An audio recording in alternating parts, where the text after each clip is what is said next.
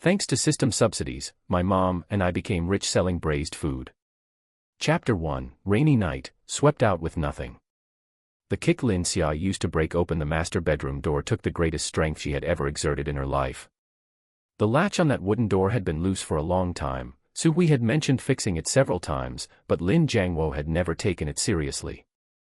The smell of perfume gushed out as if a whole basin had been poured, cloyingly sweet, sweet enough to make one nauseous. Lin Xia saw clearly. Two people were on the bed, disheveled, in an intimate position, with the bedsheets crumpled into a ball. Scattered on the floor were several pieces of lace lingerie she had never seen before, the tags were still attached, and the logo shone blindingly, La Perla. Her mother, Su Hui, had never in her life been willing to buy a piece of lingerie costing more than 100 yuan. Xia. Su Hui stood behind her, her lips trembling so much she couldn't form a sentence, tears mixed with rain streaming down her face. She looked like she had been fished out of water. The man on the bed was Lin Jiangwo, Lin Xia's biological father. He reacted quickly, sitting up abruptly and snatching the quilt to cover himself and the woman beside him. He saw Su Hui first. At that moment, the expression on his face was almost one of relief, as if he had been waiting for this very moment. But immediately after, he saw Lin Xia. His expression changed. His eyelid twitched, and his Adam's apple bobbed. That was panic outside of his plan. But he quickly suppressed it, stiffened his neck, and roared at Lin Xia. "Why are you back?" Not an explanation. Not guilt. It was an interrogation. Lin Xia didn't speak. She was looking at the woman beside him. The mistress was probably in her early 30s, well-maintained, with a wavy perm, and nails done in a glittery French style. After being startled by the sound of the door being kicked, she had actually calmed down very quickly. She even leisurely reached for a silk nightgown from the bedside, put it on in front of Su Hui, tied the belt, and smoothed her hair. After finishing the whole set of movements, she leaned on Lin Jiangwo's shoulder, tilting her head to look at the doorway. Looking at Su Hui. "Yo, so this is the elder sister, right?" Her voice was both coquettish and thin, drawn out, with a smile on the corners of her mouth that made one's blood pressure soar. Su Hui's body shuddered violently. "Brother Jiangwo told me about you a long time ago." The mistress raised her left hand, slowly twirling a strand of hair, on her ring finger. A ring was strikingly worn, platinum with diamonds. Lin Xia's eyelid twitched. When her mother Su Hui got married, Lin Jiangwo hadn't even bought her a ring. Su Hui always said, "It's fine, wearing a ring isn't convenient for doing chores," and she had said it for 23 years, until she even believed it herself. The mistress's gaze swept from Su Hui's graying roots to her pilled cotton jacket, then she sighed, her tone filled with undisguised pity. "To be honest, sister, don't blame brother Jiangwo. You should look in the mirror yourself. You've turned so sallow. Which man could stand facing a face like that every day?" Slap. The sound was sharper than the thunder outside. From the doorway to the bedside, a distance of 3 steps, Lin Xia had rushed over in almost a single stride. Her right hand raised, and she backhanded her. A slap. Solid. It landed on the mistress's left cheek. The force was so great that it knocked the person over completely, her head hitting the headboard, and the belt of the silk nightgown she had just tied snapped open. The mistress screamed, covering her face and rolling off the bed, falling onto that pile of La Perla. The diamond ring on her ring finger clinked crisply against the marble floor. This slap was too fast. It was so fast that Lin Jiangwo still maintained the expression of opening his mouth to scold, while his daughter's hand had already been withdrawn. The whole bedroom was quiet for half a second. "You." Lin Jiangwo finally reacted, furious, jumping off the bed and pointing his finger directly at the tip of Lin Xia's nose. "You've rebelled. Lin Xia, you unfilial thing. Do you know who you hit?" Lin Xia tilted her head, dodging the finger. She didn't look at Lin Jiangwo. She was looking at the woman on the floor covering her face and wailing, her gaze cold. "Dare to say one more word about my mother, and next time what you get won't be just a slap. You're crazy." Lin Jiangwo roared, "You brought your mother to catch your own father in the act. To watch your elder make a fool of himself. Do you have any shame?" "Shame." Lin Xia finally turned her gaze to Lin Jiangwo. She smiled. That smile was scarier than not smiling. You're rolling in my mother's bed with another woman, and you want to talk to me about shame. So what if a man plays around outside? Lin Jiangwo stiffened his neck, his voice high and hard. The more guilty he was, the fiercer he shouted. I didn't want to reach this point either. He suddenly changed his tone, sighing with a pretentious air, as if he were the victim. It's your mother who is useless. I have supported you mother and daughter for so many years, providing your food and clothing, but what about your mother? She can't even wear a decent outfit, I can't even take her out for social events, do you think it's easy for me? These few sentences were more disgusting than cursing. Lin Xia looked at him and suddenly felt that the person in front of her was extremely like a stranger. It wasn't just strange today. It was that she had always been unwilling to admit it. Lin Xia is 22 this year, about to graduate from her senior year, and busy looking for a job. If it weren't for Su Hui calling to say, your dad hasn't been coming home lately, and I'm feeling anxious, she would still be in the dormitory tonight revising her resume. She took a 2-hour high-speed train to rush back. She rushed back to see this. Are you done talking? Lin Xia looked at him. If you're done, then take out the things you've prepared. Stop pretending. You dared to bring someone home and deliberately did this shameless thing in the bedroom. Isn't it just because you wanted my mother to come back and see it? Lin Jiangwo's expression cracked for a moment. It was very short, but Lin Xia caught it. Lin Jiangwo pulled a craft paper envelope out of the nightstand, slapped the papers inside onto the bed, his tone carrying the composure of a victor. The house was transferred to your grandmother's name the year before last, your mother signed for it, she just thought it was helping with the procedure back then. As for savings, let your mother check for herself, there isn't a cent. The car belongs to the company, it has nothing to do with her. Anything in this house that is worth even a little money has nothing to do with Su Hui. He crossed his arms and looked down condescendingly at the woman by the door who was crying so hard she couldn't stand. I've also asked a lawyer to draft the divorce agreement. Sign it. Sign it and leave, don't make a scene here, let's keep it decent for everyone. Su Hui's legs went soft first, then her whole body seemed to have its bones pulled out, sliding down the door frame and sitting on the floor. Her tears were still flowing, but she couldn't make a sound. Jiangwo. She raised her head, her face wet, her voice as hoarse as sandpaper scraping. 23 years. I've been with you for 23 years. Your mother was paralyzed in bed for 8 years, it was me who wiped her down, turned her over, cleaned up her excrement day after day, and accompanied her through rehabilitation until she could get out of bed and walk slowly on her own. During those 3 years when your business had no income, it was me who went to the vegetable market to pick up rotten vegetable leaves that others didn't want to make soup, and I never complained to you once. How could you treat me like this? Besides being a nanny in this house, what else can you do? Lin Jiangwo looked down at her, as if looking at an old piece of furniture that could finally be thrown away. It's not that I don't remember old feelings. Look at the agreement, I gave you 50,000 yuan in compensation. These years I've provided your food and clothing, I consider myself to have treated you well. 50,000 yuan. 23 years. Lin Xia calculated quickly in her heart, less than 6 yuan a day. Not even as good as a cleaner. The last spark of light in Su Hui's eyes went out. She opened her mouth, but there was no sound. Her left hand unconsciously gripped her own bare ring finger, her knuckles turning white. The mistress on the floor climbed up at this moment, covering her face, her makeup half ruined, her left cheekbone swollen high, but she didn't cry. She wiped the lipstick stain on the corner of her mouth with the back of her hand and grinned at Su Hui. If you're smart, sign and leave, and take that crazy girl of yours with you. From now on, this home. She didn't finish her sentence. Lin Xia grabbed the blue and white vase with scrolling lotus patterns from the antique shelf and smashed it on the floor with a crack. That vase was something Lin Jiangwo bought at an auction the year before last for over 200,000. Usually, he wouldn't even let Su Hui get close to it to dust. At this moment, it was shattered into fragments all over the floor. The broken porcelain shards flew out, and one piece cut directly across Lin Jiangwo's right cheek. Beads of blood appeared, dripping down his chin. Lin Jiangwo lunged over, kneeling on the floor to scoop up the fragments, not even caring that his hands were cut in 2 places. This is an antique.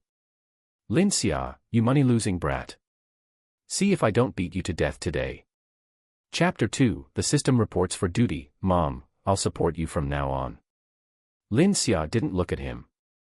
She walked to the dining table, pulled out the largest fruit knife from the knife block, and with a thud, stabbed it into the tabletop. It was a rosewood tabletop.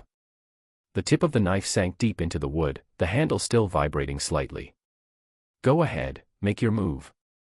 Lin Xia's voice wasn't loud, but every word was squeezed out through gritted teeth. The whole room went silent. The mistress shrank into the corner, not daring to make a sound. Lin Jiangwo knelt among the broken porcelain shards, looking up at her. His lips trembled, and he pointed a finger at Lin Xia, but couldn't say a word. He didn't dare. He saw his daughter's eyes. In those eyes, there were no tears, no fear, and not even hatred. There was only something that made his spine chill. It was the kind of look that only appears after one has burned all their bridges. Lin Jiangwo. Lin Xia called him by his full name. Not Dad. Not Father. I'm calling you by your full name, so prick up your ears and listen well. Her voice was flat and slow. The wedding apartment you got married in back then was paid for by my grandfather. The old house in Tsui Yuan residential district, 68 square meters, the 12,000 down payment came from my grandfather's pension. Lin Jiangwo's face turned alternating shades of red and white. The startup capital for your first company was scraped together by my mom selling her dowry. The gold bracelet, jade earrings, and pearl necklace passed down from my grandmother. When my mom used to nag me about them, I thought I wouldn't remember. She paused for a moment. I remembered every single one. Lin Jiangwo opened his mouth, then closed it. Behind her came the sound of Su Hui's low sobbing. She was still sitting on the floor, but her hands were gripping the edge of the doorframe, her nails digging into the wood. The first big client you met in business, Wang Deming, was someone my grandfather called for you while he was on an 4-drip in his hospital bed. At that time, he had already been diagnosed with late-stage lung cancer. He was wheezing just trying to speak, yet he spent so long apologizing and smiling on the phone, just to fight for a chance for you to meet them. Lin Xia crouched down to look Lin Jiangwo in the eye. When my grandfather died, you were out of town playing golf with a client. My mom stayed at the funeral home all night by herself. No one dared to respond. Without my mom, without my grandfather, you, Lin Jiangwo, would just be a poor boy from the town. You wouldn't even be able to afford a single floor tile in this living room. She stood up. Every cent you took today belongs to my mom. She looked down at Lin Jiangwo. However much you took, I will make you cough it all back up, with interest. She turned and walked back to the doorway. Su Hui was still sitting on the floor, her tears dried up, her whole being empty, as if something had been hollowed out of her. Lin Xia crouched down, supporting her mother's back with one hand and pulling her arm with the other. Mom. Get up.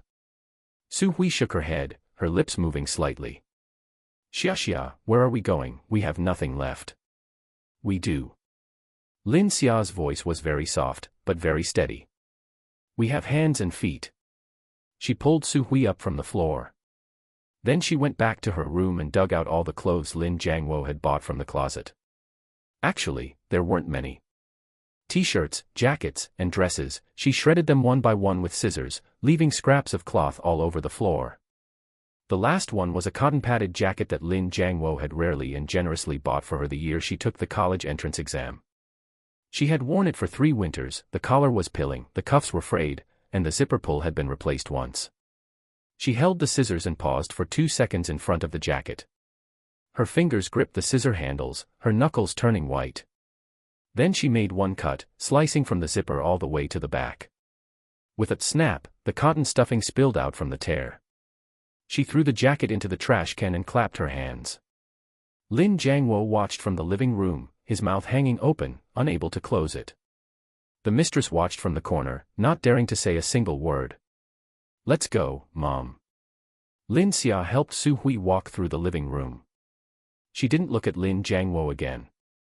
Nor did she take a single needle from this house. Lin Jiangwo suddenly shouted from behind. If you have guts, don't come back. Once you get out, don't come begging me. His voice was loud.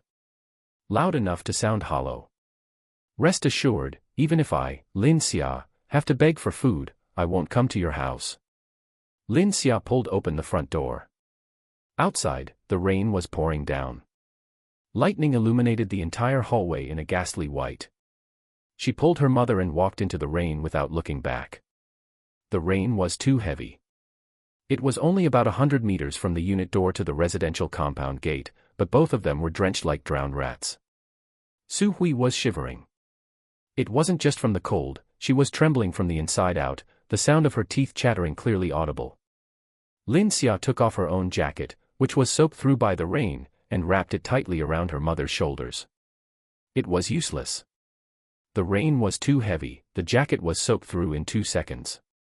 Su Hui leaned on her shoulder, almost being half-dragged, half-carried forward. Xia. I'm sorry. Su Hui's voice shattered into fragments. It's all Mom's fault for being useless. I couldn't even keep a home. I've dragged you down. Mom. Lin Xia stopped walking. She stood in the pouring rain, turned around, and cupped her mother's face in both hands. Su Hui's face was deathly pale under the streetlights, her soaked hair plastered to her forehead. A woman in her early 40s, she looked like she was in her 50s. Rainwater was embedded in the wrinkles at the corners of her eyes, tracing down in streaks. Lin Xia remembered that when she was little, her mom's face wasn't like this. When her mom was young, she was very pretty, with a round face, almond eyes, and dimples when she smiled. The neighbors all said the eldest daughter of the Su family had married a capable husband and would enjoy a life of comfort in the future. Enjoy what comfort? She had suffered for 23 years. Lin Xia's eyes reddened. But she didn't cry. She hadn't cried in front of that scum of a father just now, and she wouldn't cry now. Mom. Don't cry. From today on, I will support you. She took out her phone, shielding it from the rain with her hand, and opened her banking app. Balance, 1,200 yuan. 1,200, that was what she had earned from tutoring. This amount of money, in this city, for the two of them, what could it do? It probably wouldn't even last a month. She looked down at Su Hui's face, flushed red with fever. She didn't even have the confidence to take her to the hospital. Lin Xia stared at that number for 3 seconds. Then she shoved the phone back into her pocket, crouched down, and carried her mother on her back. Su Hui was much lighter than she had imagined. So light that it made her heart ache. All these years of doing housework, serving her in-laws, scrimping and saving, prioritizing all the good things for her husband and daughter, while eating leftovers, wearing old clothes, and using cheap things herself. A woman who had stood in the kitchen for 23 years should have had some substance. Yet she was so light. Mom, don't cry. Lin Xia carried her mother on her back, stepping through the puddles, one step at a time, moving forward. Her voice was mostly drowned out by the rain, but Su Hui heard it. One day, I will make them come and beg you on their knees. Ding. Detected the host's determined will and intense familial bond. The mortal life subsidy system is binding. Chapter 3, A Bowl of Noodles in the Basement. The downpour showed no signs of stopping. Lin Xia carried Su Hui on her back, heading south along the main street of the city's east side. Streetlights flashed overhead one after another. The accumulated water rose above her ankles, filling her shoes, and every step made a squelch sound. Su Hui's head rested on her shoulder, burning with a frightening fever. Lin Xia quickened her pace. The voice in her head rang out again. Ding. Human touch subsidy system bound successfully. Host current status, hungry, fatigued, emotional value extremely low. Initial task generated, complete a family bond through human touch. Would you like to view task details? Lin Xia ignored it. She didn't have time to study any system or whatever, her mother was burning up enough to fry an egg. The urban village was in the southeast corner of the city, about 3 kilometers from her father's residential compound. The starting taxi fare was 8 yuan, but she couldn't bear to spend it. Every single yuan was a matter of life and death now.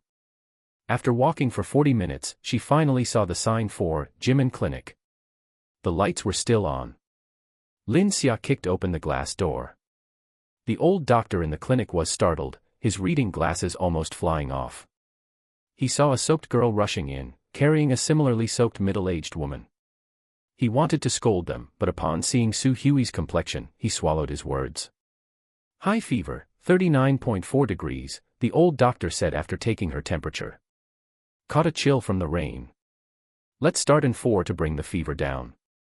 How much? 60 for the 4. Lin Xia nodded and settled Su Hui into an infusion chair against the wall. Su Hui was groggy, still muttering, Xia, where are we going? Mom, we're here. Just lie down for now. Lin Xia took off her only remaining wet coat, wrung it out, and placed it behind Su Hui's neck as a pillow. Sitting in the infusion chair next to her was a round-faced middle-aged woman in her 50s, wearing floral pajamas, and 4 drip in her left hand, scrolling on her phone with her right, and cracking melon seeds in her mouth. She looked Lin Xia up and down, her gaze sweeping back and forth between their soaked clothes and the gray roots of Su Hui's hair. Girl, getting soaked like this in the middle of the night, what happened? Lin Xia didn't answer. She was exhausted and hungry, her emotions on the verge of collapse. But Su Hui had a fever, and she had to hold it together. The woman didn't mind and continued on her own, you two look like you have nowhere to go.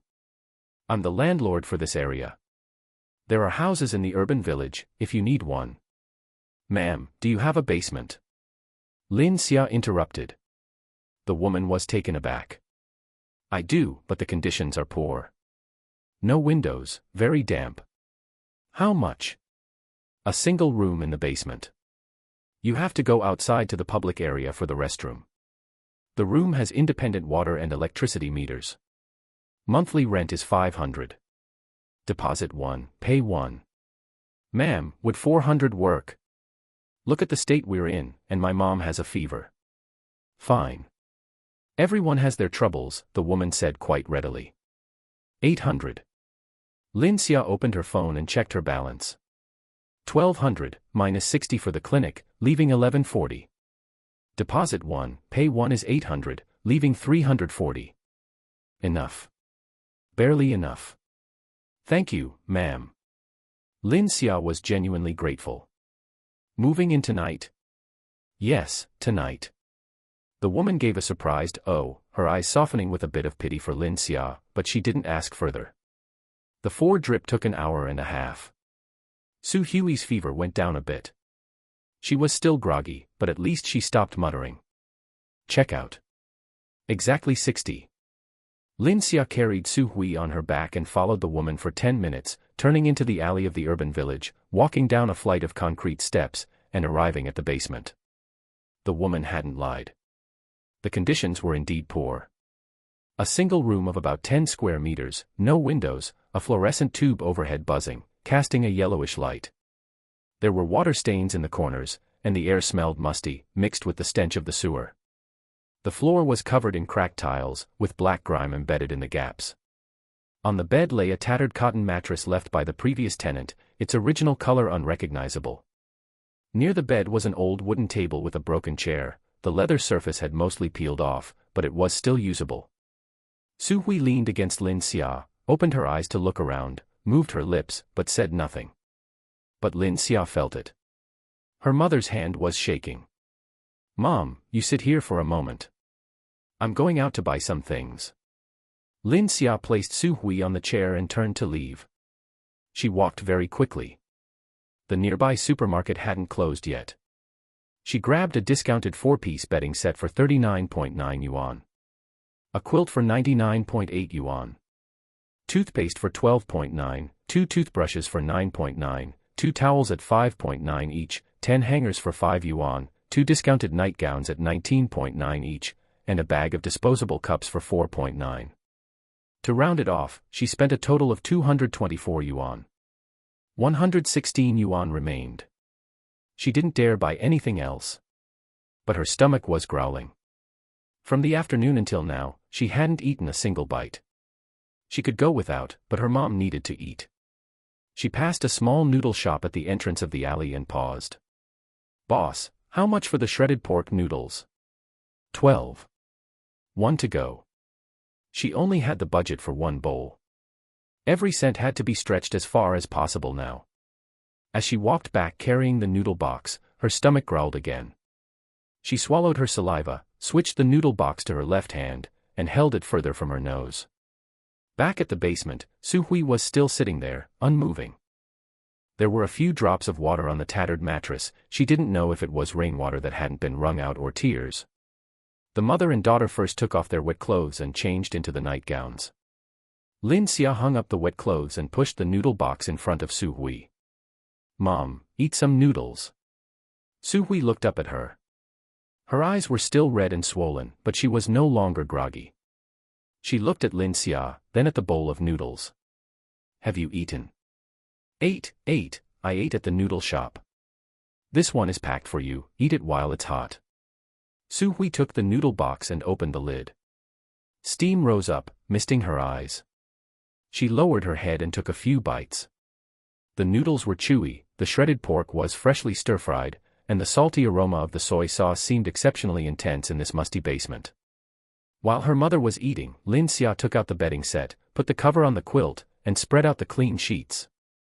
Now the bed finally looked decent.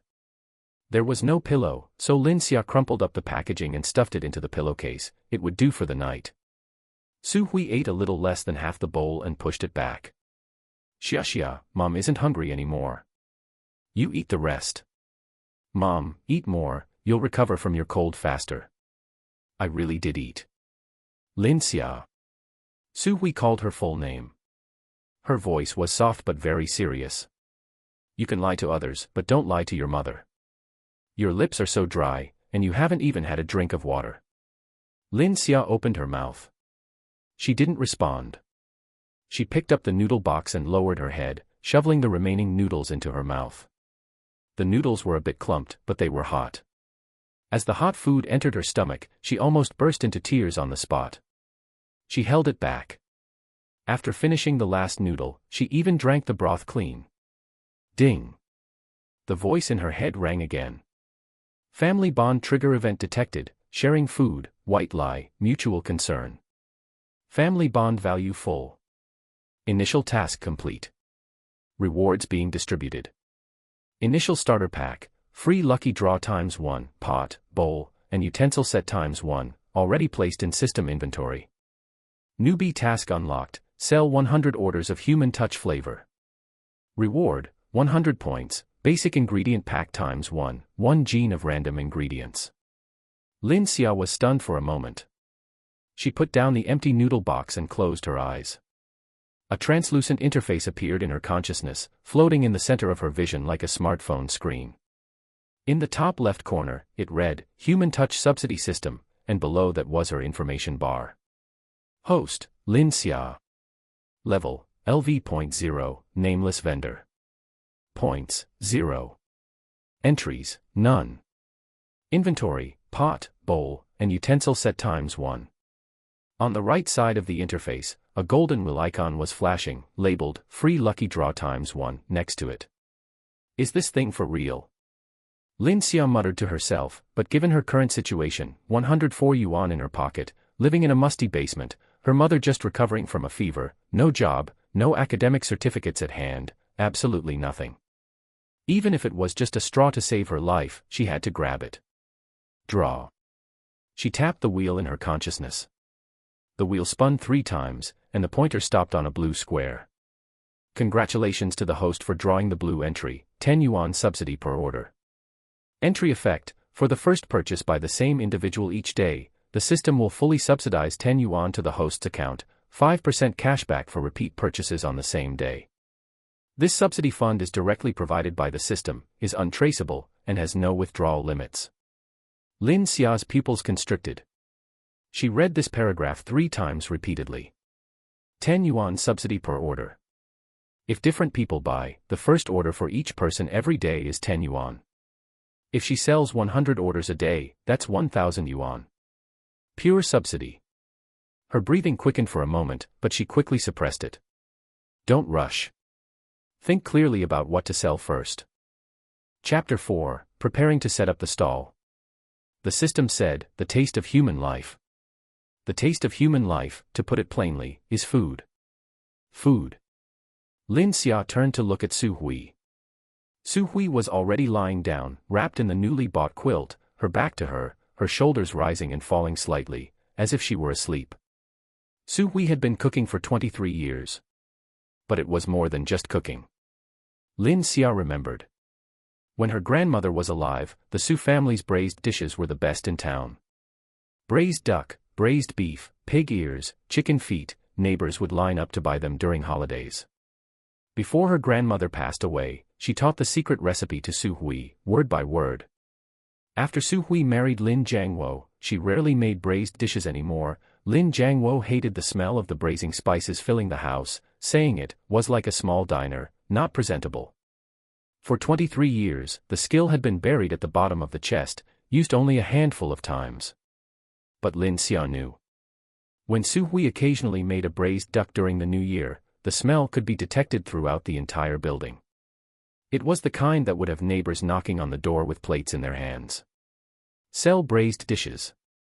Just sell braised dishes.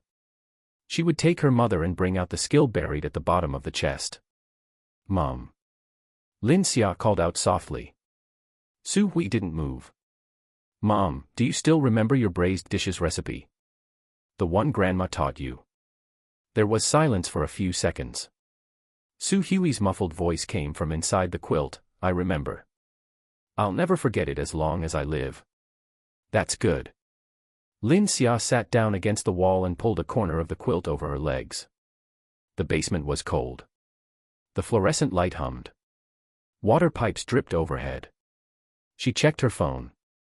Balance, 104 yuan. Tomorrow, she had to buy groceries, buy braising spices, buy takeout containers, and get something to set up a stall. 104 yuan. It wasn't enough. Nowhere near enough. But she had a card to play. Lin Xia closed her eyes. Tomorrow. She would start at daybreak. That night, Su Hui didn't actually sleep. She heard her daughter's stomach growling. One sound after another, exceptionally clear in the quiet basement. She buried her face in the quilt, bit the corner of it, and swallowed all her sobs. The next day. At the first light of dawn, Lin Xia had already mentally divided the 104 yuan into several portions. She left 50 yuan for Su Hui, telling her to go to the market to buy braising spices and cheap ingredients. Pick the cheapest chicken carcasses and vegetables. Su Hui's fever had broken, and though her complexion was still sallow, there was something in her eyes. It wasn't hope, it was a stubbornness that she couldn't let her daughter carry everything alone anymore. She took the money, changed into the nightdress she bought last night as outerwear, she had no other clothes, and went out. Lin Xia went to the recycling station. 10 minutes east of the urban village was Old Wang's recycling station.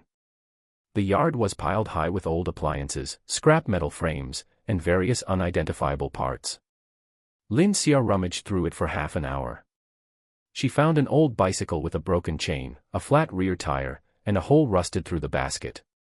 But the frame was still sturdy. She also found a few wooden boards, of varying lengths and with some rough edges, but they could be used after some sanding. Boss, how much for this broken bike and these boards? The owner of the recycling station was a bald man with a cigarette in his mouth who looked her up and down. 30 for the bike, 5 yuan per board, 4 boards for 20. 50 total. 30. 20 for the bike, 10 for the boards. You little girl. The chain is broken, the rear tire is totaled, and the basket has a hole. Even as scrap metal, this bike is only worth 15. The boards have wormholes, and look at this corner, it's rotted. The bald man was choked up. Ash fell onto his slippers, and he lowered his head to flick it off. 35.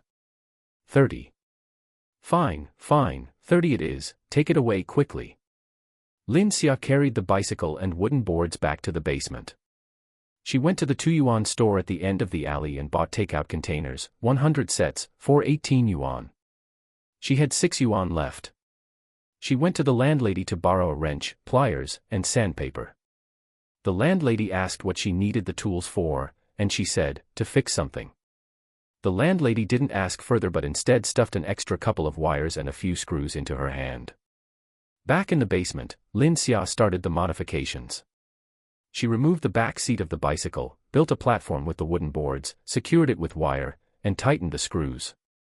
The platform was just big enough to hold 2 plastic storage bins, one for the braised dishes, the other for the takeout containers and tools.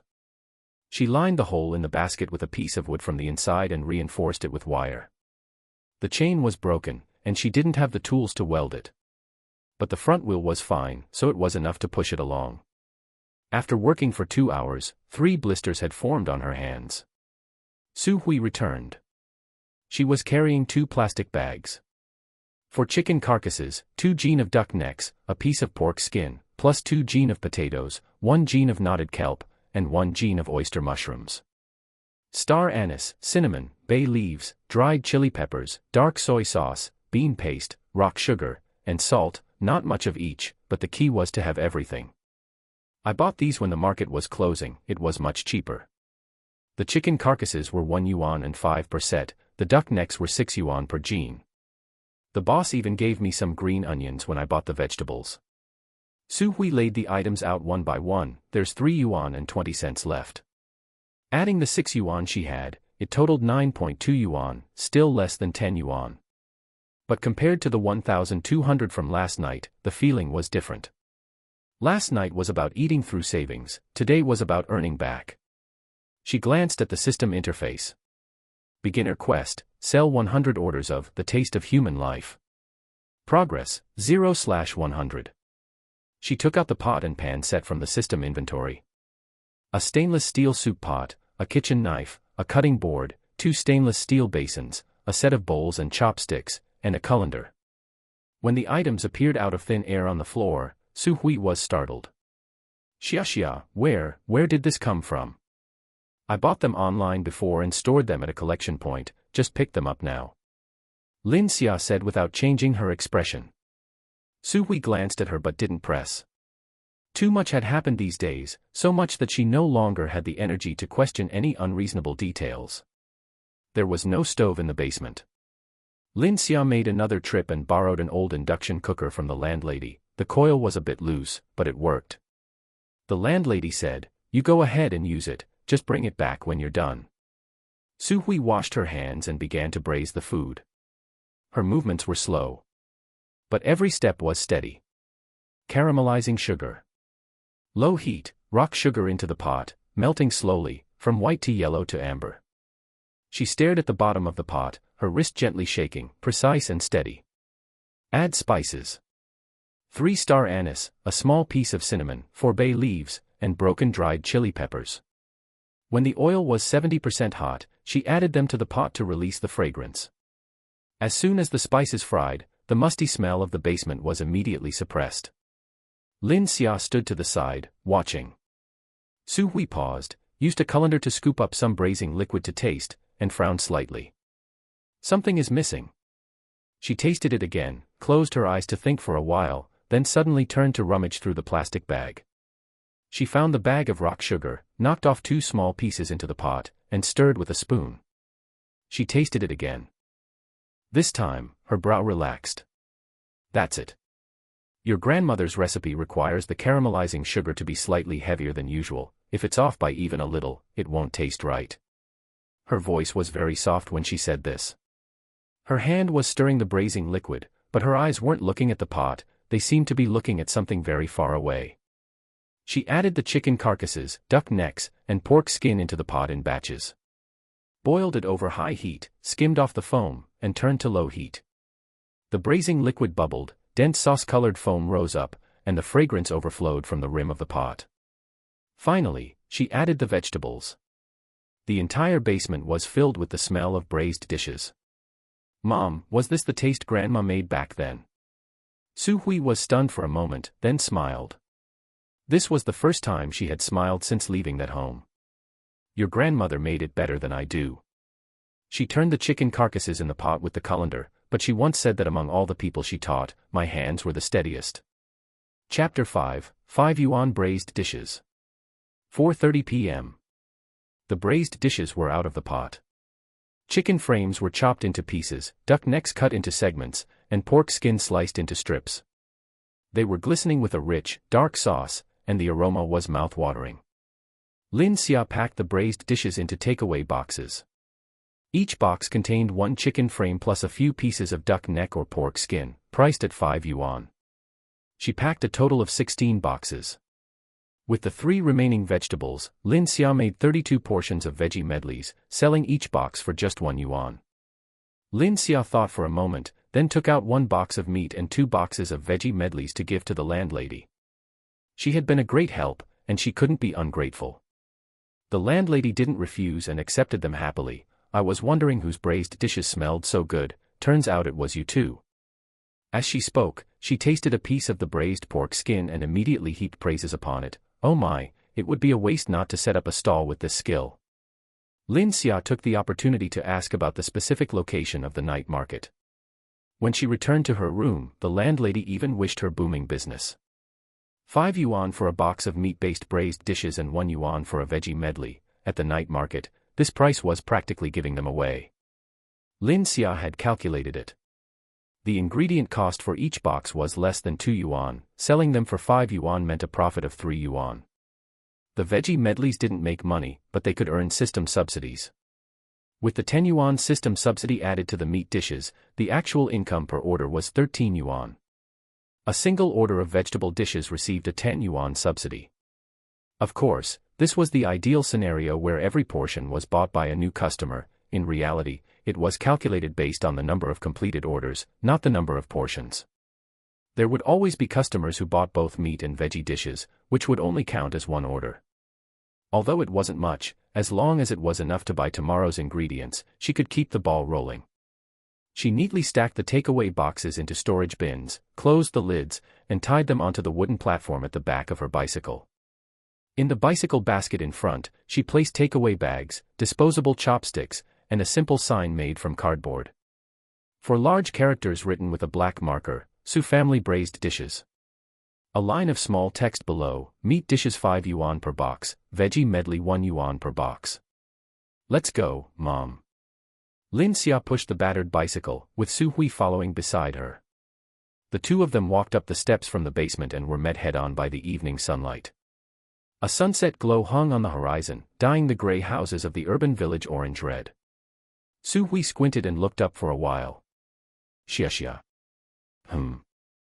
The sky is so beautiful today. Lin Xia looked down at the battered bicycle, then at the crumpled cardboard sign in the basket. All her worldly possessions. Less than 10 yuan in working capital. A 30 yuan junk bike. A borrowed induction cooker. And a mom who knew how to make braised dishes. That was enough. She pushed the bike and headed toward the night market. In her mind, the system interface floated quietly. Newbie quest, sell 100 orders of The Taste of Human Life. Progress, 0/100. The entry 10 yuan subsidy per order flickered slightly in the bottom right corner of the interface, inconspicuous. Lin Xia didn't look at it again. She kept her head down and pushed the bike forward, its wheels rolling over a puddle and splashing a bit of dirty water. The Qingdong night market began to liven up from 6 in the evening. Lin Xia pushed the 30 yuan junk bike, with Su Hui walking beside her, helping to steady the storage bin on the back. By the time the two of them turned into the entrance of the night market, the good spots had long been occupied. Barbecue skewers, teppanyaki, fried chicken strips, stinky tofu, stall after stall, with cooking fumes and shouting mixed together in the sweltering heat. Lin Xia pushed the bike deeper inside, looking for a gap where she could stop. Hey, you can't be here. A chubby man with a buzz cut poked his head out from behind a barbecue skewer stall, pointing an iron skewer in her direction. This spot belongs to me, keep moving. Lin Xia didn't say anything and continued pushing forward. She walked another 20 meters or so. An older woman selling fried chicken strips stopped her. Little sister, are you planning to set up a stall? Do you have a receipt for the stall fee? Where do I pay the stall fee? The woman looked her up and down, her gaze lingering for 2 seconds on the battered bicycle and the crumpled cardboard sign, then she curled her lip. The management office is at the west end, but I advise you not to waste your time. The good spots are long gone, and the remaining corner spots don't get much foot traffic all night. Lin Xia nodded, thanks. She pushed the bike all the way to the far east end of the night market, into a corner spot. To the left was a trash can, and to the right was the outer wall of a public restroom.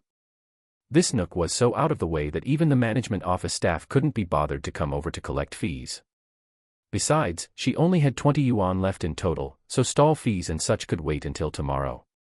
She would just sell for now, whatever. Su Hui glanced at the surroundings, her lips moved, but she didn't say anything. Let's just stay here. Lin Xia propped up the bike, moved the storage bins down, and stacked the takeaway boxes one by one on the wooden platform. The moment she opened the lids, the aroma of the braised dishes wafted out. Rich, mellow, with a slightly sweet, caramelized sauce scent. That scent was completely different from the surrounding smells of deep frying and barbecue. It wasn't pungent or irritating, but the kind of fragrance that drilled right into one's bones. The grilled cold noodle guy opposite her sniffed the air and glanced over this way. But that was all. 1 hour after opening. Not a single person had walked over. The crowd at the night market was concentrated in the middle section, which was brightly lit, with stalls that were increasingly flashy. The barbecue stall had an LED light box, the fried chicken strip stall had a small loudspeaker playing on a loop, and the stinky tofu stall even set up a small TV playing food videos. What about Lin Xia's side? A battered bicycle, a piece of cardboard, 2 storage bins. Occasionally, someone would walk by, take a look, pause for a moment, and then walk around them. A young man wearing glasses leaned in to check the pricing and whispered to his girlfriend, 5 yuan for a box of meat dishes. This is too cheap, could it be some strange meat? His girlfriend tugged his arm and walked away. Don't eat random things, what if you get diarrhea? Lin Xia heard it clearly. Su Hui stood to the side, not knowing where to put her hands, clutching the corner of her apron until it was wrinkled.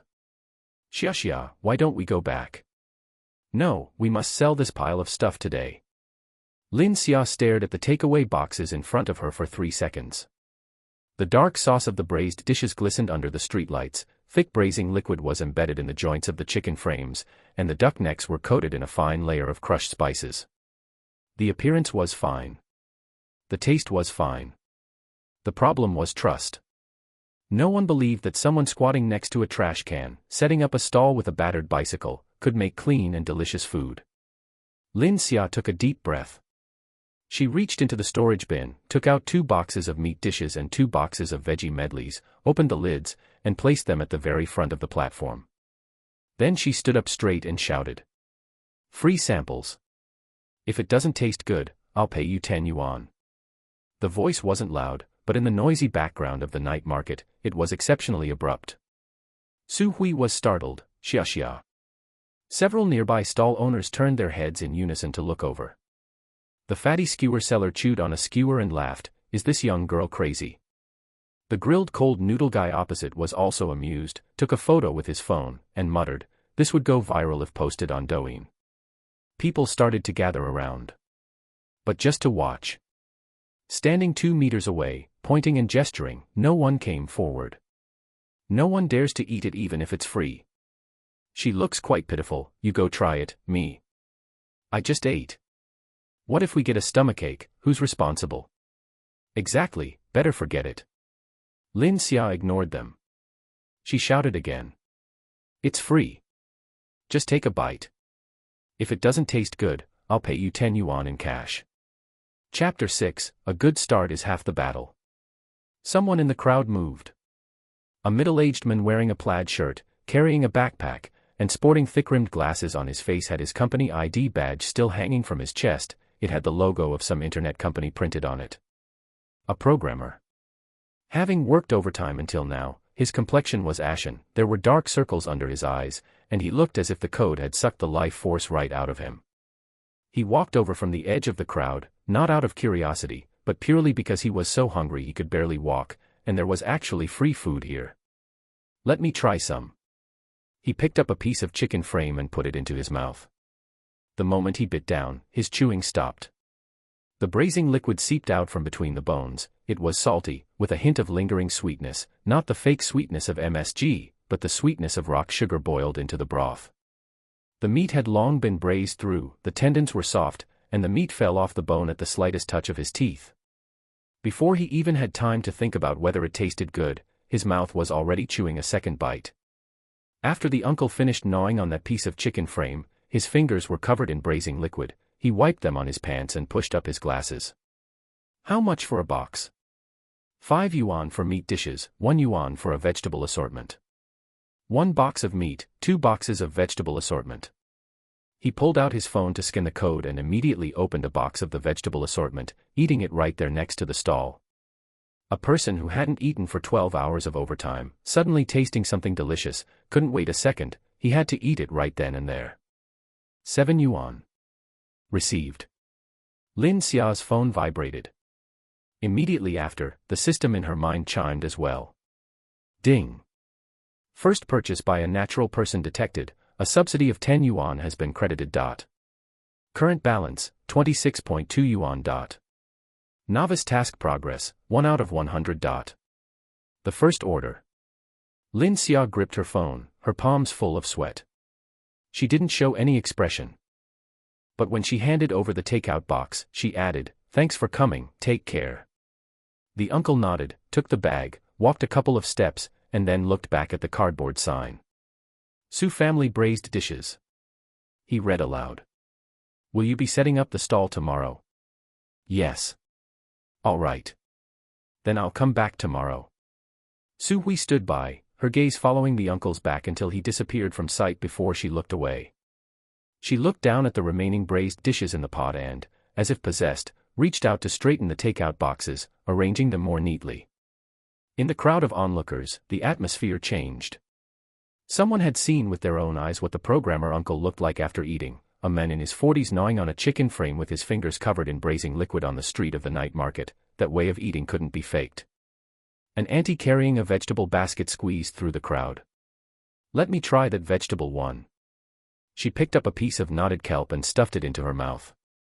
After chewing twice, her eyebrows shot up. This knotted kelp is really flavorful. Did you boil this braising broth yourselves? My mom boiled it. Lin Xia pointed to Su Hui beside her. It's an ancestral recipe, made with real ingredients. Being named, Su Hui rubbed her hands together in confusion and squeezed out a slightly stiff smile. But her back had straightened up at some point.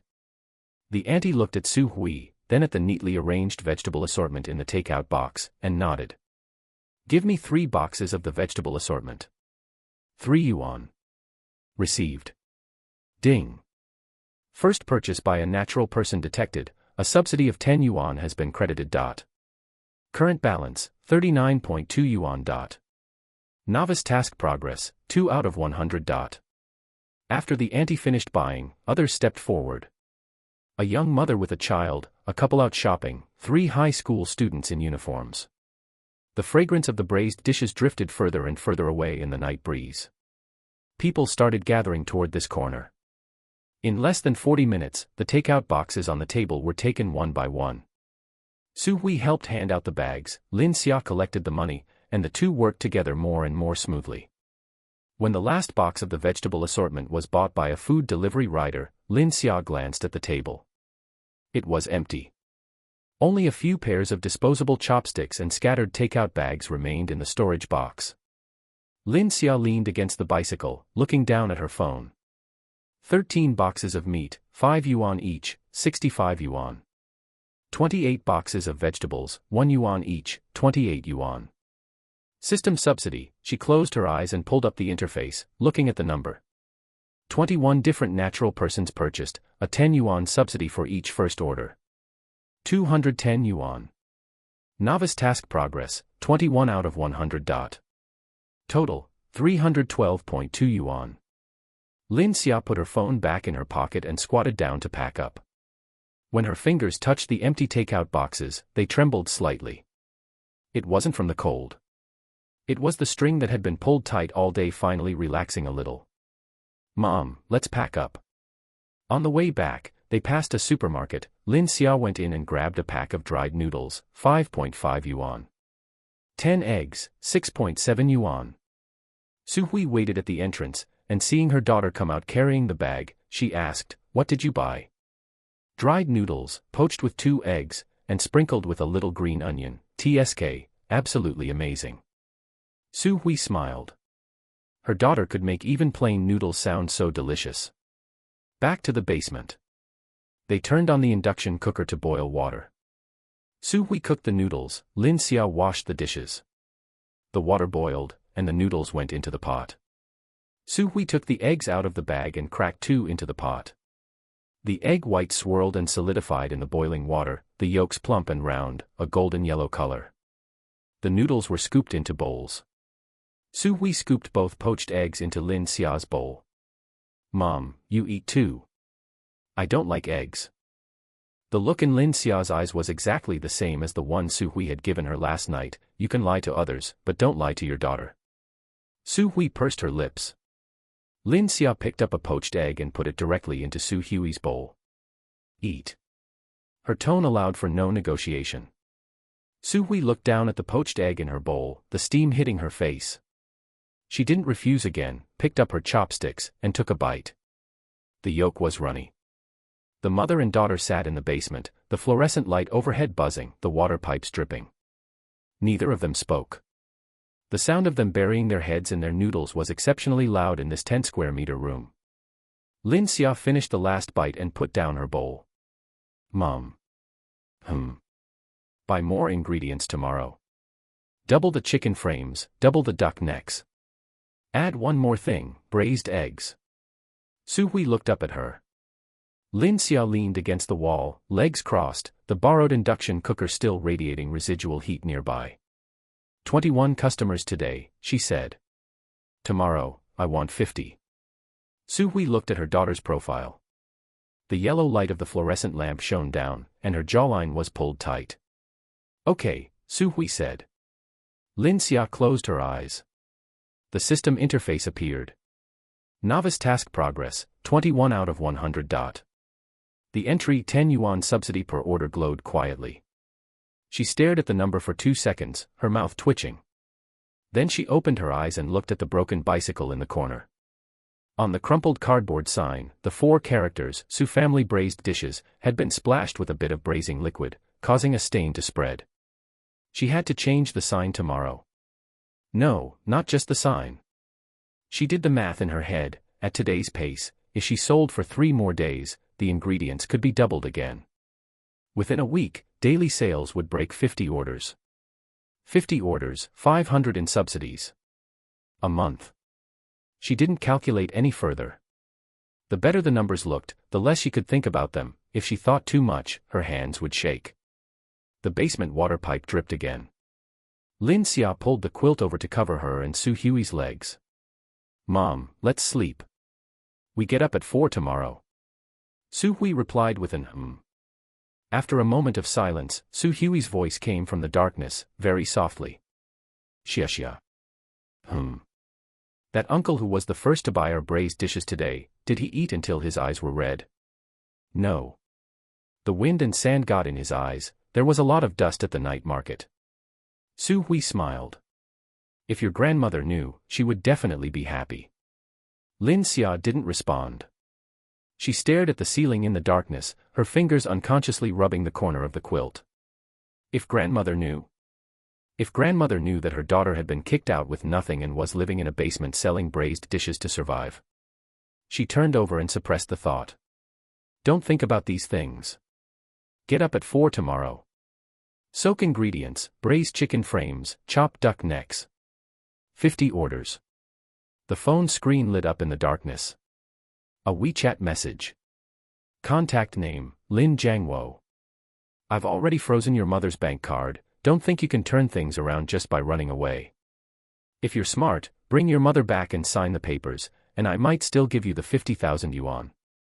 This is your only chance." Lin Xia finished reading, flipped the phone over, and placed it face down on the bed. She closed her eyes. The curve of her mouth was as cold as a blade. Chapter 7, 1 yuan blind boxes. At 4 a.m., before the alarm went off, Lin Xia woke up. The basement had no windows, so it was impossible to tell if it was dawn yet. She sat up in the dark, her fingers touching her phone first. She had checked the balance again before going to sleep last night. 312.2 yuan, after subtracting the 12.2 spent at the supermarket last night, that left exactly 300. Su Hui was also awake. Or rather, she hadn't slept soundly at all. People recovering from a fever often felt the lingering effects. She was weak, and when she tried to sit up, she had to brace herself twice before she could hold her position. "Mom, you lie down a while longer. I'll go to the market first to scout things out." We'll go together. Su Hui's voice was hoarse, but her tone allowed no room for negotiation. You don't know all the ingredients for the braised dishes. If you buy the wrong spices, the whole pot will be ruined. Lin Xia didn't try to persuade her otherwise. The two of them headed out in the dark. The April dawn still carried a chill, and the alleys of the urban village were quiet, with only a blurry patch of yellow light glowing from a breakfast stall in the distance. The morning market was at Qingdong Market, a 15-minute walk away. The sky hadn't fully brightened, but the market was already half open. The fluorescent tubes in the vegetable section were stark white, making the color of every vegetable look distorted. Lin Xia pushed the broken bicycle, with Su Hui following beside her, and the two walked along the stalls, looking as they went. Lin Xia did the math in her head as they walked. Yesterday's ingredient cost was a little over 30 yuan, and sales were 65 yuan, the gross profit was decent. The vegetable dishes had almost no profit margin and were entirely supported by the system subsidies. Today, she needed to increase volume. Double the meat dishes, triple the vegetable dishes. But the vegetable dishes were more expensive than she had thought. She stood in front of a lotus root stall for 3 seconds, her fingers pinching a lotus root, checked the price tag, 10.8 yuan per caddy, and put it back down. She asked about the dried wood ear mushrooms, 32 yuan. One caddy could soak up to 4 or 5 caddies, which was cost-effective, but her cash flow wouldn't allow it. Lin Xia stood in the middle of the market aisle, tapping her phone's calculator over and over. Meat dishes doubled, chicken frames, duck necks, pig skin, plus braising ingredients, the cost was 57 yuan.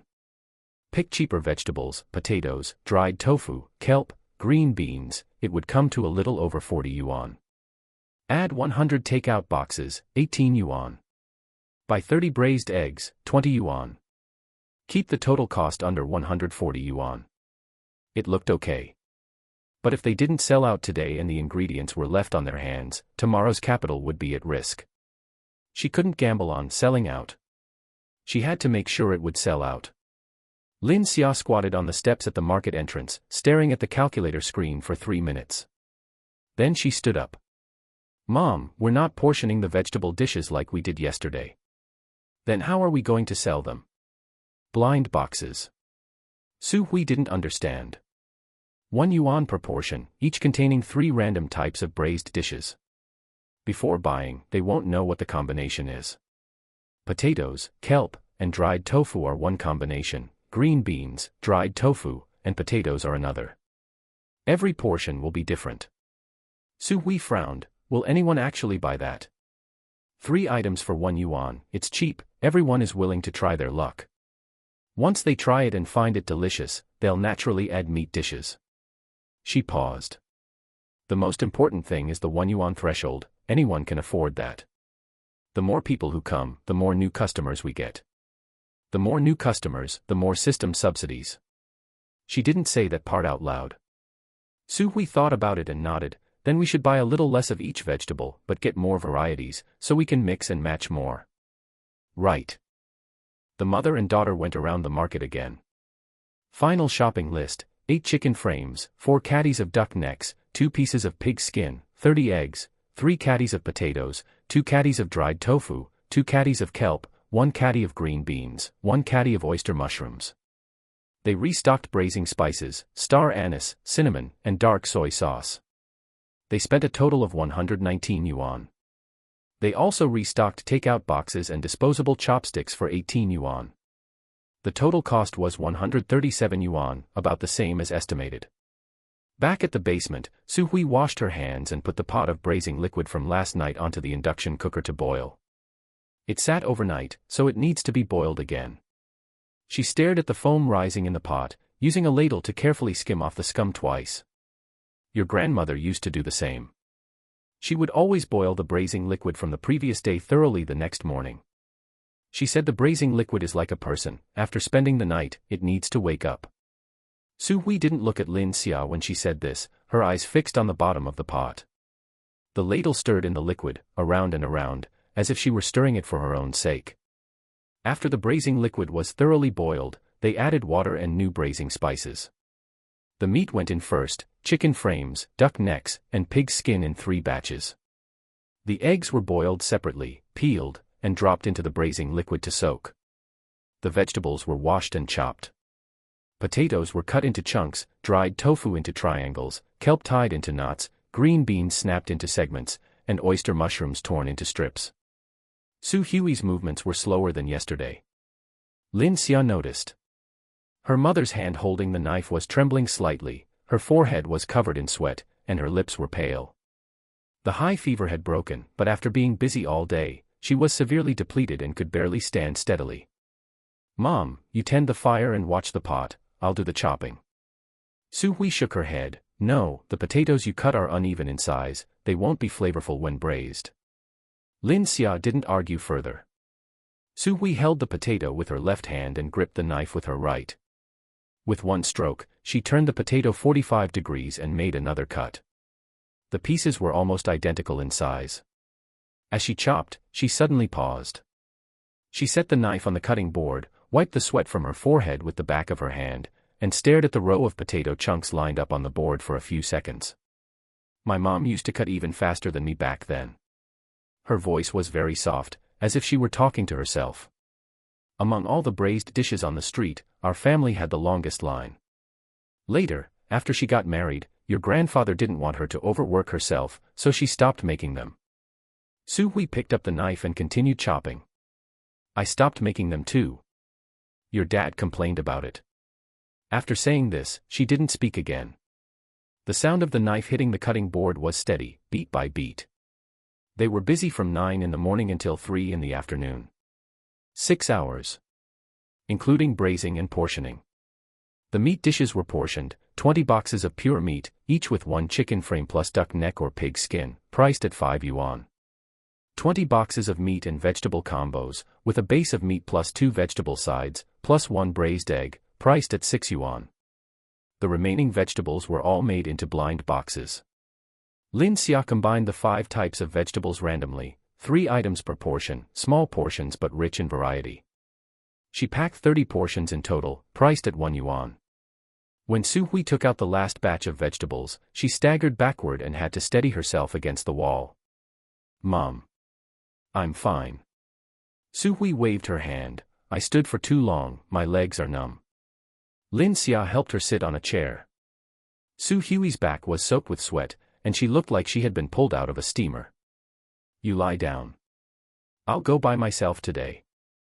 Su Hui looked up at her. "Can you handle it by yourself? You have to collect money and hand out items, you'll be flustered." "I can handle it." Su Hui stared at her for 2 seconds without speaking. Then she pushed herself up from the chair, walked to the corner, dug out the jacket she had washed and dried yesterday, and put it on. "Let's go." "Mom. I said let's go." Su Hui's voice wasn't loud, but that stubborn streak had emerged again. Lin Xia recognized that stubbornness. It was exactly the same as her own.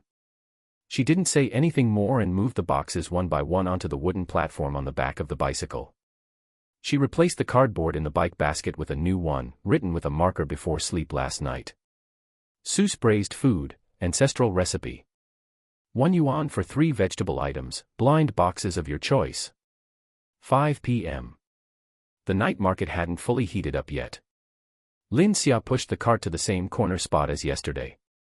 The trash can was still on the left, and the public restroom wall was still on the right. But today, she moved the cart 2 meters forward, right at the corner. As the crowd turned from the main street, her sign would be the first thing they saw. She opened the storage box and lifted the lid. The moment the aroma of the braised dishes drifted out, the young man grilling cold noodles across the way sniffed again.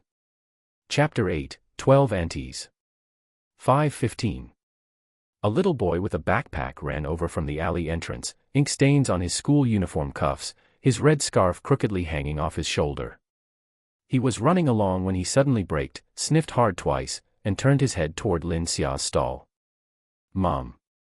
It smells so good." His mother followed behind, in her early 30s, wearing office attire, carrying a briefcase, her face showing the weariness of having just finished work. She glanced at the words on the cardboard, frowned slightly, and grabbed her son's arm. Let's go. Don't just eat random stuff from street stalls." The little boy was dragged along for 2 steps, but his neck was still twisted back to look, his nose constantly sniffing. Lin Xia reached out and lifted the lid of one of the blind boxes.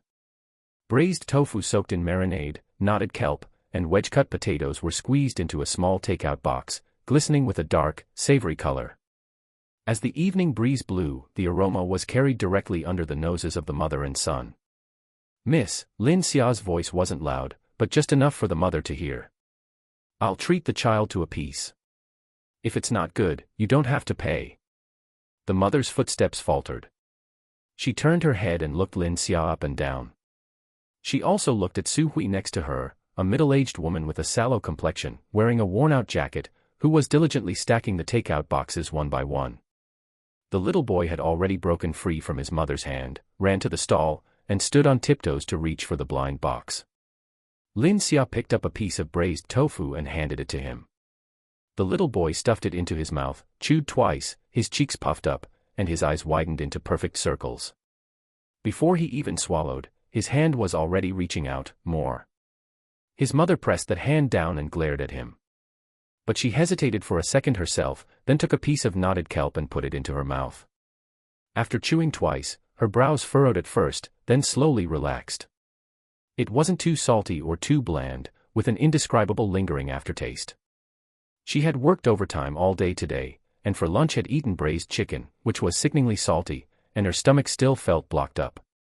This bite of kelp actually felt comfortable. "Your braising broth, the taste is a bit different from what you get outside." "It's my mom's ancestral recipe," Lin Xia said, pointing to Su Hui.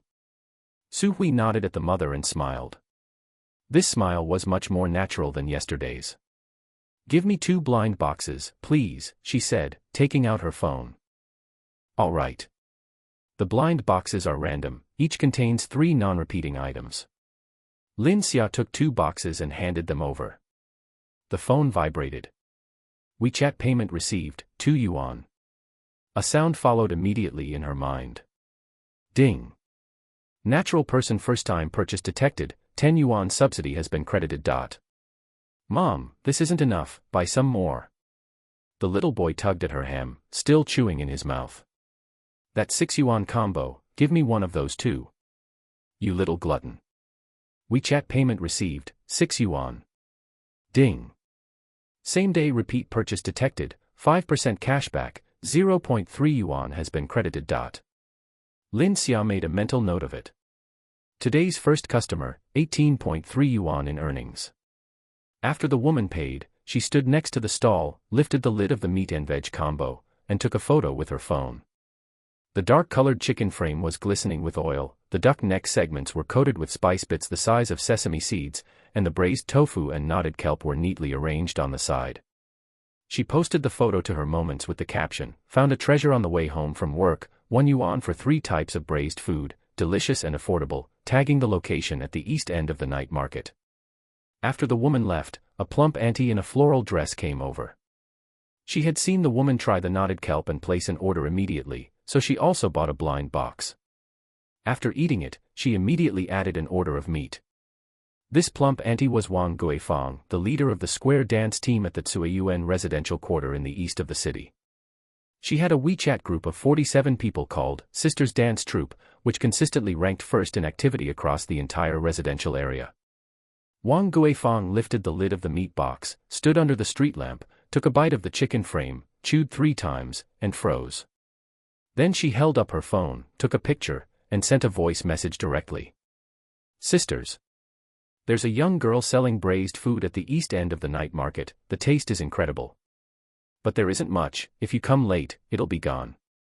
The 47-person group read it in 3 seconds, and exploded with replies within 10 seconds.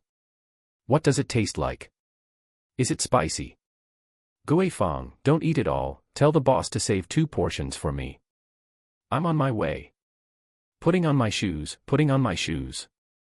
Less than 10 minutes after Wang Guifang left, a crowd of people suddenly surged over from the direction of the alley entrance. They were all middle-aged and elderly women, some were still wearing their square dance practice outfits, some were in slippers, and some were still clutching half a cucumber in their hands. 12 aunties swarmed around the small cart, blocking it completely. "Is this the stall? 1 yuan for 3 items. Give me 1. I want 1 too." That blind box. Hey, don't push, don't push. I was here first. Su Hui was startled by this scene and subconsciously took half a step back. Lin Xia didn't back down.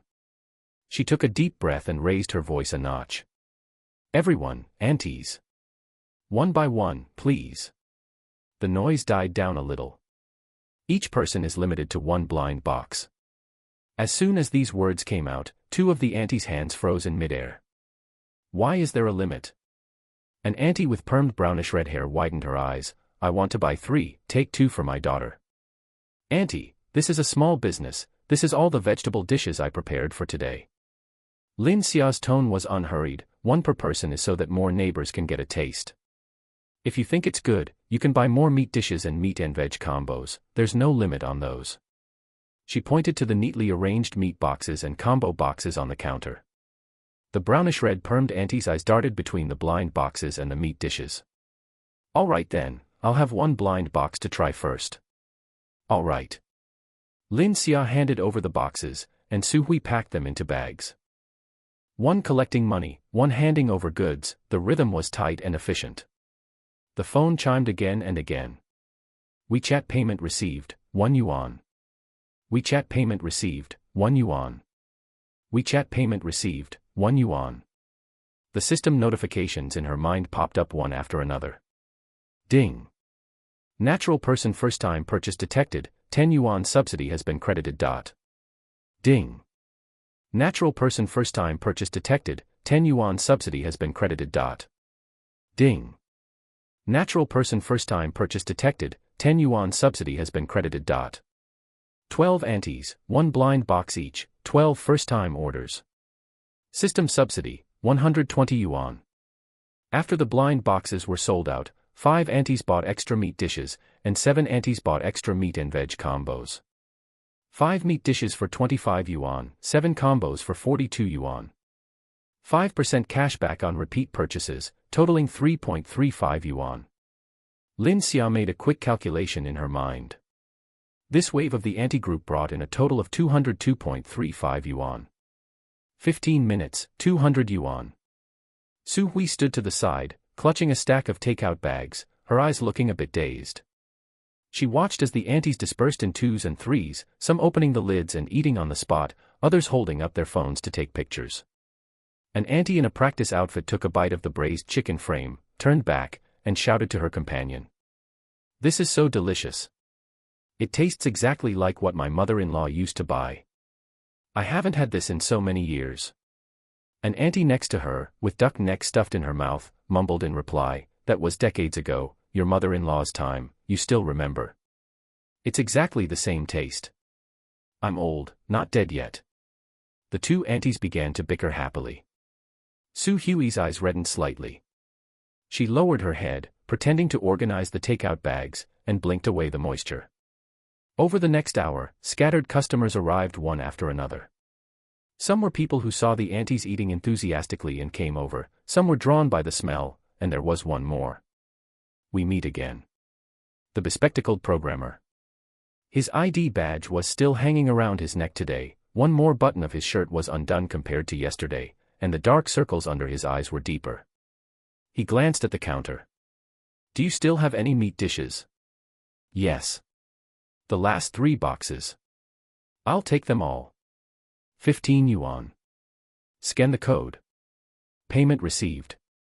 The system's 10 yuan subsidy for each person's first order of the day also arrived. The men carried the 3 boxes of braised food and, before leaving, turned back and said, that chicken frame of yours, I brought a piece for a colleague. He asked me to ask if you do takeout delivery. Not yet, Lin Xia paused, but you can add us on WeChat to pre-order and pick it up the next day. All right, the man said, taking out his phone, let me scan you. Lin Xia recited her WeChat ID. Added as a friend. Note, Uncle Chicken Frame. Repeat customers had arrived, word of mouth had brought people, and the demand for pre-orders had also emerged. Lin Xia put her phone back into her pocket, her fingertips lingering on the screen for an extra second. The stall hadn't even been packed up yet, and she was already thinking about tomorrow's stock quantity. Chapter 9, Mission Progress Mostly Complete. 6:40 p.m. A middle-aged man with a red armband wandered over from the middle of the Qingdong night market, holding a notebook in his hand and a walkie-talkie clipped to his waist. Manager Chen Peng. He walked to Lin Xia's stall, scanned the broken bicycle and cardboard sign, and opened his notebook. New here. Stall registration and sanitation fee is 20 a day. 20 yuan. Lin Xia's fingers pinched in her pocket. She didn't hesitate and took out her phone. Big brother, should I scan your code or pay cash? The manager was stunned. 8 out of 10 new vendors would try to haggle. He didn't expect this young girl to be so straightforward. Scan the code. 20, received. Su Hui stood nearby, hands twisted together, her expression looking like she was afraid the next thing he would say was, pack up and get out. Lin Xia put away her phone, turned, took a box of meat and vegetable combo from the storage box, and handed it over with both hands. Big brother, first time meeting, please taste our Su's braised food. The broth is simmered by myself, clean and hygienic, you can eat it without worry. The manager waved his hand, this won't do, I can't accept. It's not a gift. Lin Xia smiled. It's asking you to help us check the quality. You patrol the night market every day, you know clearly which stall's food is good and which isn't. Since we are a new stall, whether our craft is good or not only counts if an expert like you says so. The manager's hand stopped in midair. He probably wanted to push it away again, but the box of combo had just opened a crack, soy-colored chicken frames, duck necks, braised dried tofu, kelp knots, braised eggs, all neatly arranged, the braising sauce glistening with an amber luster under the lights. That old-school braised fragrance drilled into his nose unreasonably. He hissed, his Adam's apple moved. Then I'll have a taste. He took the box, lifted the lid, and used disposable chopsticks to pick up a piece of duck neck. Chewing twice, his eyebrows moved. This braising broth has something to it. My mom's craft. Lin Xia pointed to Su Hui next to her, a recipe passed down for 3 generations. Su Hui was named, stiffened for a moment, then nodded at the manager, squeezing out an unnatural smile. The manager skewered a piece of dried tofu, chewed, and nodded. The taste is definitely no problem. Just keep the sanitation good, don't leave trash all over the floor. If you have any issues, find me, my name is Chen Peng, everyone calls me Old Chen. Okay, Brother Chen. Lin Xia smiled with curved eyes, you can rest assured about the sanitation. Old Chen left with the box of combo. 7 or 8 steps away, Lin Xia saw him open the lid again and pick up a piece of chicken frame. Su Hui whispered nearby, you just met him, and you are already calling him Brother Chen. Mom, calling him Big Brother is too distant, calling him Brother Chen is building a relationship. Lin Xia took back her gaze and continued packing boxes. A title doesn't cost money, but 20 yuan in stall fees can't buy people's hearts. Su Hui looked at her daughter. She suddenly couldn't describe the feeling, it was as if in the blink of an eye, the little girl who needed her help tying shoelaces had grown into someone who could shoulder things. She gave a soft and lowered her head to continue organizing the packing bags. 8 p.m., closing the stall. Lin Xia leaned against the bicycle, her fingers pressing the last number on the phone calculator. 553 yuan and 9 jiao. She stared at this number for 5 seconds. More than double yesterday. 30 different faces paid money, and the system honestly supplemented 300. She quickly reviewed it in her mind, 21 new customers yesterday, 30 today. Out of the extra 9 people, at least 5 came for the blind boxes. 1 yuan for 3 items, the barrier was so low that no one felt the pinch. After tasting a vegetable box and feeling unsatisfied, they would buy a meat box. Most people followed this path. To put it bluntly, the blind box was bait, directly fishing for the system's first-order subsidy, plus the 5% repurchase rate. The system interface floated in her consciousness. Novice task, sell 100 orders of human fireworks flavor. Progress, 88/100. 2 days to get to 88. Lin Xia closed the interface and pushed the bicycle back. Su Hui walked beside her, her pace much slower than when they came. Her complexion was pale under the streetlights, the kind of paleness that comes when the body starts calculating the total cost after holding on for a whole afternoon. Lin Xia slowed her pace, moving closer unobtrusively, letting Su Hui rest her hand on the handlebar for support. Mom, I made a list for tomorrow's ingredient purchase. Buy 4 more chicken frames, and 2 more pounds of duck necks. Add 1 more vegetable item, peanuts, low cost, good for drinking when braised, male customers will like it. Su Hui gave an The blind box variety should also be more, the more diverse the better. Su Hui gave another Lin Xia turned to look at her. Su Hui's lips were pressed together, her eyes looking at the road ahead, but her gaze had no focus. Mom. What are you thinking about? Su Hui was silent for a few seconds. I was thinking, if your grandmother were still here, seeing us two pushing this broken cart selling braised dishes, what would she say? Lin Xia thought about it. She would say you use too much sugar coloring. Su Hui was stunned, then laughed. After laughing, she didn't speak, walked several steps, and then rubbed the tip of her nose with the back of her hand. Back to the basement. Su Hui boiled noodles with 2 poached eggs, and threw in a few pieces of braised dried tofu left over from the blind box. The noodles were smooth, the egg yolk runny, the dried tofu soaked up the noodle soup, savory and fragrant with every bite. Su Hui ate more than half a bowl today, more than yesterday. Lin Xia washed the bowls and soaked the braising spices needed for tomorrow in advance. Bought 2 tails of dried wood ear mushrooms, 6 yuan for, couldn't afford to buy a whole caddy, try a small amount first, it can make more than a caddy after soaking, add it to the blind box as a hidden item. It was already 10 o'clock after cleaning up. Su Hui lay on the bed, back to Lin Xia, her breathing gradually becoming even. Lin Xia sat against the wall and opened her phone. 2 new WeChat messages. The first one, sent by Uncle Chicken Frame. Boss Lin, my colleague wants to order 3 boxes of meat dishes, can you do it tomorrow? He said he is treating the 6 people in their group. Lin Xia replied, can do. Come pick it up after 5 p.m. tomorrow. Then she clicked into her moments and edited a new post. Typed a paragraph, deleted it. Typed another one, still not satisfied, deleted it again. When finalizing, she read it herself, feeling it was like a street advertisement, but couldn't think of a better one. Su's braised food, ancestral old braise, freshly braised daily. Meat dishes 5 yuan per box, meat and vegetable combo 6 yuan per box, vegetable braised blind box 1 yuan per portion, limited daily. East end of Qingdong night market, open for business at 5 p.m. every night. Accepting reservations, add WeChat and leave a message. The attached picture was taken before opening the stall today, a close-up of the packing box with the lid opened, full of braising sauce, soy-colored and shiny. She only had 107 people in her friend list. College classmates, parents of tutoring students, a few high school friends. Even the smallest mosquito is meat. Send. The second WeChat was sent by Lin Jiangwo. Lin Xia, your mom's brain isn't clear, but you are smart.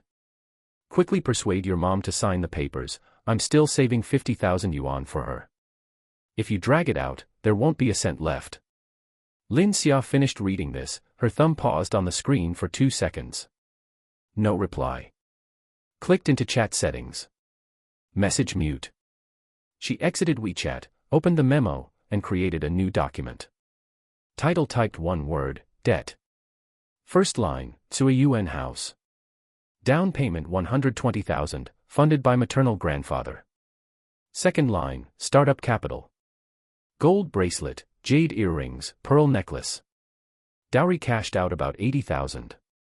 Third line, customer introduction. Wang Deming. Connected at maternal grandfather's hospital bed. Fourth line, the first 3 years after marriage. Mom farmed in the hometown to send money, he rented a house in the city to start a business. How much was sent, he didn't record, mom didn't record either. Fifth line, grandma bedridden for 8 years. Caregiver costs were 0. She typed line by line. When typing the 11th line, her fingers paused. She remembered something that Su Hui had never told her, something she had overheard accidentally. When mom was 7 months pregnant with her, Lin Jiangwo was negotiating a project out of town. Su Hui carried honeycomb briquettes up to the 4th floor by herself, fell, and sat in the stairwell for half an hour before a neighbor found her. She typed this incident up. 12th line. Typed 17 lines in total. After finishing, she read it from the beginning. Every line was very short, like a running account. But the things pressed under every line, no one had calculated for Su Hui for 23 years. Saved. Lock screen. The phone screen dimmed. The basement fell into darkness again, only the sound of dripping water pipes. Lin Xia closed her eyes. System interface emerged. Progress, 88/100. Tomorrow, finish this task. She needs more people to know the 4 words, Su's braised food. Chapter 10, Doubling Stock, Uncle Chicken Frame comes to report. 3:30 a.m. When Lin Xia opened her eyes, the alarm hadn't gone off yet. The basement had no windows and was as dark as a sealed tin can. She fumbled for her phone, and as the screen lit up, she squinted against the glare. There were 7 unread WeChat messages. The message from Uncle Chicken Frame was at the top. Boss Lin, everyone in our group tasted it and said it was good. I'll be there on time tomorrow to pick up those 5 boxes. Also, a colleague from the group next door wants 2 boxes, can you add them? Below that were scattered inquiries that had popped up after she posted to her moments last night. Her college classmate Zhang Wei asked, where is your stall? The mother of her tutoring student, Xiaoyu, asked, can you deliver to the gate of our residential complex? And the remaining few were friend requests from the Square Dancing Aunties group, all starting with the same standard question, what time will the blind boxes be available tomorrow? Lin Xia edited her replies one by one. She told those she could deliver to that she would, and for those she couldn't, she said directly, we are short-handed for now, you are welcome to come to the stall to pick them up. She stated the prices clearly, no discounts, no ambiguity. While typing, she took care to adjust her tone, not too cold, but not too eager either, just polite. It was too early now, sending them would disturb people. She saved all the messages in her drafts to send one by one at 8 a.m. Then she turned over and glanced to the side. Su Hui was already awake. She didn't know how long she had been awake. She was lying on her side, eyes open, staring blankly at the water stain on the opposite wall. Hearing Lin Xia move, she sat up. What time is it? 3:40. Let's go. Su Hui's voice was still a bit hoarse, but she was much sharper than she had been the past 2 days. She didn't need to brace herself twice to get up and change, and her back was a bit straighter. The vegetable market. The April dawn was shivering cold, and in the alleys of the urban village, only the breakfast shops emitted a dim, yellow light. By the time the mother and daughter arrived at the market, the fluorescent lights in the vegetable section were all on, their sickly white glow distorting the colors of every vegetable. Today's shopping list had been made last night. 12 chicken frames, 6 gene of duck necks, 3 pieces of pork skin, and 50 eggs. For the vegetable dishes, she added 2 gene of peanuts, 1 gene of lotus root, and 1 gene of dried bean curd skin to the original list. The lotus root had been marked at 10.8 yuan the day before yesterday, and today it had dropped to 7.5 yuan. Lin Xia glanced at the price tag and decisively picked up a segment. Walking to the seasoning section, a hunched old man was guarding a pile of sacks half a person high. The sacks were tied loosely, and the scent of star anise and cinnamon wafted out. Lin Xia stopped. Sir, how do you sell the whole bags of star anise? 28 a gene for a whole bag, 45 if you buy it by weight. It was a difference of nearly 40%. Lin Xia squatted down and opened the bag to check the quality. The grains were plump and the color was right. She mentally organized her wording, trying to make her tone sound as experienced as possible. My usage isn't that high right now, but I'll definitely be taking a whole bag in a couple of days. Let me get half a gene by weight for now, and next time when I buy the whole bag, can you waive the price difference for this half gene? The old man looked her up and down. A young girl in her early 20s, squatting in front of a spice stall at 4 a.m. talking about payment terms, her eyes too bright for someone who hadn't woken up yet. What business are you in? Braised dishes. Braised dishes. The old man became interested. Do you use my spices for everything? Star anise, cinnamon, bay leaves, dried chili, I'll take them all from you. Once my volume picks up, you're the only one I'll buy from. She felt that what she said was a bit much herself, but the old man tapped his fingers on the edge of the sack, not bothering to call her bluff. Fine. Buy a whole bag next time, and I'll waive the difference for this retail purchase. He paused, then added, You can even owe half the payment for now. It's not easy for a young girl to do business, you can just settle it next time. Lin Xia thanked him and put the spices into a plastic bag. Su Hui watched from the side without interrupting. Only after walking out of the seasoning section did she say in a low voice, "That mouth of yours is like your grandfather's." Grandfather. When your grandfather was young, he could strike up a conversation with anyone, no matter where he went. He said the first thing about doing business isn't selling things, but making people remember you. Lin Xia didn't respond.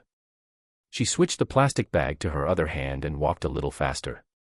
She didn't dare think too much about her grandfather. Once she started, her thoughts easily drifted to those 17 lines in her memo, and if she went down that path, she wouldn't be able to work today.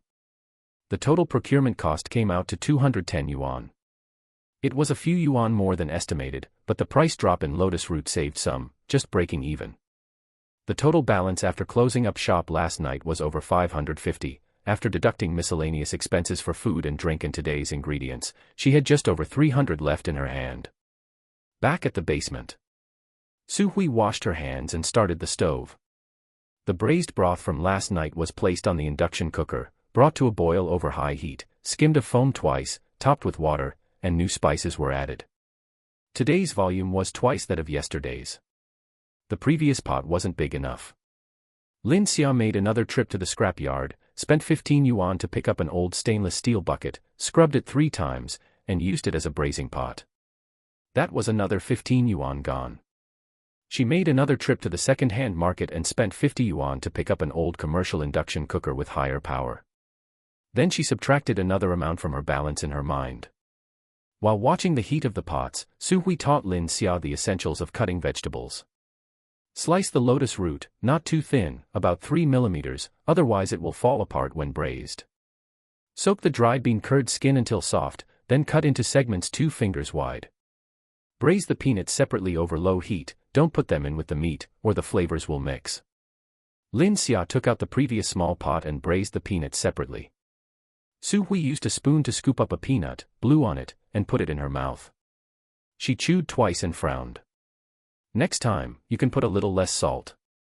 Peanuts have their own nutty aroma, and if the braising is too heavy, it suppresses the flavor instead. She turned the heat down a notch, keeping an eye on both pots. Lin Xia watched from the side. When Su Hui tasted the peanut, she pursed her lips first, then chewed with a slight pout, and after chewing, she circled her tongue around her mouth. This sequence of movements was something she had seen since she was little. When she was a child, she thought the way her mother tasted food in the kitchen was very amusing, but watching it now, she only felt that these 20+ years of effort had all grown onto the tip of her tongue. Lin Jiangwo complained about this and that, saying the whole house smelled of spices and was not presentable. Ignoring a treasure to keep a homewrecker instead. If Su Hui had been pampered and never had to lift a finger, how could she look so old? But she couldn't think about it, just thinking about it made her want to beat the scum of a father to a pulp. 3 p.m., packaging. 30 boxes of meat dishes, priced at 5 yuan. 30 boxes of meat and vegetable combo, priced at 6 yuan. 50 servings of vegetable-only blind boxes, priced at 1 yuan. Today, the blind boxes had 2 more hidden items, braised lotus root slices and braised peanuts. Lin Xia specially stuffed an extra braised egg into 10 of the blind boxes, drawing a small star on the lid with a marker. Lucky boxes. She explained to Su Hui, you can't tell before opening, it's getting 2 yuan worth of stuff for 1 yuan. Su Hui was a bit worried, isn't this losing too much? She didn't know Lin Xia had a system, and Lin Xia didn't dare tell her, afraid she would be scared. Mom, people spend a yuan to buy a blind box, they aren't after that braised egg. They are after the words, I'm lucky. Once they get lucky, they want to show it off, and showing it off is free advertising. Su Hui thought about it and felt that her daughter's brain was just sharp. 4:45 p.m. Arrived at the night market 15 minutes early. Lin Xia moved her stall another meter toward the main street. She had paid the stall fee yesterday, so today she occupied a bit more territory with confidence. The sign was replaced with a new piece of cardboard, the writing neater than the last 2 days, and underneath was a line of small red marker text, we accept WeChat reservations, lock it in early so you don't miss out. After opening the stall, Uncle Chicken Frame appeared on time. Today he had two people behind him, a young man wearing a baseball cap and a girl with a ponytail. All three wore ID badges from the same company, shirts wrinkled, with standard, overtime faces. The uncle took the pre-ordered meat dishes and added 2 blind boxes on top. The girl with the ponytail lifted the lid of the meat dish box and stuck her phone in to take a close-up. The sauce-colored chicken frames glistened under the streetlights, and the duck necks were coated with a fine layer of crushed spices. "Do you have little red book? I want to at you." Lin Xia froze for a second. "Not yet. Register for one quickly." The girl flipped her phone over to show her the screen. "With your presentation, posting on Little Red Book will definitely get traffic. Food exploration posts are the most popular right now. If you don't post them yourself, someone else will eventually post them for you, so you might as well claim the spot first." Lin Xia made a mental note. 5:15 p.m., the square dancing troupe arrived. Wang Guifang brought 8 people today, 3 of whom were new faces. As soon as she arrived, she shouted at the top of her lungs, "Come, come, it's this one. I told you it was delicious, didn't I?" Everyone started with 1 blind box each. When the 4th auntie lifted the lid of her box, she screamed, "Oh my, there's an extra braised egg in mine." She held up the box to show the people next to her, the little star drawn in marker on the lid shining under the streetlights. I won. A lucky box. I got a braised egg for 1 yuan. 2 passers-by nearby had only glanced at it, but upon hearing the words "won," their footsteps turned over. People are just like that, they might not buy it themselves, but they must gawk at anything involving winning. Wang Guifang had already taken out her phone. She filmed a 20-second video, captioned it, "The Birth of the Luckiest Person," and threw it directly into the 47-person group chat. Those in the group who hadn't come started spamming within 3 seconds, "I'm going tomorrow too, I want to draw a lucky box too, what lucky box? I was watching my grandson today and didn't go. I'm so mad." Lin Xia stood behind the stall, watching the auntie who was showing off the box everywhere, and the corners of her mouth twitched. 6:30 p.m., the peak crowd surged in. For the first time, a small line formed in front of Lin Xia's stall. It wasn't long, 7 or 8 people, but in this tucked-away corner at the east end of the night market, it was already eye-catching enough. The young man selling grilled cold noodles opposite finally couldn't help it. He walked over with his spatula to buy a blind box. After eating, he gave a thumbs up, and with bean curd in his mouth, he said indistinctly, "Little sister, with this flavor, staying in this corner is a waste of talent." Lin Xia smiled, "I'll get out of here eventually." Chapter 11, Old Chen's Favor. 7:15 p.m. The crowd had thinned out, and in the gap between restocking, a man came sauntering over from the alley entrance. He was in his 40s, wearing a polo shirt and a gold chain, walking at a leisurely pace with his left hand in his pocket and an unlit cigarette pinched between the fingers of his right hand. He wasn't here to buy anything. Lin Xia noticed, he stopped at every stall to say a few words to the owner. Some owners nodded and handed over a cigarette, others pulled a few bills directly from their cash boxes. The entire alley was quiet, and no one said a word. He walked up to Lin Xia. He looked up and down at the dilapidated bicycle, his gaze lingering on the cardboard sign for half a second before his mouth curled downwards. "New here?" "Yes. This area is under my management. 50 a day, 1,500 a month. WeChat transfer or cash, either works." Su Hui's hand gripped the corner of Lin Xia's clothes. Her knuckles were white. Lin Xia's fingers paused on the edge of a takeaway box. 1,500 a month.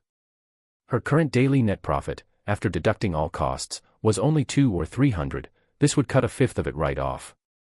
Besides, the appetite of someone like this would only grow the more they were fed. She opened her mouth, just about to speak. "Old Joe, you're here again." The voice came from the corner of the alley.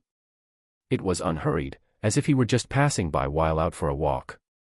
The administrator, Old Chen, walked out with a toothpick in his mouth, one hand in his pocket and the other holding a walkie-talkie. His pace wasn't fast, but he was heading straight for them. The expression of the man with the gold chain changed for a split second. It wasn't fear, but the kind of annoyance one feels when seeing a fly land on food. "Brother Chen, I'm just chatting with the new stall owner. I won't get in your way. My business is managing this area." Old Chen walked over to stand beside Lin Xia's stall. His voice wasn't loud, but the 3 surrounding stalls could hear him clearly. This stall has already paid the management fee and is under my jurisdiction. If you want to collect any fees, go talk to the street's urban management department first. If they stamp it, I'll acknowledge it. The man with the gold chain stared at Old Chen for 3 seconds. He twirled the cigarette between his fingers. Finally, he let out a tisk and turned to leave. Before leaving, he glanced at Lin Xia. The look wasn't menacing, but he had marked her. Lin Xia stood where she was, unmoving. Old Chen watched the man with the gold chain walk away, then turned back. If he comes back, call me directly. This guy's surname is Zhou. He used to hang around this area, served 2 years inside, and wants to live off his old reputation now that he's out. The street office has already been notified, he's just thick-skinned and refuses to leave. Thanks, Brother Chen. Lin Xia bent down and took a box of the braised dishes, meat and vegetable combo, from the storage box. She had specifically set it aside today, the largest portion. She had picked the fattest chicken rack, added an extra braised egg, and arranged the dried tofu and lotus root neatly. Brother Chen, this is for today. It's still warm. Old Chen didn't decline this time. He took the box, opened it, and took a sniff, his brow relaxed. You're a thoughtful girl. He walked away carrying the box. After 7 or 8 steps, Lin Xia saw him open the lid again and pick out a piece of chicken rack. Su Hui let go of the clothes she had been clutching. The white marks on her knuckles slowly faded. Lin Xia made a mental note of this favor, she would save the best portion for Old Chen every day. 8:30 p.m. Closing up. Not a single box left again. Lin Xia leaned against the bicycle, her fingers tapping the last digit into the calculator on her phone. 30 boxes of meat dishes, 150 yuan. 30 boxes of mixed combo, 180 yuan. 50 mystery boxes, 50 yuan. 5 pre-orders, 27 yuan. Total sales, 407 yuan. 47 first orders from unique individuals, with a system subsidy of 470 yuan. Small amounts of repeat purchase cashbacks added up to 12.8 yuan. Total daily income, 889.8 yuan. Deducting ingredient costs of 210, stall fee of 20, and miscellaneous expenses of 15. Net profit, 644.8 yuan. Back in the basement. Su Hui boiled water for noodles. Lin Xia reported the figures. The chopsticks in Su Hui's hand stopped above the pot. How much in total? 640. Su Hui turned to look at her. Her lips moved. She didn't say anything. She turned back to continue cooking the noodles. But Lin Xia heard the sound of an egg being cracked, one more time than usual. Today's noodles had 3 poached eggs. After eating the noodles, Lin Xia washed the bowls and soaked the braised dishes ingredients for tomorrow. The system interface floated quietly in her consciousness. Beginner task progress, 135 out of 100. Completed. Ding. Beginner task completed. Rewards issued, 100 points, system mall enabled. Basic ingredient pack times 1, random, dot. Lin Xia took a look at the mall categories. There was a dazzling array of potions and special items, but the points required were quite daunting. Lin Xia didn't plan on exchanging anything for now. She clicked directly on the ingredient pack. 1 gene of pork belly. She stared at the line of text for 2 seconds, unable to suppress the curve of her lips. Pork belly. Su Hui's braised pork belly was even more incredible than her braised chicken racks. In the recipe passed down by her grandmother, braised pork belly ranked first. 3 layers of fat and lean meat, alternating perfectly. Cooked over high heat to reduce the sauce, then simmered over low heat until tender. When taken out of the pot, it would jiggle, the skin trembling, the sauce a rich, glossy color, falling apart with the slightest pressure from chopsticks. If this were to be sold at the stall. She put the ingredient pack into storage and closed her eyes. A new task was already hanging on the interface. New task unlocked, 50 plus daily sales for 7 consecutive days. Reward, stall upgrade fund of 500 yuan, blue attribute draw ticket times 1. 7 consecutive days. Today was the third day of business, with 47 orders. She was only 3 orders away from breaking 50. Tomorrow, she had to cross that line. Lin Xia opened her eyes, and the phone screen lit up in the darkness. A new message. It wasn't from Lin Jiangwo. It was a stranger's number without a contact name. Heard Su Hui's daughter is running a street stall at the Qingdong night market. Lin Jiangwo's daughter has fallen so far as to sell braised dishes. Take a couple of photos and send them to me. I'll post them in the family group chat for everyone to see. Lin Xia didn't recognize the person who sent the message. But she recognized the tone. That was someone from the Lin family side. Lin Xia stared at the message for 3 seconds. She didn't reply. She clicked on the profile picture, no photo, the nickname was a string of letters and numbers, and the moments were only visible for 3 days, with nothing in them. She exited the chat interface, took a screenshot, saved it to her album, and filed it into a new folder. The folder name consisted of only one character, evidence. Then she placed her phone face down on the bed and pulled up the quilt. It was past midnight. She had to get up at 4 tomorrow. The next day was the 4th day of business. Su Hui was busy early in the morning. The braised dishes ingredients soaked last night were fully saturated, the star anise were plump, soaking in the brown water, the cinnamon bark was soft, and the bay leaves had unfurled. Lin Xia took out the gene of pork belly from the system storage. Su Hui paused when she saw the meat. Where did this meat come from? I got it on credit, Lin Xia said, her expression unchanged. The guy selling pork next to our stall, I helped him take a photo of his sign and posted it on my Moments, so he said he could let me have a gene on credit to try. Su Hui clearly didn't quite believe it.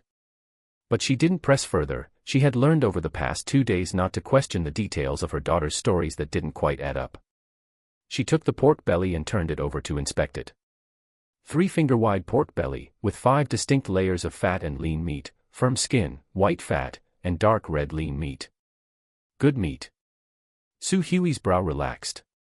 She cut the pork belly into squares the size of mahjong tiles, blanched them in cold water, then scooped them out and rinsed off the foam. Then she started caramelizing sugar. This step was different from the caramelization for the chicken racks. Su Hui used a dry pot to melt rock sugar without a single drop of oil. The rock sugar slowly melted at the bottom of the pot, bubbling, changing from transparent to light yellow, then from light yellow to amber. Her eyes were fixed on the bottom of the pot. Her wrist turned slightly, controlling the angle of the pot. My mother once said that the caramel color for braised pork belly needs to be 1 shade deeper than that for braised chicken or duck. Su Hui's voice was soft, as if she were talking to the pot. A little less, and it'll be bitter, a little more, and it'll be burnt. Just this color. She poured the blanched pork belly all at once into the pot. Chapter 12, Pork Belly Hits the Stall. SSS. The moment the meat hit the caramelized sugar, there was a crisp sound. A sauce-brown color immediately coated the surface of every piece of meat. Grease seeped out under the high heat, mixing with the caramel to emit a low, continuous sizzling sound. The musty smell of the basement was completely suppressed within 3 seconds. Lin Xia swallowed hard. She poured in the braising liquid, followed by the spices, dark soy sauce, doubanjiang, and rock sugar. She brought it to a boil over high heat, skimmed off the foam, and turned it down to the lowest heat. Su Hui put the lid on the pot. Simmer for 40 minutes. Do not lift the lid in between. Lin Xia nodded. She set a countdown on her phone, then registered an account on Little Red Book. She named it Su's Braised Food. For the profile picture, she used a close-up of the takeout box she took yesterday. At an angle with the lid lifted, the sauce-colored chicken frame was in the center, the braised egg was to the side, and the dried tofu and kelp knots were neatly arranged in the corners. She thought about her first post for 5 minutes. Finally, she wrote. Mom's braised dishes, Grandma's recipe. A traditional old braising liquid passed down for 3 generations, a pot of soup brewed for 23 years. At the east end of Qingdong night market, opening every night at 5. Meat dishes 5 yuan, double combo 6 yuan, 1 yuan blind box limited supply. She attached 3 photos, the pot with the boiling braising liquid, the packed takeout boxes, and that crumpled cardboard sign. No filters. No beauty enhancements. Send. Then she sent a message to Uncle Chicken Frame, new item today, braised pork belly. Limited to 10 portions, 3 pieces of meat per portion, 8 yuan. Do you want me to save some? The reply came in seconds, save them. 2 portions. 1 for me and 1 for my colleague. Finally, she opened her Notes app and added a line to the end of the account's document. Line 18, received a WeChat message last night from someone suspected to be from the Lin family, wanting to take pictures to send to the family group. Screenshot saved. 40 minutes were up. Su Hui lifted the pot lid.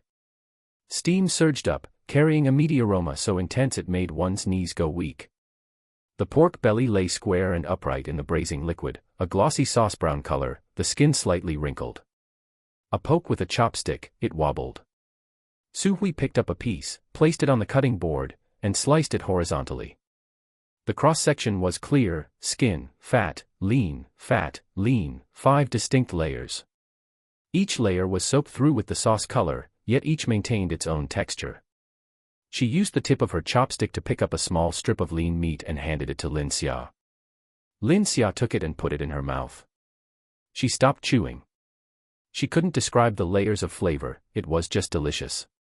The kind of deliciousness that pushes up from the stomach. Before she had even finished chewing, her hand wanted to reach out for another piece. How is it? Su Hui asked. Mom. Selling this for 8 yuan is a loss. The corners of Su Hui's mouth curved up slightly. Portioning. She portioned the braised pork belly into 3 pieces per serving, making 10 portions in total, priced at 8 yuan. 1 gene of pork belly yielded just over 30 pieces, so 10 portions used it up perfectly. The meat was a gift from the system, meaning zero cost, but Lin Xia calculated the accounts based on market prices for future procurement. The profit margin for pork belly was higher than for chicken frames. This line was viable, it would be a main product in the future. 5 o'clock in the afternoon, time to set up the stall. When she arrived at the night market today, Lin Xia noticed a change. Someone had moved from the spot next to where she had set up yesterday. The trash can on the left had been pushed half a meter away by the sanitation workers, freeing up a small space. On the wall outside the public restroom to the right, there was a new notice, public restroom under renovation for 3 days, temporarily closed. This meant the odor problem at her corner had temporarily disappeared. She propped up her bicycle and moved the storage boxes down. Today's counter had 1 more row than yesterday. The braised pork belly was placed separately in the most prominent position, lid half open, the sauce-colored square meat glowing with an amber luster in the twilight. Uncle Chicken Frame arrived on time at 5:10. Today he brought 3 people and picked up the reserved meat dishes and 2 portions of braised pork belly. Uncle Chicken Frame lifted the lid of the braised pork belly, and the 3 colleagues from the office craned their necks to take a look at the same time. Is this braised pork? The young man in the baseball cap swallowed hard. Braised pork belly, Uncle Chicken Frame corrected him, his chopsticks already diving in. 3 pieces of meat. The moment the first one entered his mouth, the baseball cap's eyes widened. Holy shit. Just 2 words. But the tone was extremely sincere. The girl with the ponytail took out her phone, this time she was recording a video. The lens zoomed from the open lid to the cross-section of the pork belly, with the baseball cap's genuine "holy shit" as the background audio. I'm posting this on Little Red Book. She waved her phone at Lin Xia. Give me your account, and I'll tag you. Lin Xia gave her the account name. At 5:30, the square dance team descended again. 11 people came today. Wang Guifang walked in the front, clutching her phone, the group messages still chiming. Don't rush. 1 by 1. She shouted back at the line, then turned to Lin Xia. Girl, what's new today? Braised pork belly. Limited to 10 portions, 2 have already been sold, 8 left. Give me 1. Wang Guifang slapped down the money. The middle-aged women behind her, upon hearing the word limited, all quickened their pace. 8 portions of braised pork belly, sold out in 3 minutes. The 3 women who arrived later didn't get any, and the expressions on their faces were like they had arrived 2 minutes late for a supermarket egg sale. Will there be any tomorrow? Yes, Lin Xia said, but I suggest booking via WeChat so I can save some for you. The 3 of them added her on WeChat on the spot. 6:15. A high school girl in a school uniform stood in front of the stall, staring at the empty spot where the braised pork belly had been, her lips pressed together, clutching a 10 yuan bill in her hand until it was wrinkled. Is the braised pork belly gone? It's gone. Lin Xia looked at her, but I still have the meat and vegetable combo, 6 yuan, chicken frame plus duck neck plus 2 vegetable dishes plus a braised egg. The girl hesitated for 2 seconds, then handed over the 10 yuan bill. Then I'll take a combo. Lin Xia took a box, handed it over, and gave her 4 yuan in change. The girl took the box, lifted the lid to take a look, then closed it. She didn't eat it right there, but carefully put it into her school bag. She walked 2 steps, then turned back. Big sister, your food is really fragrant. I smelled it from the entrance of the alley. Thank you. The girl left. Suhui said softly from the side, that child still has textbooks in her bag, she's probably here for evening self-study. Lin Xia didn't speak. She watched the girl's back disappear at the alley entrance, her fingers unconsciously touching her pocket. 7:30 p.m. Blind boxes sold out. 2 boxes of meat dishes left. Combos sold out. A middle-aged woman in sportswear walked quickly from the alley entrance, her steps hurried, as if she had come specifically for this. She walked up to the stall, first looked Lin Xia and Suhui up and down, then her gaze fell on the cardboard sign. Su's braised food. She read it once, looked up, are you Lin Xia? Lin Xia's eyebrows twitched. Who are you? The corners of the woman's mouth twitched, pulling into an unattractive arc. I'm the accountant at your dad's company. Your dad asked me to come and see how you two are doing now. Su Hui's hands clenched under her apron. Lin Xia looked at the woman. 3 seconds. Then she lowered her head, picked up the last 2 boxes of meat dishes, packed them into the storage box, and closed the lid. Are you done looking? She raised her eyes. Go back and tell Lin Jiangwo. It's good that you've seen clearly. Next time he sends someone, have them buy some braised dishes, don't learn from his stinginess. The woman's expression froze for a moment. She opened her mouth, but no words came out, then she turned and left. She walked faster than when she arrived. Su Hui stood where she was, her hand still clutching the corner of her apron. Xia. Mom. Lin Xia moved the storage box onto the bicycle and looked back at Su Hui. Let them watch. Her voice was very flat. Watch how we crawl out of this basement. Su Hui's hand slowly loosened. She bent down, gathered the scattered disposable chopsticks from the counter into a bag, and stacked them neatly one by one. She didn't speak again. But her back was straighter than before. 8:15 p.m., time to close the stall. The phone calculator displayed the final number. 53 orders sold today. Broke 50. Ding. Daily sales exceeded 50 orders for 7 consecutive days. Progress, 1/7. Back in the basement. Lin Xia sat leaning against the wall, the light from her phone screen reflecting on her face. The notification bar for Little Red Book lit up. The post she made in the afternoon, 11 likes, 3 comments, 2 saves. The numbers weren't big. But there was one comment in the comments section that she read twice. I've eaten this chicken frame. It's the girl with the bicycle at the Qingdong night market. Her mom's braising liquid is truly amazing. I had to queue for 10 minutes to buy it. Highly recommended. It had 3 pictures attached. The person who took them was the girl with the ponytail. Lin Xia put down her phone and closed her eyes. Continue tomorrow. 6 more consecutive days of breaking 50 orders, go. Chapter 13, The Scum Father's Report. At 3:20 a.m. the next day, Lin Xia woke up. It was 10 minutes earlier than yesterday. It wasn't anxiety, her body had simply adapted to this rhythm. She glanced at her phone. There was a string of red dots in the notification bar of Little Red Book. After a night, the data for yesterday's post had changed, 87 likes, 24 comments, 15 saves. It wasn't an explosive growth, but it had increased nearly 8-fold compared to the first day. The comment section had a few people asking for directions. Where exactly is it in the night market? What time do you set up? Are there any more blind boxes? There was also a private message. Sent from a local food discovery account called Qingdong Eat Drink Play. Hello, we are a local food media outlet. We'd like to discuss potential promotional collaboration. Would it be convenient to add you on WeChat? Lin Xia didn't rush to reply. She first replied to every comment asking for directions, address, time, categories, prices. She didn't miss a single one. Only then did she open the private message and read it twice. Promotional collaboration. Simply put, it meant money. She didn't have the budget for that right now. She put it aside for now. Grocery shopping went as usual. She had to buy the pork belly herself today. The one gene gifted by the system was a one-time thing. At the pork stall, pork belly was 14.5 yuan per gene. Lin Xia bought 2 gene, totaling 29 yuan. Including other ingredients, today's total cost climbed to 256. Costs were rising, but sales were rising too. As long as what came in was more than what went out, the snowball would keep rolling. Morning prep.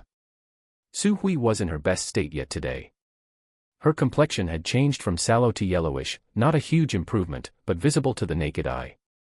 2 gene of pork belly yielded 20 portions. When the braised pork belly came out of the pot, Su Hui hesitated for a moment, then fished a piece out, placed it on the cutting board, and sliced it to check the cross-section. Still a bit off, she said. What's missing? The skin needs to tighten up a bit more. If we simmer it for another 5 minutes, the skin will go from chewy to melt in your mouth, and that will be the right taste. She put the pork belly back into the pot and closed the lid. Lin Xia glanced at her. When Su Hui said this, there was something in her eyes that was different from the past few days. The past few days, it was the reluctance of, I can still work. Today, it was the meticulousness of, this taste isn't good enough yet. Mom, you're in good spirits today. Su Hui was stunned for a moment, then smiled. It wasn't a polite smile, but a smile of relief. I've been sleeping a bit better these past few days. Lin Xia didn't speak. She knew Su Hui had tossed and turned at 2 last night. The sound of the pipes next door was too loud, and the basement was damp, causing Su Hui's joints to ache late at night. They had to move. This basement wasn't a long-term solution. But now wasn't the time. 5 p.m., set up the stall. Just as they finished moving the storage boxes down, Old Chen walked over from the alley entrance. Old Chen's expression was different today. He wasn't chewing on a toothpick, his walking speed was faster than usual, and his face held a subtle expression of, I have something to say but I don't want to make it too serious. Xiao Lin. Old Chen walked up to the stall and stood still, lowering his voice. Brother Chen. Let me tell you something. This afternoon, the management office received a report.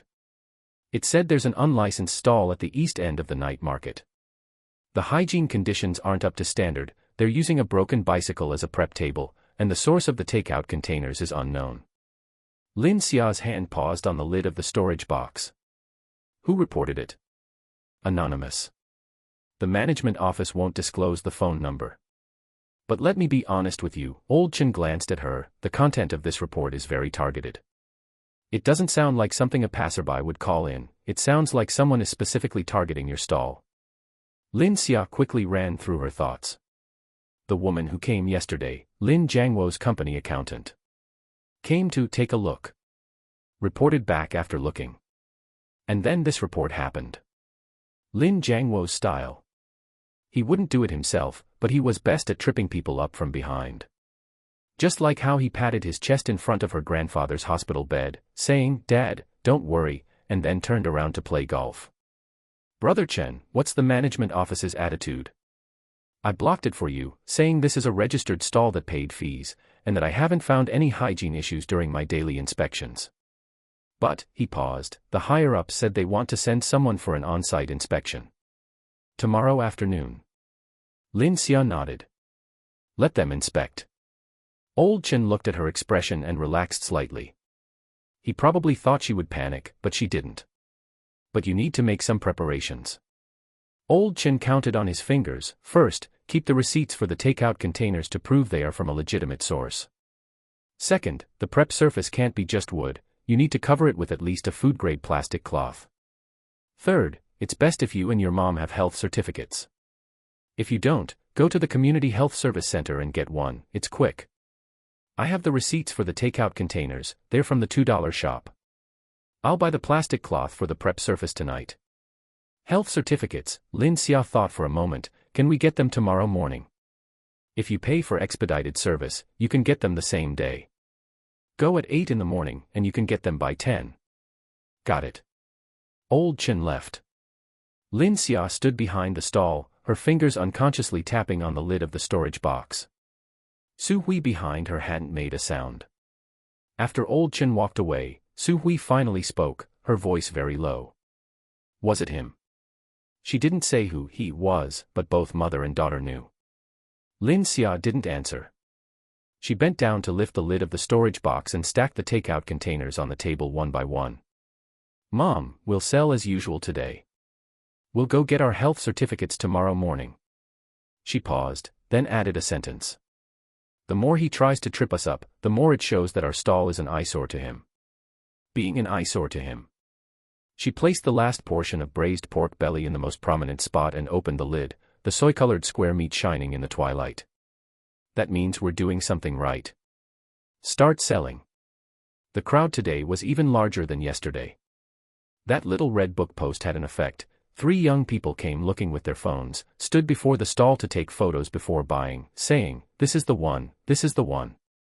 The blind boxes sold out in 10 minutes. The braised pork belly sold out in 20 minutes. The meat and vegetable combos were all sold out before 7. The last 4 boxes of pure meat dishes were bought all at once by a passing taxi driver. He rolled down his window, smelled the scent, parked his car on the side of the road, and ran over. "Boss, give me everything that's left. I've been driving all day and haven't had a chance to eat." 20 yuan. Scan the code. Payment received. Ding. First purchase by a natural person, 10 yuan subsidy received. The 57th new customer today. Daily sales over 50 orders for 7 consecutive days. Progress, 2/7. Close the stall. Lin Xia pushed her bike back, passed a workwear supplies store, went in, and bought a roll of food-grade white plastic tablecloth for 18 yuan. She also went to the $2 shop to restock a pack of wet wipes and a bottle of hand sanitizer. Back in the basement, she unfolded the plastic tablecloth, laid it over the wooden table, and secured the 4 sides with clips. The white surface immediately upgraded the look of that broken bicycle by half a notch. At least it looked clean. Su Hui, watching from the side, suddenly said, "You should change that cardboard sign, too." Lin Xia glanced at the cardboard sign in the corner that had been used for 4 days. The edges were curled, the stains from the braised sauce couldn't be washed off, and the handwriting was a bit blurry. "Change it," she said, "but not with another piece of cardboard." "Change it to what?" "We'll talk about it tomorrow." She opened her phone and typed a few words into the search bar, PVC advertising board, custom, cheapest. The search results popped up. The cheapest one, a 60 by 40 centimeters PVC board, single-sided printing, 25 yuan including shipping. She checked her balance. Enough. Placed the order. Added a note for local expedited delivery, arriving tomorrow. After placing the order, she sat leaning against the wall and opened her notes. The accounts document. Line 19, day 5. Daily sales 57 orders. Net profit approximates 680 yuan. Lin Jiangwo sent someone to check the stall. The next day, an anonymous report about hygiene issues. Management office coming for inspection tomorrow afternoon. Line 20, health certificates to be handled tomorrow. Takeout container receipts are kept. Prep surface covered with food-grade tablecloth. Line 21, he wants to stop us from selling. She stopped typing there. Her finger hovered above the screen.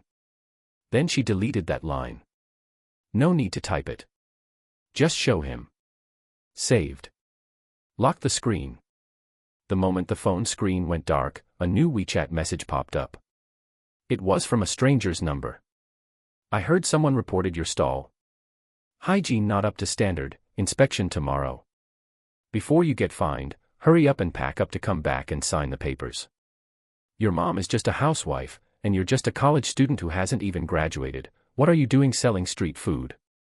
It's embarrassing. Lin Xia finished reading and opened the chat settings. Blocked. Then she opened another chat window, the contact name, Brother Chen. Brother Chen, when the inspection happens tomorrow, if it's convenient, please help keep an eye on things. I've prepared all the documents and receipts, so there definitely won't be any problems. Also, I saved a portion of braised pork belly for you today, please don't mind the craftsmanship of this apprentice. 30 seconds later, the reply came. Sure. I won't stand on ceremony with the pork belly.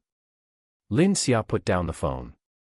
The water pipes in the basement started dripping again. Su Hui was already asleep. Today she went to bed half an hour earlier than yesterday, and she tossed and turned less. Lin Xia stared at the ceiling. She wasn't afraid of tomorrow's inspection. She had everything she needed and had made all the preparations. Lin Jiangwo wouldn't stop after just one report call. If this didn't work, he'd try other tricks next time. She didn't know what the next time would be. But those things in her notes, not a single line had been deleted.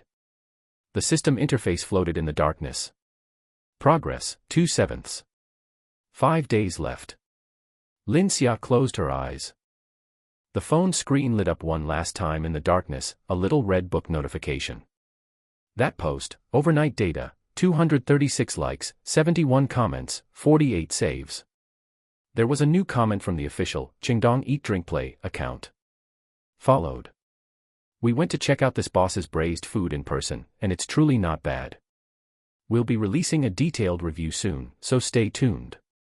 Lin Xia didn't see this message. She was already asleep. Chapter 14, Rice Cooker and Braised Pork Rice. At 3:30 a.m., before Lin Xia's alarm even went off, she had already opened her eyes. The basement water pipe was dripping as usual. Su Hui was sleeping on the inside, breathing evenly, not turning over. This was the most restful sleep she had had in 5 days. Lin Xia didn't wake her. She got up first to check the braising spices she had soaked yesterday. The star anise was plump, the cinnamon bark had softened, everything was fine. Then she went to the public washroom to wash her face, and only after returning did she pat Su Hui's shoulder. Mom, wake up. We have important business today. At 4:15, the mother and daughter went to the morning market to restock. They didn't get home until around 6 o'clock. They dropped off their things and rushed to the Community Health Service Center. The Community Health Service Center was a 20-minute walk from the urban village. Lin Xia had checked, it opened at 7:30 and medical examinations started at 8 o'clock. But she arrived at 6:30, when it came to queuing, those who arrived early always suffered the least. Sure enough, there were only 3 people ahead of them. The medical checkup was quick. Blood draw, chest x-ray, basic consultation, it took less than 40 minutes in total. The lady at the window said the normal process for issuing the certificates was 3 working days. Lin Xia repeated what old Chen had taught her yesterday, we are a legitimate stall at the Qingdong night market, and the management office is coming to inspect this afternoon. Can we expedite this? The lady looked up at her. If you want it expedited, there's an extra 20 yuan processing fee, and it can be ready before 10:30. We'll pay it. 40 yuan. For 2 people. Lin Xia took her phone out of her pocket and scanned the code to pay. The remaining balance was 1,947.6 yuan. Nearly 2,000, to others, it might not be much, but it was enough for her to keep that beat-up bicycle stall running for another half-month. What happens after half a month can wait until then. For now, she had to get through the inspection. At 10:20, they got the health certificates in hand. 2 hard cards, laminated. The photos had just been taken. Su Hui's card was a bit dark due to the lighting, but her features were clear, and the official seal was complete. Su Hui held her health certificate and looked it over twice, flipping it back and forth. The last time I got a certificate like this was 20 years ago when I worked at the food factory. Lin Xia put the certificates into a storage pouch.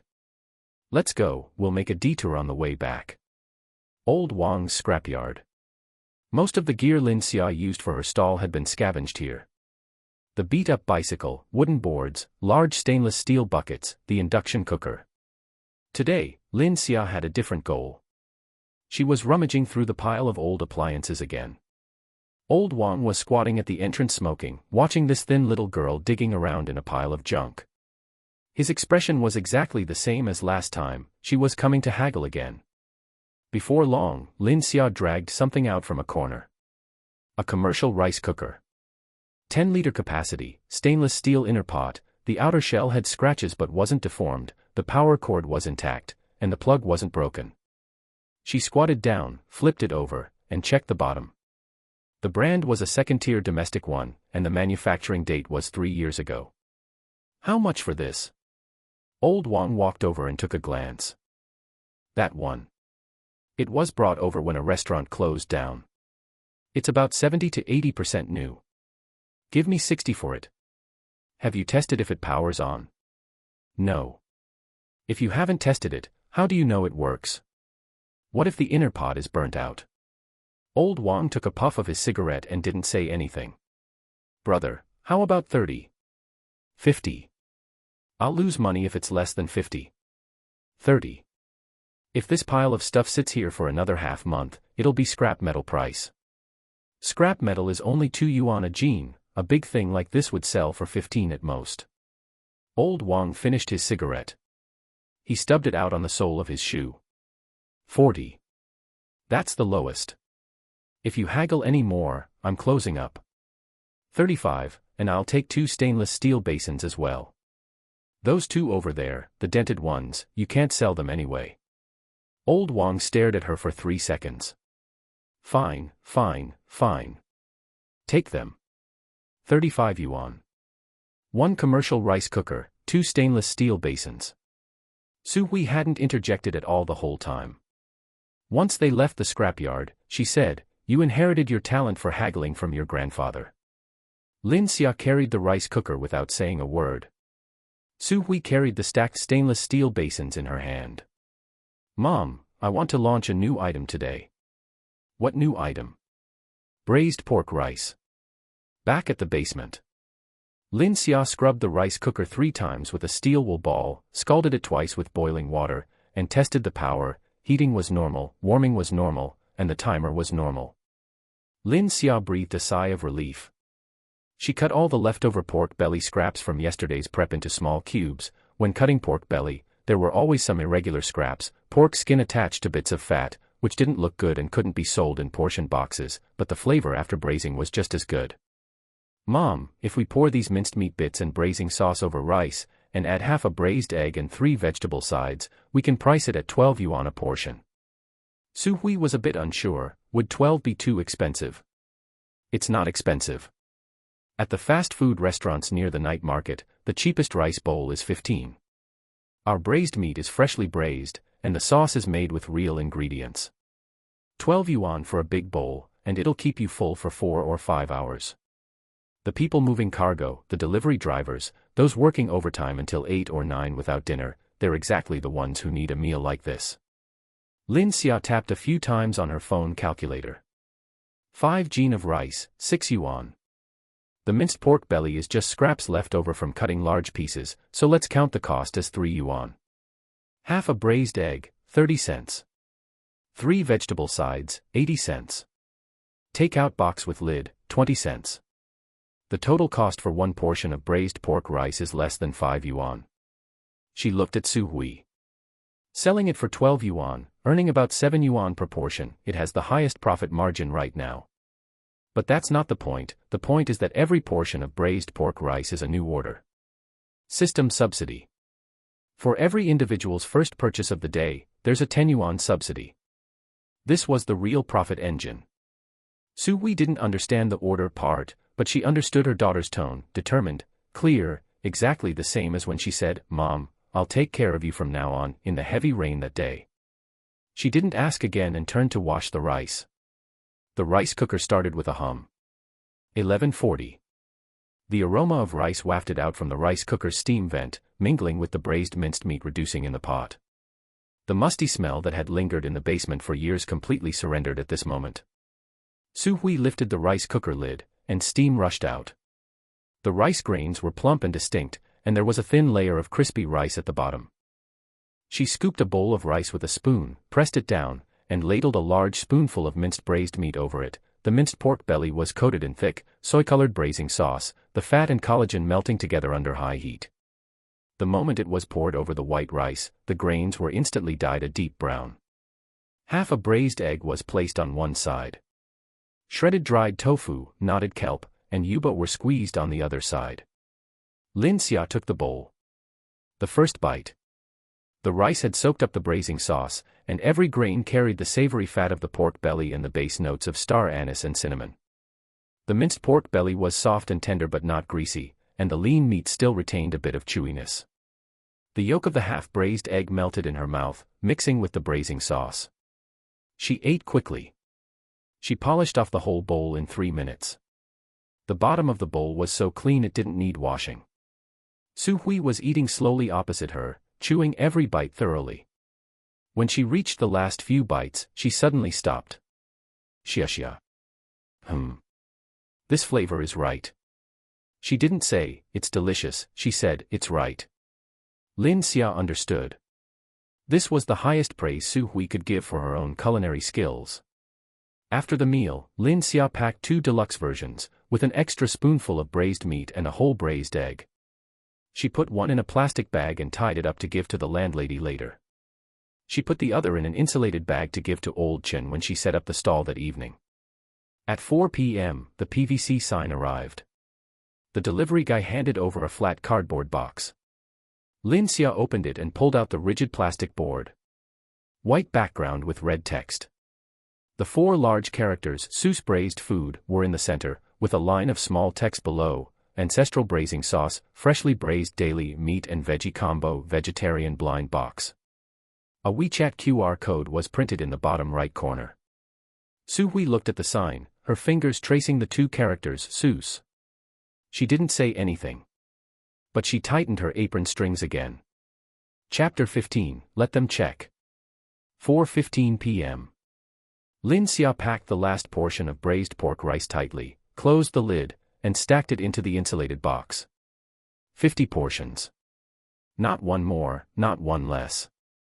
She washed the rice cooker and turned it upside down on the shelf to use again tomorrow. She couldn't bear to throw away the thin layer of scorched rice at the bottom of the pot, so she broke it up, soaked it in the braising sauce, and ate it with Su Hui for dinner. After tidying up the stove, she squatted down and opened the compartment at the bottom of the storage box. 2 laminated health certificates were neatly stored in a transparent file folder. A stack of receipts from the $2 shop were organized by date, with the one for the takeout boxes purchased yesterday on top. The outer packaging of a roll of food-grade tablecloth was folded specifically to keep the production license number facing up, making it easy for anyone to see at a glance. She arranged these 3 items and checked them one more time. Su Hui stood nearby, watching her daughter stack the items one by one, like someone counting ammunition before heading to the battlefield. Is that enough? Enough. Lin Xia closed the storage box and tapped the lid twice with her fingers. Whether it was enough or not, she would know today. At 4:50 p.m., they arrived at the night market. Lin Xia propped up her bicycle and first unfolded the food-grade white tablecloth, securing the 4 corners with newly bought stainless steel clips so it was stretched perfectly flat, without a single wrinkle. Then, she took down the old cardboard sign that had been with her for 5 days. The edges of the cardboard were curled, the stains from braising sauce were yellowing, and the 4 characters "Su's braised food" were slightly blurred by the wind. She took one look and tossed it into the trash can. She hung up the PVC board. With red characters on a white background, the 4 large characters for "Su's braised food" were upright and neat, with a line of small text clearly visible underneath. The WeChat QR code in the bottom right corner reflected the sunlight. The entire stall's vibe went up a level. The fatty skewer seller passing by slowed his fan for a half-beat, glanced at the sign, and said, "Yo, you've upgraded." Lin Xia smiled and began to display her goods. Today's display from left to right: 1 yuan vegetable mystery boxes, 5 yuan meat-only boxes, 6 yuan meat and vegetable combos, 8 yuan braised pork belly, and 12 yuan braised pork rice. The braised pork rice was placed in the most prominent position. The lid of the insulated box was half open, the braised pork bits poured over the rice glistening with a dark, oily sheen, and wisps of steam rose up, drawing a blurry line in the April evening air. Soon, people arrived from the direction of the alley entrance. 3 people. Uniforms. Name tags. File folders. The one walking in front was a man in his 30s with a buzz cut and an expressionless face, the kind of cold, official indifference. His gaze swept from the end of the alley, passing over one stall after another. Finally, it stopped at Lin Xia's. Behind him followed a man and a woman. The woman was holding a phone with the camera already raised. The man was carrying a gray portable testing kit, its metal clasps clicking softly against each other as he walked. The noise in the alley died down in an instant. The fatty skewer seller's fan stopped. The lady selling fried chicken strips had her bamboo skewer stuck on the edge of the oil pot, motionless. The grilled cold noodle guy opposite put down his spatula, nudged the person selling cold noodles next to him with his elbow, and gestured with his chin toward this side. The 3 people walked to the stall and stood still. The buzzcutman opened the folder, swept his gaze across the stall, and took a look at the beat-up bicycle. Routine health inspection by the Qingdong Night Market Management Office. His voice wasn't loud, but the alley was quiet enough that the stalls before and after heard it clearly. Whose stall is this? Mine. Lin Xia picked up the wet wipe on the stall and carefully wiped her hands. Unhurried and steady. After finishing, she folded the wet wipe, put it into the trash bag, and then bent down to open the storage box. Su Hui stood nearby with her hands behind her apron, her fingertips twisted together, but her face remained expressionless. Lin Xia first pulled out the transparent file folder and took out the 2 health certificates. She handed them over. My mother's and my health certificates. The official seal from the Community Health Service Center. Please take a look. The buzzcutman took them. He opened them. Photo, name, official seal, expiration date. He handed the 2 certificates to the female colleague behind him. She took a picture of both sides with her phone, verified the numbers, and nodded. Lin Xia then pulled a stack of receipts from the storage box. The purchase receipts for the takeout boxes. Bought at the $2 shop, product name, quantity, and date are all there. She handed over the receipts and gestured toward the stall with her finger. This is a food-grade tablecloth. The production license number is on the packaging bag, which I kept. She pulled the folded packaging bag from the bottom of the box, with the number facing up, and spread it out directly in front of the buzzcutman. The buzzcutman looked at the stall. The white tablecloth was stretched flat, the stainless steel clips were fastened neatly, the takeout boxes were stacked one next to another, and there wasn't a single splash of braising sauce on the lids. His eyebrows twitched slightly, he couldn't find any faults. He turned back to look at the colleague carrying the testing kit and tilted his chin. The man stepped forward. He opened the testing kit and took out a white rapid test strip. He first wiped it flat across the tablecloth, then flipped open the lid of a takeout box and dabbed it against the inner wall. The alley was quiet enough to hear the sound of skewers sizzling in the distance. The grilled cold noodle guy's neck stretched out involuntarily. 30 seconds. The test strip didn't change color. The man flipped the test strip over to check the back, then looked at the front. Qualified. He put the test strip back into the kit and nodded at the buzzcutman. The buzzcutman handed the health certificates and receipts back to Lin Xia. Are the operators wearing disposable gloves? Lin Xia didn't speak. She reached into her apron pocket and pulled out a pair of folded disposable PE gloves. Right in front of the 3, she put them on one by one, left hand, right hand, spreading her fingers, the edges of the gloves settling above her wrists, clean and efficient. The corner of the buzzcut man's mouth twitched. A very slight arc, not quite a smile. But Lin Xia understood that expression. She was better prepared than he had expected. Not just prepared, but watertight. He looked down, wrote a few lines on the folder, signed his name, and closed it. Qualified. Continue operations. He didn't say another word of nonsense. The 3 turned and left, their footsteps fading away. The alley was quiet for another 2 seconds. Then the grilled cold noodle guy's voice exploded first. Holy crap. He tapped the iron plate with his spatula and grinned at Lin Xia. You prepared like you were welcoming leaders for an inspection. Health certificates, receipts, tablecloth, gloves. Did you rehearse in front of a mirror last night? Lin Xia didn't take the bait, lowering her head to continue organizing the takeout boxes. But the corner of her mouth curved up. There was no rehearsal. But that anonymous reporter probably didn't expect her to keep even the packaging bags. The fatty skewer seller started fanning again. He didn't say anything, but the way he looked at Lin Xia was different than before. Before, it was, new girl, let's see how many days she lasts. Now, it was, this girl, she's got something. Just then, from the shadows at the corner of the alley, a man walked out slowly. Old Chen. His hands were in his pockets, his pace unhurried, and his face wore the casual air of someone out for a stroll. But Lin Xia noticed, his right sleeve had a smudge of grayish-white wall dust on it. He had been standing behind the corner the whole time. He didn't show his face, didn't intervene, but he had been there all along. How was it? Old Chen walked to the side of the stall, his tone flat. Past. I saw. He paused. You were quite well prepared. It's all thanks to Brother Chen's good teaching. Lin Xia bent down and took out a portion of braised pork rice from the insulated box, which she had prepared specifically for him. She ladled an extra spoonful of braised meat, included a whole braised egg, and arranged the dried tofu strips, kelp knots, yuba, and peanuts neatly. As the lid was lifted, steam carrying the rich fragrance of the braising sauce rushed up. Brother Chen, please try today's new item, braised pork rice. Old Chen took it. When he opened the lid, his nostrils flared slightly.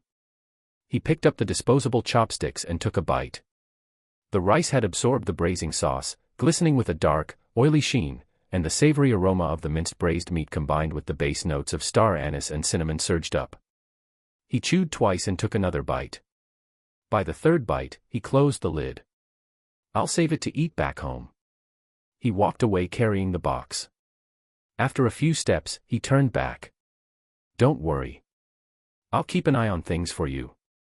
All right, thanks, brother. Lin Xia dropped the surname entirely. Old Chen waved his hand and didn't look back. The vendors around them exchanged glances.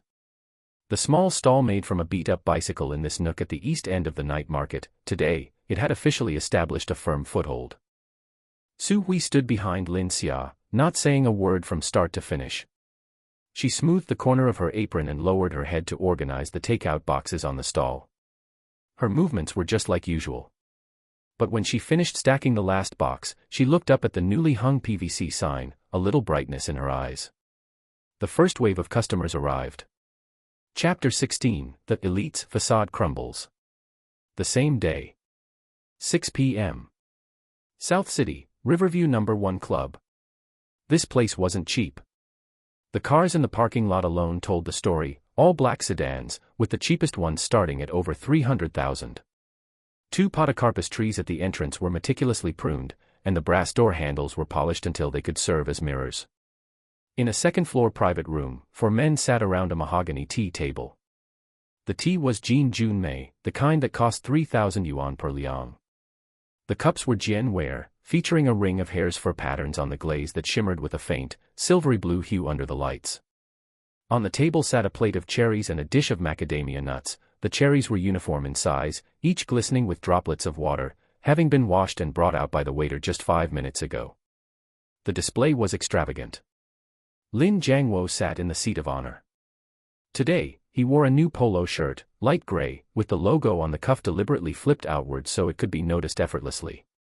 Every few minutes, he would turn his wrist, dial facing up, to let the light hit the sapphire crystal face of his watch.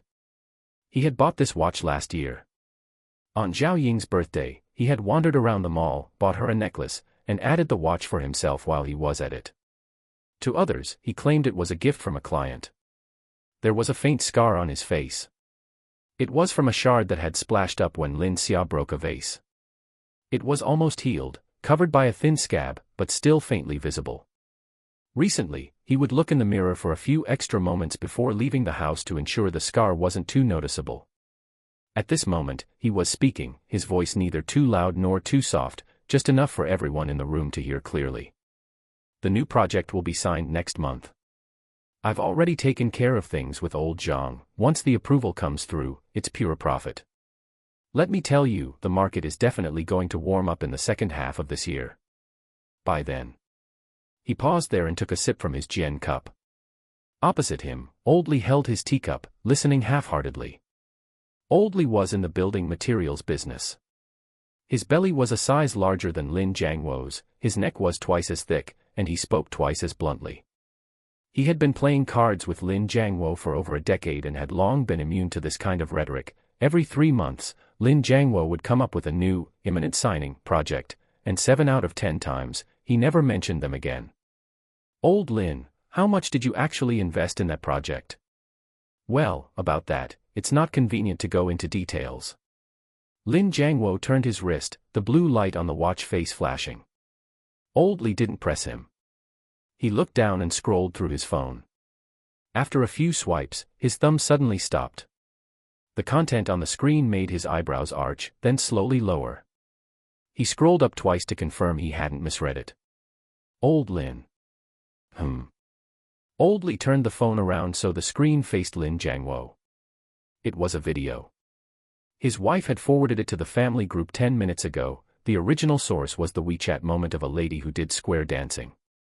The footage was shaky, shot vertically on a phone, with average resolution. The background was a narrow alley, dimly lit, noisy with human chatter, and in the distance, the smoke from barbecue skewers drifted in the air. In the center of the frame was a dilapidated bicycle. A wooden board was propped up on it, covered with a white tablecloth and piled high with takeout containers. 2 people stood behind the counter, a young girl in a ponytail and a middle-aged woman wearing an apron. The girl was portioning out braised food, her movements very nimble. The middle-aged woman was chopping duck necks on the side, her knife work steady, stroke by stroke, as if she had been doing it for over a decade. A winding line snaked in front of the stall, at least a dozen people long, including aunties, office workers, and even a student in a school uniform standing on tiptoes to peer forward. The video caption used 3 exclamation marks in a row, new discovery at Qingdong night market. Seuss braised food. The meat dishes for 5 yuan are so delicious they'll make you cry. They have a new braised pork rice today for 12 yuan a portion, my husband ate 2 bowls. Highly recommend. Likes, over 300. Shared over 40 times. The top comment read, already went, it's truly amazing, followed by a string of thumbs up emojis. Old Li's voice wasn't loud, but everyone else in the private room heard it. Old Lin, isn't this your Su Hui and your daughter? The entire room fell silent. The buzzing of the air conditioning vent suddenly became distinct. Lin Jiangwo's hand holding the jian cup didn't move. His 5 fingers gripped the side of the cup, his knuckles slowly tightening until the cup let out a very faint, dull sound. He took the phone and looked at it closely. The image was a bit blurry, but even if he couldn't see the face clearly, that silhouette, that posture of standing slightly hunched in front of the stove, he could recognize it even with his eyes closed. The angle of Lin Xia's head tilted to the side, along with that stance, it was exactly the same as when she argued with him. He stared at the screen for 5 seconds. His finger touched the screen, and the image accidentally slid to the comments section. The whole screen was filled with delicious, lining up, and authentic ingredients. He put the phone down. His movement was a bit heavier than usual. The phone clattered against the mahogany table with a sharp sound. Another card buddy, Old Zhao, cleared his throat. Old Zhao was an engineering supervisor, a shrewd man who was best at reading the room. Before speaking, he glanced at Lin Jiangwo to confirm the other man's expression, then spoke in a cautious tone, Old Lin, didn't you say you gave them several $100,000 in settlement money when you got divorced? How come they're setting up a stall at the night market? When he said the words, several $100,000, his tone rose slightly. It was a questioning tone. But the look in his eyes couldn't be hidden, curiosity, mixed with a hint of schadenfreude. It was that instinct to lean in for a closer look when one sees a crack in someone else's respectable facade. The muscles in Lin Jiangwo's jaw tightened. He turned his wrist again, that same habitual motion, letting the dial face up. It was as if, as long as that sapphire crystal face was still reflecting light, his dignity remained intact. If she wants to fuss around, what does that have to do with me? His voice dropped a notch. We're divorced, we live our own lives. That's true. Old Zhao picked up his teacup and said nothing more. But Old Li wasn't finished. He had a bad habit, the more someone didn't want to talk about a topic, the more he wanted to dig into it. He looked down and flipped through his phone again, finding another post from a local food group. This time it was a screenshot from Little Red Book that someone had forwarded. The note in the screenshot featured 3 high-definition images. The first was a close-up of an open takeout container, the chicken rack golden and glistening with oil, its surface coated in a fine layer of crushed spices. The second was a cross-section of a braised egg, the yolk soaked through with the sauce's color. The third was a bowl of rice drenched in braising liquid, taking up most of the screen, the steam almost spilling out from the phone. The most liked comment in the section read, "Her mother's braising broth is truly amazing. It took me 10 minutes of waiting in line just to buy some. Highly recommend." Someone replied below, 10 minutes is fast, I waited 20 minutes yesterday. Old Lee tucked his phone back into his pocket. He picked up his teacup and blew on it. You have to admit, it really looks quite popular. He took a sip and added unhurriedly, your ex-wife has great cooking skills. How come I've never heard you mention it before? Lin Jiangwo didn't respond. His chin tightened even more. Because his facial muscles were clenched, the scab on the scar lifted slightly, becoming twice as noticeable as before. The June May in his teacup had already gone cold. He didn't notice. Chapter 17, Mercedes blocking the alley entrance. At this moment, the door to the private room was pushed open. Zhao walked in. She was in her early 30s, with exquisite makeup and foundation applied so flawlessly that not a single blemish was visible. She wore a pair of diamond studs on her ears. They weren't large, but they sparkled blindingly under the lights of the private room. She wore a slip dress and high heels, carrying a paper bag in her hand. The logo of the boutique downstairs was embossed in gold. Her left ring finger was bare, she wore nothing on it. The moment she entered, she smiled. Her smile was sweet and natural, as if she had practiced it 100 times. Brother Jiangwo, I bought you a shirt. The smile froze in midair. She sensed the atmosphere at the table. It was the kind of atmosphere where men had just finished discussing a topic they shouldn't have, and fell into a collective silence after being interrupted. Teacups were held but not sipped, cherries remained untouched, and a subtle sense of awkwardness permeated the air. What's wrong? Old Lee smiled at her. It was the kind of smile that carried a hint of enjoying the chaos. Nothing. We were just talking about your old Lin's ex-wife. She's selling braised dishes at the night market now, business is booming, and there's a long line. Zhao Ying's smile stiffened for a moment. The curve of her eyes didn't change, but her lips tightened slightly. Her right hand lifted unconsciously to touch her diamond stud. Her fingers lingered on her earlobe for a second, pinching the edge of the diamond before letting go. She walked over to Lin Jiangwo, took the phone he had placed on the table, and pulled up that moment's video. She watched for 10 seconds. In those 10 seconds, her gaze swept back and forth across the screen 3 times. She looked at Su Hui. She looked at Lin Xia. She looked at the crowd in line. She looked at the "so delicious it makes you cry" comments in the comments section. Then she laughed. It wasn't a pleasant laugh. The corners of her mouth turned up, but her eyes remained completely still. It looked like a curve carved into a mask. Setting up a street stall and posting videos online. She set the phone back on the table, her voice was airy, but every word carried a sting. Isn't this just deliberately playing the victim? A jobless, washed-up woman, dragging along a girl who hasn't even graduated yet, crouching in the night market selling 5 yuan items. Are they trying to let the whole world know they were dumped by you, just to fish for sympathy? Old Lee lowered his head to drink his tea, hiding the curve of his mouth behind the cup. Old Zhao picked up a cherry, pretending to examine it very carefully for wormholes. Zhao turned to Lin Jiangwo. Brother Jiangwo, aren't you going to do something about it? If this gets out, what will people think of you? When she said, "What will people think of you?" her right hand touched her diamond stud again. This time it was unconscious, a quick touch to confirm it was still there. To confirm that the expensive things on her were still there. Lin Jiangwo didn't look at her. He stared at the phone on the tea table. The screen had gone dark, but his gaze remained pinned to it, as if he could still see the image through the black screen. A dozen people. Standing in line. In some corner of an alley. Lining up for 5 yuan braised food. 5 yuan. He treated clients to dinner last month, one meal cost 8,000. The private room fee was extra. His ex-wife and his daughter were selling 5 yuan items at the night market. Many thoughts raced through his mind. No heartache, no guilt, those two things had long since stopped growing in him. It was embarrassment. The dignity he, Lin Jiangwo, had cultivated in this circle for over a decade had been ripped open by two women crouching at a night market stall, using a video with 300 likes. And there was another layer he hadn't fully realized: how dare they? Without him, they were supposed to be unable to carry on. They were supposed to come back to sign the papers only when they couldn't hold on anymore. That's enough. He stood up. He set his teacup heavily onto the mahogany table. A few drops of Jin Junmei tea splashed out, seeping into the grain of the wood. I'm going over there tonight. Zhaoing immediately put down the boutique paper bag she was holding. I'm going with you. Lin Jiangwo frowned. What are you going for?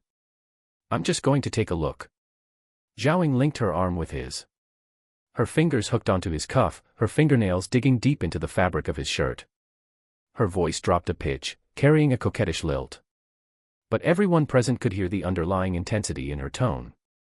She needs to know who is actually worthy of being with you.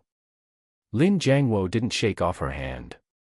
He didn't say yes, either. He grabbed his car keys and walked out. The keys spun around his fingers, then he clenched them in his palm, the metal edge pressed into the gaps between his fingers, hurting. The private room door closed. The sound of footsteps faded down the hallway. Old Li and Old Zhao exchanged a look. Old Zhao spoke first, his voice very low. He's going to. Old Li finished the last of his tea, set the cup down, and leaned back against the chair. Watch the show, obviously. He took out his phone and tapped to watch that moment's video again. In the footage, the girl with the ponytail was neatly packing braised food into a container, her hands were nimble, and a smile played on her lips. Old Li's thumb hovered over the screen for a second. Then he tapped the like button. Qingdong Night Market. Lin Xia's voice was a bit hoarse. Not from shouting. She never shouted.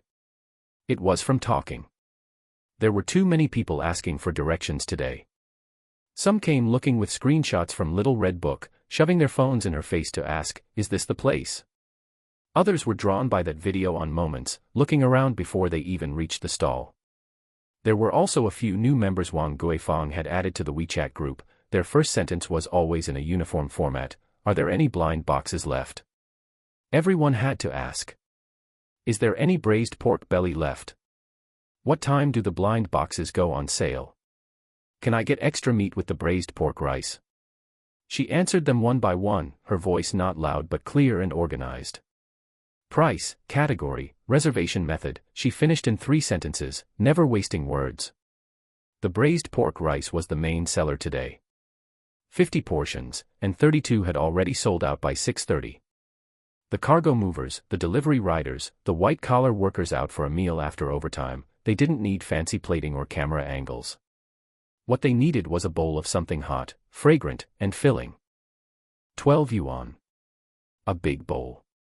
Drenched in braising sauce, topped with shredded pork belly, with half a braised egg resting in the corner, the sauce-colored yolk shining deep and dark.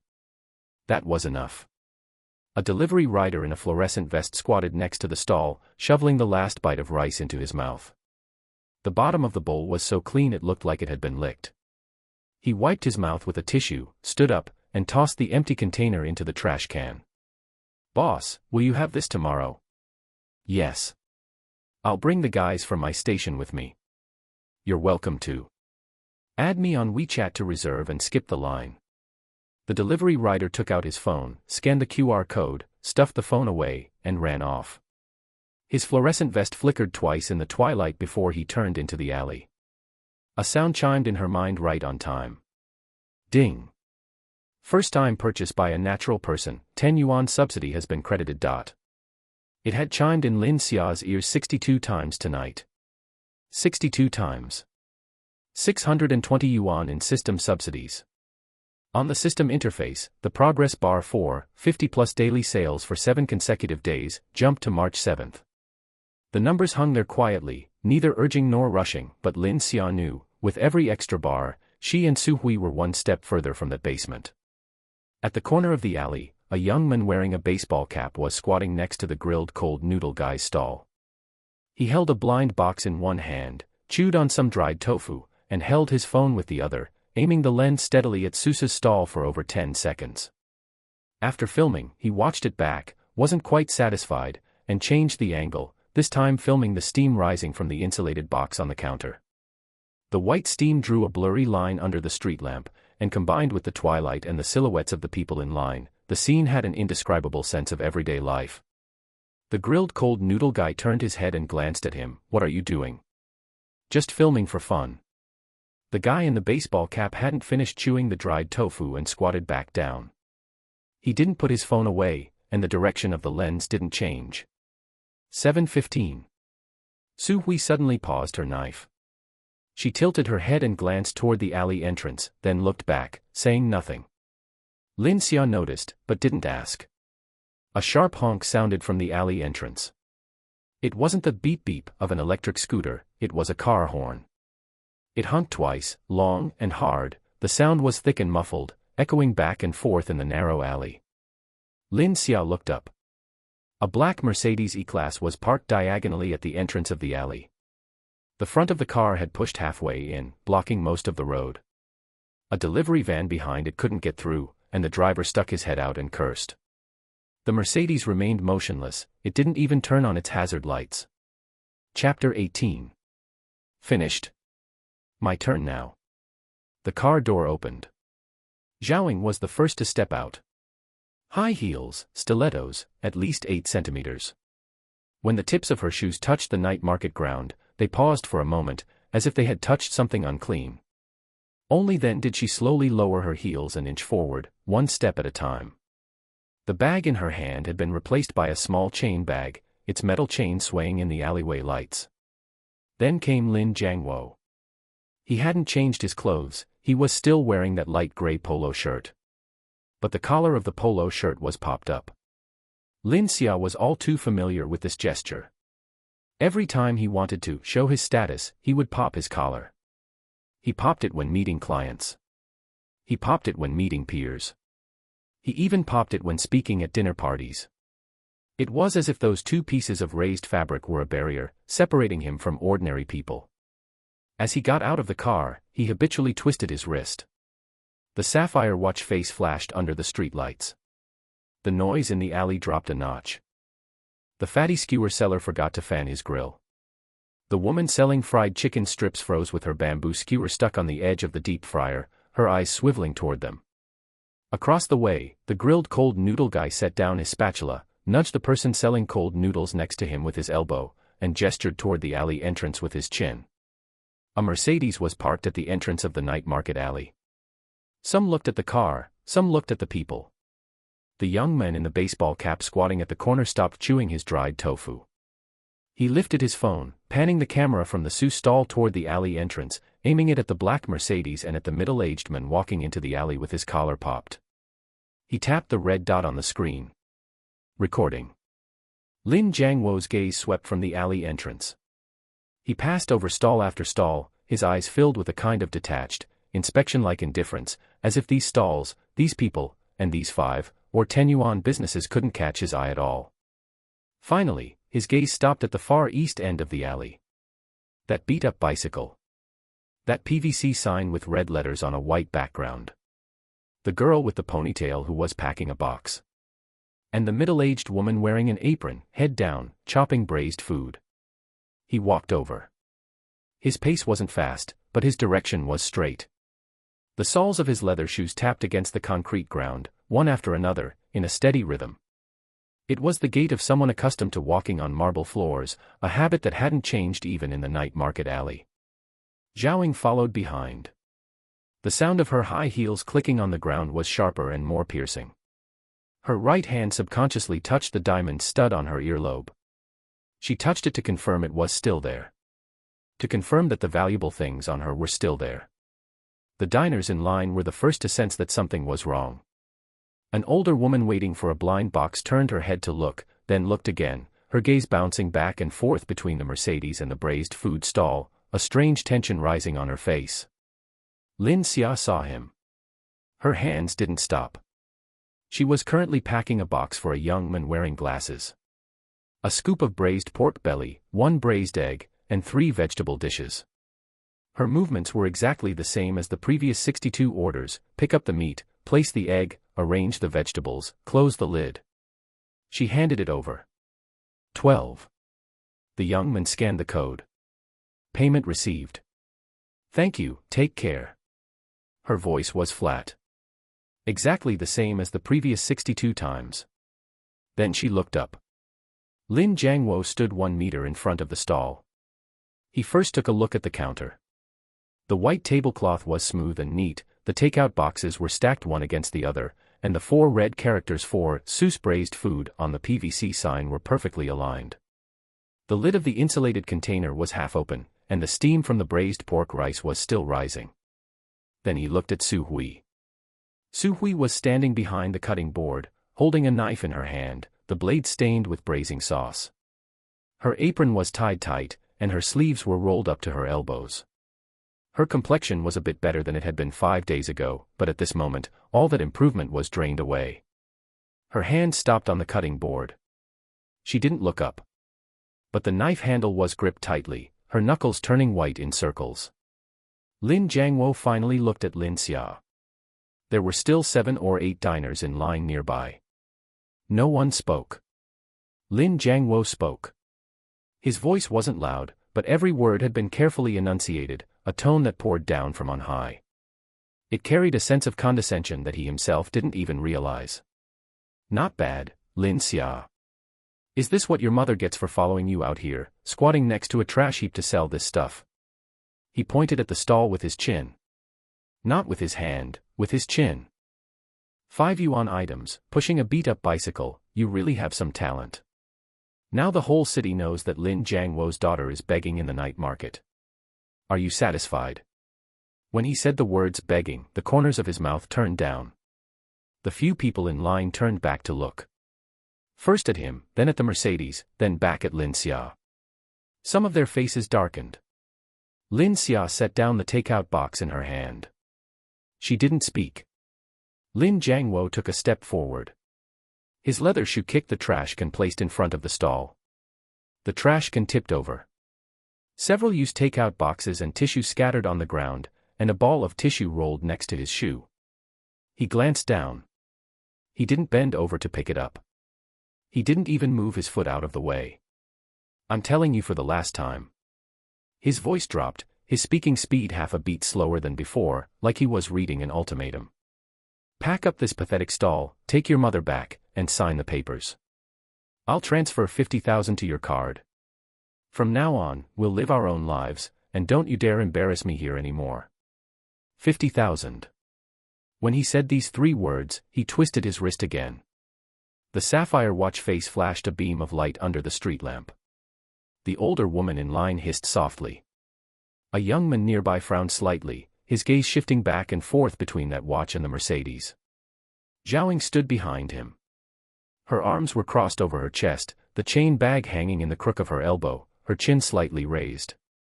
Her gaze swept over Su Hui from top to bottom, from her hair down to the hem of her apron, from the hem of her apron to her braised sauce-stained fingers, inch by inch. Sister Su Hui. Her voice was airy, carrying a hint of sweetness. This apron of yours is quite down to earth. But at your age, being out here in the wind and sun, you'll age really fast. After saying this, she smiled. The corners of her mouth lifted, revealing 2 front teeth. But her eyes didn't move along with it, the depths of her eyes were cold, carrying a kind of certainty. Su Hui's hand stopped on the cutting board. The blade hung in midair, braising sauce slowly sliding down the back of the knife and dripping onto the board, silent and soundless. She didn't look up. But her shoulders shrank slightly. Her neck sank, as if she had been carrying things all day and suddenly had another load added on. Lin Xia saw it. She saw that half-inch that her mother's shoulders had shrunk. Her gaze shifted away from Lin Jiangwo's face. Slowly, it fell on the overturned trash can. The few used takeout boxes and tissues were scattered on the ground, less than 10 centimeters from the tip of Lin Jiangwo's leather shoes. The alley was very quiet. The fatty skewer seller's fan had stopped. The grilled cold noodle guy's spatula rested on the iron plate, unmoving. The young man in the baseball cap squatting at the corner had his phone lens aimed steadily at them, the red recording indicator light blinking. Lin Xia bent down. She squatted down and picked up the scattered takeout boxes one by one. Her movements were very slow. 1, 2, 3. For the crumpled tissues, she pinched them with 2 fingers, shook them, and put them back in the trash can. For the flattened takeout boxes, she turned them over, straightened them, and stacked them together. Lin Jiangwo stood where he was, looking down at her picking up the trash. He didn't move. Neither did Zhao Ying. The 7 or 8 people in line hadn't left. No one made a sound, but several gazes swept over Lin Jiangwo, then slowly retracted and fell elsewhere. That kind of look was very quiet, quiet enough to make one uncomfortable. Lin Xia put the last takeout box back into the trash can. She straightened the trash can. She stood up. She clapped her hands. The dust and debris on her palms were shaken off, falling into the twilight air, so tiny they were almost invisible. Then she raised her eyes. Her gaze was flat. No anger, no grievance, not even a trace of unnecessary emotional fluctuation. She just looked at Lin Jiangwo like that. Finished. Chapter 19, My mom's stall is not for you to soil. Lin Jiangwo frowned. He had anticipated many kinds of reactions, crying, making a scene, shouting abuse, or smashing things like last time. But this was not one of them. Lin Xia's expression was too calm. So calm that it made people uncomfortable. Lin Jiangwo, did you drive a 600,000 yuan car all the way to a 5 yuan braised food stall just to seek attention? Her voice was not loud. But the night market alley was only so wide, and people at the 3 stalls in front and behind all heard it. The customers in line didn't leave. It wasn't that they didn't want to leave, but they didn't dare to. The grilled cold noodle guy's hand stopped on the iron plate, his spatula held in midair. You said I was embarrassing you. Lin Xia interrupted him. Then let me ask you, who is embarrassing whom? She didn't take out her phone. The numbers were all in her head. Every transaction, every line, had already been carved into her memory the moment she typed it into her notes. In March this year, you transferred the marital property to your mother's name. You told my mom it was for tax optimization and made her sign the papers. The house was worth 6.8 million yuan, and my mom didn't get a single cent. Lin Jiangwo's expression changed. In April, 1.2 million yuan from the company account was transferred to your personal card and withdrawn in cash in 3 separate transactions. The car was sold for 450,000 yuan, and the money went into your private account. The down payment came from my mom's dowry. Lin Xia's voice never raised. It wasn't restraint, it was disdain. She had looked over these numbers too many times, each one was etched into her mind, so there was no need to perform anger. A few more onlookers gathered. Some who had finished buying braised food hadn't left yet, holding their takeout boxes, forgetting to eat. Finally, you froze her bank card. There were 3,200 yuan in it, which she had saved up from 2 years of handicraft work. You froze her last 3,000 yuan and told her, I'll give you 50,000 yuan, sign the papers, and we'll go our separate ways. She paused. 23 years. You took everything. Now you drive here to my stall and tell me I'm embarrassing you. The alley was so quiet that one could hear the sizzle of oil dripping onto the charcoal fire at the barbecue stall. Lin Jiangwo's face turned from red to white. This was what he feared most, having his secrets exposed in public. Not a courtroom, not a lawyer's letter, but a night market alley, with dozens of ordinary people standing around, phones held in midair, with no telling if the cameras were recording. Lin Xia, shut up. His voice dropped, but it couldn't suppress what lay beneath. You're just a child, what do you know? Adult matters. Adult matters. Lin Xia's lips twitched. Is you sleeping with Zhao Ying on my mom's bed considered an adult matter? Zhao Ying's face stiffened instantly. Her lips pressed into a thin line, and the blush on her cheekbones made her complexion look green. Her right hand gripped Lin Jiangwo's sleeve, her nails digging in, and her voice squeezed out from between her teeth. Jiangwo, let's go. There's no point in reasoning with people like this. Lin Xia didn't even look at her. Lin Jiangwo took a deep breath. He took a step forward and reached for the lid of the insulated box, not to eat, but to flip it. He wanted to smash this pathetic stall. Sweep all these 5 yuan and 12 yuan items onto the ground. Drive away all those prying eyes. His hand just touched the edge of the insulated box. Clack. A knife fell onto the cutting board. Clack. Another cut. Clack. Clack. Clack. Lin Xia held the boning knife and continued cutting the duck necks she hadn't finished. She didn't look at Lin Jiangwo. Knife up, knife down, one after another, the rhythm no different from the 1,000 duck necks she had cut before. Lin Jiangwo's hand stopped at the edge of the insulated box, not pressing down. He looked at the knife in her hand. The blade was stained with brownish braising sauce, and as the street light hit it, it gleamed. She still didn't look up. "Don't touch my mom's things." Her voice was the same tone as the sound of the knife. Lin Jiangwo pulled his hand back. Not because of the knife. It was because when she said those words, she didn't even stop what she was doing. It was as if he wasn't worth her looking up for. Just then, Su Hui moved. She put down the long chopsticks in her hand. The chopsticks clattered against the edge of the pot. She glanced at the wood grain on the cutting board, darkened by the braising broth. 5 days. On this cutting board, she had chopped chicken racks, duck necks, and pork belly. Her hands had developed new calluses from it. For 23 years, she had endured everything, yielded everything. Afraid he would be unhappy, afraid he would find her embarrassing, afraid that if he walked away, the family would fall apart. But the family fell apart anyway. Only after it fell apart did she realize, the stall was more reliable than the home. She walked in front of Lin Xia. Not hiding behind her daughter, but standing in front of her daughter. Wearing an apron stained with braising sauce, her hair tied with a rubber band, the brownish stain unwashable from under her fingernails. Standing together with that woman behind Lin Jiangwo, with her diamond earrings and chain bag, they looked like people from 2 different worlds. But she stood very steadily. Lin Jiangwo. Her voice was very soft. Not a hushed softness, but a flat one. "I've stood at this stall for 5 days. These 5 days have been more reliable than the 23 years I spent with you." She paused. "Don't soil my stall. Leave." Lin Jiangwo was stunned. He stared at Su Hui for 5 seconds. In those 5 seconds, his expression changed. First surprise, then annoyance. Finally, there was something he couldn't explain himself. There was no crying, no hatred on Su Hui's face. Her eyes were dry, her lips pressed together, standing there, steady and firm. His Adam's apple bobbed. Zhaoying saw his expression. Her face darkened, her fingers pinching his cuff, her nails almost piercing through the fabric. "Jiangwo, let's go." Beep, beep. The van behind honked its horn again. The Mercedes was blocking the alley entrance, and 3 cars were already lined up behind it. Lin Jiangwo shook off Zhao Ying's hand, glared at Su Hui one last time, and turned to leave.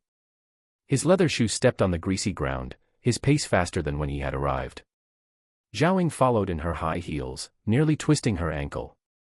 She steadied herself against the alley wall, her palm brushing against the dust on the wall, pulled it back to take a look, and curled her lips downward. The Mercedes door slammed shut. The engine roared, it reversed, turned, and left. The alley was quiet for about 10 seconds. Then, voices emerged from all directions. Damn, was that guy her ex-husband? Coming in a Mercedes, bringing a woman along. Did you hear? The house worth over 6 million was all transferred away, and he only gave her 50,000. I recorded it. A woman holding a child walked out, muttering something. An older woman nearby glared at her, her voice not low. A house worth over 6 million transferred away and he gives the person 50,000 yuan. Tell me, what kind of business is this? Lin Xia put down the boning knife. She wiped the blade with a rag and set it back beside the cutting board. She glanced at Su Hui. Su Hui was still standing in her original position. Her hands were trembling slightly under her apron, but the expression on her face hadn't changed. Lin Xia walked over and held her hand. Su Hui's fingers were ice cold. But she squeezed back. Mom, keep selling. Su Hui nodded. She turned back to the cutting board and picked up the long chopsticks. the customers in line didn't disperse. Instead, a few more people joined.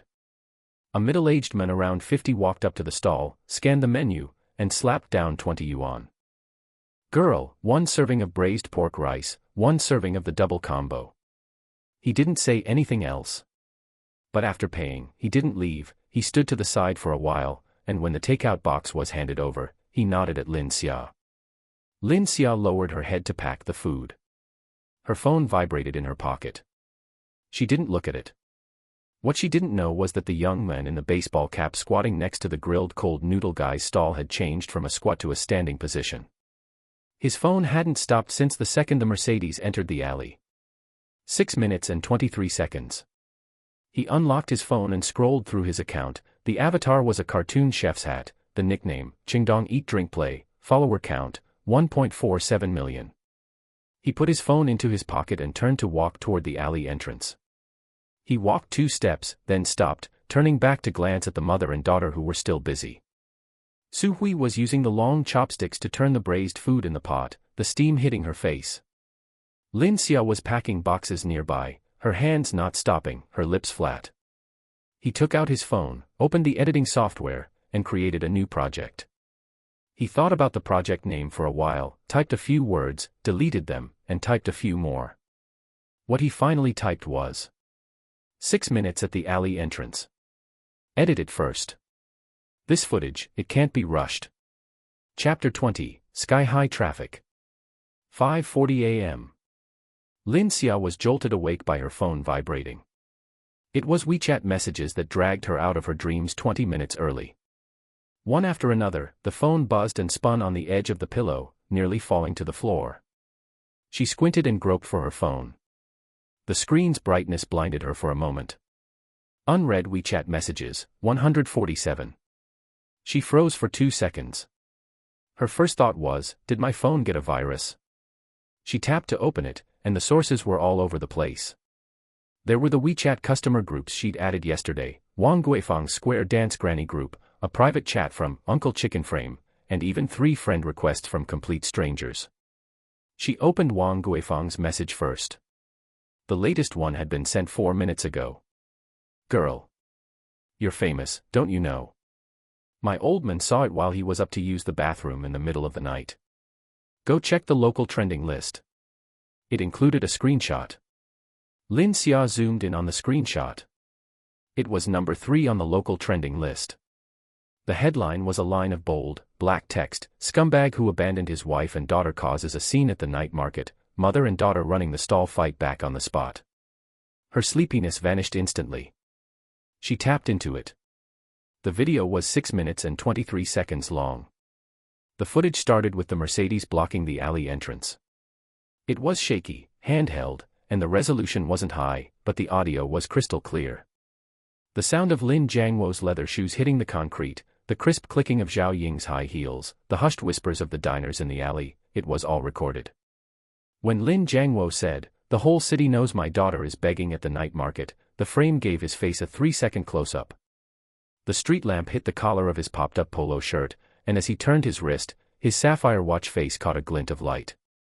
Then came Lin Xia's voice. "In March of the year before last, you transferred our marital property into your mother's name." The camera cut from Lin Jiangwo's face to Lin Xia. She was looking down, chopping duck necks, knife rising and falling, strike after strike, without even lifting her head. In April of last year, 1.2 million from the company account was transferred to your personal card, withdrawn as cash in 3 installments. The sound of the boning knife hitting the cutting board was perfectly synchronized with the rhythm of her reciting the numbers. Thud. Thud. Thud. The comment section had exploded. The top-liked comment, with 2,300 likes, "This girl is reciting account books while chopping duck necks, her knife skills are 100 times sharper than her dad's character." The second one, "Is that woman the mistress? Dressing like that to come to the night market, the look on her face as her high heels stepped on the greasy ground, is she here to inspect the slums?" The third one also had over 1,000 likes, "I cried at the last thing the mom said. Don't dirty my stall. Go. Big sister, you deserve the best Seuss braised food stall in the world."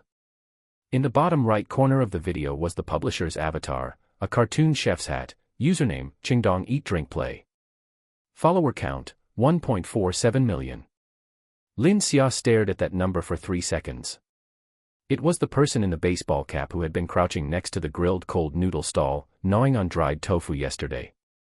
She put her phone down, then picked it back up, exited the video, and refreshed the local trending list. The ranking had risen from third to second. The first was a local mall opening event, the kind where the sponsors had thrown money at it. At this rate, it would hit the top spot before noon. Su Hui rolled over. Xia. What's wrong? Nothing. Sleep a bit longer. Lin Xia didn't tell her to watch the video. She'd deal with it when she saw it herself. She opened Little Red Book. The notification tab for the Su's Braised Food account was crowded with red dots. Follower count, it was a little over 300 before she went to bed last night. Now, 21,400. Overnight. She scrolled through her private message list. Besides the collaboration invitation from Qingdong Eat Drink Play from earlier, there were over a dozen new ones. There were food bloggers, local public accounts, 2 people claiming to be newspaper reporters, and 1 message with polite phrasing. Hello, I am a staff member from the Qingdong Subdistrict Office. I would like to understand your business operations. If it is convenient, could we add each other on WeChat? Lin Xia wasn't in a rush to reply to any of them. She opened her notes app first. The document labeled Accounts. Line 22, video hit the local trending list. Publisher, Qingdong Eat Drink Play, 1.47 million followers. Line 23, Subdistrict Office reached out. Observe first, do not take initiative. Saved. Lock the screen. 6 o'clock, the alarm went off. She turned off the alarm and patted Su Hui. Mom, time to get up. Prepare more food today. 8:30 a.m. Lin Jiangwo was sitting in his office. A contract was spread out on the desk. The partner was a commercial real estate company. The project had been in negotiation for 2 months, and the signing was this afternoon. This was his biggest deal of the year. If he signed it, the commission alone would be enough to let him breathe easy for half a year. He signed his name on the last page of the contract, closed it, and put it into a folder. His assistant knocked and entered. Her expression was off. General Manager Lin, the secretary from General Manager Zhou's side, called. What did they say? They said, the signing meeting this afternoon is postponed. Postponed for how long? The assistant's eyes darted away. They didn't say how long. General Manager Zhou said he needs to reconsider. Lin Jiangwo's pen stopped on the desk. Reconsider what? The contract terms were finalized last week. What is there for him to reconsider? The assistant didn't answer. She hesitated for 2 seconds, then handed over her phone. On the screen was a screenshot of a WeChat post. It was a repost from General Manager Zhou's Moments. It was that very video. The caption contained only 1 sentence: before doing business, one must first learn to be a person. Lin Jiangwo's face turned pale. He snatched the phone and swiped to the comments section. There were 7 or 8 comments under General Manager Zhou's post, and 2 of them were from people he knew. Both were in the same circle. Old Zhou has a sharp eye. You really can't do business with this kind of person. His ex-wife is running a street stall and he drives a Mercedes to crash it. That's something else. He slammed the phone on the desk. Get General Manager Zhou on the phone for me. The assistant left. She came back 2 minutes later. General Manager Zhou's phone is turned off. Lin Jiangwo stood up. The chair legs scraped against the floor, making a harsh, screeching sound. He paced around the desk twice, phone clutched in his hand, his knuckles white. He wanted to make a call, but didn't know who to call. He wanted to send a message, but didn't know what to say. The video's view count had already surpassed 800,000. 800,000 people had seen him in a night market alley, saying begging to his ex-wife and daughter's braised food stall. His phone buzzed again. Zhao Ying's message: Brother Jiangwo, have you seen that video online? The comments are all cursing at me. Hurry up and find a way to delete it. He didn't reply. Another one. A voice call from his mother. He hesitated for 3 seconds, then answered. Jiang Wo. Do you know that dead girl of yours is on the internet? The daughter-in-law of old Zhang next door sent it to me to see. The whole neighborhood is spreading it. Hurry up and get someone to delete that thing. It's so embarrassing. The voice on the other end of the receiver was sharp and rapid, like scraping the bottom of a pot. Lin Jiangwo pulled the phone 2 inches away from his ear. Mom, I'm thinking of a way. What is there to think about? Just call the police and say she's slandering you, isn't that enough? What she said is true, what use would calling the police be? The other end of the line was silent for a second. Well, you still can't let her trample on you like this online. You are her father. She. Lin Jiangwo hung up the phone. He sat back in his chair, staring at the contract on the desk. The signed name, black ink, the strokes neat and straight.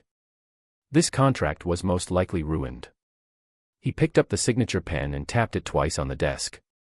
The pen cap clicked against the glass tabletop, making 2 crisp, short sounds.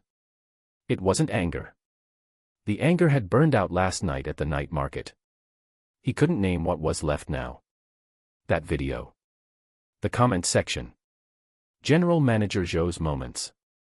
His mother's call. Zhao Ying's message. All the loose ends were slipping out of his hands at once, and he couldn't grab a single one. What he couldn't grab even more was Lin Xia. He had never been able to grab her.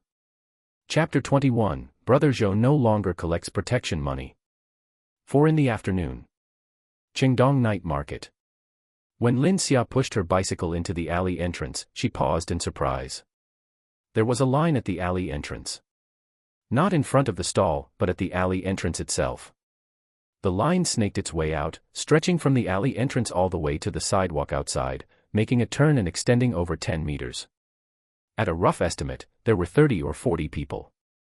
Young people held up their phones, filming while they waited. Groups of middle-aged women chatted away, their speaking speed like machine guns. A few young men in work uniforms stood at the end of the line, craning their necks to look inside. The grilled cold noodle guy poked his head out from behind his stall and waved his spatula at Lin Xia. You're finally here. People have been coming by since 2 o'clock, asking when you'd set up. I told them 5 o'clock, and they've been waiting right here. His expression was quite complex. While he was happy for his neighbor, he glanced at his own quiet stall before looking away. Lin Xia propped up her bicycle and moved the storage box down.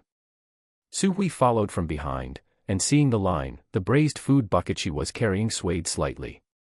This. Business as usual. Lin Xia spread the white tablecloth and secured the 4 corners with clips. She stacked the takeout boxes on the counter. Opening the insulated box, the steam from the braised pork rice rose up, and the savory aroma drifted with the wind toward the alley entrance. The line stirred. It's here, it's here. I can smell it. This is the scent. Lin Xia hung up the PVC sign, ready to start selling. A commotion came from the other end of the alley. Footsteps. And not just one person's. The crowd's attention was drawn away. A man in his 40s walked out from the corner of the alley. He wore a polo shirt, a gold chain, and walked with a swagger. 2 men followed behind him, arms tattooed, hair buzzed, chewing gum. Brother Zhou. Someone in the queue recognized this combination. A young mother holding a child instinctively took half a step back. A few middle-aged women exchanged glances, and their voices quieted down. Lin Xia's hand paused on the edge of a takeout box. Su Hui's body tensed up. Her hand reached for the long chopsticks on the cutting board. The iron chopsticks were 1.5 feet long and heavy. Brother Zhou walked to the stall and stood still. With both hands in his pockets, he tilted his head and sized up the stall. His gold chain swayed under the streetlights. He pulled his right hand out of his pocket and slapped the edge of the cutting board. With a slap, the takeout boxes jumped. Su Hui gripped the chopsticks tightly. Little girl. His voice was loud enough for the 5 stalls in front and behind to hear. I saw that video from last night. He paused. Lin Xia stared at him. That line your mom said, "Don't dirty my stall," was fucking beautiful. Some in the queue breathed a sigh of relief, while others dared not. Brother Zhou's expression was too serious. It wasn't just courtesy, nor was it sarcasm, it was the kind that truly came from the heart.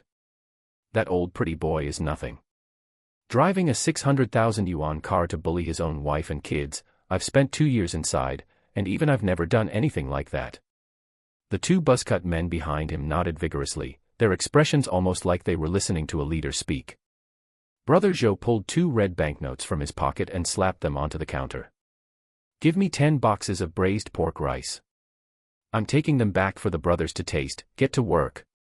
He turned his head and gestured to his 2 underlings. The 2 men immediately crowded forward, eyes fixed on the braised pork rice in the insulated box, their Adam's apples bobbing simultaneously. Lin Xia looked at the 200 yuan. She didn't reach for it. Brother Zhou. Brother Zhou turned back. Lin Xia moved quickly, neatly stacking 10 servings of braised pork rice, stuffing them into 2 plastic bags, and tying them shut. Then she pushed the money back. This one's on me. Brother Zhou, you're a righteous man. Please continue to look after our little business in the future. Brother Zhou was stunned. He looked down at the pushed-back banknotes, then at the 2 large bags stuffed full of takeout boxes. You girl. He picked up the banknotes, squeezed them in his hand, and tucked them back into his pocket. The bravado on his face faded, replaced by an indescribable expression. Fine.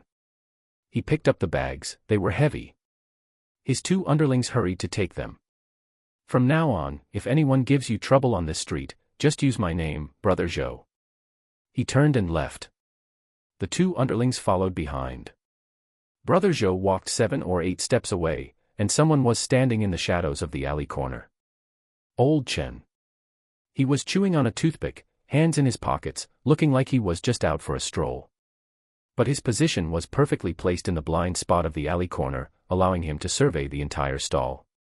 When Brother Zhou passed by him, the 2 exchanged a glance. Old Chen moved his toothpick from the left corner of his mouth to the right. Brother Zhou clicked his tongue and walked away with the bags. Old Chen didn't move. Only after the backs of Brother Zhou and his 2 underlings disappeared at the alley entrance did he slowly walk over. You didn't take the money? Brother, he didn't come to cause trouble. He genuinely wanted to support the business. I can tell the difference between good intentions and bad. Old Chen gave her a look. The toothpick shifted direction again. You girl. He didn't continue. As he turned to leave, his steps were lighter than when he arrived. Lin Xia restacked the takeout boxes on the counter. She looked back at Su Hui. Su Hui had already let go of the iron chopsticks. There was a red mark on her fingertips, she had gripped them too tightly. Mom, let's start selling. Su Hui nodded. She picked up the long chopsticks and reached into the braising pot to stir. The chopsticks churned in the braising liquid, producing a bubbling sound, and the scent of spices rose up, overpowering all other smells in the alley. 5 o'clock sharp. Officially open for business. For the next 2 hours, Lin Xia experienced the craziest night since she started setting up the stall. The line wasn't shrinking at a normal pace, the rate at which people flooded in was faster than the rate at which she was selling. For every person who left, 3 more joined at the back. Some people came after watching the video, standing before the stall to take 3 photos for their social media feeds before ordering. Others were middle-aged women dragged over by the buzz on their social media feeds, their first words being, "Is this the place? Are you the girl who was chopping duck necks?" The braised pork rice sold out first. Over 50 servings were gone by 5 minutes to 6. Those who arrived later and heard there was no more braised pork rice wore expressions like shoppers who had rushed to the supermarket only to find the discounted eggs sold out. Will you have more tomorrow? Yes. You can add me on WeChat to reserve. Add. The WeChat friend requests filled the screen. The braised pork belly lasted until 6:30. The meat and vegetable combination lasted until 7. The blind boxes were the most outrageous. 100 portions, which she originally thought would last the whole night, were wiped out in 40 minutes. Su Hui's speed at chopping meat was the fastest it had been in these 7 days. She didn't have time to wipe the braising sauce off the back of the knife, chopping down repeatedly, the cutting board thumping loudly. Her forehead was covered in sweat, and her apron was splattered with sauce, but she didn't stop. Lin Xia was responsible for collecting money and packing. The sound of scanning codes, payment notifications, and system alerts all blended together. The ding in her mind was no longer individual sounds, it was a continuous stream pouring into her ears, until eventually, she couldn't tell which sounds were real and which were hallucinations. 7:30. The last portion of pure meat was bought by a man who arrived on an electric scooter. He had watched the video and ridden for 40 minutes to get there, arriving just in time for the last portion. Good heavens, thank goodness I made it. He held the box in his hands, lifted the lid, and took a sniff, his expression like he'd won the lottery. Closing up. The counter was empty. The insulated box was bottomed out. Even the soup in the braising pot was almost scooped dry.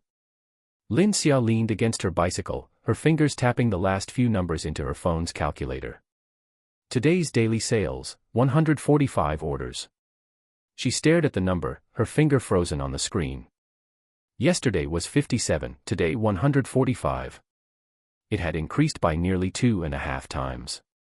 On the system interface, the progress bar for 7 consecutive days of daily sales over 50 orders jumped to a new slot. 7 consecutive days of daily sales over 50 orders. Progress, 7/7. July 7th. It was full. She stared at that number for 5 seconds. Then she put her phone in her pocket and bent down to pack up the storage box. Su Hui was wiping the cutting board nearby. Her movements slowed down. As she wiped, she paused and looked up at the PVC sign. White background with red letters. Su's Braised Food. The streetlight hit it, and the red letters shone brightly in the night. Xia. Yeah. How much did we sell today? We'll count when we get back. Su Hui said, and continued wiping the cutting board. But Lin Xia knew the curve of her lips without even turning around. Chapter 22, Blue Trait. Returning to the basement. Su Hui boiled water and cooked 2 bowls of noodles. Today's noodles had extra toppings. She sliced up some pork belly trimmings fished out from the braising pot and laid them on top, then added 2 poached eggs. Lin Xia sat against the wall holding her bowl, eating noodles while tallying the accounts. Today's numbers were long. She pressed the calculator 3 times before confirming she hadn't made a mistake. Braised pork rice 50 portions, 600 yuan. Braised pork belly 20 portions, 160 yuan. Meat and vegetable combo 30 portions, 180 yuan. Pure meat dishes 15 portions, 75 yuan. Blind boxes 100 portions, 100 yuan. Pre-orders 10 portions, 54 yuan. For the 12 free portions given away, the cost was deducted. Total sales revenue, 1,169 yuan. System subsidies, 890 yuan for 89 unique first-time customer orders. Repurchase cashbacks totaled 34.5 yuan. Total daily income, 2,093.5 yuan. Deducting ingredient costs of 468, stall fees of 20, miscellaneous expenses of 32, and the cost of about 80 for the 15 portions given to Old Joe, Old Chen, and a few vendors who had helped out. Net profit, 1,493.5 yuan. Nearly 1,500. In one day. Su Hui's noodles paused at her lips. A single noodle was held by her chopsticks, and drops of soup fell back into the bowl one by one. How much? Around 600, I guess. Lin Xia subtracted the system subsidies to avoid shocking Su Hui. But Su Hui's noodles still dropped back into the bowl. Su Hui set the bowl on her knees, cupping the rim with both hands, her head bowed. Her shoulders were trembling slightly, but she made no sound. Lin Xia didn't look at her. She picked up her bowl and finished the last of the noodle soup. After a while, Su Hui wiped her face with her sleeve and picked up her bowl to continue eating. She said nothing. But she ate her noodles slower than any other day, chewing every bite for a long time. After finishing the noodles, they washed the bowls. Lin Xia soaked the braising ingredients for tomorrow and checked the ingredient stock. The inner pot of the rice cooker was scrubbed clean and left upside down to dry. Su Hui went to sleep first. The basement quieted down. The water pipe dripped. The sound of a television from next door faintly permeated the wall. it was playing some variety show, with canned laughter coming in waves. Lin Xia sat against the wall and closed her eyes. The system interface floated into view. Ding. Mission complete. Daily sales exceeded 50 orders for 7 consecutive days. 7 days. From the first day missing the target by 3 orders, to that one day in the middle when a rainstorm meant only 40-something people came, she had stood under the canopy for an extra hour to barely scrape together 51 orders, to the final 2 days when the order volume broke 100, this gauntlet had finally been run. Reward issued, stall upgrade fund of 500 yuan, already transferred to balance. Blue trait draw ticket ×1, placed in backpack. New mission unlocked. She first checked her balance. Adding in previous accumulations, the cash she had on hand now exceeded 3,000. Then she clicked on her backpack. Blue trait draw ticket. A blue virtual card hung in her conscious space, with subtle light patterns flowing along its edges. She tapped it. A turntable appeared. It wasn't large and was divided into 6 sections, each containing a card shrunk to the size of a thumb, with text too small to read. In the middle was a button, draw. Lin Xia didn't hesitate. She tapped it. The turntable started spinning. The speed went from fast to slow, and the sections swept past her eyes one by one. Finally, it stopped on the 4th section. The card enlarged. It had a blue background, white text, and a pale blue halo around the edges. Blue trait, flavor locking, passive skill. Below was a line of fine print. After equipping this trait, food prepared or sold by the host will, within 24 hours of being cooked, have its flavor, temperature, texture, and aroma locked to the state it was in right after cooking, not decaying with the passage of time. Lin Xia read this line 3 times. 24 hours. Flavor locking. In other words, they could prepare the goods a day in advance and deliver them the next day. They wouldn't need to stay at the stall to cook and sell on the spot, nor would they have to worry about wasting food if they prepared too much and couldn't sell it all. She thought of that courier in the fluorescent vest. Buying a box of braised pork rice at noon, stuffing it into the storage box of his electric scooter, running errands all afternoon, and then opening the lid at 7 in the evening, the rice would still be hot, the braising sauce would still be fragrant, and the meat wouldn't be dry. She sat up straight. Braised food could be made in advance. It could be portioned in bulk. It could be delivered to places outside the night market. Construction site. Office buildings. School gates. She tucked the trait into the system panel and closed her eyes. Thoughts began popping up one after another in her mind, faster than she could sort them. A few minutes later, she opened her eyes, picked up her phone, and opened her notes. The document named Accounts. Line 24, prepare more stock, keep fresh. Line 25, can start delivering meals. Saved. She also looked at the new mission. Main mission, complete the first large delivery order. Requirement, single order covering greater than or equal to 30 people. Reward, random recipe blueprint ×1. A large order for 30 people. She needed an opportunity. But that wasn't the most pressing matter right now. The stall needed an upgrade. That old bicycle had already reached its limit. A spoke on the front wheel had fallen off the day before yesterday, the rear tire pressure was getting softer by the day, and there was more rust than oil on the chain. Relying on it to transport over 100 portions of goods, it would fall apart in another 2 days. Lin Xia glanced at her balance. 3,247 yuan, including the 500 yuan stall upgrade fund from the system. The first thing tomorrow, get a new vehicle. The next day. 6 in the morning. Lin Xia left Su Hui at home to soak the braising ingredients and went out herself. She didn't go to the vegetable market. She went to the used vehicle market in the north of the city first. It was called a market, but it was actually just a street. Both sides were packed with all kinds of used vans, tricycles, and electric scooters, everything. The bosses squatted by their vehicles smoking, standing up to shout whenever they saw someone walking by. Lin Xia's goal was clear, an electric tricycle. The cargo bed had to be wide enough to fit 2 insulated boxes plus all her equipment. Preferably with a canopy, so she wouldn't have to cover it with plastic sheets on rainy days. She walked along the street and looked at 7 or 8 vehicles.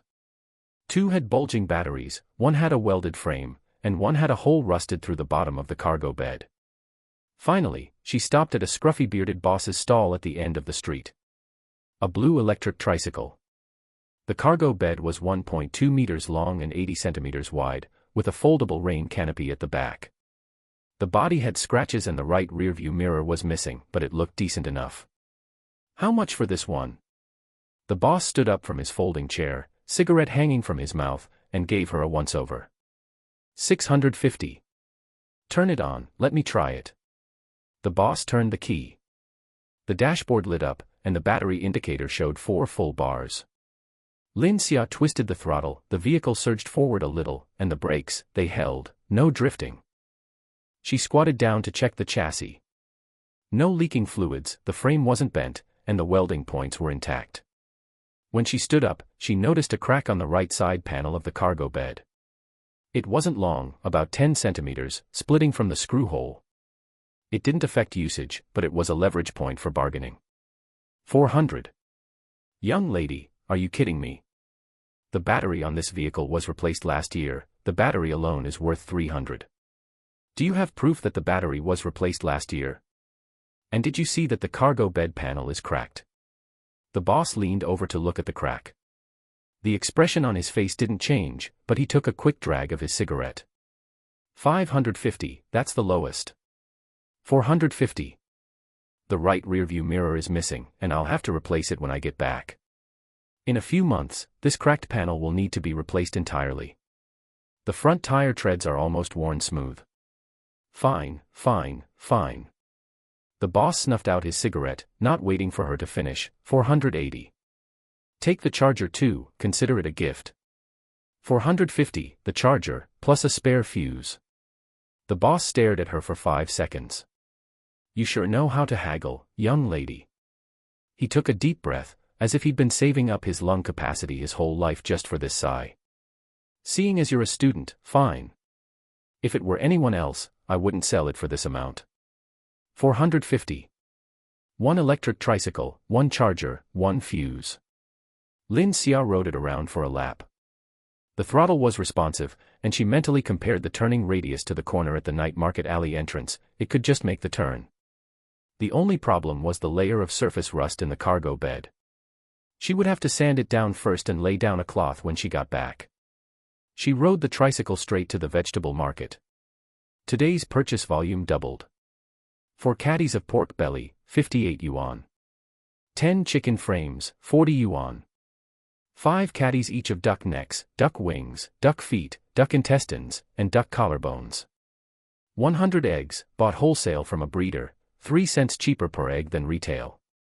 She put some thought into the vegetable dishes. She added enoki mushrooms, quail eggs, dried tofu skin rolls, stem lettuce, bamboo shoot tips, and broccoli. The wholesale price of enoki mushrooms was 2 yuan and 50 cents per caddy, and 1 caddy could be divided into 10 portions. The cost was ridiculously low, but they soaked up the braising sauce the best. Dried tofu skin rolls were Su Hui's specialty, thin bean curd sheets rolled up and sliced into segments, rolled in the braising broth, and biting into them revealed layer upon layer. Stem lettuce and bamboo shoot tips were crunchy and tender, a favorite for many. Broccoli was chosen because a girl in the Little Red Book comment section had asked, "Is there anything for weight loss?" Blanched and then dipped in the braising broth, it was low in calories and tasted pretty good. Shopping done. The tricycle's cargo bed was packed full. Chapter 23, a big deal. She rode the vehicle back to the basement entrance, just as Su Hui was coming out to pour out some water. When Su Hui saw the tricycle, the basin in her hand tilted, and half the water splashed onto her feet. She didn't even notice. This. 450. It's second-hand, but it runs. Su Hui walked around the tricycle.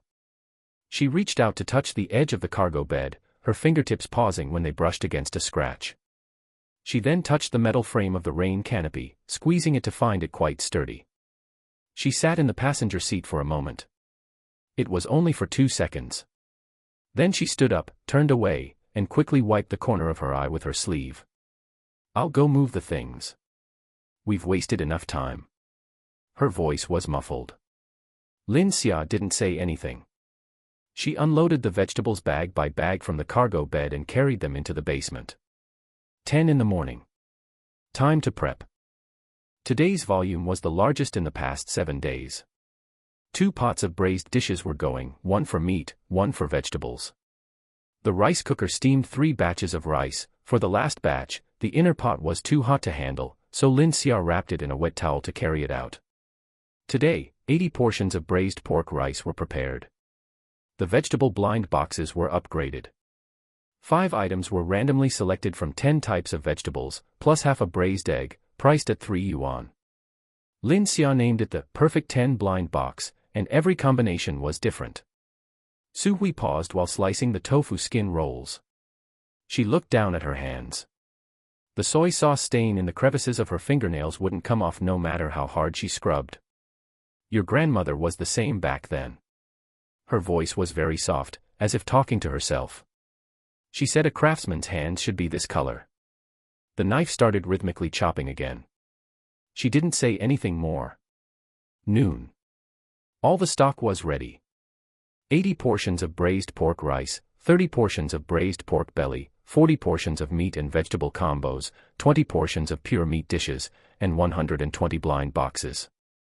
They were piled up on the table, stools, and storage bins in the basement, stacked layer upon layer.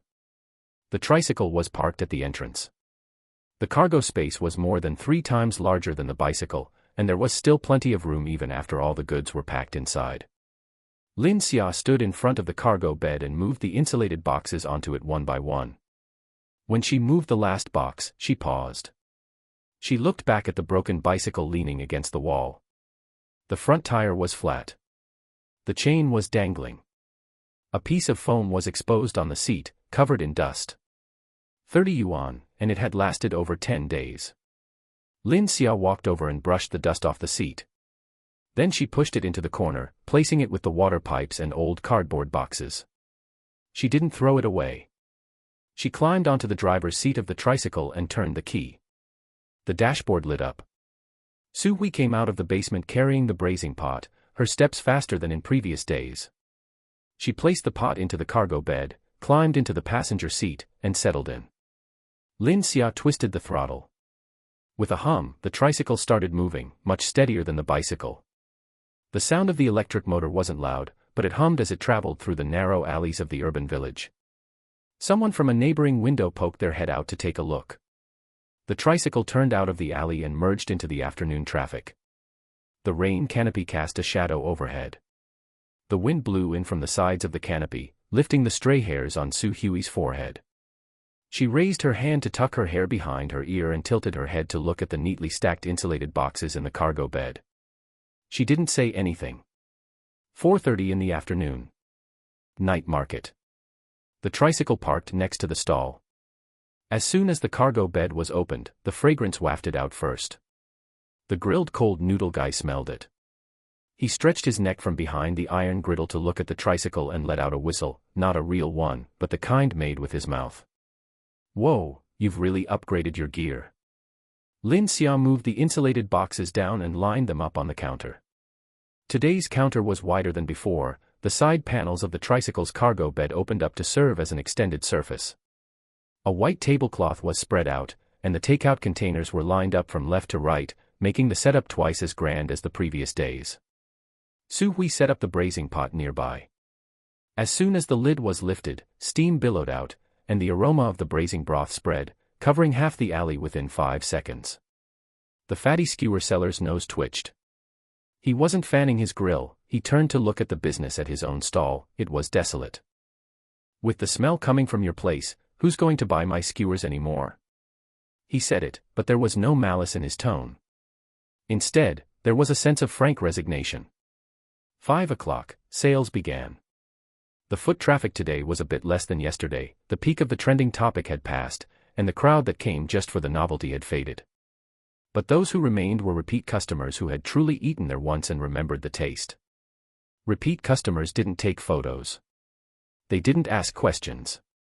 They walked up, scanned the menu, said, 1 portion of braised pork rice, 1 combo, 2 blind boxes, scanned the payment code, took their items, and left.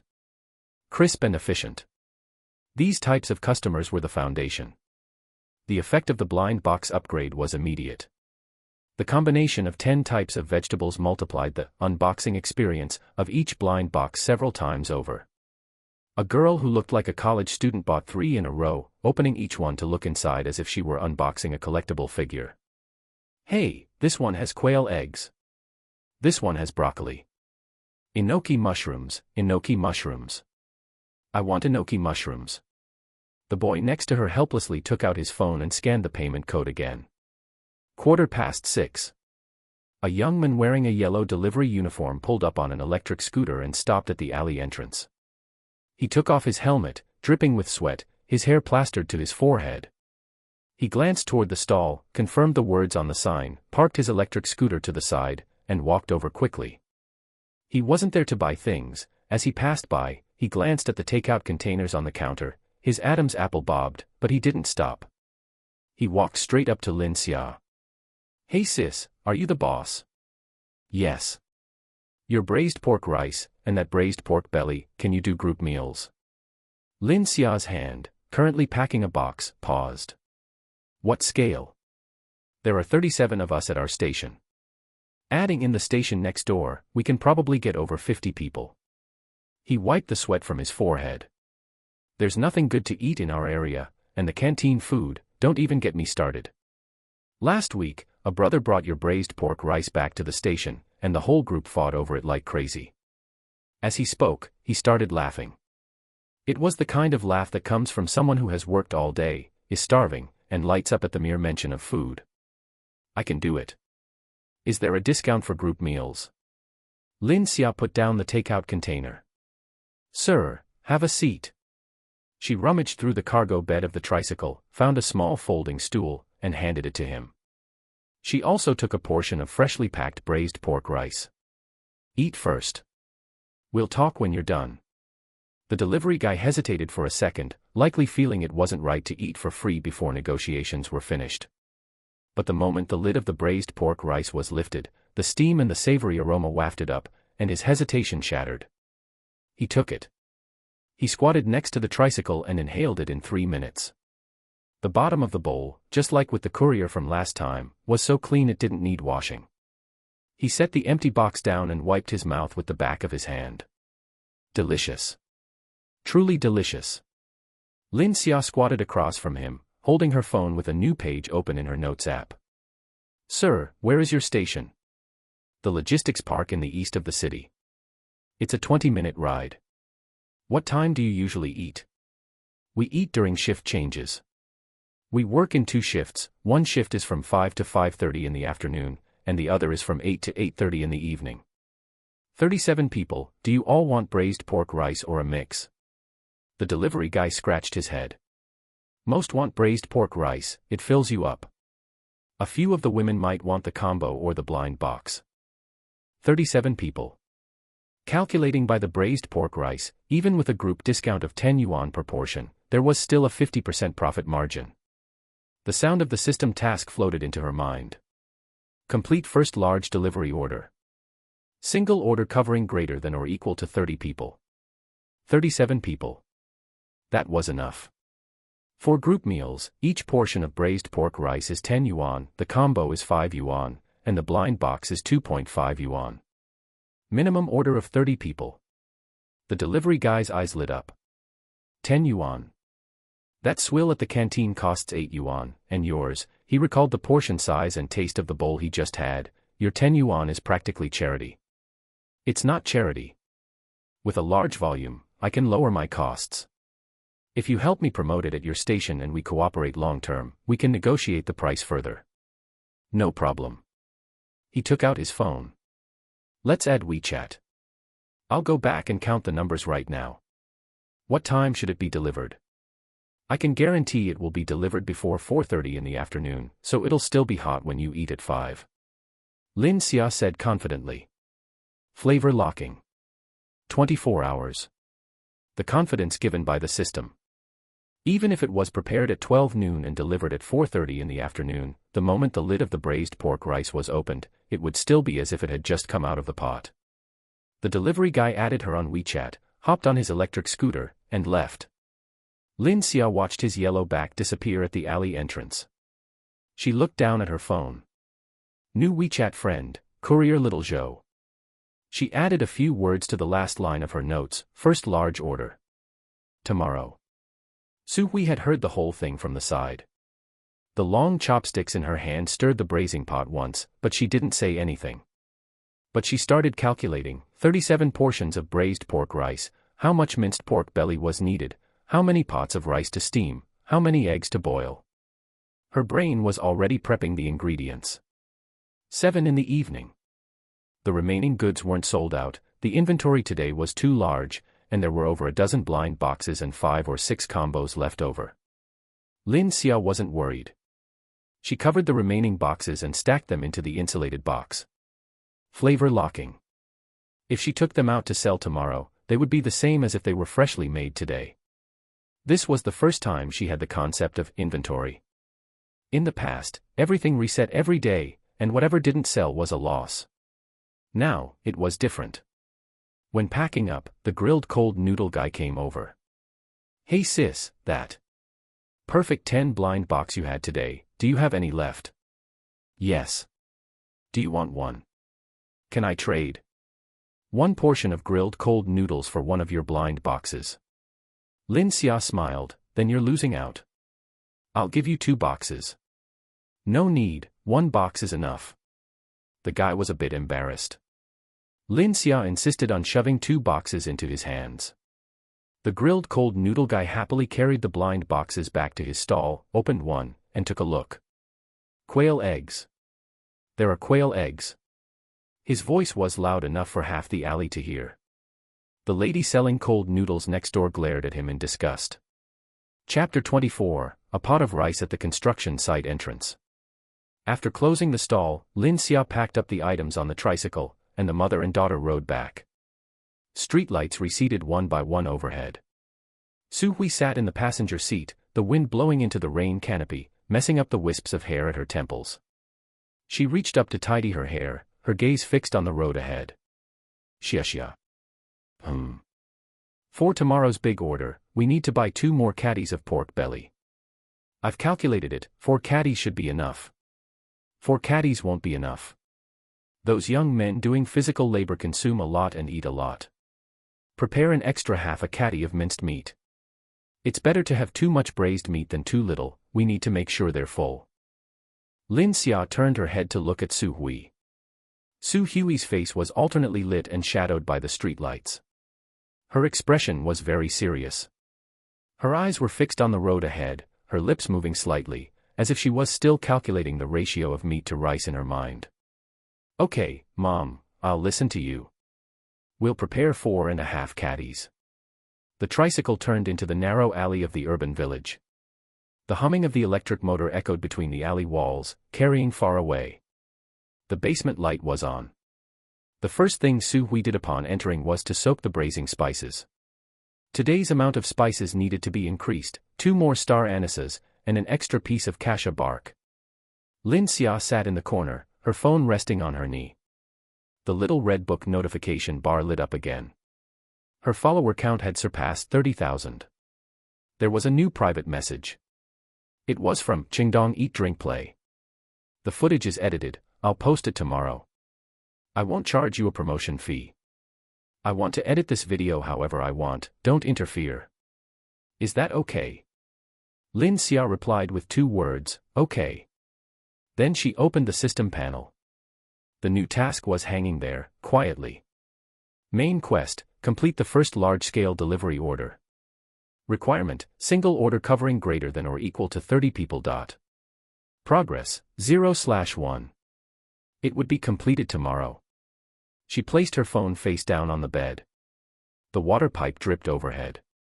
Su Hui was soaking the braising spices by the stove, her fingers stirring in the water, bay leaves and star anise swirling on the brown surface.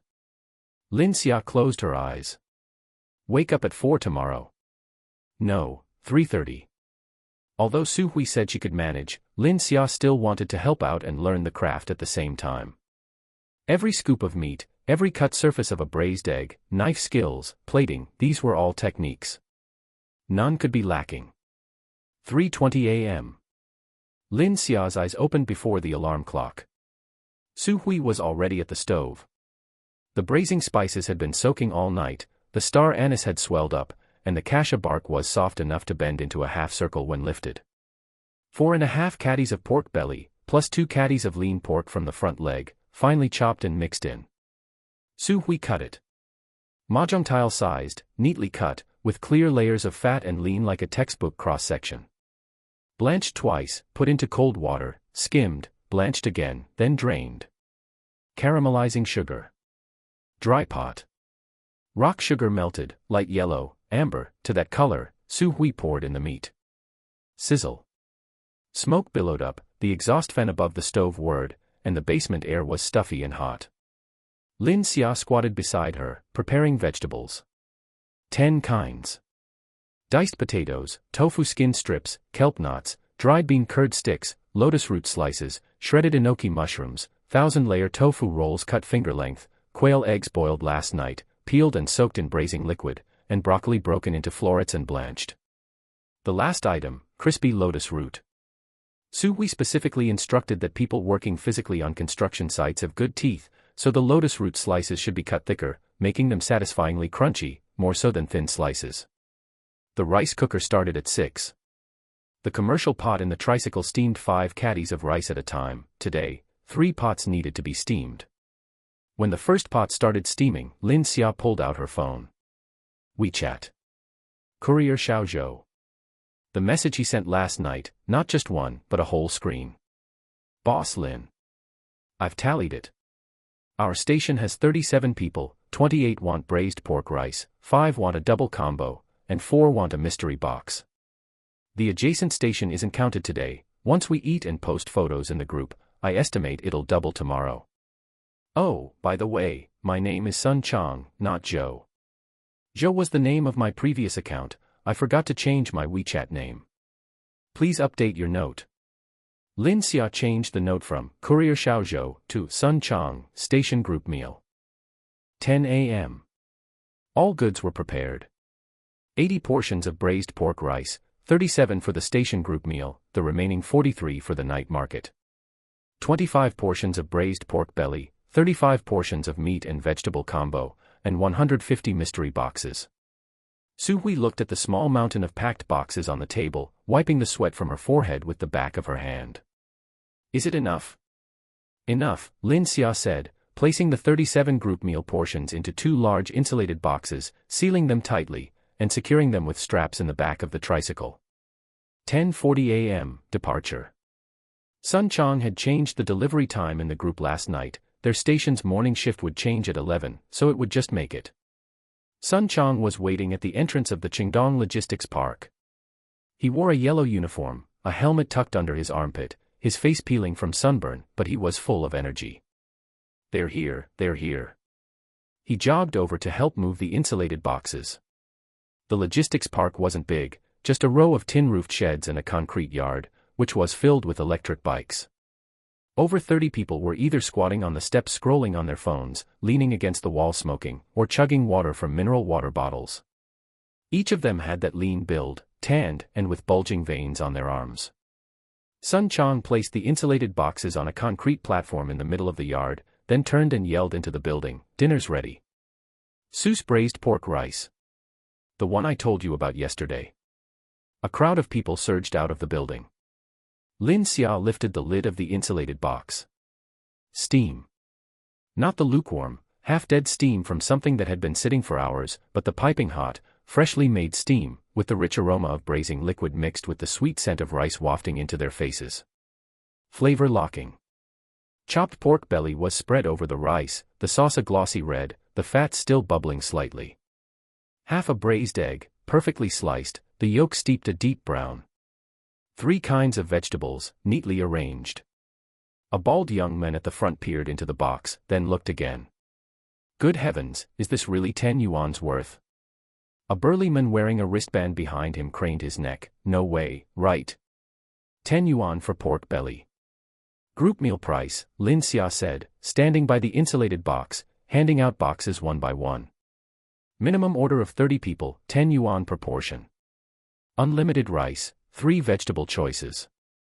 The bald young man took the box, extended his chopsticks, and took a bite. He chewed a couple of times and stopped. He turned to look at Sun Chong. Sun Chong raised an eyebrow at him, that triumphant, "I told you so" look. The bald man didn't speak. He lowered his head and shoveled rice. His speed switched from normal to harvest mode, 3 big scoops in one go, his cheeks bulging, barely having time to chew. The burly man with the wristband also started eating. After the first bite, his chopsticks never slowed down. The yard was quiet for about 40 seconds. For 40 seconds, there was only the sound of chewing, shoveling rice, and an occasional muffled, "Holy crap." Then the noise erupted. Why is this meat so tender? The braising liquid, it's genuinely slow cooked, not just soy sauce mixed with water. A short man flipped over his box lid and used the tip of his chopsticks to scrape off the braising liquid clinging to it, cleaning the lid completely before dipping back into the rice box. Tofu skin, tofu skin, tofu skin. Who chose tofu skin? Let me try a bite. Quail eggs. There are quail eggs. Lin Xia stood by, watching the group eat. The curve of her lips was hard to control. 37 portions, distributed in 15 minutes. 3 people finished and came back for more. "Boss, can we get more rice? I didn't prepare extra today." "You can tomorrow. No extra charge for rice, it's all you can eat." "Really? Why would I lie to you?" Sun Chong rubbed his hands nearby.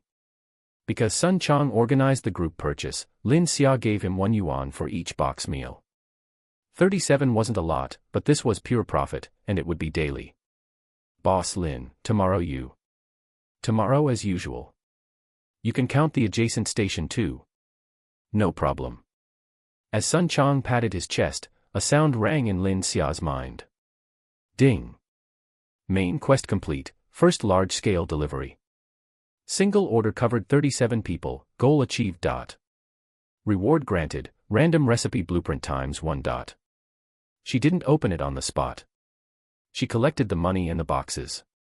Sun Chong would message her after confirming tomorrow's time and quantity. Lin Xia got on her tricycle and left. As she rode out of the logistics park gate, the rearview mirror, the missing right one was empty, so she glanced with the left one. Someone in the yard was holding up an empty box, licking the remaining braising liquid from the lid. Lin Xia smiled faintly.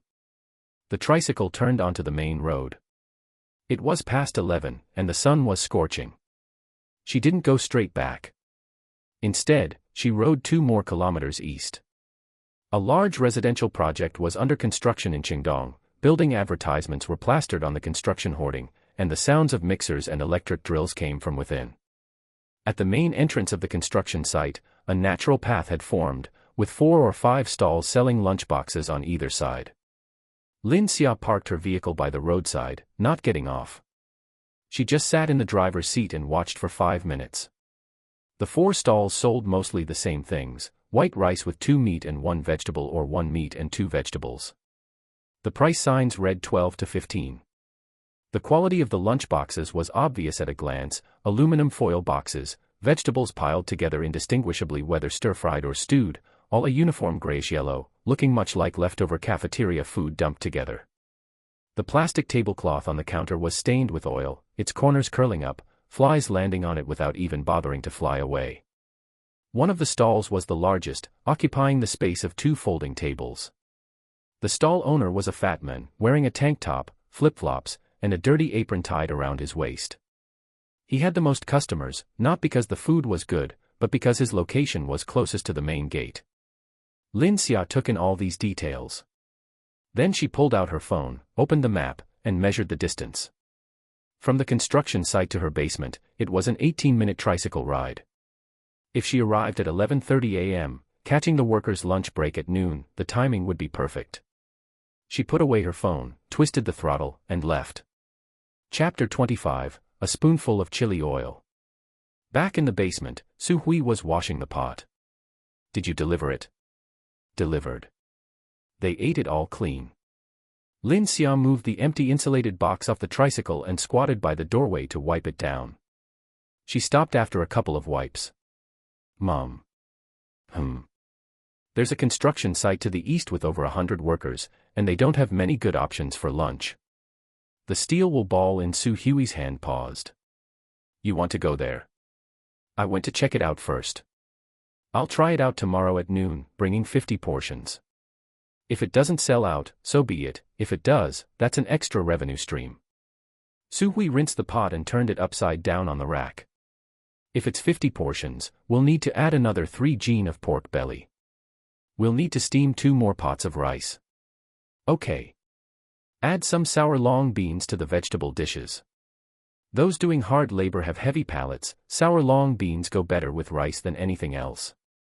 Lin Xia glanced at her. When Su Hui said this, she was still scrubbing the oil stains off the steel wool ball without looking up, her tone no different from saying, "The weather is nice today." But the content was solid advice. Lin Xia noted it down in her mind, sour long beans.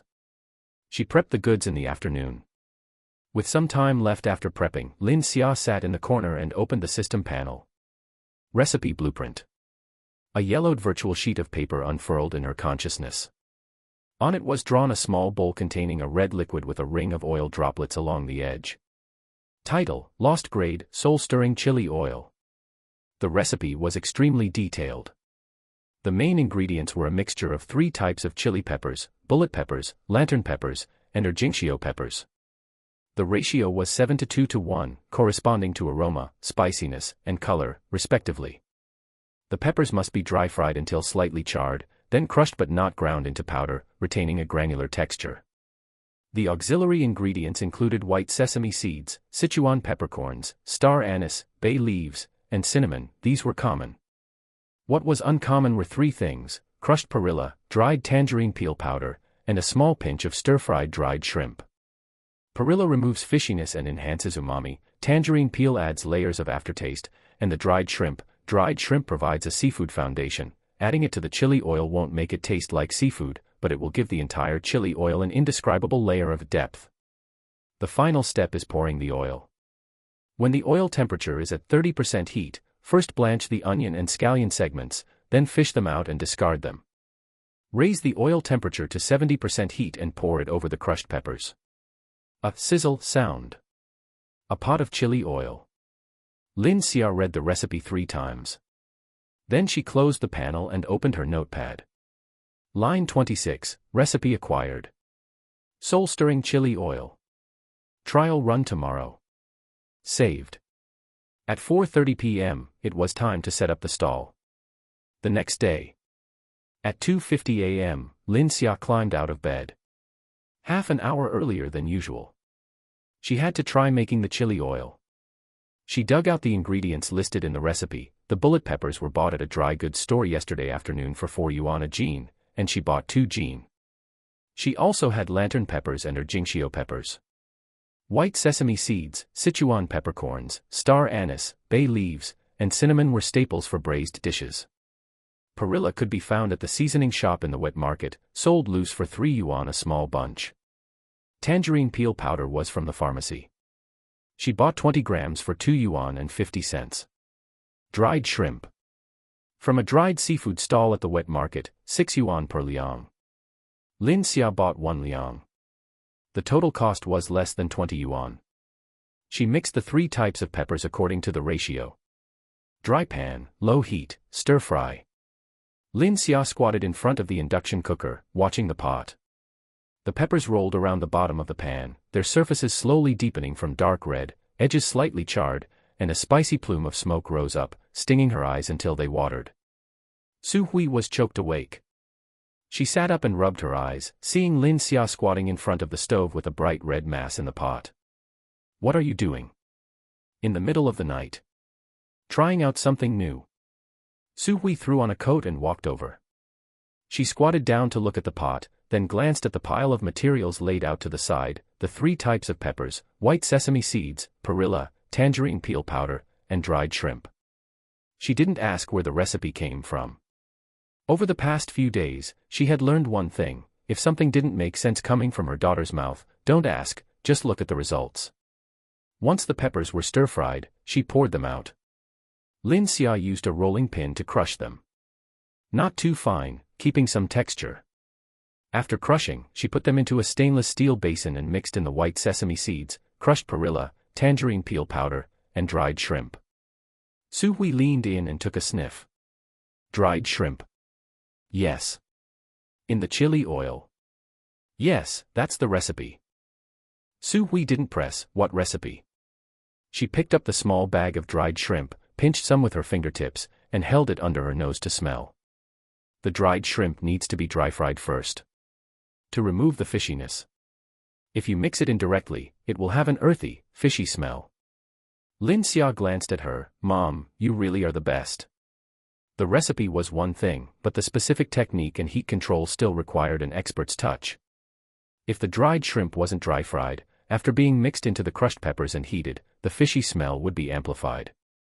This was the gap in experience. She scooped out the dried shrimp, dry-fried it for 2 minutes until it turned slightly yellow and a charred aroma of sea shrimp emerged. Then she mixed it back into the crushed peppers. What about the oil temperature? Su Hui asked. 70%. Blanch the scallions and onions first. Su Hui checked the oil can nearby. There was still a little less than half a pot of rapeseed oil left. That's enough.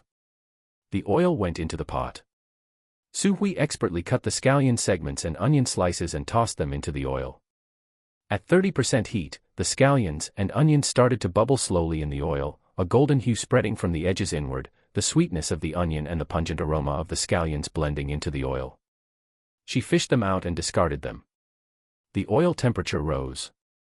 Su Hui stared at the surface of the oil. Bubbles rose from the bottom, first small bubbles, then large ones, and the oil surface began to tremble slightly. It's ready.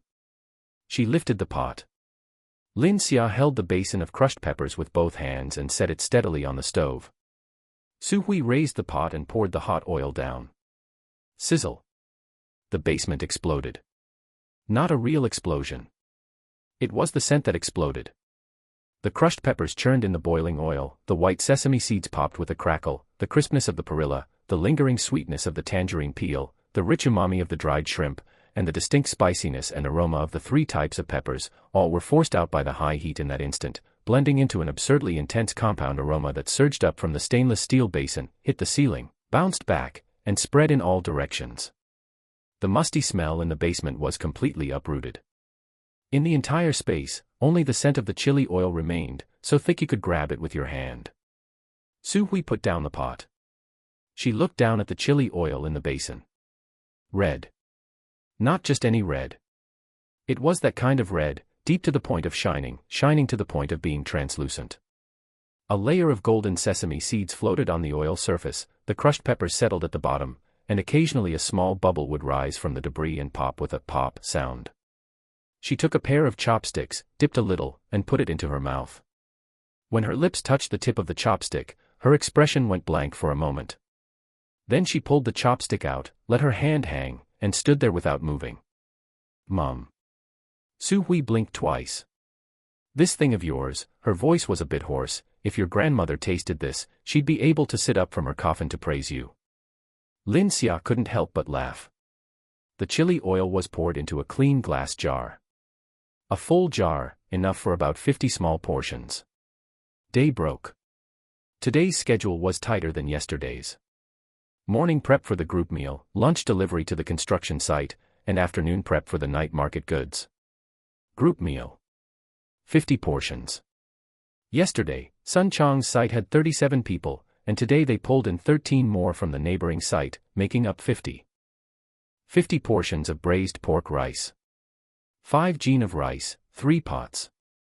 Increased the amount of minced pork belly. Su Hui said that people doing manual labor have big appetites, and if there's too little meat, it won't do. The amount of braised minced meat proportion was increased from 2 scoops to 2.5 scoops. The braised egg was increased from half an egg to a whole one. Costs went up. From 5 yuan per portion to 6 yuan and 20 cents. But the group meal price remained at 10 yuan, and Sun Chong took a 1 yuan cut.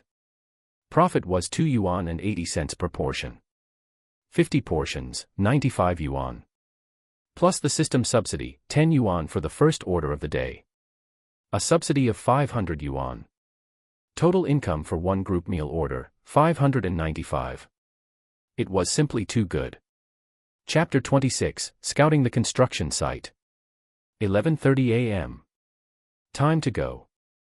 She rode the tricycle past the logistics park and dropped off the 50 portions for Sun Chong's station. She didn't linger. Sun Chong was quick and efficient, handling the distribution himself. Then she headed east, toward the construction site. 18 minutes later. When she arrived at the main gate of the construction site, it was 11:53 a.m. The workers hadn't been released for lunch yet. Lin Xia parked the tricycle on the side of the road and set it up. The fat man had already set up his stall. 4 or 5 aluminum basins sat with their lids off, the dishes inside unrecognizable. The leafy greens were stir-fried until they turned black, the meat slices were coated in a thick layer of starch, and oil slicks floated on the surface of the soups. Flies landed on them, flew up, circled, and landed again. His price sign read, 1 meat and 1 vegetable for 10 yuan, 2 meats and 1 vegetable for 13 yuan. Lin Xia didn't look at him. She moved the insulated box down and spread a white tablecloth over the side panel of the tricycle's cargo bed. She stacked the takeout boxes neatly. She hadn't brought the PVC sign, this wasn't the night market, and she was just testing the waters today. But she had brought something else. Chili oil. A small glass jar with a handwritten label on the outside, Seoul chili oil, free tasting as a rice mix or dipping sauce.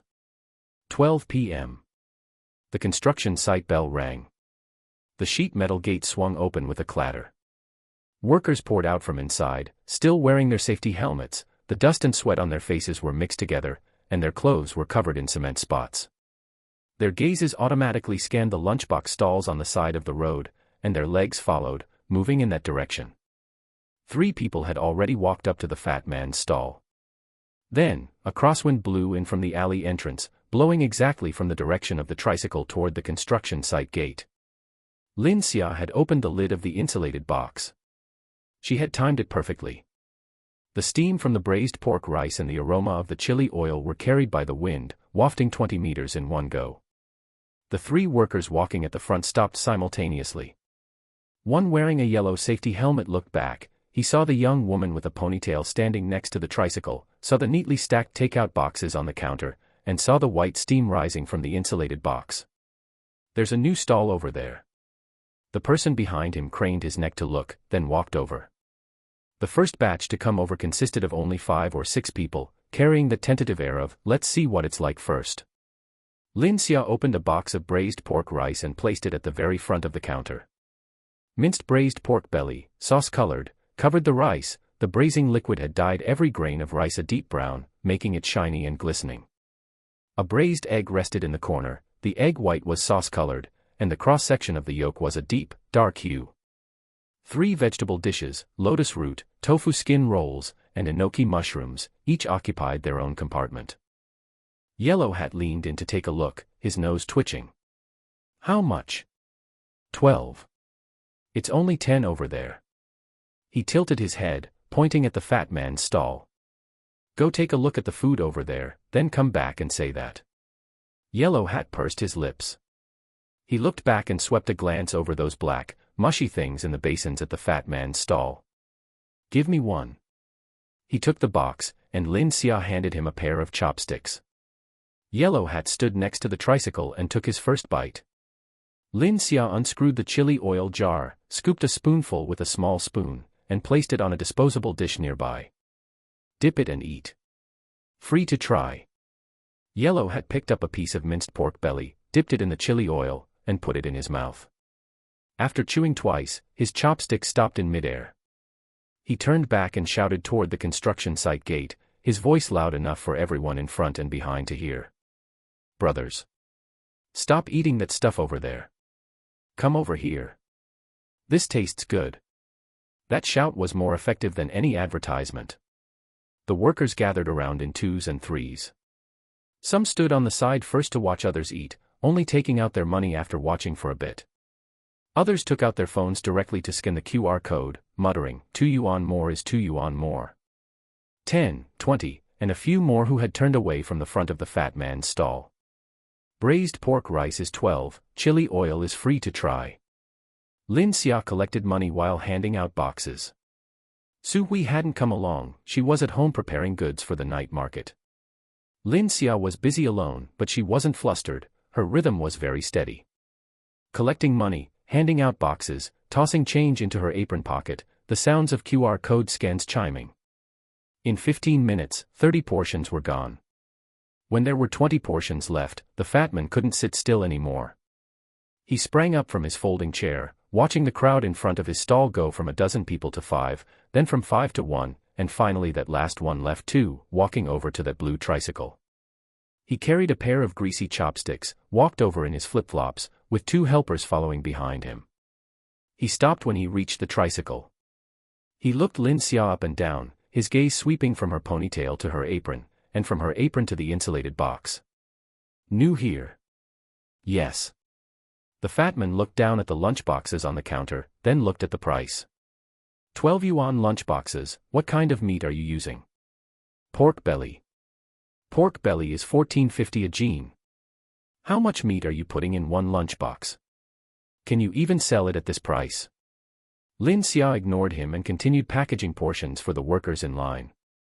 The fat man stepped forward half a pace, set his chopsticks down on the counter, and left a yellow grease stain on the white tablecloth.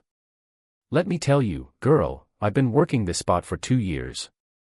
You didn't even register, and you just set up shop. Big brother. Yellow Hat, who was at the front of the line, threw his empty box into the trash can and turned around. She's selling food, you're selling food. Why can you set up but she can't? Is this road yours? The fat man's face flushed, and he opened his mouth, wanting to say something. Another worker behind him spoke up, still chewing his food, go back and look at how many flies are crawling on your basins, and you still have the nerve to come over here and talk. He held up his box of braised pork rice, the red of the chili oil and the sauce-colored braising liquid mixed together, shining dazzlingly. The fat man looked at the dozen sun-darkened faces around him, not a single one was on his side. He pulled back his chopsticks, leaving another grease stain on the tablecloth, muttered something, and turned to leave. His flip-flops slapped against the ground with a loud sound. After walking a few steps, he stopped again and looked back at Lin Xia. He didn't say anything, but that look didn't seem like he was admitting defeat. Lin Xia saw it. She didn't take it to heart. She used a wet wipe to clean the grease stain off the tablecloth, her movements neither fast nor slow. 20 minutes later, the 50 portions were sold out. The small dish of chili oil for free tasting was also empty. She packed up the box, got on the vehicle, and turned the key. Today, the system alone subsidized 1,000 yuan for the braised pork rice. She was much better off financially now. To do a good job, one must first sharpen one's tools, she needed to upgrade her cooking equipment too. The third day at noon. The construction site. Lin Xia arrived at 11:40 a.m., 13 minutes earlier than the first day. She had prepared 70 portions today. She parked the tricycle, spread the tablecloth, opened the insulated box, and set out the chili oil jar. The chili oil wasn't free to try today. For those buying braised pork rice, it was an extra 50 cents for a small dish, packed separately and handed out tucked next to the box. For casual customers who weren't buying rice, it was 1 yuan for a single portion. 50 cents, the workers didn't mind paying that. 12 p.m. The bell rang, the gate opened. The flow of people was more intense than the day before. It wasn't just people from the construction site, mixed into the line were a few people in casual clothes, whose physiques didn't look like they did manual labor, they looked more like office workers from the nearby office buildings out looking for food. Yesterday's word of mouth had spread. In 30 minutes, 70 portions were sold out. The last 5 portions were bought by 2 young men in shirts who had ridden shared bikes from an advertising company 800 meters away. After one bite, one of them took out his phone to take a picture. Post it on Douyin. Go ahead. That fat man didn't come over to pick a fight today. His stall was still there, the aluminum foil basins were still set out, but customers were sparse. He sat on his folding chair playing on his phone, occasionally looking over here, his face looking gloomy. There was an extra person next to him, someone in a security guard uniform, standing and smoking, chatting intermittently with the fat man. Lin Xia glanced at them, then didn't look again. On the way back. Halfway through the ride back, Sun Chong sent a WeChat voice message. Boss Lin. Our station master said that from now on, the group meals can be settled monthly, paid once a month, to save you from collecting small change every day. He also asked if you could make a special extra portion one just for the station master's office, the kind with an extra 2 yuan worth of food. Lin Xia replied with a text message, sure.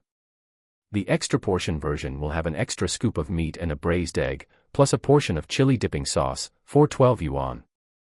Deal. She tucked her phone back into her pocket. The tricycle turned into the alley of the urban village.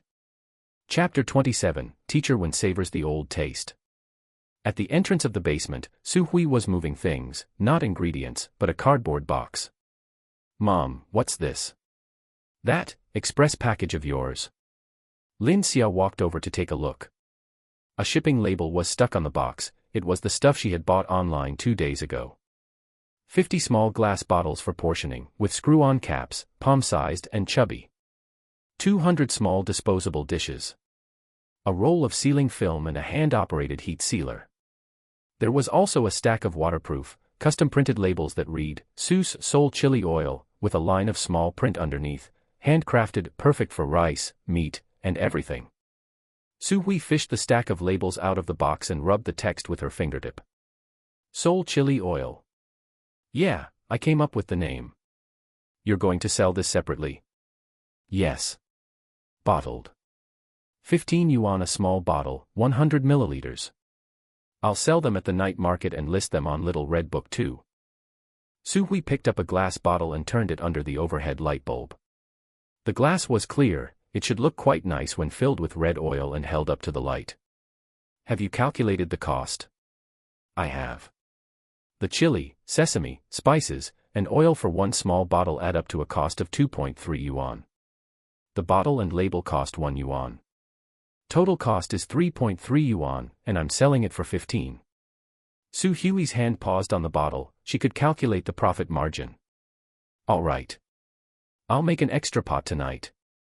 During the afternoon preparation, the volume for the night market stabilized at yesterday's standard, 80 portions of braised pork rice, with other items remaining the same. 30 bottles of chili oil were portioned out, labeled, sealed with the film, and arranged in a cardboard box. At 4:30, they set up the stall. The foot traffic at the night market had entered a stable period. 70% of the trendy visitors brought by the hot search had dispersed, leaving behind genuine repeat customers and word-of-mouth referrals. Lin Xia's WeChat customer group now had over 200 people. Every evening at 4 o'clock, the group would start buzzing. Do you have braised pork belly today? What time does the blind box open? Chili oil, chili oil, chili oil. At 5 o'clock, sales began. As soon as the bottled chili oil was placed on the counter, it caught people's eyes. 30 glass bottles were packed into the cardboard box, the red oil showing through the glass, glowing bright red under the lights of the night market. A young girl passing by stopped to look, reached out to grab one, then pulled back and asked, "How much is this?" Lin Xia told her the price. She picked up a bottle and turned it around, watching the golden sesame seeds float and swirl on the surface of the oil, then scanned the code on the spot. 8 members of Wang Guifang's square dancing troupe came today. Each bought a blind box, and 4 of them grabbed a bottle of chili oil while they were at it. I'm going to use it for noodles when I get home. Wang Guifang announced loudly. Uncle Chicken Frame arrived at 6 o'clock, bringing 2 new colleagues with him today. He started bustling about before he even reached the stall, pointing at the counter while gesturing to the newcomers. Get a chicken frame first. If you don't eat this, you've wasted your trip. Braised pork belly, actually, never mind, just see for yourself, I get it every time anyway. Right, you should try the blind box. I got a quail egg last time, I was nearly over the moon. He suddenly spotted the row of chili oil bottles, his eyes lighting up. He picked one up and tilted his head to inspect it. Good stuff, good stuff. Let me tell you, whatever you put this on tastes amazing. I mixed it with a bowl of instant noodles last time. Never mind, I won't say it, you guys will yell at me for wasting good food. The new colleagues were left bewildered by his enthusiasm. 6:30. A man walked over from the crowd. His shoes had no oil stains. This was the first thing Lin Xia noticed. The night market ground was greasy, Just walking around would get stuff on your soles, but this man's black cloth shoes were spotless. He was about 60, wearing gold-rimmed glasses and a dark gray mouse suit with the top button fastened. His pace wasn't fast, but it was very straight, as if he were measuring his steps. He was looking at the sign. He looked at the 4 characters for Su's braised food on the PVC board twice, then his gaze fell on the small line of text below, traditional old brine freshly braised daily, pausing there before moving forward. He stood in front of the counter, not in a hurry to order. Su Hui happened to be turning the chicken frames in the braising liquid. Her iron chopsticks stirred the sauce-colored broth, causing star anise and cinnamon to float up and sink back down. There was no scum on the surface of the broth. Su Hui skimmed it every 15 minutes. He watched for a while, then tilted his head to look at the vegetable display case. 10 types of vegetables were piled into little mounds, their colors distinct. The lotus root was white, the kelp was dark green, the bean curd skin was light yellow, and the enoki mushrooms were piled fluffily in the corner. He pushed up his glasses. "Boss." Su Hui looked up. "Give me a portion of assorted vegetables, no meat." Su Hui paused. In all the days she had been selling, this was the first time someone had asked for no meat. Lin Xia glanced at the men without asking further questions. She took a takeout container and let him choose 5 vegetable items. He chose dried tofu, lotus root, kelp knots, tofu skin rolls, and broccoli. Lin Xia packed them up and closed the lid. 3 yuan. He scanned the code and took the box, but didn't leave. He stood right next to the stall, opened the lid, picked up his chopsticks, took a piece of lotus root, put it in his mouth, and chewed slowly, unhurried. Then he picked up a tofu skin roll. After chewing, he closed the lid and glanced at Su Hui. Su Hui was portioning chicken frames for another customer and didn't notice his gaze. But he watched for several seconds, looking at her hands, her fingers stained with braising liquid, the sauce color in the crevices of her nails, and the steady, practiced angle of her wrist as she cut things, honed over decades. "Good craftsmanship," he said, his voice not loud, speaking slowly with the tone of a schoolteacher. "The base flavor of the old brine is very authentic. 9 out of 10 braised food shops outside use sweeteners and flavor enhancers, but yours doesn't. It's clean." Only then did Su Hui look over. She wasn't used to being praised like this, and her earlobes flushed red. "My mom taught me. It's an old recipe, never changed." "Did your mother also make braised food?" "She did it her whole life. My family used to run a braised food shop on North Street." The men with the gold-rimmed glasses expression shifted. "North Street. Su's braised food." Su Hui's hand stopped. "You know it?" "I do. Back in the 80s, I was teaching at the East City Middle School. 300 meters out the back gate of the school was North Street. There was a braised food shop, not a big storefront, with 1 black iron pot. You could smell the braised tofu from across the street." He pushed up his glasses, the corners of his mouth twitching upward. Something in his eyes brightened, like an old photograph suddenly catching the light. "My salary back then was 36 yuan and 50 cents. Every Wednesday, which was payday, I'd go buy a yuan's worth of braised tofu and stand at the shop entrance to finish it before leaving." The iron chopsticks in Su Hui's hand nearly dropped into the pot. "That was my mom's shop." The two of them stared at each other for 2 seconds. Lin Xia was listening from the side, her hands not stopping, but she quietly lifted her eyelids. Su Hui's eyes were red, her eyelashes trembling slightly. She lowered her head and used her chopsticks to stir the things in the pot, though she didn't find anything. The men with the gold-rimmed glasses threw the empty box into the trash can. "My surname is Yuan. I'm retired and live nearby. I'll come often." He left, his stride still just as straight, his back gradually shrinking into the lights of the night market. Su Hui watched him walk away, clutching the iron chopsticks in her hand. Braising liquid dripped from the tips onto her apron, but she didn't wipe it off. Lin Xia didn't disturb her. At 8 p.m., they closed the stall. On the way back to the basement, Su Hui didn't say a word. The tricycle hummed, and streetlights swept overhead, one after another. They arrived home. Once inside, Su Hui first soaked the braising ingredients, then boiled water to cook noodles. While cooking the noodles, she suddenly said something. That teacher Yuan was right. Your grandmother's shop was indeed on North Street. She dropped the noodles into the pot, watching them roll in the water. It opened in 83. One iron pot, one cutting board, your grandmother ran it by herself for 12 years. In the best times, she could sell over 100 yuan a day. She used chopsticks to nudge the noodles stuck to the side of the pot. Later, North Street was slated for demolition, and your grandmother was getting old. Your grandfather didn't want her to be so tired, so she stopped. The water in the pot boiled again, and she turned the heat down. The year I married Lin Xia, my mother copied the braising recipe twice, one for me, and one for herself. She said, as long as the craft exists, the person is still there. Su Hui scooped the noodles into a bowl. Her hands paused, holding longer than the intervals between her previous sentences. Later, he despised it. He said I smelled of braised food and that it was embarrassing to take me out. So I stopped. I hadn't done it for nearly 20 years. The recipe had been pressed in a drawer for so many years. She handed the bowl to Lin Xia. Lin Xia took the bowl and lowered her head to eat the noodles. After a few bites, she said something. Mom, we're doing it now. The recipe wasn't wasted. Su Hui didn't reply. She picked up her own bowl of noodles, sat to the side, and chewed mouthful by mouthful. She ate the noodles slower today than on any other day. Chapter 28, Market Supervision Bureau Enforcement.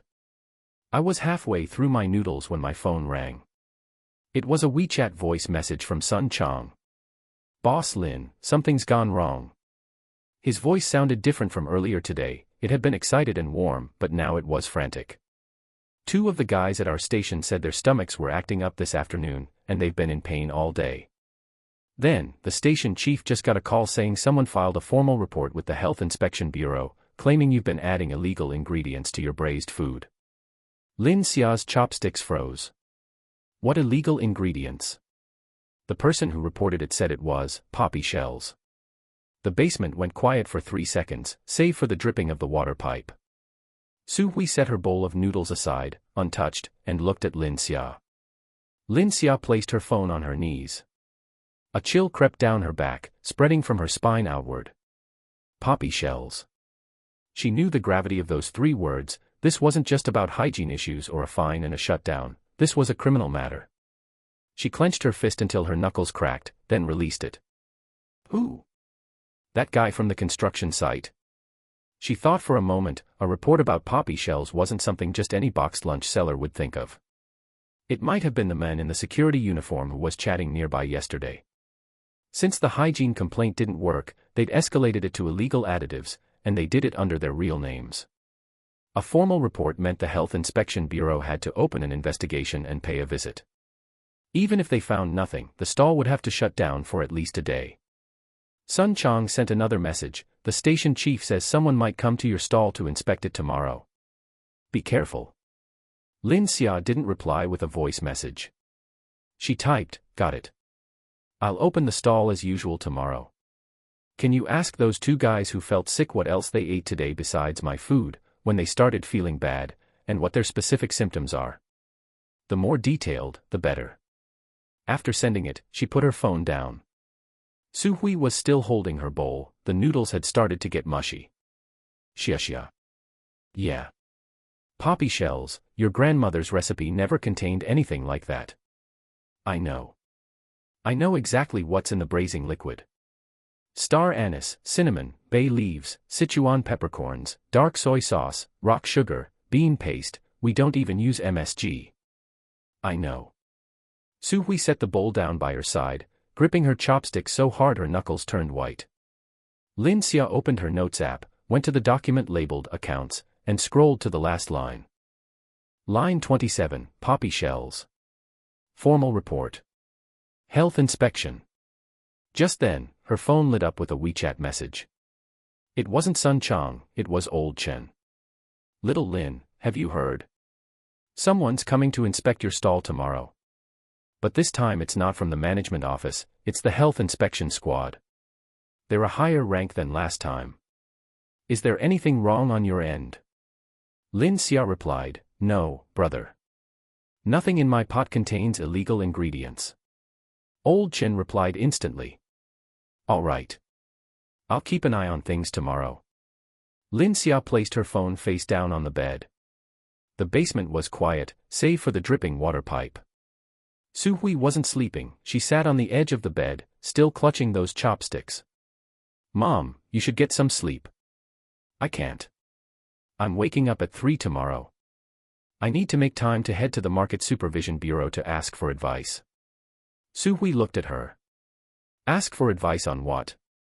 To see if I can request a third-party on-site rapid test. If they want to report me for using poppy shells, I'll just cooperate with the test in front of everyone. She pulled the quilt over. No matter who is pulling the strings behind the scenes, I can handle it. Su Hui finally put her chopsticks down, resting them on the edge of the bowl with a faint click. 4:40 p.m. When Lin Xia arrived at the night market, the people had arrived before she could even set up her stall. They weren't customers. 3 people in uniforms were walking over from the west end of the alley. In the lead was a short, stout man in his early 40s, his uniform was stretched tight, and he wore an ID badge on his chest while clutching a stack of documents. Behind him were 2 younger men, one carrying a testing kit, the other holding a body-worn camera. This wasn't like the routine inspection from the management office. The color of their uniforms was different. This was the health inspection squad. They were a rank higher. Lin Xia was crouching on the ground, laying out the tablecloth. She didn't stop what she was doing, but her eyes swept in the direction of the 3 men. They were heading straight toward her. Old Chen strolled out from the corner of the alley, his hands in his pockets and a toothpick dangling from the corner of his mouth. When he saw the 3 men, he slowed his pace for a beat, but didn't stop. The short, stout captain stopped in front of the stall. The red light on the body-worn camera was already on. Su's braised food. Yes, Lin Xia stood up. City East Health Inspection Squad. We received a formal report alleging that your braised products contain illegal substances, such as poppy shells. Pursuant to Article 110 of the Food Safety Law, we are now conducting an on-site inspection of your premises and food products. He flipped through the stack of documents but didn't hand them over. The noise in the alley died down. The fatty skewer seller stopped fanning his coals. The grilled cold noodle guy set his spatula on the iron plate and craned his neck forward. The 2 customers at the front of the line stepped back. A young man with a phone didn't move, he just raised his phone a bit higher, aiming the lens toward the stall. Su Hui stood behind the braising pot, gripping her iron chopsticks. When she heard the words poppy shells, her jaw tightened. Lin Xia didn't panic. She pulled a clear plastic bag from her apron pocket.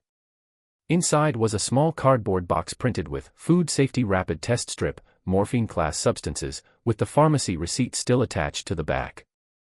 Captain, before you test it, I'll test it myself first. She opened the test kit and pulled out a test strip.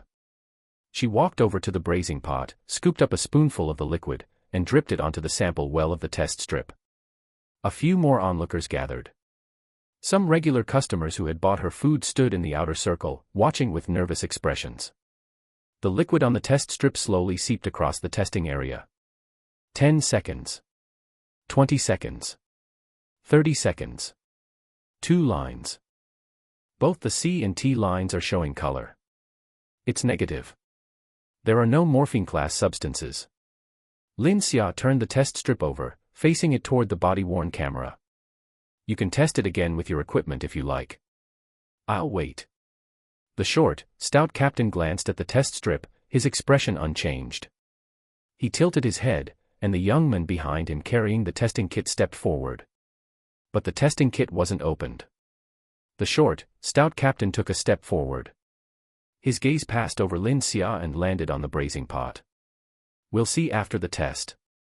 According to protocol, food and ingredients suspected of containing illegal additives must be sealed and taken back to the laboratory for quantitative analysis. He gestured toward the braising pot. This pot of broth, pot and ingredients included, is to be sealed and confiscated. Su Hui's body went rigid. The aged braising liquid. The recipe passed down from her mother. Every day, they added ingredients, topped it up with water, and adjusted the seasoning. The pot had been nurtured for over half a month. The base flavor of the broth was fed by time. Every day, every batch of meat and bones braised in it added a layer of umami to the liquid. If they took it away, it would be ruined. Starting a new pot would take at least a week to get the flavor back to where it was. If they didn't open for a week, the customers would drift away, the group orders would stop, and the reputation they had worked so hard to build would be reduced to nothing. Su Hui took a step, standing in front of the pot. She held her iron chopsticks across her chest, a 1.5 long iron rod, heavy and solid. You can inspect it if you want. But you cannot take this pot of broth. Her voice wasn't loud, but her stance was clear. If they wanted to move the pot, they'd have to go through her first. The short, stout captain frowned. Ma'am, this is law enforcement procedure. You can enforce the law. Take your samples on the spot, seal them, and send them to your lab. A spoonful of broth is enough for testing. But taking the whole pot is unreasonable. Lin Xia stood next to Su Hui, her phone already out with the screen lit up. Article 18 of the Administrative Measures for Food Safety Sampling and Inspection states that on-site sampling must be conducted by at least 2 enforcement officers and a sampling form must be filled out. The quantity of the sample taken must be limited to what is necessary for testing and cannot exceed a reasonable range. She didn't recite it quickly, but every word was clear and sharp. For a 30-gene pot of broth, how much do you need for a quantitative morphine class test? Is 200 milliliters enough? The short, stout captain's mouth moved, but he couldn't find a reply. The young man behind him holding the body-worn camera trembled. The image shook. Lin Xia looked at the short, stout captain's ID badge.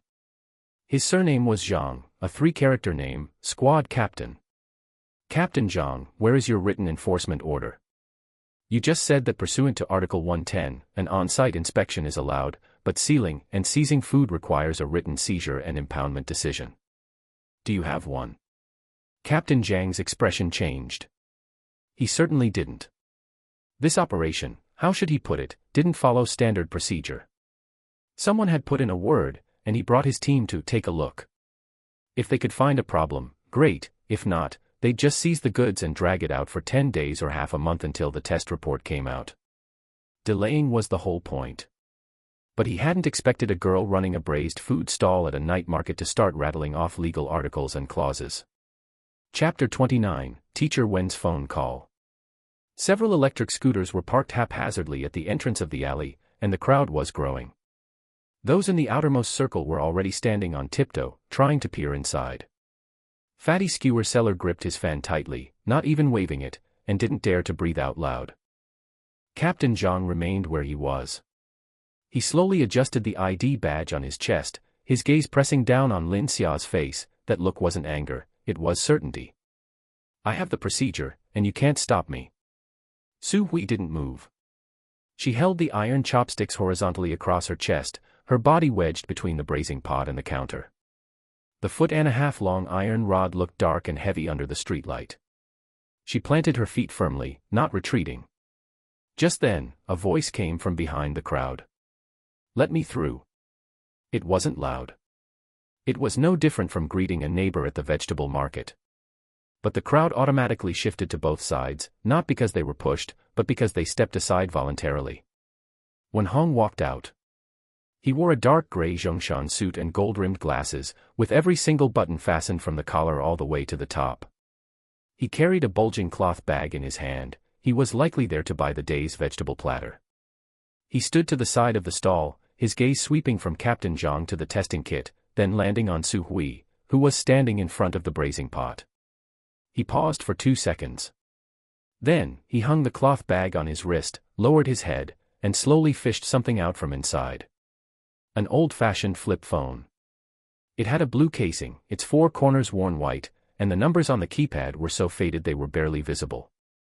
When the light hit it, it reflected slightly.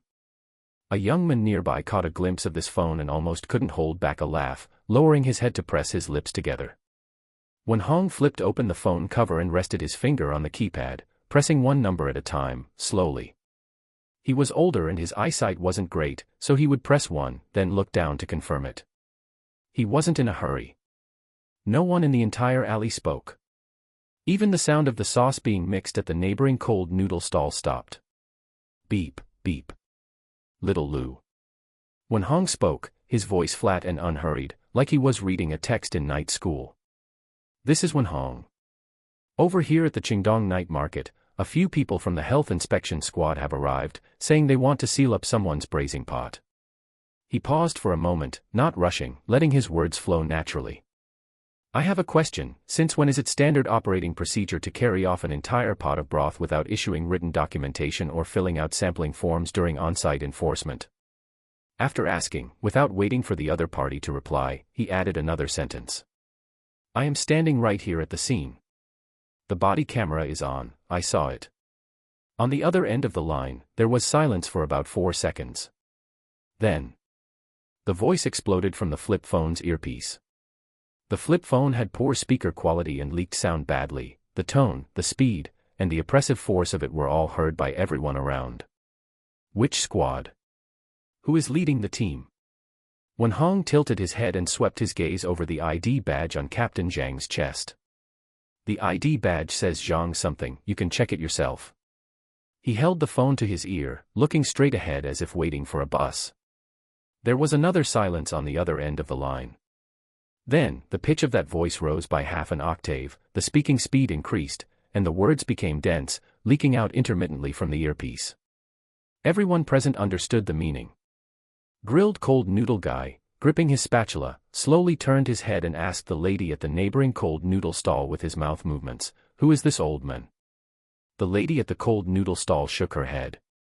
Both of them stretched their necks even further at the same time. Wen Hong didn't speak again. He took the phone away from his ear, held his arm out level, and handed it toward Captain Zhang. Your Director Lu wants to talk to you. Just 6 words. Captain Zhang reached out. The moment his fingers touched the casing of the flip phone, he visibly paused. That old blue plastic was icy cold, not the same temperature as the 3,000 yuan touchscreen phone in his pocket. He brought the phone to his ear. Director Lu, this is Zhang. He didn't finish. The words in the earpiece weren't clear, but the tone couldn't be faked. His earlobes flushed red first, the blood rushing up, only to be suppressed halfway by something, leaving him unable to advance or retreat, stuck right there. His complexion sank, turning into the color of dead ash. After listening for nearly half a minute, he closed the phone and handed it back with both hands. When he had taken it, he used 2 fingers. When he returned it, he used both hands. 3 times more respectful. That extra 2-fold wasn't courtesy, it was something else. Teacher 1, it was us, our procedures weren't up to standard. His voice was a notch lower. He turned back and looked at the 2 young men. Keep a sample. Take 200 milliliters of the broth, seal it on site, and send it to the lab. The young man holding the testing kit was efficient. He extended a sampling tube into the braising pot, sucked up a tube of broth, sealed it, and applied the label. 30 seconds, and it was done. Captain Zhang shook a blank sampling form out of a folder and squatted on the edge of the tricycle's cargo bed to fill it out, his pen rustling against the paper. After filling it out, he handed it over without meeting Lin Xia's eyes. Lin Xia took it, signed it, and casually took a photo of it to save on her phone. Captain Zhang brushed the dust off his pant legs, his lips moved, but nothing came out. He took the 2 men and walked toward the alley entrance. After walking 7 or 8 steps, the young man holding the body camera couldn't resist and looked back once. With just that one glance, he quickly turned back around. The tension in the alley loosened. The breath that grilled cold noodle guy had been holding for 3 minutes was finally fully released. He stepped back, bumping straight into the folding table of the cold noodle stall. The cup on the table wobbled, about to fly off, but he reached out and steadied it. He steadied the edge of the table and turned to ask the lady, "What do you think that old man actually does?" The cold noodle lady glanced at him sideways. "Never mind what he does, as long as he's powerful, that's enough." Fatty skewer seller's fan finally started waving again, twice as fast as usual, not to fan away heat, but out of a stress response. Su Hui's hand was still gripping that iron chopstick. Her fingertips were white, tense section by section, and the end of the chopstick trembled slightly, very lightly, but it wouldn't stop. She looked at Wen Hong. Wen Hong put the flip phone back into his pocket. His movements were very slow, as if he were putting away an old item he had used for 20 years, careful, unhurried. After putting it away, he looked up and glanced at Su Hui. "Boss Su, do you still have the vegetable platter for today?" Su Hui was stunned for a second. She slowly put down the iron chopstick, wiped her hands on her apron, and picked up the long chopsticks for serving food. Yes. She picked the vegetables, picking them carefully: dried tofu, bean curd sheets, lotus root slices, kelp knots, enoki mushrooms, the same 5 items teacher Wen had chosen last time. She remembered, she hadn't forgotten. After picking them, she put them into a takeout container and sealed it tightly. Then she turned to the side and fished a pig trotter out of the braising pot. It was the best one of the day, its skin soaked full of braising liquid, the sauce-colored surface lustrous, trembling slightly when pressed, thick with collagen, the cross-section dark to the point of blackness. She packed it in a separate box. She stacked the 2 boxes together and handed them over. Teacher Wen, the pig trotter is a gift for you. Wen Hong took them, lowered his head to look at the pig trotter, then looked up to sweep a glance at the sign. PVC board, white background with red text, Seuss braised food, computer-generated song typeface, proper and regular. He held the boxes steady and pushed up his glasses with his other hand. Boss Sue, your sign is sturdy enough, but the font is computer typeset, it lacks a certain something. Su Hui was taken aback. If you don't mind, I'll write a pair for you tomorrow. You know how to write calligraphy. Su Hui's voice dropped a notch, as if she weren't sure she had heard correctly. Wen Hong smiled slightly. It was very faint, the curve of his mouth lifting and then dropping, something in his eyes warming up. I taught Chinese for 40 years. I can still manage to write with a brush. He didn't say anything more. Carrying the 2 boxes, he turned and walked away. The back of his Zhongshan suit was very straight, his steps unhurried. He walked into the light and shadow of the night market, one moment bright and one moment dark, slowly shrinking into a dot, turning out of the alley entrance, and disappearing. Su Hui's eyes were red. She didn't look up, she picked up the iron chopstick, reached into the braising pot, and stirred it, but found nothing. She pulled it out and wiped it on her apron. The white mark on her fingertips from gripping the chopstick took a long time to slowly fade away. Lin Xia rearranged the skewed takeout boxes on the counter. Mom, time to sell. Chapter 30, Daily Revenue of 3,000. We're moving.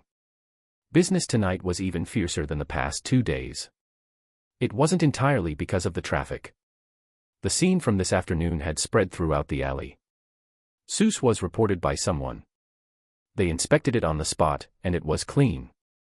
Then, a retired old professor made one phone call and completely intimidated the enforcement team. By the time the story reached the 3rd person, the flavor had changed. That old professor is a retired deputy director of the Education Bureau. No, I heard it was from the municipal committee. Don't talk nonsense. They are a university professor, the kind with students all over the world.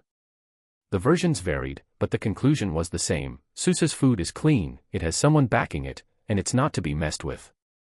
In a place like the night market, being clean and being untouchable are the 2 strongest cards to hold. The braised pork rice was wiped out in 40 minutes. The blind boxes sold out in an hour and a half. She brought 20 bottles of the bottled chili oil, and not a single one was left before 7:30. At this sales speed, the long tongs in Lin Xia's hand never rested, picking up food, packing, scanning payment codes, giving change, one task after another, her movements without hesitation. The auntie waiting in line nearby muttered, "This girl is really quick with her hands," while people behind were already standing on their tiptoes to squeeze forward.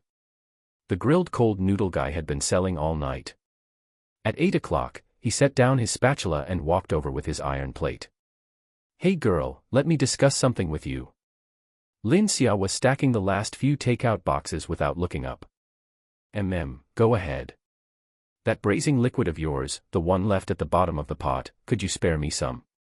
I want to try braised cold noodles, it might be a new product. Of course, I won't take it for free. I'll pay. Only then did Lin Xia look up and glance at him. He was in his 20s, dark-skinned and thin, with a fast mouth, but not stupid. He had been setting up shop in this alley for over half a year and was familiar with everyone. He was the type who knew how to handle things without being annoying. She sealed the last container and put it into the storage box. The braising liquid is fine, but I'm not selling it. The young man's eyebrows jumped. Then what do you mean? Put up a sign at your stall, braised special blend, base from Su's braised food. Consider it a collaboration. You take a portion of secondary braising liquid from me every day for 5 yuan, which will be enough for you to use all night. The grilled cold noodle guy blinked twice. His mouth moved as he thought about it, and his expression twisted for a moment. He couldn't say what was wrong with it, but he definitely wasn't losing out. Isn't this just advertising for you? Lin Xia didn't explain. Instead, she countered with a question. How long have you been using that sauce of yours? More than half a year, I guess. Have your repeat customers dropped off recently? His mouth moved, but this time he didn't say anything and just shut it. They had indeed dropped off. Recently, every time it hit past 7 o'clock, the area in front of his stall was noticeably emptier. The familiar faces that used to stand there waiting had started drifting toward other stalls. Lin Xia didn't press further. She just waited like that. All right. He slapped his thigh, his voice decisive. I'll put up the sign tomorrow. He left. Lin Xia stared at his back, already calculating another set of accounts in her mind. Wholesale braising liquid. Not selling it bowl by bowl like to retail customers, but supplying base ingredients to surrounding vendors. Her braising broth was authentic aged marinade. The supply for others could be diluted, 30% concentration mixed with 70% clear water, boiled again with a handful of spices. The resulting product would be streets ahead of the bagged braising spices from the supermarket, but the core formula was something others couldn't learn. 5 yuan a portion, cost is 1 yuan and 20 cents. On this row at the east end of the night market, there were at least 15 stalls. If 5 started using it, that's 25 yuan a day, 750 a month. Not much. But this money didn't need her to watch over it, it would come on its own. She turned to pack up her stall. Returning to the basement. Su Hui had already boiled some water. The pot lid was being pushed up by the steam, making a faint clattering sound. Lin Xia brought the storage box in, sat in the corner, and began to calculate the accounts. Today's numbers fell into the memo one by one. Night market braised food, 1,100. Bottled chili oil, 300. The construction site group meal at noon, 840. Deducting today's procurement and takeout boxes, the cost was 680. Lin Xia stared at the final total, her finger hovering at the edge of the screen for 2 seconds. Net income of 2,540 yuan. Adding the system subsidy of 10 yuan for the first order per person daily, that's 3,270 yuan in total. She had earned nearly 6,000 today alone. She typed the numbers into the memo, not closing the page immediately. On the day she just started, she had counted the first day's earnings in this basement. The daily revenue was only 93 yuan, and that was without deducting costs. It was all supported by the system subsidy. But now, even without the system, the small stall was profitable. Ding! Milestone achievement reached, daily revenue exceeded 3,000 yuan. Rewards issued, medium mobile food truck exchange card X1, cash reward 2,000 yuan, green trait lottery ticket X1, placed in inventory. Lin Xia put the cash into her pocket, then opened the system inventory and tapped on the exchange card to take a look. Medium mobile food truck. It wasn't a tricycle, but a proper food truck, one with a prep counter, cooking equipment, and folding windows. Her fingertip grazed the edge of the exchange card, and a thought flashed through her mind: she would use this sooner or later, but not today. Putting it back in the inventory, she opened the green trait lottery. The wheel spun, the 6 slots lit up in turn, and it finally landed on the one on the far right. Green trait, ingredient prep assistant, passive skill.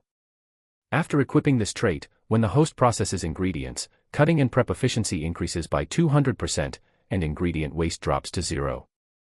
Whoa, good stuff. Not to mention the efficiency boost, there's no waste, so costs are reduced again. She collected the trait and leaned back against the wall. She closed her eyes for 2 seconds, then opened them again. The noodles were cooked. Su Hui brought them over and placed them in front of Lin Xia.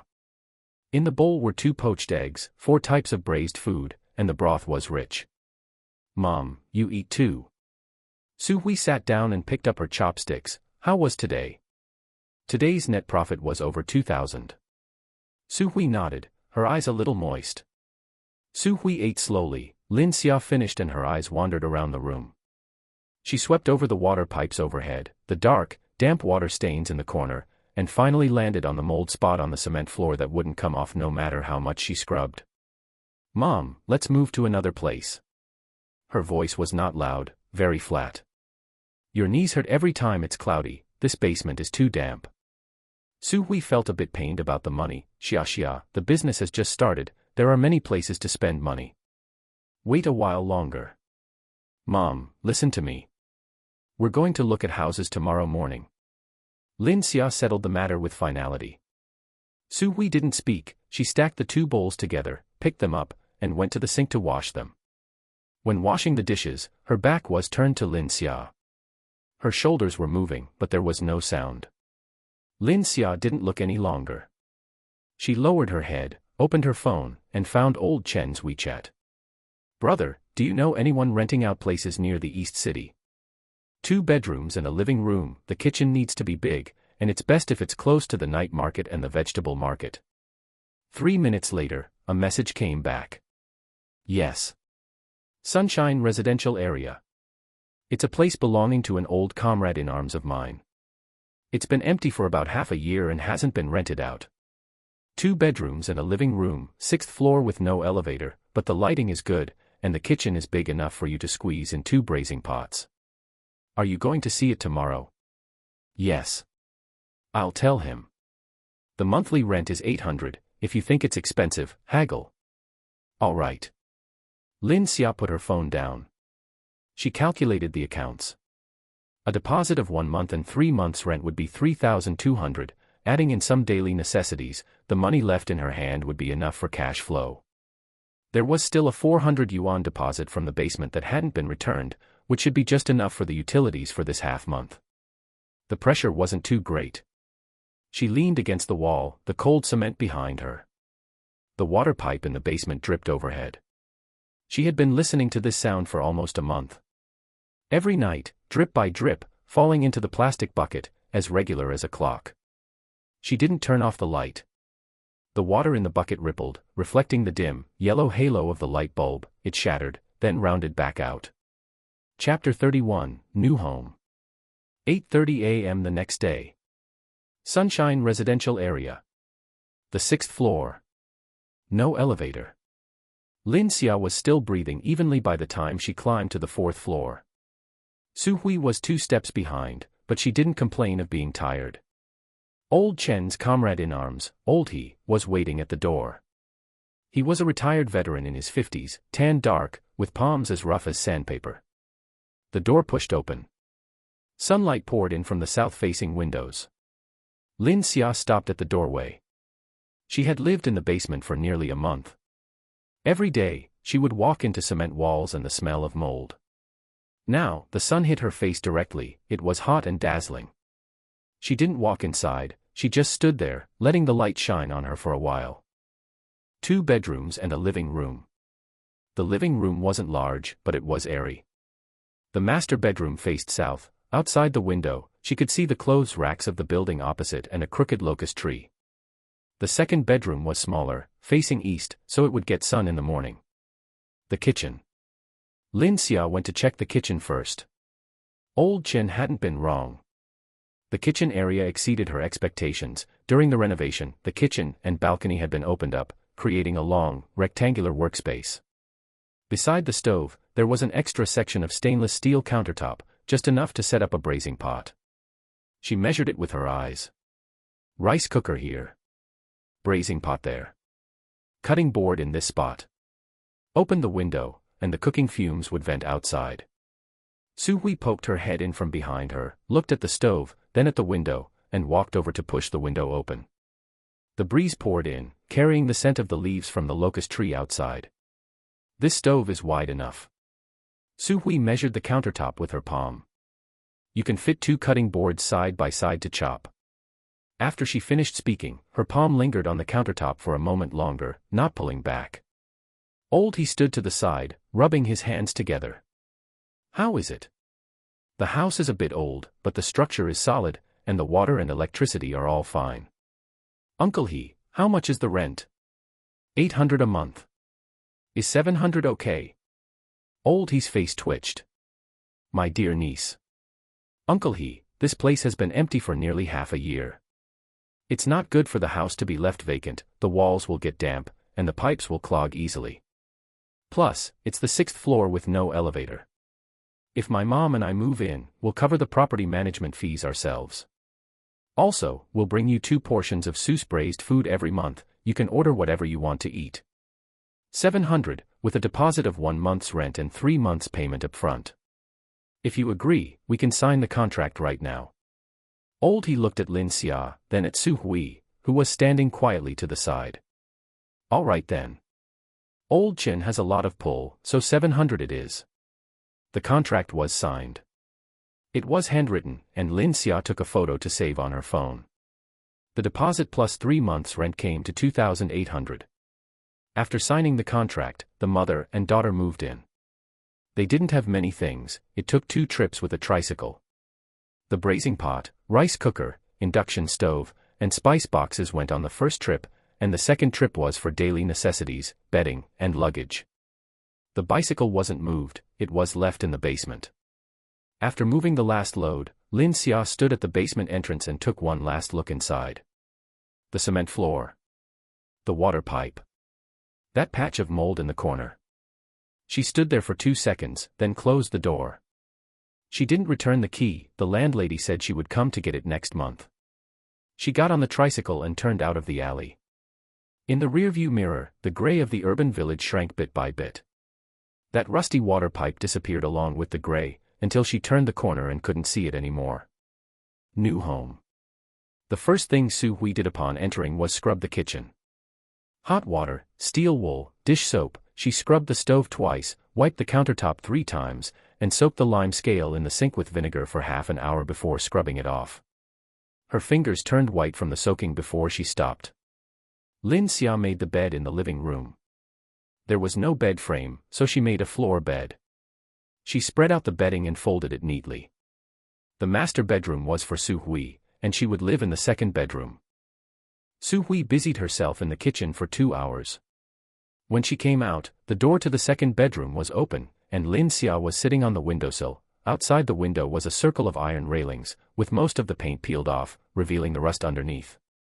She rested her feet on the crossbar of the railing, tilting her head, though it was unclear what she was looking at. The sun shone in from the east window, hitting the side of her face. Su Hui stood at the doorway and watched for a while. What are you doing? Sunbathing. Su Hui walked over and stood by the windowsill.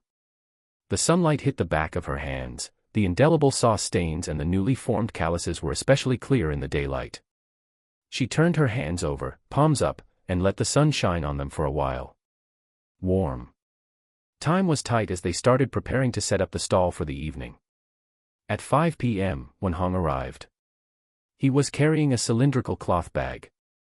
He stood at the entrance of the night market alley, looked left and right, and walked straight to the side of the Seuss stall. Lin Xia was laying out the tablecloth. When she saw him, she called out, "Teacher Wen." When Hong placed the cloth bag on the tricycle's cargo bed and untied the knot. Inside was a piece of rolled-up rice paper. He unfolded it. 4 characters. Seuss braised food. It was in semi-cursive script. The brushwork was steady and composed, with the foundation of decades of practice evident in every stroke. Every stroke landed exactly where it should, it wasn't flashy, but it carried weight. The ink was thick, shining black. In the bottom right corner was a line of small text, Spring of the Jiachen Year, written by Wen Hong. Su Hui walked out from behind the braising pot. She looked at the 4 characters and didn't speak immediately, she wiped her hands on her apron, then wiped them again. The sign from North Street was long gone, but there was still someone to write the characters. Teacher Wen, this. Wen Hong pushed up his glasses. Paper doesn't hold up well in the wind. Find a place to have it mounted later, add a layer of plastic lamination on the outside, and it will be ready to use. Lin Xia took it. The paper was light, but it had a sense of weight in her hands. Teacher Wen, for the cost of the calligraphy, don't bother with money with me. I've been eating your 3 yuan vegetable platter for half a month, I've already taken enough advantage. He left as soon as he finished speaking. He didn't buy anything, today, he had probably come specifically to deliver the calligraphy. Su Hui hurriedly grabbed 2 boxes of braised food and chased after him, insisting on giving them to Teacher Wen, just a small token of our appreciation. Teacher Wen declined a couple of times, but eventually gave in and accepted. Lin Xia carefully rolled the rice paper back up, put it in the cloth bag, and placed it in the storage compartment under the tricycle seat. That night, she took it to that old-fashioned printing shop in the east of the city to have it mounted. The owner pushed his glasses up onto his forehead and leaned in to take a look. These characters are written well. Whose are they? A retired teacher. Deep foundation. The owner nodded. What kind of mounting do you want? Plastic lamination with a hard board backing. Just needs to be waterproof and sunproof. 35. 25, and I'll bring another one next time. 30. That's the lowest. 28. All right then.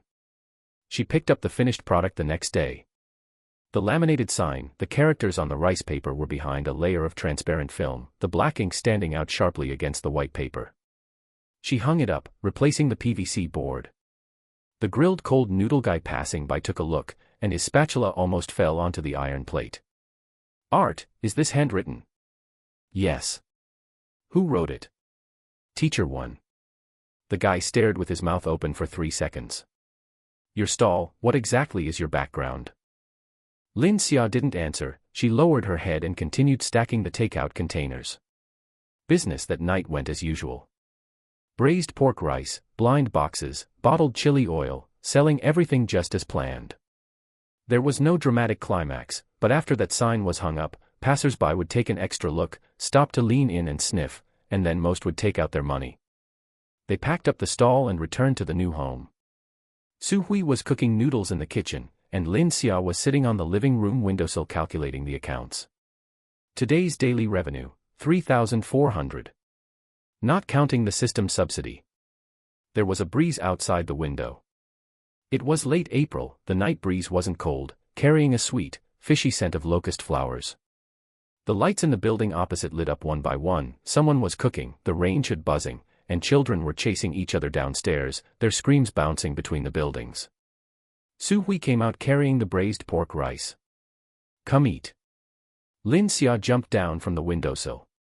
A thick layer of chopped braised meat covered the rice, and the braised dried tofu and braised eggs shone with an enticing sauce color.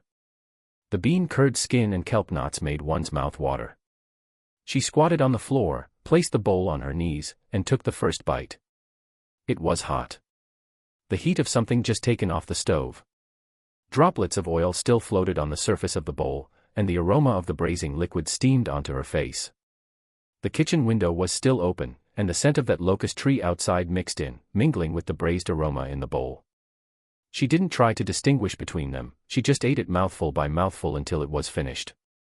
Chapter 32, The Old Lady's Antics. 3 days later. 10 in the morning. Lin Xia and Su Hui had just returned from the market. The tricycle was parked downstairs at Sunshine Residential Area, with 2 large bags of groceries in the cargo bed. Su Hui carried one bag upstairs first, while Lin Xia locked the vehicle below. Her phone rang. It was the landlady from before. Xiao Lin, you need to come back to the basement and take a look right now. Lin Xia's hand, holding the grocery bag, stopped. What's wrong? There are a few people blocking the entrance to our basement, saying they know you and your mother live here. There's an old lady sitting at the door refusing to leave, claiming to be your grandmother and insisting on seeing you. There are also reporters, the kind with cameras. Lin Xia's mind raced. She only had one grandmother. Lin Jiangwo's mother, Chen Guilan. What kind of reporters? They look like they're from a TV station, carrying those big machines. All right, I'll come over and handle it immediately. Lin Xia carried the groceries upstairs and called for Su Hui. Upon hearing this, the color drained from Su Hui's face. She shuddered at the mere mention of Chen Guilan. In 23 years, she had endured countless eye rolls, heard countless veiled insults, and swallowed countless cold rejections of, "You aren't good enough for my son." She remembered every single one. "Mom, come with me." Come with me." Lin Xia's tone left no room for negotiation. If you don't go, she'll just put on a show for everyone else, and the version that gets spread around will make it look like we're guilty. If you go, we can settle this face to face. Su Hui clenched her fist. Her nails dug into her palm. She changed into clean clothes, took off her apron, and retied her hair. The mother and daughter rode the tricycle toward the urban village. They arrived in 12 minutes. They could see people from a distance. The entrance to the basement alley was surrounded by a crowd. Neighbors, passers-by, and a few busybody aunties. There was an empty space in the middle, and an old lady was sitting on a folding stool. Chen Guilan. 71 years old. Her hair was completely white, but she was full of energy. She wore a dark red button-down jacket, collar fastened neatly, leaning on a wooden cane. Her other hand clutched a handkerchief, which she pressed to the corner of her eye from time to time. The frequency of the pressing was deliberate, once every 30 seconds, accompanied by a long, drawn-out sigh. Performative crying. Lin Xia had seen it before. When she was a child, every time she finished berating Su Hui, Chen Guilan would use this routine, sitting on the living room sofa, pressing a handkerchief to her eye, sighing, waiting for her son to return to add fuel to the fire with her complaints, and then waiting for her son to coax her. Once coaxed, the next sentence would be, "Look at how your wife has angered me." Lin Jiangwo stood behind the old lady. He didn't stand in a conspicuous spot. He stepped back half a pace, hiding behind a tall person carrying a video camera, revealing only half a shoulder and a hand holding a phone. Cameras. 2 of them. One was on a shoulder, the lens pointed at the old lady. The other was set on a tripod, the angle aimed at the alley entrance, waiting to capture Lin Xia and Su Hui's initial reaction. Standing next to the person carrying the machine was a woman. In her 30s, short hair, holding a microphone with a foam cover printed with the station's logo, the local TV program Help Girl. Lin Xia had seen this program. It specialized in mediating emotional disputes. Its ratings relied on arguments, crying, and mother-in-law/daughter-in-law drama. The uglier it was, the higher the ratings. She stopped the tricycle at the alley entrance.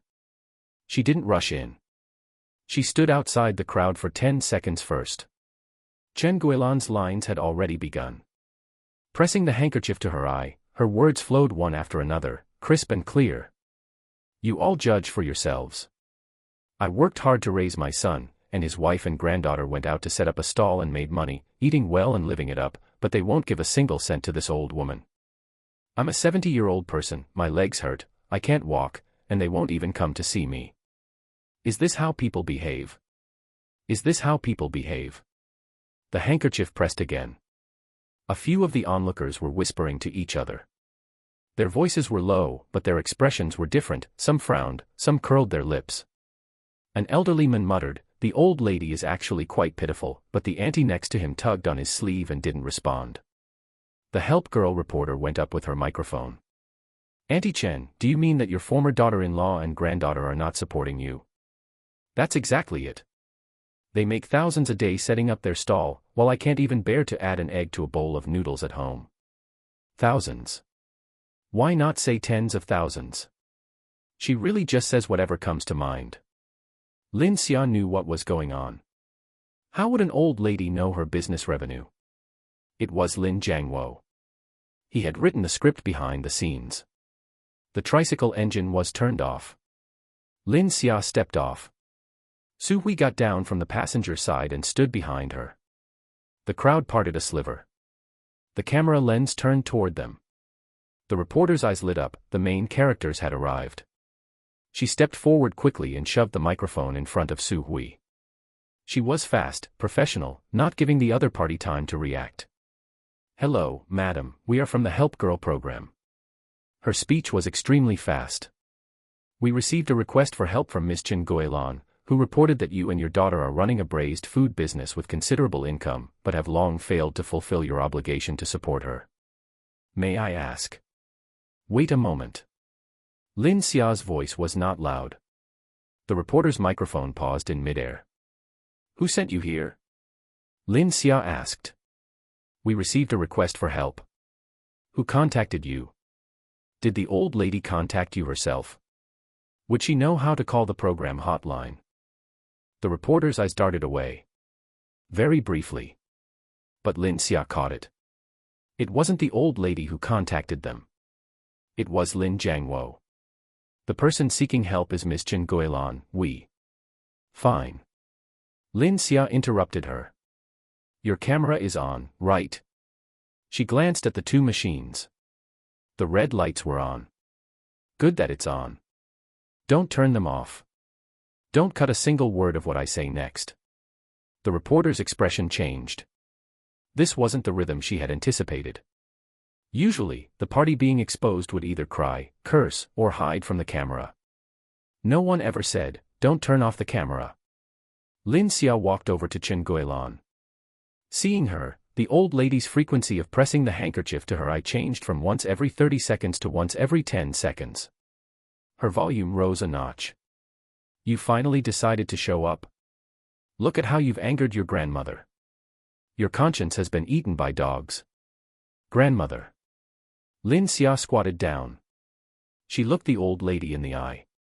You say we aren't supporting you. I'll ask you a few questions, and you answer them in front of the camera. Chen Guilan's handkerchief paused for a beat. First question. Lin Xia's voice was not high, but the alley was narrow, and the echo made every word clear. You are my father's mother.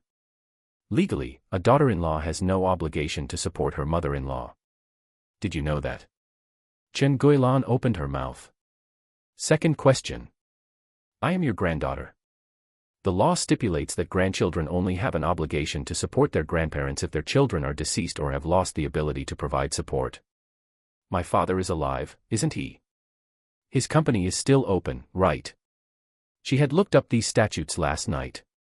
It wasn't an improvisation. The 30th line of her memo had the entire Article 23 of the Law on the Protection of the Rights and Interests of the Elderly copied, word for word. Someone in the alley let out a pft of laughter. The elderly men who had muttered, "The old lady is pitiful," didn't make a sound anymore. The old lady's handkerchief tightened. Third question.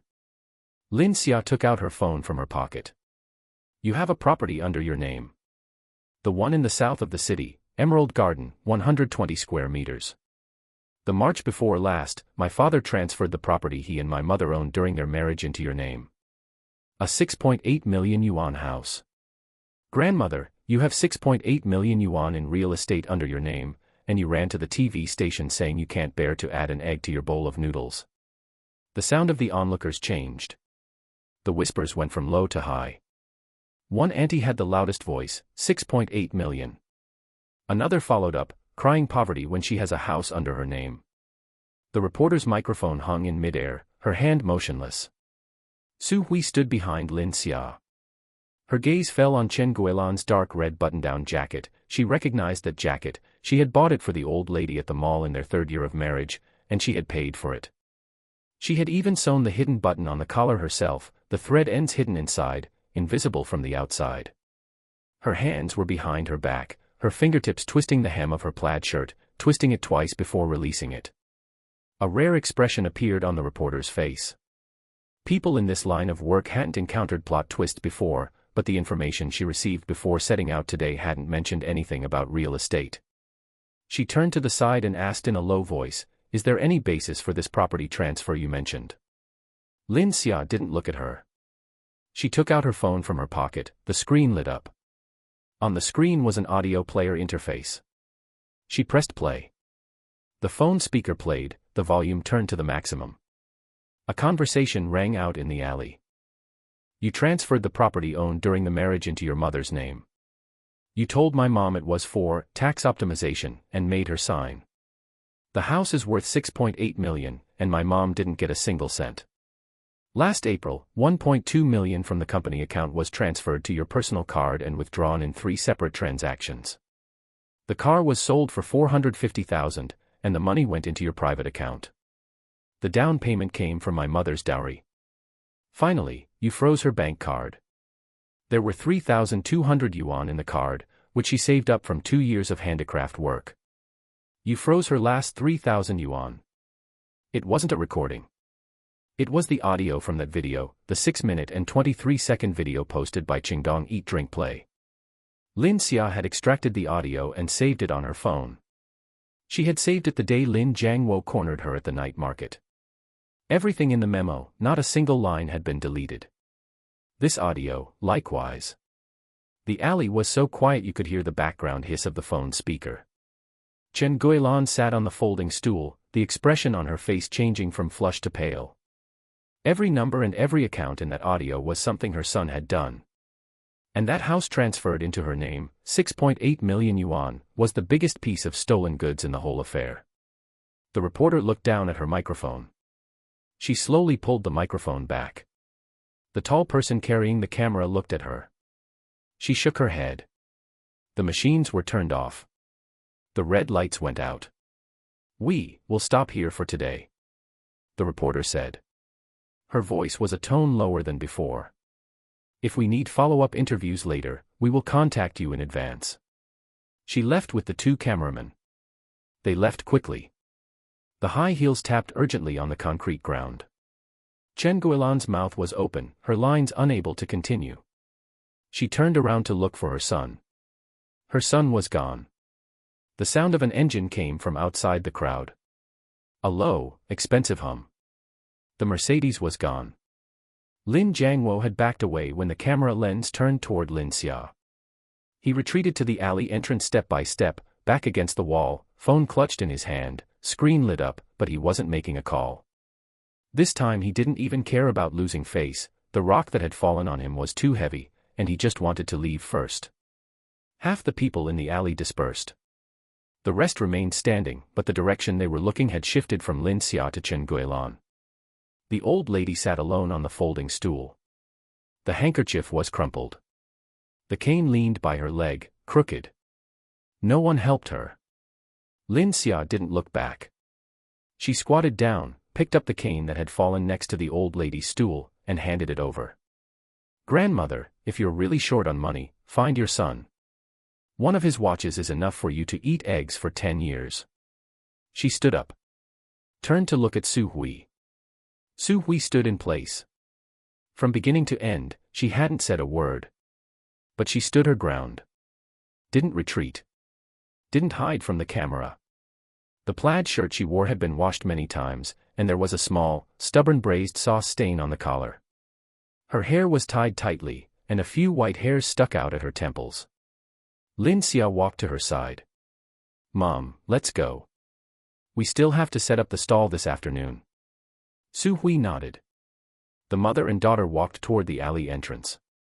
Lin Xia held Su Hui's hand. Her palm was cold. Su Hui's hand was also cold. After holding it for a while, it slowly warmed up. "Mom, get on." Su Hui got on the passenger seat. Sat steadily. The tricycle started with a hum. When turning out of the alley, Lin Xia glanced in the left rearview mirror. Chen Guilan was still sitting there. An auntie walked over and said something in her ear. The old lady folded up the stool, propped herself up with the cane, and stumbled toward the other end of the alley. No one helped her.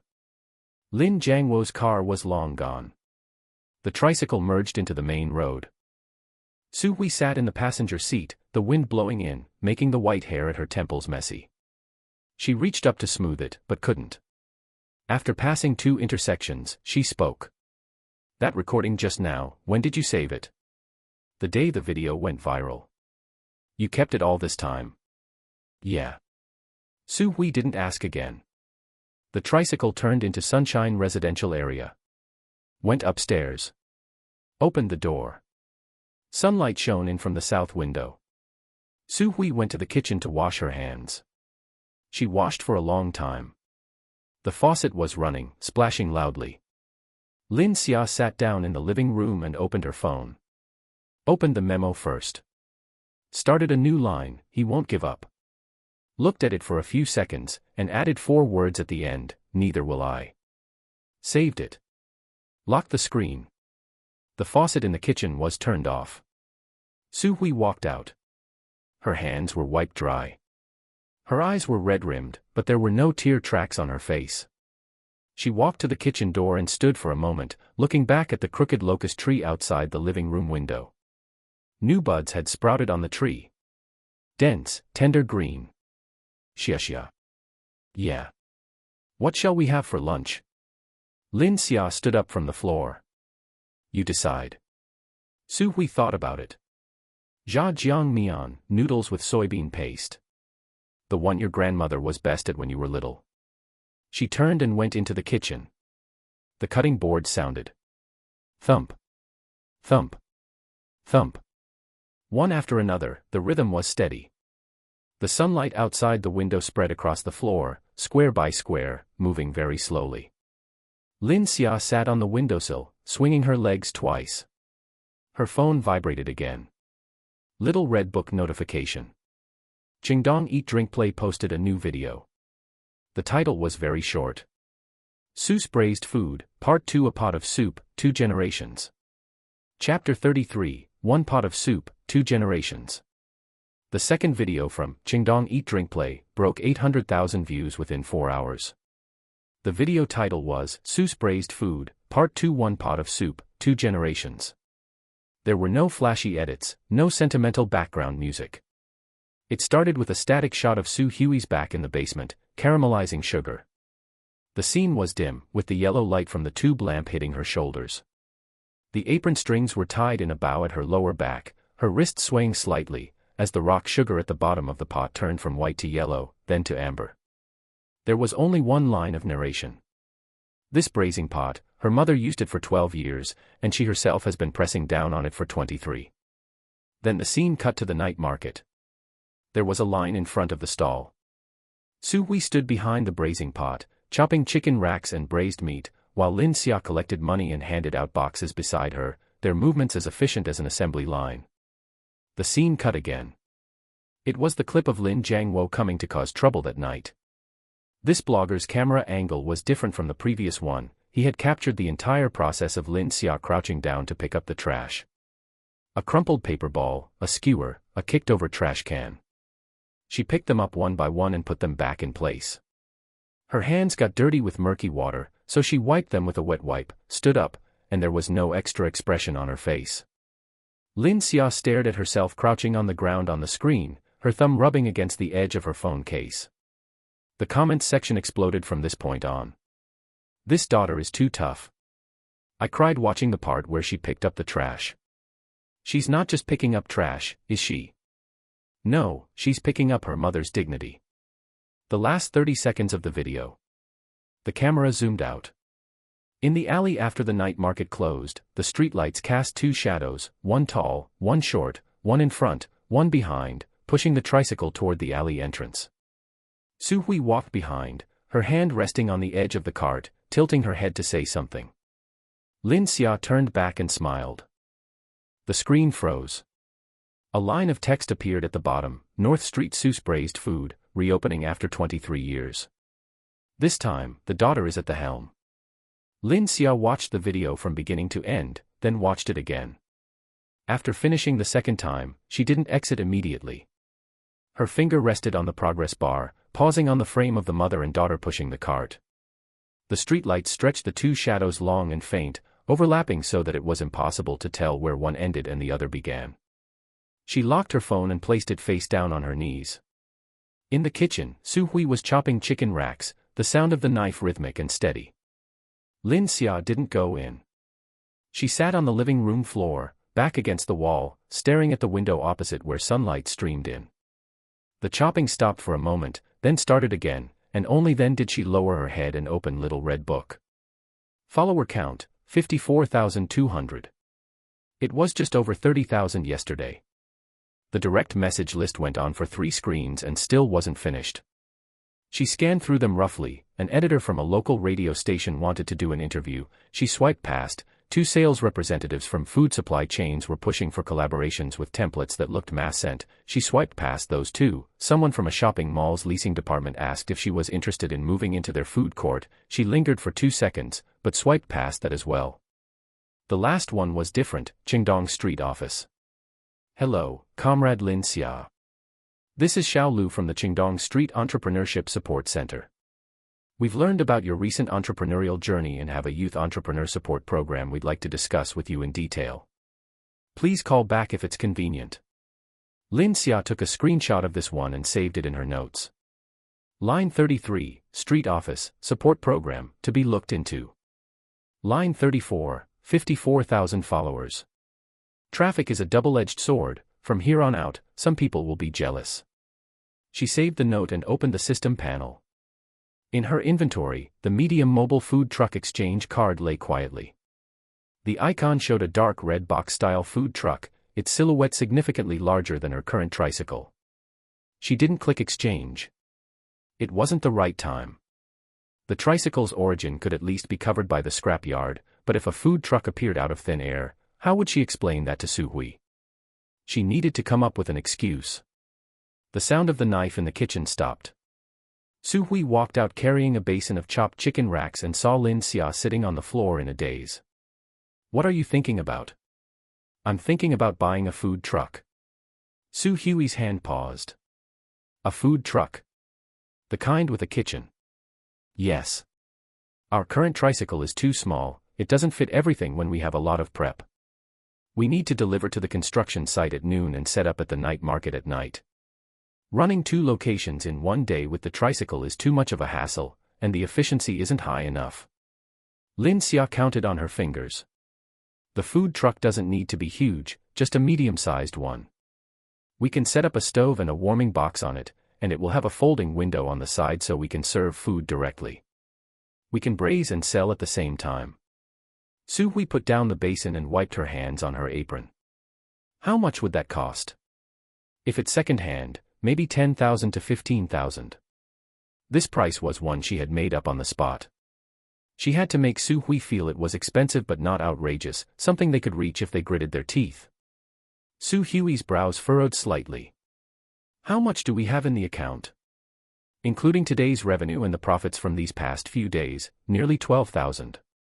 In reality, the money in the system account was far more than that, but she could only feed Su Hui a reasonable version. Su Hui thought for a moment. "Buy it." Lin Xia looked up at her. "You're right, the tricycle is too small. Besides, with a mobile stall, our setup times and locations will be more flexible." Su Hui bent down to carry the basin back into the kitchen, then turned back after a few steps. "But don't buy one that's too old. If the engine is bad, it'll break down on the road and cause trouble." Lin Xia nodded. "I'll go take a look." 3 in the afternoon. She rode the tricycle out of the residential complex. She didn't go to the second-hand car market. She took a detour first, turning into the dead-end alley behind Qingdong Park. At the end of the alley was a brick wall that had been half demolished. Behind the wall was an abandoned temporary parking lot, with weeds waist-high sprouting from the cracks in the concrete. She got off the bike and looked around. There were no security cameras, and the situation inside couldn't be seen from the direction of the alley entrance. She opened her system inventory and clicked exchange. A not too blinding light flashed, like the glare of a phone screen in the sun. The food truck appeared. A dark red body. It wasn't that tacky bright red, but a deep jujube red with a matte texture, looking as steady and dignified as a piece of old mahogany in the afternoon sun. The truck was about 4.5 meters long and 1.8 meters wide. On the right side, there was a full-length operation window that could be flipped upward. Once flipped up and secured with hydraulic struts, it served as a natural awning.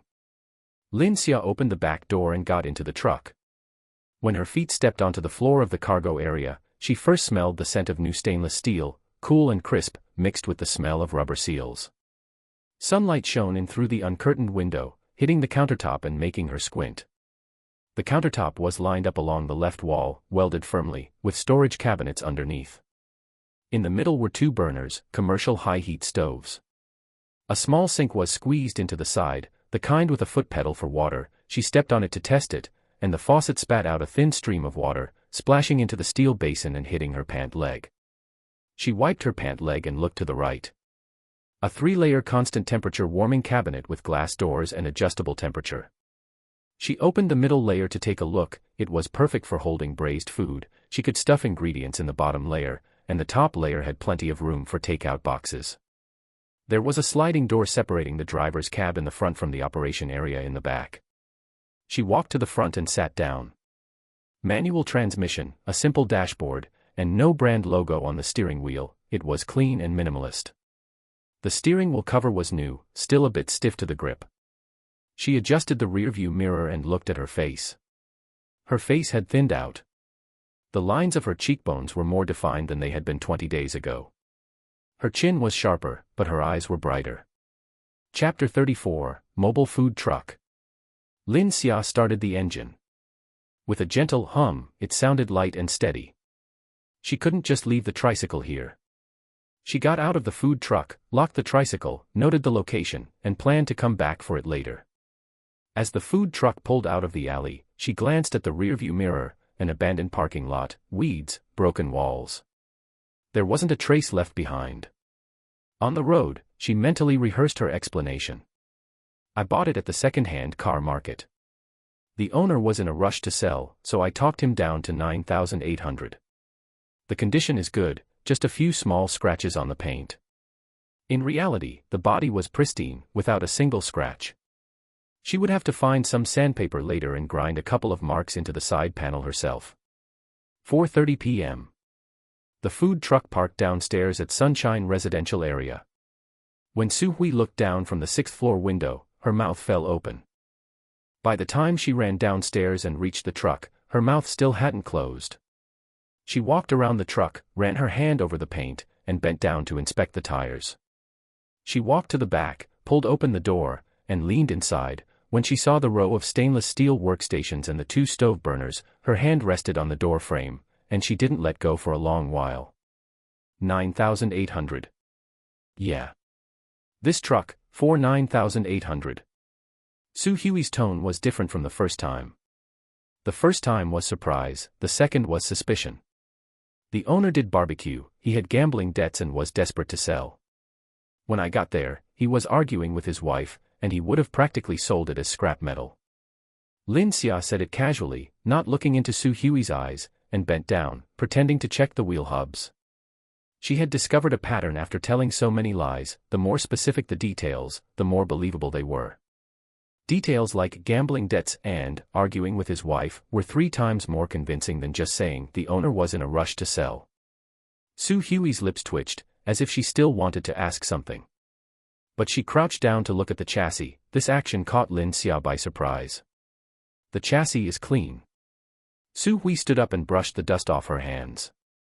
Your grandfather used to say that when buying a second-hand car, you should check the chassis first. As long as the chassis isn't rotten, the car is fine. She took 2 steps into the truck and stood in front of the workstation. She pressed her palm onto the countertop, just like she did yesterday when she first entered the new kitchen, and kept it there for a while without pulling it away. This countertop is wide enough. It can fit 3 cutting boards. Su Hui stood in front of the workstation for a long time. Her fingers slowly slid along the edge of the countertop, as if measuring it, though not entirely. Then she turned around, pulled open the glass door of the middle shelf of the warming cabinet, and reached in to touch the inner wall. Is this for keeping things warm? Constant temperature. Set it to 60 degrees, and the Seuss braised food will stay just like it came out of the pot, even after 12 hours. This wasn't bragging. The flavor-locking attribute could do that on its own. The warming cabinet was just a physical vessel to give Su Hui a reasonable explanation. Su Hui pulled her hand back from the cabinet and wiped it on her apron. She didn't say anything. She walked to the service window and pushed the folding panel upward. The hydraulic strut popped open with a click, and the window opened. The afternoon sunlight poured in through the window, hitting her face. She stood there. Behind her were the brand new stove and workstation. In front of her was the open window and the world outside. The wind blew in through the window, making her squint. She didn't move. The wind blew the stray hairs on her forehead up and then let them fall back down. Her hand rested on the window frame, and her fingertips tapped the metal lightly, as if confirming that this thing was real. Mom. Su Hui pressed the back of her hand against the corner of her eye. The movement was quick, so quick it looked like she was wiping away sweat. Let's go, let's move the stuff. She cleared her throat. Bring the braising pot up and test if the stove works well. They spent an hour moving things. The braising pot, rice cooker, condiment boxes, takeout containers, cutting boards, and knives were moved from the 6th floor trip by trip. Lin Xia made 7 trips, and Su Hui made 5. The last thing brought down was the framed signboard. The 4 characters written by Teacher Yuan, Su's braised food. Lin Xia found a slot above the food truck service window. It looked like it had been left specifically for hanging a sign. She slid the signboard into the slot. The ink characters on the rice paper, behind the plastic lamination, glowed deeply in the twilight. The dark red truck body paired with the white background, black ink running script signboard didn't look tacky or flashy, it had an indescribable sense of rightness. The grilled cold noodle guy rode his e-bike past the alley entrance, braked, and tilted his head to look for 3 seconds. "Hey! Did you get an upgrade? Swap to a new truck?" He pushed his bike over and leaned his head into the service window to look inside. "Holy crap, a mobile food truck, and it even has a stove. You're going to cook on the truck?" Braising and selling at the same time. The guy grinned and walked halfway around the truck, but his smile faded halfway through. How big was his grilled cold noodle griddle? Compared to this truck, his stall looked like child's play. "Did you make that sign for the braised sauce grilled cold noodle collaboration?" Lin Xia asked. I did. I put it up yesterday." He patted his chest. "It works, people are coming specifically for the sign." "That's good. Starting tomorrow, the braising liquid supply will increase from 5 yuan to 8 yuan, double the amount. Do you want it?" 8 yuan. He rubbed his hands together. "All right, I can make it back anyway." He rode off on his bike. After riding about 10 meters, he turned back and shouted, "Hey! At this rate, the night market won't be able to hold you in a couple of months." Lin Xia smiled but didn't reply. She watched Su Hui busy inside the food truck and took a photo to send to Old Chen. "Brother, I've switched to a new mobile food truck. Are there any changes to the stall procedures?" "That's impressive," Old Chen replied quickly. "Bringing a food truck into the night market is different from pushing a tricycle. You have to re-register at the management office and pay the management fee for a mobile food truck, which is more expensive than the stall fee. Also, you need to get a mobile business license from the urban management." "How much?" "The management fee is 300 a month. I'll ask about the license for you to see if we can use the green channel at the sub-district office. By the way, do you have any more of that chili oil? My wife finished a bottle after mixing noodles with it twice and is urging me to get another one." "Thanks, brother. I'll save 2 bottles of chili oil for you, and a portion of braised pork belly for your wife. Remember to come get them tomorrow."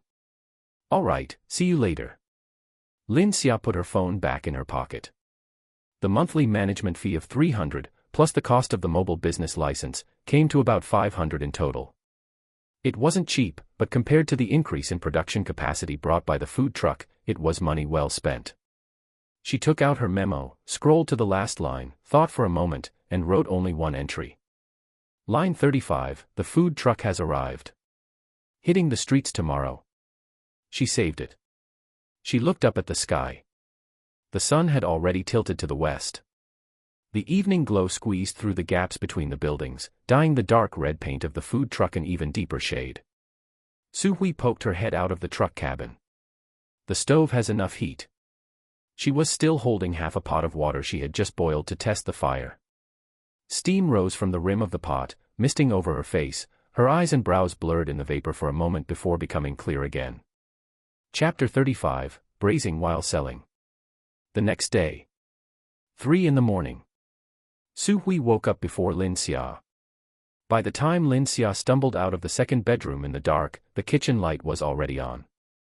Su Hui was washing the braising ingredients, star anise swirled in the basin, and the cinnamon bark had soaked until it was soft and limp. The entire kitchen smelled of the soaking spiced water. "You woke up earlier than me." "Couldn't sleep," Su Hui said without looking up. "I was thinking about that stove." Lin Xia smiled. After cleaning up the dishes last night, Su Hui had gone downstairs to check the vehicle again. She had spent forever picking at a tiny piece of factory protective film on the iron grate of the stove burner with her fingernails until she got it clean. 4:30, time to head downstairs. The food truck was parked in the open space outside the east gate of the residential complex. Lin Xia checked the vehicle's condition, the fuel level was sufficient, the lights were working, and the tires were fine. She opened the back door and shoved the last few boxes of ingredients into the storage cabinet. Sui climbed onto the truck. Her first move was to open the exhaust pipe above the stove. With a manual turn of the knob and a click, the vent opened upward, aligning with the exhaust hole on the roof. Her second move was to turn on the high-power burner. Whoosh, pop. Blue tongues of fire shot out from the burner, far more powerful than that old induction cooker in the basement. The flame was steady and didn't flicker, the center was blue-white, edged with a ring of pale yellow. Sui stared at the fire for a few seconds. Then she placed the braising pot on top. The bottom of the pot hit the iron grate with a clang, feeling heavy and different from before.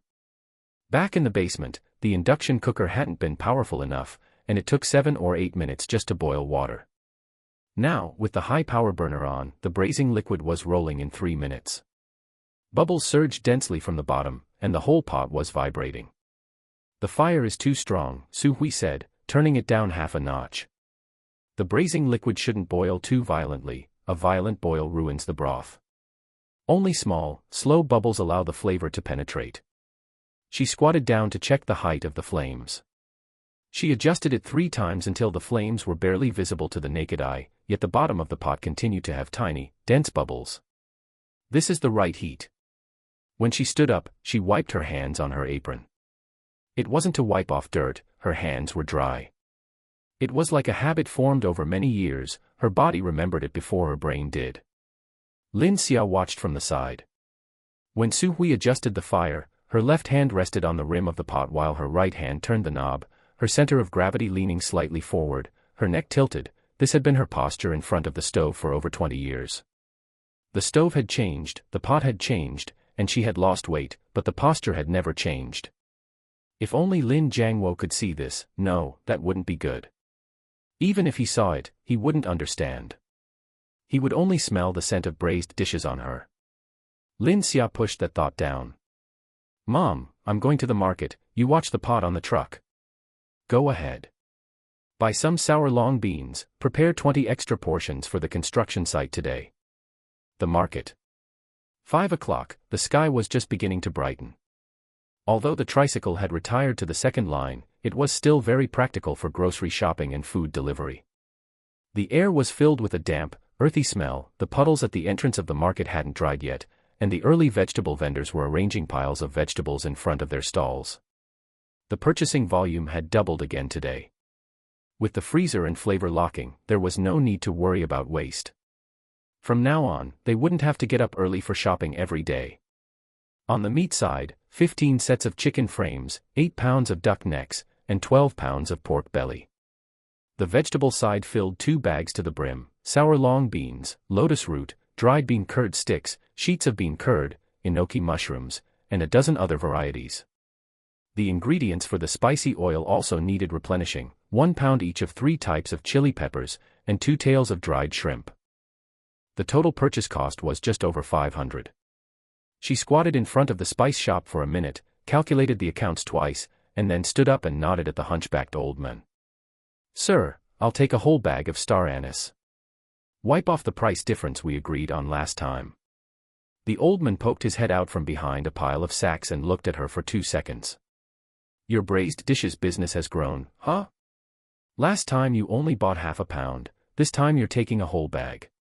The volume has increased." "All right."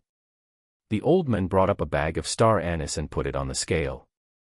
28 per pound, the whole bag is 6.5 pounds, that's 182. The 8.5 yuan price difference from last time, I'll wipe it off. That makes 173.5 yuan. "Sir, how about 170? Next time I'll buy the cinnamon, bay leaves, and dried chili peppers in whole bags from you too." The old man patted the mouth of the sack, sending dust flying. "You young girl, fine, fine, fine, that's the lowest price. Deal." 6:30, back to the food truck. Sui had already put the first batch of meat into the pot. The chicken frames were rolling in the braising liquid, tiny bubbles rising from the joints, and the whole truck was filled with the thick, savory aroma of soy sauce. In a small pot next to the braising pot, peanuts were slowly browning over a low flame. Lin Xia got on the truck and started chopping vegetables. As soon as the ingredient prep assistant trait was activated, the knife in her hand felt different. It wasn't that the knife moved on its own, it was that the tactile sensation changed. The angle, force, and frequency of every cut were precise to an abnormal degree. The potato chunks were cut into rolling wedges, each almost identical in size. The lotus root slices were uniform in thickness, laid out on the cutting board as if measured with a ruler. The bean curd sheet rolls were even easier, 1 cut per section, no need to recut, and there wasn't even any excess waste on the cutting board. Su Hui glanced at the vegetables she had chopped. Your knife skills have improved recently. I've been practicing a lot. Su Hui didn't ask further. She rinsed the chopped vegetables and added them to the braising pot in batches. 9 in the morning. Chili oil. Su Hui stir-fried the chili flakes herself. The pan was a bright, fiery red, and the spicy fumes vented out through the exhaust pipe, drifting downstairs. The lady hanging laundry on the opposite balcony poked her head out and sniffed for a long time. The dried shrimp were dry-fried before being mixed in. Su Hui's technique for frying the dried shrimp was better than Lin Xia's last time. She kept the heat even lower, stopping as soon as they turned slightly yellow. The toasted aroma came out, but there wasn't a hint of burnt taste. Pouring the hot oil. Sizzle. The truck cabin shuddered. The scent of that spicy oil shot out of the exhaust pipe, drifting down the whole street with the breeze. An old man walking his dog downstairs raised his nose and glanced in this direction. The dog also raised its nose. Both the man and the dog looked toward the food truck at the same time. Bottling the chili oil. She made 2 batches today, 50 bottles in total. Each bottle was 100 milliliters, priced at 15. This was nearly double the 30 bottles sold at the night market yesterday, and the remainder would be saved for the construction site and tomorrow's sales. 10:30, time for the group meal delivery. The tricycle drove straight to the logistics park, with 70 group meals packed in insulated lunch boxes, utilizing flavor locking. Sun Chang was waiting at the entrance. Lin Xia opened the insulated box. 70 portions of braised pork rice, steam rising, the soy sauce color of the braising liquid glowing red under the cabinet lights. Sun Chang swallowed hard. I'm taking one first. Go ahead. The extra portion version for the station master's office was also set aside separately, an extra scoop of meat, a whole braised egg, and sour long beans layered on top. 14 yuan. 70 portions, finished distributing in 15 minutes. Sun Chang was on the side collecting money and tallying it up. He wasn't just an errand runner anymore, he held a small notebook, recording the daily order quantity, adjustments, complaints, currently 0, and new requests. Lin Xia gave him a commission of 1 yuan per portion, 70 portions meant 70 yuan. It was fixed time and location, easier than delivering takeout. Boss Lin, the station masters from the 2 neighboring stations are asking if they can order too. One station has 18 people, the other has 22. Yes. Start delivering tomorrow. What about the price? 10 yuan for over 30 people, 12 for under 30. Sun Chang scribbled it down quickly. Chapter 36, Double the portions at the construction site. Lin Xia packed up the insulated boxes, got in the car, and drove to the construction site. At 11:45, she arrived at the construction site. As the tricycle pulled up and the insulated boxes were opened, the aroma of the braised food wafted out on the breeze. The fatty skewer seller's stall was 30 meters away. He was wearing a new apron today, probably because he felt embarrassed after Lin Xia's comment last time. But the foil trays were the same, and the food was just as unappetizing as ever. His gaze followed Lin Xia, and he didn't blink once the entire time. The bell rang. The gate opened. Workers poured out. The first one to reach her was the same yellow hat. Boss, 1 portion of braised pork rice. Want chili oil? Yes, definitely. 70 portions, cleared in 25 minutes. After selling out, a dozen people who hadn't managed to buy any still stood by the tricycle, reluctant to leave. It's all gone, sorry. I'll prepare more tomorrow, Lin Xia said. How much can you prepare? 100 portions. Yellow Hat turned back and shouted to his co-workers, did you hear that? 100 portions tomorrow. First come, first served. The fatty skewer seller sat on his folding chair, stirring the food in his basin with chopsticks. The food had already gone cold. The man in the security uniform next to him appeared again. The two whispered a few things to each other, and the security guard took out his phone and snapped a picture in the direction of Lin Xia's tricycle. It was a casual movement, as if he were just playing on his phone, but the direction of the lens didn't lie. Lin Xia caught a glimpse of it out of the corner of her eye but ignored it. She got on the tricycle and started the engine. In the rearview mirror, the fatty skewer seller stood up. He untied his apron, rolled it into a ball, and stuffed it into the rack under the foil trays.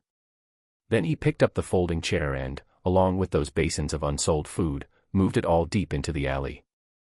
It didn't look like he was closing up. It looked like he was clearing space. 5 o'clock in the afternoon. Night market. When the food truck drove into the Qingdong night market for the first time, the noise in the alley died down a notch. The dark red vehicle slowly drove in from the alley entrance. The 4 characters Su's Braised Food, written by Teacher Yuan, hung above the service window, the ink-colored calligraphy overshadowing all the flashy LED light boxes in the sunset. The fatty skewer seller forgot to wave his fan. The cold noodle lady was chewing her own cold noodles, but stopped mid-chew, forgetting to swallow, and tilted her head to stare as the truck slid past her. Lin Xia parked the truck in the same corner spot. The food truck was more than twice as big as the tricycle, and the body extended quite a bit toward the main street. Once the service window was opened, it was perfectly positioned at the corner where the foot traffic had to pass. It was hard to miss even if you tried. The window opened. On the stove inside the truck, the braised pot was simmering on low heat. The braised broth bubbled, and the soy-colored steam surged out from the rim of the pot. Half was extracted by the vehicle's exhaust system, and the other half drifted out of the window, mixing into the air of the night market. It was different from before. In the past, you could only smell it when the insulated box lids were opened. Now, it was the whole street. A living aroma, bubbling and rising directly from the braised pot. The first person to walk over wasn't a customer, it was Old Li, who sold stinky tofu next door. He held his spatula and leaned in front of the window to look for a while. Not bad, little Lin. It's only been a few days. I was just testing the waters before. I didn't know if it would work, so I didn't dare invest directly, Lin Xia said smoothly, unable to admit she had made 10,000 yuan in just 1 month. Old Li chuckled. 5:15. Wang Guifang's square dance troupe arrived. 15 people came today. The elderly ladies were dressed in colorful clothes, their silk scarves fluttering in the evening breeze. As the 15 of them stood in front of the window, they brought their own background music. Wang Guifang was the first to speak. Oh. You upgraded to a big truck. She stretched her neck to look inside. This stove is better than the one at home. Sister Wang, we have a new product today, Su Hui greeted her enthusiastically. What new product? An upgraded version of the braised pork rice, double meat braised rice. Minced pork belly plus braised chicken frame meat, a double topping, served with a whole braised egg and pickled long beans. 15 yuan, Lin Xia explained. 3 yuan more expensive.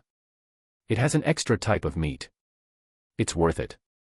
Wang Guifang hesitated for a second and a half. Give me one. The 14 aunties behind her followed suit in unison. I want one too. Give me one too. Are there any blind boxes? 6 o'clock. People started lining up. A long line of more than 30 people stretched from the window to the middle of the alley. Lin Xia collected money and handed out boxes at the window.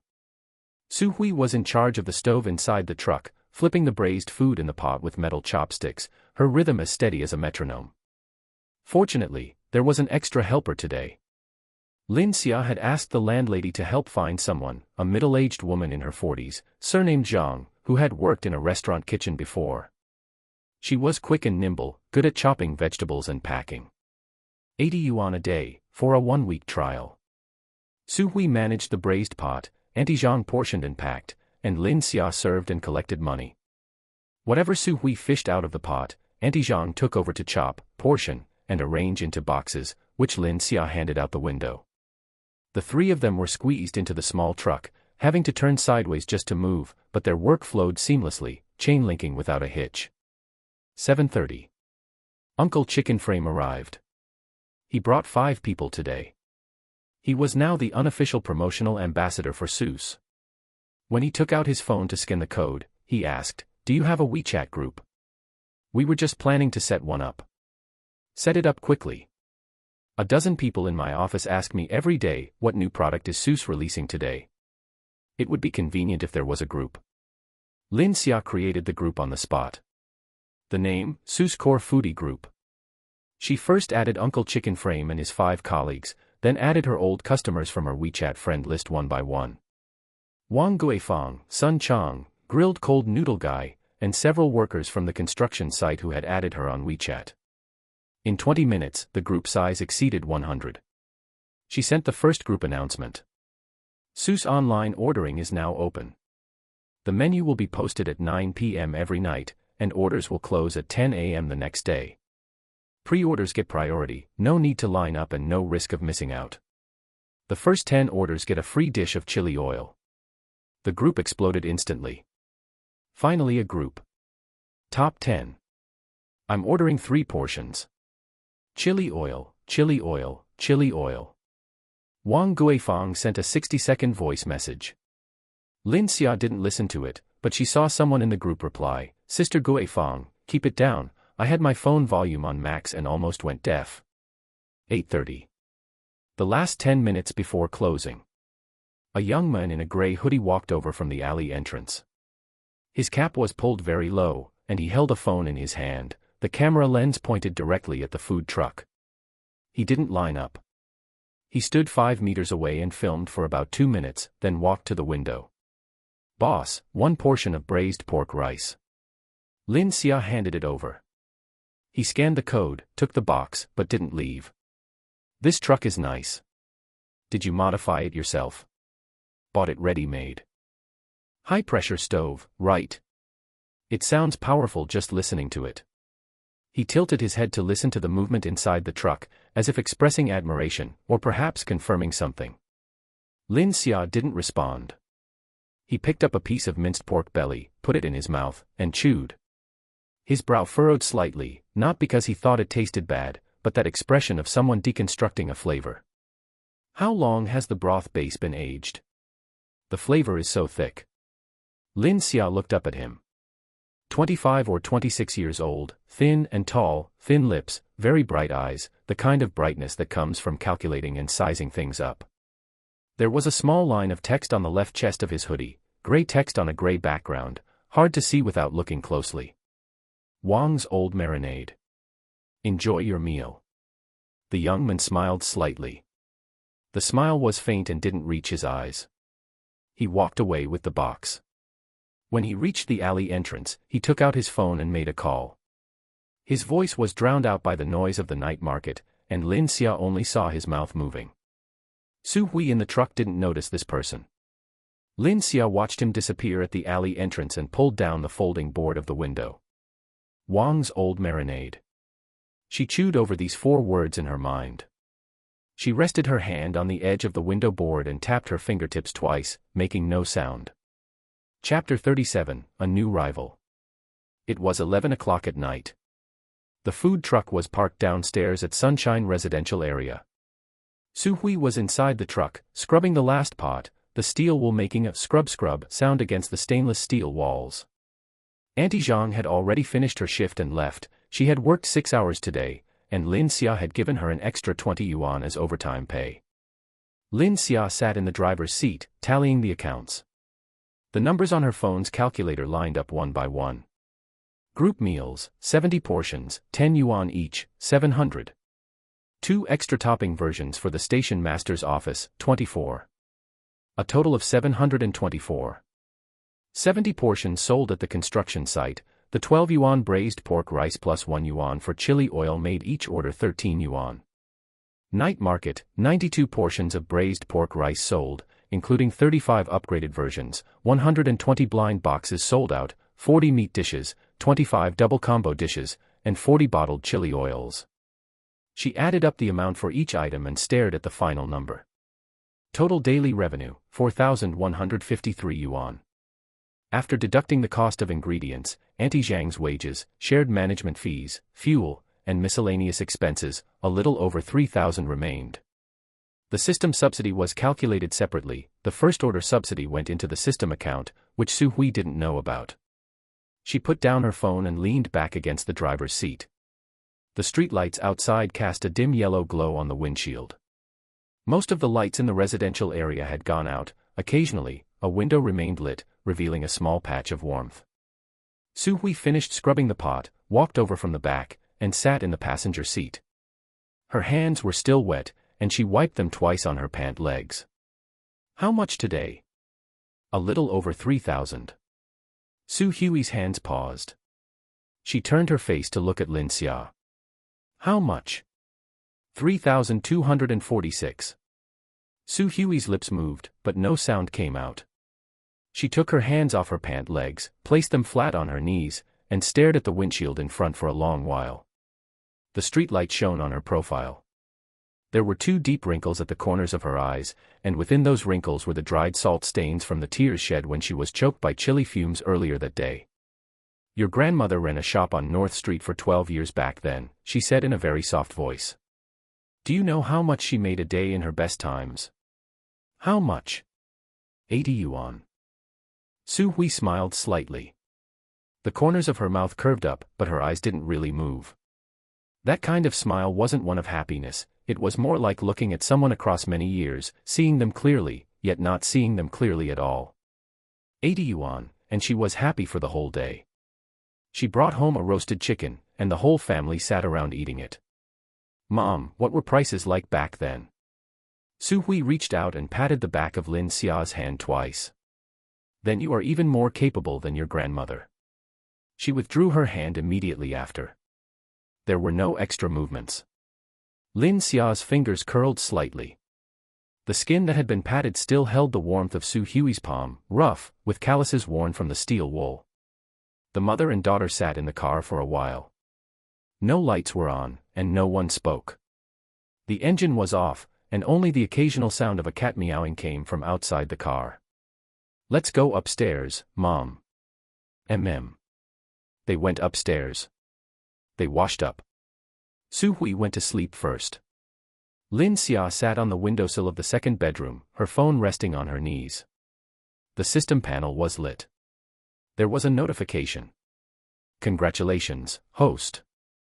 The first phase of tasks is complete. Survival test, pass. The second phase of the main task has been released. Step off the streets. Within 30 days, own a physical store of your own. Task rewards, purple tier draw ticket X1, initial renovation fund 5,000 yuan, mysterious blueprint X1. Lin Xia stared at the text, reading every word twice. A physical store. 30 days. Not just a street stall anymore. It was opening a shop. The first number that popped into her head was rent, ground floor retail space in Qingdong district, a storefront of 40 to 50 square meters, with a monthly rent of 5,000 to 8,000. A deposit of 3 months plus 1 month's rent, just getting in would cost at least 20,000. Renovation, licenses, equipment, every single item had money attached to it. She flipped to the financial page at the back of her notes. Total balance, 32,428 yuan. 32,000. Plus the 5,000 renovation fund from the task, that made 37,000. She could afford the rent, but she would be broke after the renovation. The key was the location. She opened a map app and drew a circle over the Qingdong district area. The night market was here, the market was here, the logistics park was here, the construction site was here, and the Sunshine residential area was here. Her finger connected the 5 points. The area in the middle wasn't large, but it had everything it needed. The store had to be in the middle of this circle. A distance that old customers could reach in 5 minutes by e-bike. She stared at the map for 5 minutes and circled 3 potential locations. She saved the image. Then she opened her browser. She searched, Wang's Old Marinade Qingdong. The results came up. She skipped the advertorials and went straight to Dazhong Dianping. 4 direct-operated stores, 12 franchise stores. A rating of 4.1. Average price per customer was 30 to 60. The positive reviews weren't very informative, things like old brand and consistent taste just the same old clichés repeated over and over. The negative reviews were the real deal. She found one among the negative reviews, and her thumb paused. A long-time customer of 10 years, but the taste has clearly not been as good in the last 2 years. I heard the boss licensed the recipe to a factory and doesn't brew the broth himself anymore. The chain has grown, but the taste has been lost. 3 stars. She took a screenshot. She searched for the founder again. Wang Disheng, 56 years old, 3 companies under his name, registered capital of 5 million. The registered addresses of all 3 companies were in Qingdong District. Qingdong District was Wang's territory. That young man in the gray hoodie tonight, with Wang's old marinade printed on his chest, who specifically ran to the window to ask about the stove model and how long the marinade broth had been aged, he wasn't a customer, he was there to scout. Lin Xia closed the browser. In her notes, she started a new line, second phase, physical store, 30 days. Start looking at shops tomorrow. Someone from Wang's came to scout tonight, check their background. She saved it. The locust tree outside the window rustled in the night wind. Moonlight leaked in through the gap in the curtains, drawing a white line on the floor. Her phone rang again. WeChat. It wasn't a message from the customer group. It was a friend request from a stranger. The profile picture was a close-up of a braised duck. The nickname, Wang's Director Li. The verification message read, "Hello Boss Lin, sorry to bother you. I am Li Ming, the operations director of Wang's Old Marinade. We have noticed that Seuss has been developing very well recently, and our boss Wang would like to invite you to a meal to chat about some matters regarding the catering industry in Qingdong District. If it is convenient, please accept this friend request." Lin Xia looked at this verification message, her finger hovering over the screen. Invite to a meal. Chat about the industry. They sounded very polite. Sending someone to scout first, then offering an olive branch immediately after, this meal wasn't an invitation, it was to size her up. She didn't click accept, nor did she click reject. She took a screenshot of the verification message, saved it to her notes, and typed 3 words after it, let them wait for 3 days. She locked her screen. She placed her phone face down beside her pillow. The leaves of the locust tree outside the window rustled loudly in the wind. It was the end of April, the locust flowers had bloomed, and there was a faint, lingering sweetness in the air. She pulled the quilt up to her chin. Before closing her eyes, no serious matters remained in her mind. Only the sentence Su Hui had said in the car earlier remained. 80 yuan, and she was happy for the whole day. She brought home a roasted chicken, and the whole family sat around eating it. Grandmother would tear off the chicken leg and give it to the child first, while she chewed on the neck. Lin Xia turned over. Tomorrow, she would add a chicken leg for herself and her mom too. Chapter 38, Two-Pronged Approach and the Construction Site Blockade. 3:20 a.m. The alarm hadn't gone off yet, but Lin Xia was already awake. Her mind was filled with that line the system had popped up last night, 30 days, physical storefront. She rolled over and sat up, picking up the phone by her pillow. Her memo app was still open to the lines she'd jotted down before bed. She scrolled down, and the number stared back at her coldly. A total balance of 32,000, plus the 5,000 renovation fund from the system, totaling 37,000. For a storefront on the ground floor in the east side, 40 or 50 square meters would cost at least 5,000 a month in rent. With a 3-month deposit and 1 month's rent, just getting in the door would cost 20,000, not to mention the subsequent renovations, equipment, and permits. 37,000 sounded like a lot, but actually trying to set up a physical storefront was like trying to pry open a manhole cover with a toothpick. She had to squeeze every bit of value out of their existing production capacity. While she was getting dressed, she heard the rustling sounds of Su Hui getting up next door. Pushing the door open, she saw Su Hui was already in the kitchen. The lid of the braising pot was cracked open, and steam was billowing out. "Mom, we're splitting up today." Su Hui was stirring the braising liquid, the wooden spoon scraping the bottom of the pot, and she lifted her eyelids. "You and Auntie Zhang take the food truck and stake out the entrance to number 17 middle school at noon. The high schoolers get out for lunch at 11:40, and there's nothing on that street but a fried rice noodle stall. Make sure you're in position by 11:30. Braised pork rice is 12, blind boxes are 3. Su Huey Spoon paused.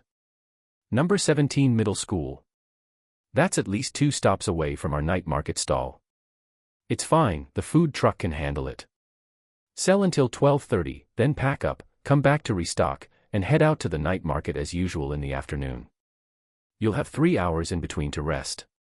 And what about you? I'll ride the tricycle to the logistics park and the construction site. Lin Xia crouched down to rummage through the cabinet for a wrench, saying, Number 17 Middle School has over 2,000 students. Even if we only catch a tenth of them, that's 200 orders. At 12 each, that's a turnover of 2,400. She didn't say the second half, there was also the daily first order subsidy from the system. She had to keep that math to herself. She found the wrench. She stood up and weighed it in her hand. Su Hui didn't say anything more. She put down the ladle and started arranging the pork belly. At 6:30, Auntie Zhang arrived. She washed her hands as soon as she entered, then glanced at the prepared ingredients on the counter and automatically started chopping sour beans. The sound of the knife hitting the board was crisp and efficient, just like when she came for her trial work a couple of days ago. Lin Xia explained the plan for the day. When Auntie Zhang heard they were going to the entrance of number 17 Middle School, she pursed her lips. I know that place. Urban management is strict there. Arrive at 11:30, leave at 12:30. 1 hour, Lin Xia said. It'll be right when urban management is eating lunch. Besides, we have a mobile business permit. Auntie Zhang let out a grunt and didn't ask any more questions. 9:30. The food truck was loaded, and Su Hui climbed into the driver's seat. She had mastered that dark red food truck last week, starting, reversing, and turning in narrow alleys. She was even more agile than Lin Xia. Lin Xia patted the door. Don't block the tactile paving at the entrance of number 17 Middle School.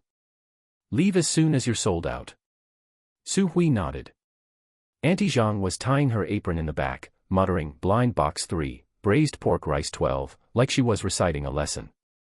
The food truck drove out the east gate of the residential complex and turned onto the main road. The dark red body flickered in the morning light and then disappeared.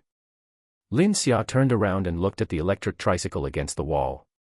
She had changed the chain the day before yesterday, but the right pedal still wouldn't tighten properly. She used the wrench to tighten the bolt 2 more turns, using a bit too much force, and her wrist jarred. She hopped on the vehicle and twisted the throttle. The motor hummed, carrying that weak, not quite fully charged feeling. Arrived at the logistics park at 10:30. Sun Chang was waiting at the entrance, with a row of delivery workers in blue uniforms standing behind him, clutching their lunch boxes, their eyes fixed on the insulated box on the back of the tricycle. Boss Lin, it's settled. Add the other 2 stations tomorrow, for a total of 40 portions. Just deliver them here, and they'll come to pick them up themselves.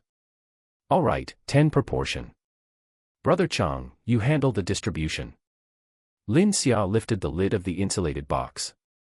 The savory aroma of the braised pork rice wafted out, someone in the line sniffed, and their neck stretched forward involuntarily.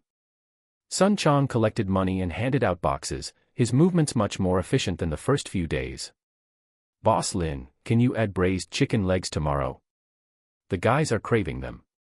Next week. 3 for 10, order in the group chat, and I'll prepare based on the head count.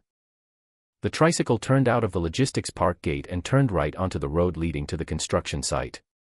The asphalt road was riddled with potholes from heavy trucks, and the tricycle's shock absorption was practically non-existent. The insulated box bounced the whole way, and the lid was almost shaken open. She freed one hand to press down on it. 11:50, the main entrance of the construction site. Lin Xia saw something was wrong from a distance. A brand new sign had been erected at the main entrance, with red characters on a white background, large enough to be read from 10 meters away. Construction Safety Management Notice, effective immediately. All unauthorized vehicles are strictly prohibited from stopping within 50 meters of the hoarding. Violators will bear the consequences. XX Project Department. 2 security guards were standing next to the sign, arms crossed. They were tall, with the dark, ruddy complexions characteristic of those tanned by the construction site sun. Lin Xia rode the tricycle until it was 10 meters from the sign and stopped. The security guards had already come up to meet her. The one in front was wearing sunglasses, taking large strides with his chin held high. See that? It's written clearly right there. No parking within 50 meters. Get out of here. Lin Xia didn't reply. She sat on the tricycle, her eyes looking over the guard's shoulder at the sign. White background with red text, inkjet printed, and wired to 2 steel pipes at the 4 corners. There was a red seal in the bottom right corner. She looked at it a bit longer. The seal was stamped crookedly, the red ink smudged into a blob, and the edges were rough. She didn't know much about official seals, but this thing didn't look like the ones she'd seen stamped at school back in the day. It looked like it had been rushed. She took out her phone and snapped 2 photos of the sign. What are you doing? Why are you taking pictures? The security guard in sunglasses took a step forward. Lin Xia put her phone away. Just for fun. Get out of here. Don't delay construction. Fine. She didn't argue and didn't waste words. She turned the tricycle around and rode south along the construction site hoarding. Her phone buzzed in her pocket. WeChat. It was from Yellow Hat. Boss Lin, don't come to the main entrance anymore. That fatty who sells boxed lunches has connections. His brother-in-law is the procurement supervisor for the project department. They set up some designated supplier thing these past 2 days, only allowing him to sell inside.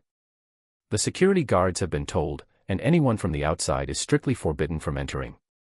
Lin Xia parked the tricycle on the side of the road and finished reading the message. Another one followed immediately. He raised his boxed lunches to 15. The food is still the same crap. Cabbage stock stewed with vermicelli. Everyone is so angry they're cursing. Lin Xia replied with 4 words, wait for my word. She put her phone back in her pocket. She sat on the tricycle, looking at the construction site hoarding in front of her. Blue corrugated steel sheets, 3 meters high, stretching for over 100 meters. Inside, the mixer rumbled, and the sound of rebar clashing came in waves. The fatty had people from the project department backing him, and the security guards were his guard dogs. Force her way in. Even if she got in, she wouldn't be able to stay. They'd make one phone call to urban management, and she'd end up having to pay a fine. Give up? That would mean losing at least 1,000 in turnover every day. Where would she save up the money to open the shop? No way. Lin Xia got off the vehicle, pushed the tricycle, and walked slowly along the perimeter of the construction site. The fatty was standing inside the main gate. From a distance, she couldn't see his face, but that round, portly figure and the white chef's hat on his head were easy to recognize. He was standing with his hands on his hips, talking to the sunglass-wearing security guard, pointing in the direction Lin Xia had left. Both of them were laughing. Lin Xia looked away. Chapter 39, Backdoor Sniper. The hoarding extended from the main entrance to the corner in the south. Past the corner was the side of the construction site, a solid wall with no entrance or exit. Walking further ahead, past an intersection, was the back half of the construction site. The back door. An iron gate used only for slag trucks and material transport. There was no security booth on either side of the gate, only a surveillance camera aimed inside. The blue steel hoarding extended from both sides of the iron gate, forming a complete loop with the main entrance side. Outside the gate was a 2-lane road. Opposite the road was a sidewalk, and beyond the sidewalk was the back wall of a row of street-facing shops. Lin Xia stood on the sidewalk and looked back. From her feet to the construction site hoarding, across one road and half a sidewalk, it looked to be about 40 or 50 meters. She pulled out her phone, opened the distance measurement function, and aimed it at the base of the hoarding. 52.3 meters. The notice board said 50 meters. She saved the screenshot to her album. She lifted her head and checked the wind direction. Northwesterly wind. Blowing from where she stood toward the construction site. The lid of the insulated box was slightly ajar, and the heat from 100 portions of braised pork rice was escaping through the gap. The smell of the braising sauce mixed with chili oil was carried by the wind, flowing straight toward the back door of the construction site. No need to advertise. This scent spoke for itself. The construction site core group chat had already pinged a dozen times. Boss Lin, are you coming or not? The fat guy's food has hit a new low today. There was a fly floating in the winter melon soup. Everyone finished cursing but still had to eat it because there was no other choice. Several messages followed underneath. Exactly. They won't let us buy from outside, and we have to eat pig slop inside. 15 yuan. 15 yuan. Your braised pork rice for 12 yuan used to be what you call a meal. Security. Who cares about security? Security is in cahoots with the fat guy.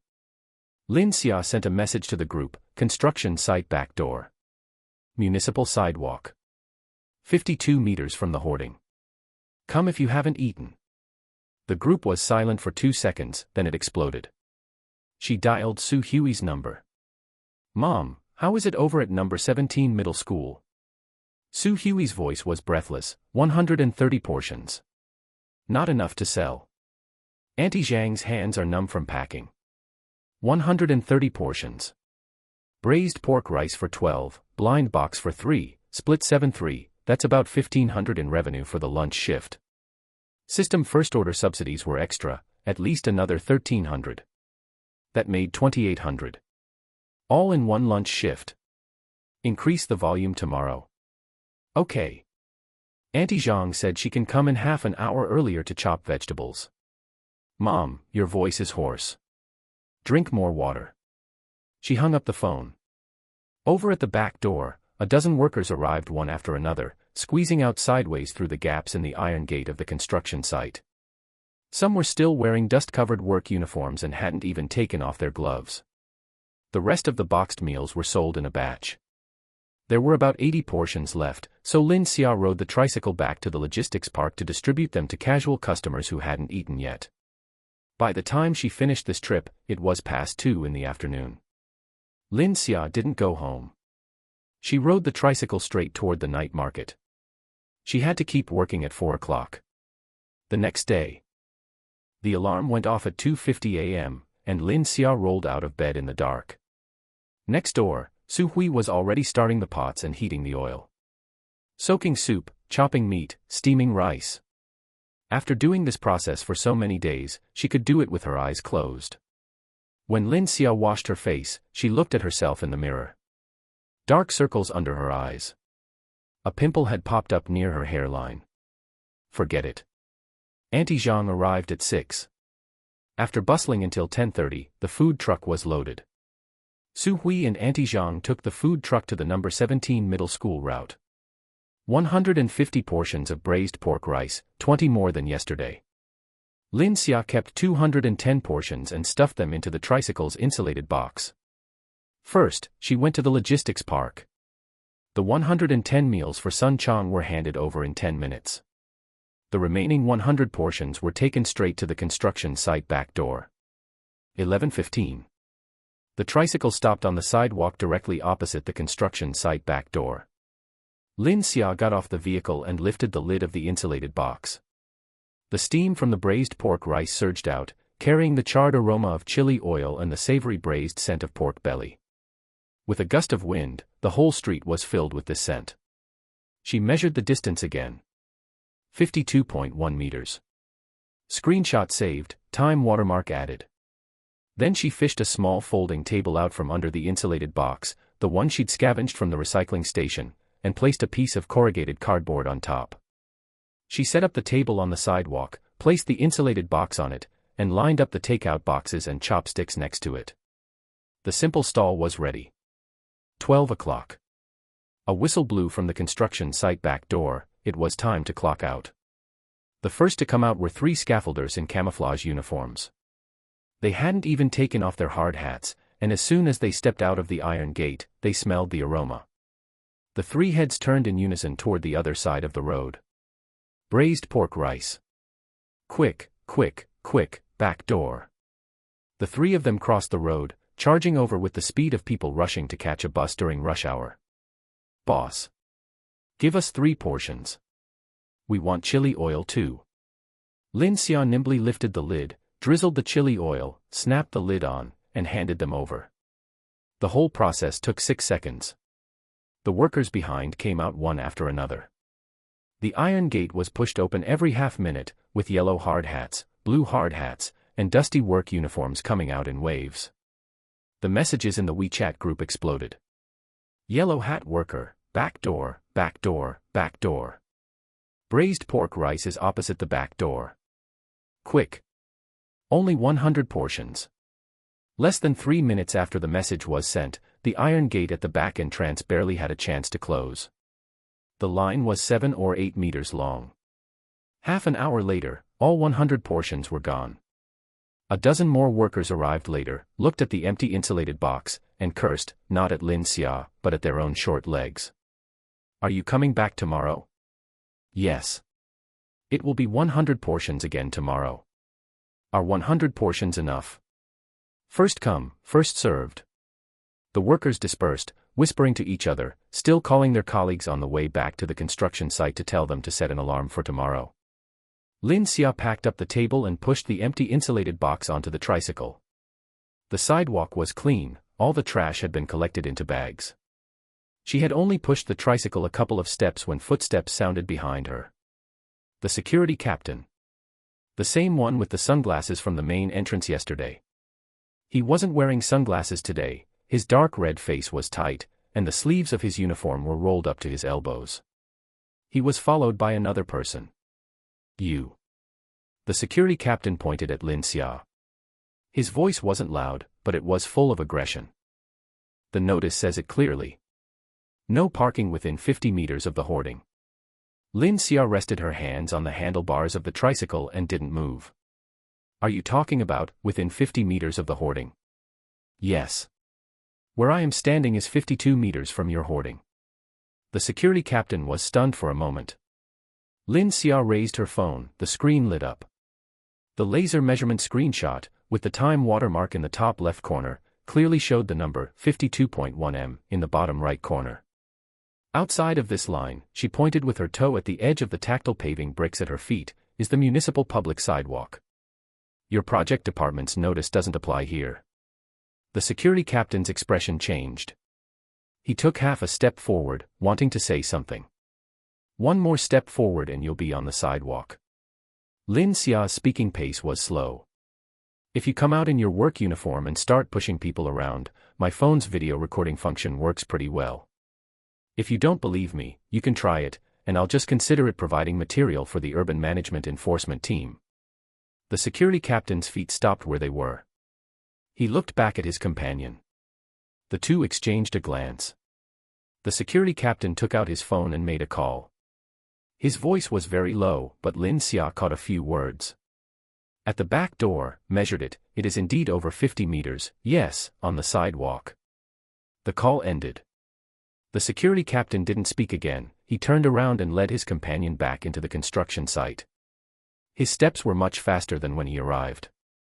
The iron gate closed. Lin Xia got on the tricycle and left. Passing the main entrance, she couldn't help but glance at it. The fat guy was standing inside. White chef's hat, greasy apron. The fat on his face was bunched together, no expression could be seen, but the hand holding the spatula was shaking. On the folding table in front of him, there was a row of untouched boxed meals. Wrapped in plastic wrap, the food inside had already collapsed. Winter melon stewed with vermicelli. Exactly the same as what the yellow hat worker said. Lin Xia rode the tricycle past, without slowing down or speeding up. Clatter, clatter. The sound of the wheels rolling over the uneven road surface traveled far on the quiet street at noon. Chapter 40, The Su Family's Signature Craft. 2 o'clock in the afternoon. Lin Xia sat on the edge of the flower bed downstairs at Sunshine Residential Area, flipping through her phone to do the math. 110 portions for Logistics Park, 1,104. 100 portions for Construction Site, some with added chili oil, 1,276. 136 portions for Su Hui at number 17 Middle School, 1,632. Daily revenue is nearly 4,000, not counting the night market, and definitely not including the system subsidies. This pace is enough. At this rate, saving up the startup capital for opening a shop in 30 days won't be a problem. Lin Xia opened the map app. The 3 potential locations she had circled last night were still marked. She had scanned the first 2 and crossed them off. The 50 square meter one at the north end of the night market had the wrong foot traffic flow. Customers coming from the south would have to walk through the entire street. The 35 square meter one on the west side of the market would have no room for people to stand once the stove was squeezed in. The third one. On the east side of the market, a main road connecting the night market and the residential area. A corner location. 45 square meters. Lin Xia zoomed in to take a look. It's a 5-minute walk east from the night market, and a 3-minute walk north from the market. The residential area is right above it, roadside shops, high foot traffic. She put away her phone and got on her tricycle. 20 minutes later, the tricycle stopped at the corner of that main road. The storefront was right on the corner. The rolling shutter door was half pulled down, and it was pitch black inside. A yellowing A4 sheet of paper was stuck to the door, held by transparent tape at the 4 corners, curling up in the breeze. Shop for rent. Contact number, 138XXXXXXXX. Lin Xia got off the bike, bent down, and ducked under the half-open rolling shutter door to take a look inside. About 45 square meters. Rectangular layout. There was a separate compartment on the left, which was the back kitchen. The holes for the exhaust pipes and the mounting brackets for the range hood were still left on the wall. The floor was made of gray non-slip tiles, with a few broken ones. A section of the plaster molding on the ceiling had fallen off, revealing the concrete base underneath. It had water, electricity, and a separate back kitchen. The layout is usable. But how long had this storefront been empty? The paper on the transfer notice had already turned yellow. It had been hanging there for at least 2 or 3 months. In this location in the East City, every inch of land is worth gold. It shouldn't have been empty for so long. Either the price is inflated, or there's a trap. Lin Xia took a few photos with her phone and noted down the phone number on the transfer notice. She exited. The rolling shutter door dropped back to the half-open position with a clatter. She stood on the side of the road, looked up, and scanned the surroundings. Opposite were a row of shops on the ground floor of residential buildings. Fruit shop, print shop, hardware store, convenience store. Her gaze stopped. 800 meters to the north. A red sign with white characters hung on the second floor, the font size large enough to be seen from far away. Wang's Old Marinade, East City Second Branch. 4 golden characters were inlaid on the red board, and a mannequin display stand stood at the entrance, printed with the slogan, 20 years of Old Marinade. Through the glass door, one could see the interior decoration, warm-toned lighting, a wooden bar counter, and neat food display cabinets. The straight-line distance was less than 800 meters. If she rented this storefront right under her feet, it would be equivalent to planting a flag right at the doorstep of Wang's Old Marinade. Lin Xia saved the photos on her phone, exited the map, and opened her memo app. She wrote 4 characters on the last line. Assess and probe for price. After thinking about it, she added another sentence, Wang's second branch 800 meters away. Saved. Lock the screen. She stood on the roadside at the corner, looking at that red sign with white characters 800 meters away. The slanting evening light hit those golden characters just right, shining so brightly it was a bit dazzling, as if it were deliberately flashing at her. 9:40 in the evening. The night market was closing up. Today's night market data, 108 portions of braised pork rice, including 42 portions of the double meat version, 130 portions of blind boxes sold out, 55 portions of meat dishes sold separately, and 46 bottles of chili oil. Auntie Zhang worked until her arms couldn't even be lifted at the end. Lin Xia paid her 120, with 40 extra as overtime pay. When Auntie Zhang took the money, she said, "I can't accept this," but her hands were faster than her mouth. Su Hui drove the food truck back to Sunshine residential area. Lin Xia locked the tricycle downstairs and went up to the 6th floor. When she entered the door, she smelled something a bit different. The base of the braised flavor was still there, the mellow richness with soy sauce and star anise as the foundation. But there was a layer of something else on top, smelling like the gamey scent of beef fat melted at high temperature, yet not entirely. There was the numbing sensation of Sichuan peppercorns and the bitter base of dried tangerine peel, all mixed together and sinking down, only dissipating when it reached the deepest part of the nasal cavity. The kitchen light was on. Su Hui hadn't changed her apron. It was still the same one from the food stall during the day, stained with grease, but the sleeves were rolled up higher than usual. A medium-sized soup pot was on the stove. The lid was half open. The soup inside was 2 shades darker than the usual marinade, a brownish tan almost to the point of black, with a layer of dark golden oil floating on the surface. On the cutting board next to the pot, there was a piece of meat cut in half. Lin Xia walked over and took a look. Beef shank. The texture of the cross-section was beautiful. The dark brown meat was interspersed with translucent white fascia. The cut was neat, neither stringy nor crumbly. Su Hui was holding a kitchen knife in her hand. The blade was stained with marinade. Her eyes were fixed on the meat on the cutting board, her expression a bit strange, half excitement and half hesitation. "Mom, what are you pondering again?" Su Hui put the knife down and wiped the sweat off her forehead with the back of her hand. "I've been keeping what Teacher Wen said last time in my heart." "Which part?" "He said this is the old flavor of the Su family from North Street." Su Hui picked up a slice of the cut beef shank and turned it between her fingertips. "When your grandmother was at North Street back then, the real signature item wasn't the pork belly or the chicken rack. It was this beef shank." Lin Xia took that piece of meat from Su Hui's hand. It was thin enough to see fingerprints through it. The moment it entered her mouth, her teeth first touched a layer of resilient, chewy skin. When she bit down, the fibers of the meat spread out layer by layer on her tongue. The flavor of the marinade didn't just float on the surface, it had seeped into the crevices of every single muscle fiber. The spice flavor was mellow, but it didn't overpower the freshness of the meat itself. There was a trace of a very subtle lingering sweetness at the end. Lin Xia chewed 3 times and swallowed.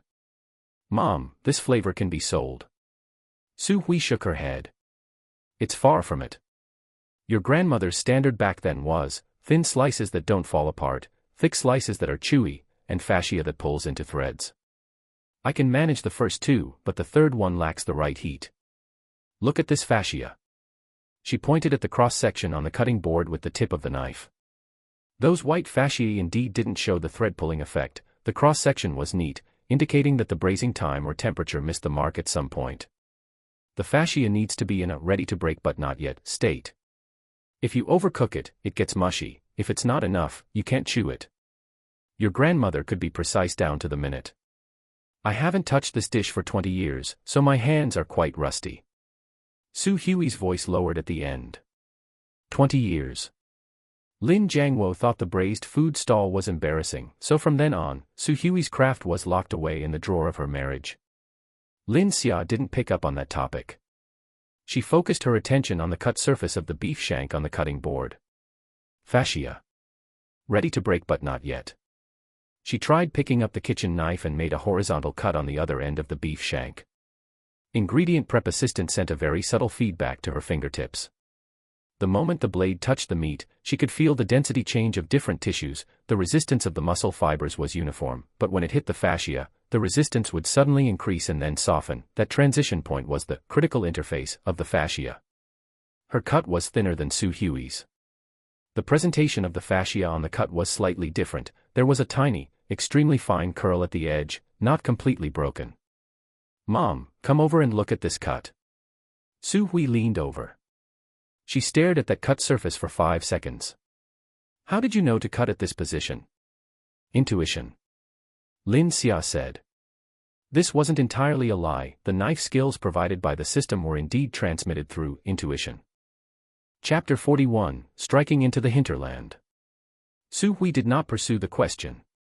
She took the kitchen knife and made another cut next to that cross-section. This time, her hand was steadier than before, and she slightly adjusted the angle of her blade to follow Lin Xia's cut. The cross-section appeared. The edges of the fascia also showed that subtle curling. "It's about right." Su Hui's eyes lit up. The issue isn't entirely in the knife skills. It's the timing of putting it into the pot. She looked back at the marinade pot on the stove. The muscle fibers and fascia of the beef shank react to temperature at different speeds. The muscle fibers cook first, and the fascia softens later.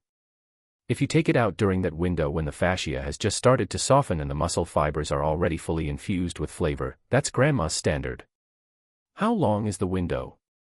Within 5 minutes. If you miss it, it all turns to mush. The mother and daughter stood before the stove, staring at the marinade in the pot. Su Hui dropped another piece of raw beef shank into the pot. The surface of the broth bubbled for a moment, and the meat sank into the dark marinade. Lin Xia checked the time. 10:03. The beef shank in the pot rolled in the marinade. Su Hui rested her hand on the edge of the pot, poking the surface of the meat with long chopsticks every 30 seconds to feel the change in elasticity. 10:31. It's about right, Su Hui said. She used a slotted spoon to take the beef shank out and placed it on the chopping board.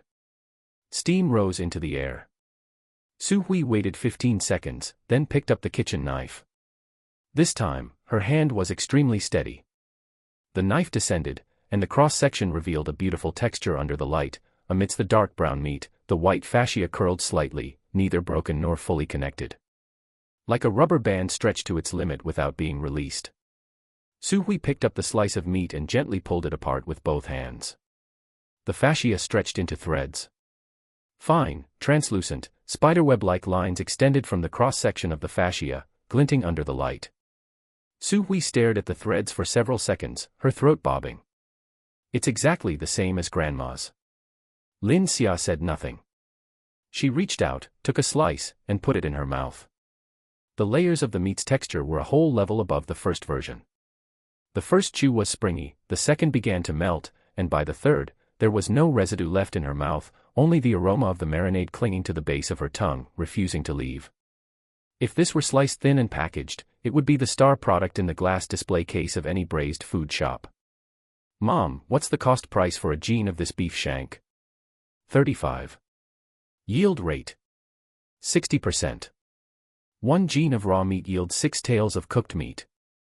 6 taels sliced thin and packed into 3 boxes, priced at 25 per box, means a gross profit of 35 per gene. Plus the system's first-order subsidy, 10 yuan off for new customers, means even more profit. Mom, save this dish. We'll put it on the menu after we open the shop. Su Hui raised her eyelids. You want to open a shop? Lin Xia nodded. I'm looking at shops. In the East District, on the corner east of the vegetable market, 45 square meters, with an independent back kitchen. Su Hui was still gripping the kitchen knife. She placed the knife on the chopping board and wiped her hands with a rag. What about rent? Haven't discussed it yet. I'm going to scout it out tomorrow. Su Hui didn't ask if she had enough money. After wiping her hands, she neatly arranged the slices of beef shank from the chopping board into a fresh-keeping box and closed the lid. I'll practice the beef shank recipe for another 2 days and make sure the consistency is reliable before we talk about it. All right. The two of them cleaned up the kitchen, washed the pots and dishes, and wiped the grease off the stove. Su Hui went back to her room to sleep. The light in the room next door went out. As the light under the door crack vanished, the hallway darkened. Lin Xia went to the kitchen, poured a glass of cool boiled water, carried it into the secondary bedroom, and sat on the windowsill. Her phone screen was lit. In WeChat, the friend request from Wang's, Director Li, was still pending. It had already been 3 days. The verification message was still the same, sorry to bother you. I am Li Ming, Operations Director of Wang's Old Marinade. Boss Wang would like to invite you to a meal to discuss the catering industry in the East District. The 3-day wait she had decided on 3 days ago was up. Lin Xia stared at the verification message, her left thumb hovering over the accept button, but she didn't press it. Wang's Old Marinade. 4 directly operated stores, 12 franchises. The East District was their stronghold. The shop she looked at today was less than 800 meters from Wang's second branch in a straight line. If she rented that shop, it would be like sticking a pair of chopsticks into someone else's bowl. Wang's couldn't possibly have no reaction. So, was this dinner invitation an olive branch or a warning letter? Likely both. Better to probe first, she had to go. But she had to wait until she had figured out the situation with the shop first. Lin Xia exited WeChat and opened the dial pad. She flipped to the photo of the transfer notice she had taken during the day and punched in the phone number on it 1 digit at a time.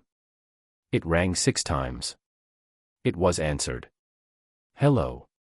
The voice on the other end was a man's, with a raspy, smoker's voice, dragging out the end of his words.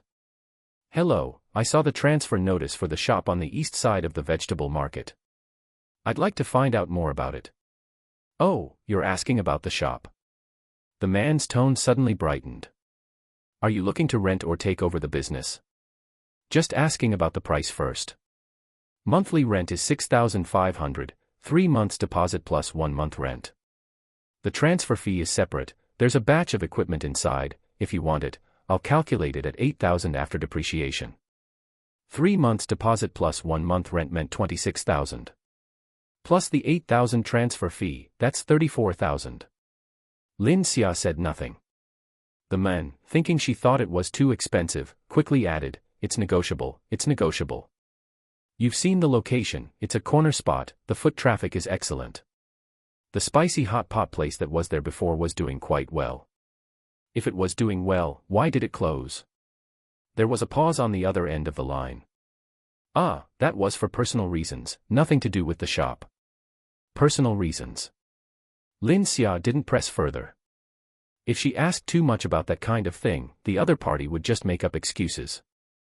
I'll come to see the shop around 2 tomorrow afternoon, is that convenient? Convenient, convenient. Give me a call when you arrive, and I'll have someone open the door for you. Good. She hung up. Lin Xia took a screenshot of the call log and saved it to her notes. She typed a line below it, negotiation goal, rent under 5,000, transfer fee under 5,000. Total cost controlled at 25,000. She started another line, investigate, the real reason the previous spicy hot pot shop closed. She started another line, reserve remaining funds for renovation and the first 2 months of turnover, can't put it all in. Saved. She scrolled through her phone album and found the photo of the shop she had taken during the day. Gray non-slip tiles, a few broken floor tiles, a piece of missing plaster molding, the hole for the exhaust pipe. It was a bit run down. But the structure was there. The back kitchen had water, electricity, and an exhaust vent. The front area was big enough for 3 small tables and a pickup counter. The 2 sides of the corner faced the street, allowing for 2 windows. She stared at the photo for a few seconds, her mind already starting to arrange things inside. People walking over from the residential area would see the window as soon as they turned the corner.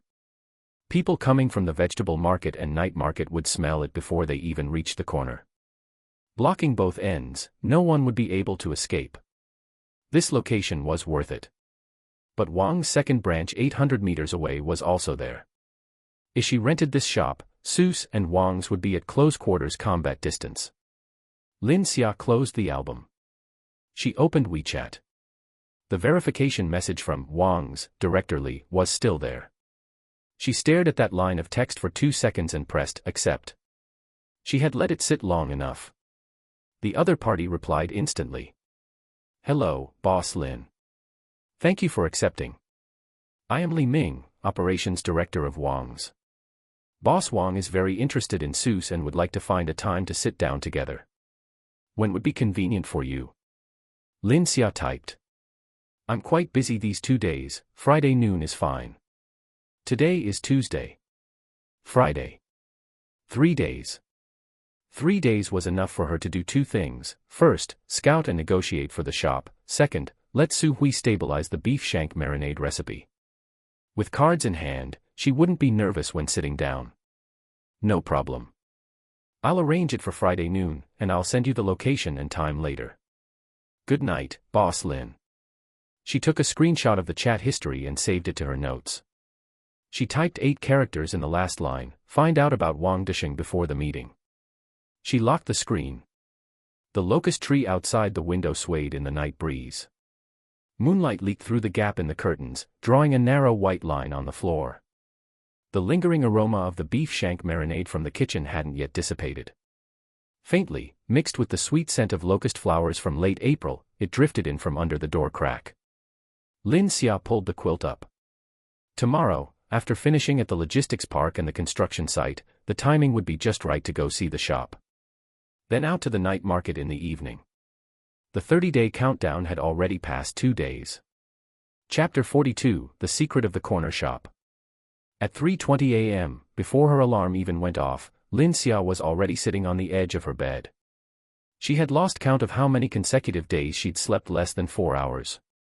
The restless energy in her mind wouldn't subside, it was like a pump running at full power, making her feel incredibly agitated.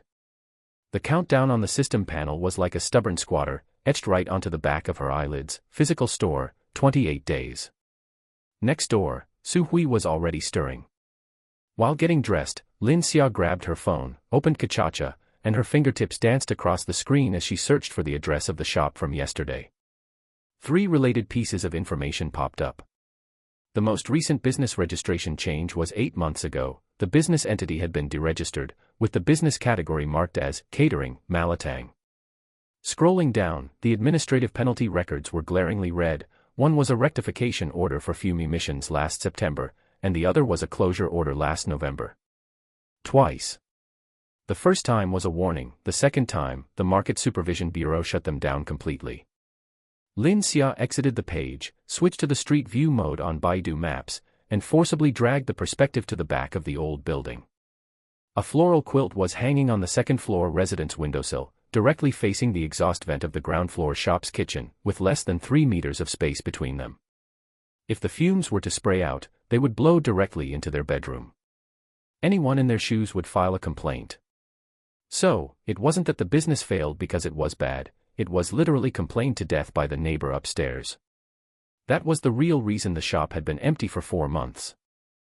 That personal reason Boss Fong mentioned on the phone yesterday was purely a cover-up to fool an idiot. But the other side of the issue was, only once you know the cause of the illness can you prescribe the right medicine. She saved all the screenshots to her notes, tapped her fingers on the screen, and calmly wrote down a line: the exhaust duct is key. If it can be fixed, it's a steal, if not, it's a trap. At 6:30, Auntie Zhang arrived on time. The division of labor for today remained unchanged. Su Hui and Auntie Zhang would take the food truck to number 17 middle school, carrying 150 servings of braised pork rice and 80 blind boxes. Lin Xia would ride the tricycle to deliver to the logistics park first, then rush back to the back gate of the construction site. As Su Hui was moving the last box of takeaway containers onto the food truck, Lin Xia blocked her with one hand on the door. "Mom, try this at number 17 middle school today. Raise the blind box price to 3.5 yuan and see if the volume drops." Su Hui paused. "Raise it by 5 jiao. It's a stress test. If sales don't drop by more than 10%, we'll set this price from now on. High school students don't really care about that extra 5 jiao, but we can make an extra 30 or 40 yuan for groceries a day." Su Hui pondered for a moment and nodded. Auntie Zhang laughed heartily from behind. What student isn't a foodie? 3.5 yuan is at most one less stick of chewing gum, they'll still line up. The food truck engine started, and it soon disappeared from view. At 10:30, Lin Xia set off on time, arriving at the logistics park around 11 o'clock. Sun Chang's order count for today had increased to 120, apparently having skimmed the cream from the neighboring stations as well. "Brother Chang, how many people can you handle now?" Sun Chang spat out his cigarette butt and counted on his fingers. 3 fixed stations, plus a few scattered rider groups. Currently the reservations are stable at around 120. Is it possible to hit 150? Sun Chang thought about it. It's tough. The nearby area is pretty much covered. There's a slippery veteran station manager at the eastern station who has a familiar boxed meal supplier. It's not easy to poach him. No rush. Let's stabilize what we have first. Braised chicken legs will be available next week. Use that to brag to that station manager. Don't let him have a full meal, just let him get a whiff of it. Sun Chang grinned, the lines at the corners of his eyes bunching up, revealing his shrewdness. Your tactics are really one ring after another. Isn't that just how business works? After finishing the handover at the logistics park, at 11:30, Lin Xia twisted the throttle to the max and dove straight into the dust-filled road leading to the construction site. At the back gate of the construction site, as soon as the tricycle came to a stop, Lin Xia deftly opened the insulated box. The northwesterly wind was quite cooperative, pushing the savory aroma of the braised pork rice directly into the enclosure. She had arrived 10 minutes early today. The iron gate hadn't opened yet, so Lin Xia unhurriedly set up her small folding table and arranged the braised pork rice and chopsticks neatly. At 12 o'clock, the whistle pierced the sky. The iron gate was pushed open with a clang. The yellow hat worker rushed to the front, his gloves still dangling from his belt, shouting from a distance. "Boss Lin." Do you have that double meat add-on today? Yes. 14 yuan, it's got minced meat, braised egg, and chicken rack, with plenty of chili oil. Give me one. Within 5 minutes, the line was like a long dragon, stretching out more than 10 meters. The yellow hat worker stopped eating and spontaneously stood at the front, acting as a temporary order maintainer. One by one. Don't push. Would Boss Lin ever shortchange your stomachs? In 40 minutes, all 100 servings were snapped up by the workers. As she was leaving, Lin Xia glanced toward the main gate. The fat man's stall hadn't been packed up yet, but it was so deserted you could swat mosquitoes there. His white chefs had bobbed around, looking exceptionally desolate. On the way back, Lin Xia's phone vibrated incessantly. The workers in the group chat were still spamming, asking if she could spare another 20 servings tomorrow. She didn't rush to reply. It wasn't that she didn't want to earn the money, it was that the space on the tricycle had reached its limit. Any more and she'd have to make return trips, wasting all her time on the road. Ultimately, she had to finalize the matter of the physical shop quickly. 1:40 p.m. Lin Xia sat in the milk tea shop across from the store, holding a cup of 4 yuan lemonade. Her eyes were fixed unblinkingly on the rusty rolling shutter door across the street. Boss Fong hadn't arrived yet, but Lin Xia wasn't in a hurry at all. She pulled out her small notebook and began mechanically counting heads. From 1:40 to 2 o'clock, 31 people passed by the entrance, with elderly people carrying groceries making up nearly half. From 2 to 2:20, it hit peak time, with 53 people. Most were housewives heading home after grocery shopping, or workers passing by on bikes. These were all people picking up groceries on their way or bringing food home after work, exactly the strongest customer base for braised food. At 2:10, a silver van with peeling paint pulled up. Boss Fong got out of the car, his gray jacket wrinkled, his brows furrowed, looking full of worry. Lin Xia finished the last of her lemonade, pushed the door open, and went to meet him. Boss Fong. Hey, I'm here, sorry to keep you waiting. Boss Fong took out his keys, the rolling door rattled upwards, and the smell of old mold hit them in the face. Inside the shop, the light was much dimmer. The front hall was 45 square meters, a standard rectangle. A few of the gray floor tiles were cracked, and the gaps were filled with black, greasy sludge. Lin Xia went straight into the back kitchen. It was 12 square meters. The sink and gas connections were still there, although old, the pipes weren't leaking. She looked up, staring intently at the exhaust vent. The aluminum foil hose was bent like a deformed arm, thrusting into the back wall. This was the fatal flaw. Lin Xia pretended to check the cracks in the drainpipe in the corner, crouched down, and felt around the greasy base of the wall for a while.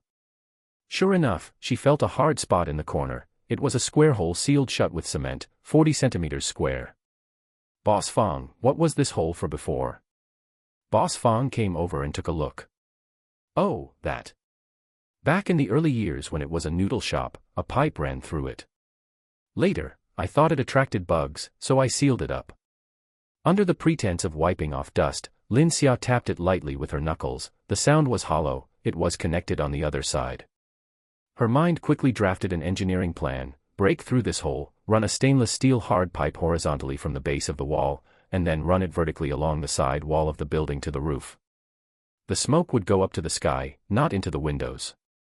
Even if the old lady upstairs had the rage of heaven, she wouldn't smell a thing. This job would only cost about 1,000 yuan to hire a welder. Lin Xia suppressed this calculation in her heart, her face as calm as water. She took a few photos of the mold spots and cracks with her phone, all bargaining chips for later. Back in the front hall, Boss Fong was there puffing on a cigarette. Boss Fong, is this shop yours? Oh, no. It's rented. I see. What's the big landlord's surname? Surname Zhou. How much time is left on the lease? 2 years and 3 months. What's the monthly rent? When you signed with Boss Zhou, what was the base price? At this question, Boss Fong was clearly guilty. He took a deep drag of his cigarette, his eyes darting away. Boss Fong, I'll still need to see your sublease contract later. If there isn't a clause in the contract where the big landlord agrees to subletting, I can't sign a contract with you. 4,200. He had shouted 6,500 on the phone. Lin Xia didn't expose the 2,300 yuan price difference.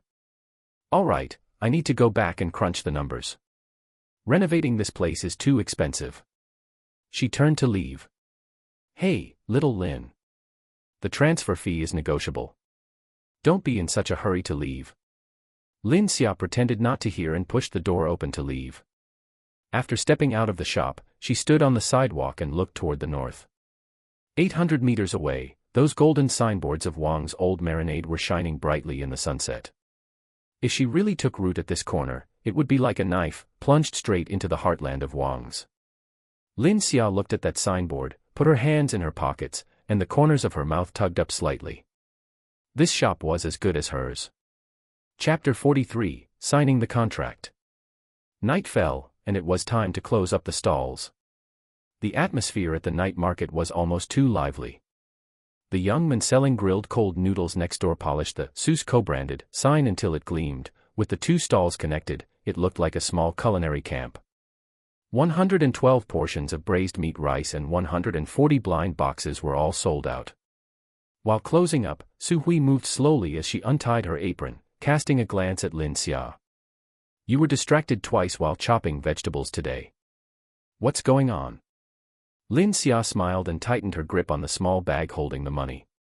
Mom, once the contract is signed, I'll give you a big surprise. Back home. Lin Xia sat on the windowsill and opened WeChat. She stared at the profile picture of the director Li from Wang's for a few seconds. Since Wang's wanted to probe into her background, she would go and probe their shop first. The day after tomorrow at noon. Bishui Pavilion. Lin Xia wrote in her memo, before attending the banquet, the shop must be secured. Know yourself and know your enemy, and you will never be defeated. In the kitchen, the rhythmic sound of meat being sliced could be heard, one slice after another, steady and heavy. Lin Xia knew that Su Hui was obsessively working on that piece of beef shank. Surrounded by this strongly rhythmic sound, she finally closed her eyes. Lin Xia woke up at 6 in the morning. She didn't wait for the alarm or for Su Hui to call her today. Only one thing was spinning in her mind, the shop. She walked barefoot to the kitchen doorway and saw a crisper box on the cutting board with the lid left slightly ajar. Lifting the lid, she saw over a dozen slices of braised beef shank neatly arranged inside. They were very thin, even thinner than yesterday's. Each slice was almost identical in thickness, and the fascia at the edges showed a slight curl, the perfect state of being on the verge of breaking but not quite. She wondered how late Su Hui had been practicing alone last night.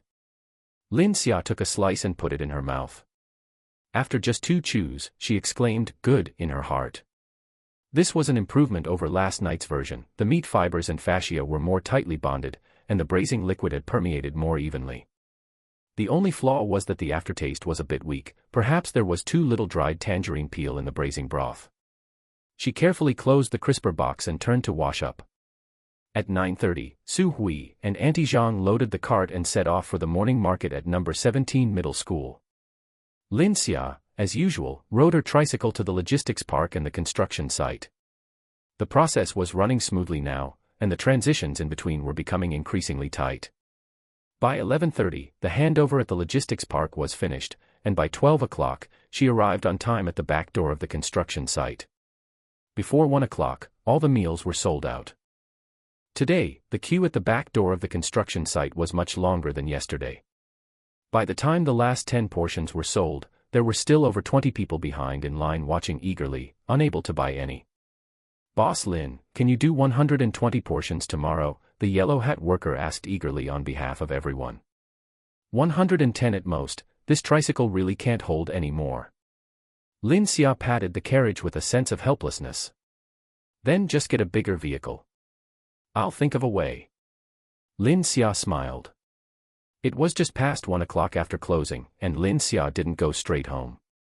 She parked the tricycle next to a public restroom, went in to wash her face, and changed into a clean t-shirt. This shirt had originally been pressed under the insulated box on the back seat of the tricycle, wrapped in a plastic bag. It was a clean, white cotton t-shirt without any oil stains. After changing, she took out her phone and called Boss Fong. The phone was answered after only 2 rings. "Boss Fong, I've thought it over, I want the shop." Lin Xia went straight to the point. A heavy sigh came from the other end of the line, as if a great burden had been lifted. But the 8,000 transfer fee is too high. Lin Xia spoke a beat faster than usual, her tone filled with unquestionable certainty. Your shop has been empty for 4 months. You're paying the landlord 4,200 in rent every month. That adds up to a loss of 16,800. If you drag it out for another month, that's another hole of 4,200. She paused for a second and revealed her trump card. Besides, I've checked. That shop previously received a rectification notice from the Market Supervision Bureau and has a record of administrative penalties. With that history there, anyone who takes it over would have to think twice. I'll pay a transfer fee of 5,500. We sign the contract today, and I'll pay in cash on the spot. The other end of the line was deathly silent, only the faint sound of electrical interference could be heard for a full 4 or 5 seconds. Little Lin, you're being too ruthless. 5,500 is just too little. 8,000 was already on the low side. Do you know how much equipment is left in there? Boss Fang's voice sounded a bit feeble. Boss Fang, I looked at that equipment very carefully yesterday. The sink faucet leaks, the gas pipeline valve won't tighten at all, and the aluminum foil hose used for smoke exhaust has long since failed to meet current fire safety standards. If I take it over, I'll have to pay out of my own pocket to replace all of that. To me, they aren't assets, they're a complete burden. But the full set of commercial refrigerators, freezers, prep tables, and cooking utensils, the value of those things alone is more than 5,500. Boss Fang threw his cigarette butt to his feet and crushed it with his shoe. Boss Fang, if you calculate the second-hand depreciation price, it's about the same. I haven't underpaid. The air fell quiet again, and the sharp click of Boss Fang's lighter came through the receiver. Are you sure you're only giving 5,500? There are others looking at the shop here. 5,500, take it or leave it. Sign today, pay today. Do the math yourself. If no one rents it this month, that's another 4,200 down the drain if you keep dragging it out. If others are looking, that's their business. But I can sign and pay immediately today, tomorrow, that might not be the case. The sound of a deep drag on a cigarette and a long exhale came through the phone. Fine, 5,500 it is. See you at the shop at 2 this afternoon. Remember to bring your ID card. Boss Fang finally compromised. All right, see you this afternoon. Hanging up, Lin Xia tucked her phone back into her pocket and realized that her palms were covered in a thin layer of sweat. She knew Boss Fang's weak spot very well. This shop was like a bottomless bleeding wound. Even losing a little less was a relief for him. At 1:40 in the afternoon, Lin Xia arrived at the bank on time on her tricycle. She withdrew 6,000 yuan in cash from her card and carefully divided it into 2 stacks, one for 5,500, and the other for 500 as backup change. At exactly 2 o'clock in the afternoon, she appeared at the entrance of the shop. Boss Fang's battered silver van was already parked there, the shop's rolling shutter door was fully open, and the lights inside were bright. As Lin Xia stepped inside, she saw a printed transfer agreement spread out on the table. It was 2 pages long, and the layout looked like a cheap template downloaded at random from the internet. She didn't rush to sign, instead, she went through the agreement item by item from beginning to end. When her gaze swept to the 4th article on the 2nd page, her eyes stopped. It explicitly stated, after this agreement is signed, Party A shall transfer the operating rights of the shop and all attached equipment to Party B, and Party B shall inherit the original lease contract for the shop. Lin Xia tapped her finger gently on this line of text. Brother Fang, this article says the original lease contract is inherited by Party B, but you are a sublessor. In the original lease contract you signed with the main landlord, does it actually contain a clause allowing subletting? The cigarette in Boss Fang's hand trembled, and he almost dropped it. Well, as for the main landlord, I spoke to him about it before. He replied evasively. Speaking about it verbally and having it written in black and white are completely different things. Does the main landlord know you are subletting now? Has he issued you a written consent form? Lin Xia pressed him. Boss Fang's eyes slid to the side, he didn't dare to respond. Lin Xia decisively pushed the agreement back to the center of the table and pressed her palm onto the paper. Brother Fang, I'll just be blunt with you. If the main landlord has no idea you're subletting behind his back, and I sign this agreement today, and then the main landlord shows up later to say the transfer is invalid, not only will my money be down the drain, but I won't be able to keep the shop either. I absolutely cannot take on this huge risk for you. Chapter 44, Paying the Deposit First. Boss Fong's fingers holding the cigarette trembled imperceptibly. You can rest assured. I will go talk to Brother Zhou about it immediately later. Talking about it later is absolutely not an option. I can pay 3,000 yuan as a deposit today and take the keys first, but I will only pay the remaining money after you get the written consent from the main landlord within 3 days. Lin Xia immediately threw out the breach of contract clause. If you cannot get the consent letter within 3 days, or if you break the contract and refuse to rent it to me, the deposit will be refunded in full, and you will also have to pay me an additional 1,000 yuan as a penalty. These must be written into the agreement in black and white. The cigarette in Boss Fong's hand burned down to the root of his fingers. He gasped in surprise, irritably threw the cigarette butt on the ground, and crushed it fiercely. You want another 1,000 yuan in penalty fees? Aren't you clearly making things difficult for me? Brother Fong, these 3,000 yuan in cash can safely sit in your hands for 3 days. You can use it for emergency turnover, do whatever you want with it. 3 days is definitely enough for you to make a call and have the main landlord sign. But if you can't even get this little thing done, it only shows that you can't make the decisions for this shop at all, and signing the contract would just be digging a hole for myself. Boss Fong rubbed his face irritably, his eyes twitching twice. Fine, 3 days. I will go find Brother Zhou to sign it in person immediately. Lin Xia took a ballpoint pen out of her pocket and added a handwritten clause after the 4th article of the agreement. Boss Fong picked it up, read it twice, and signed his name while gritting his back teeth.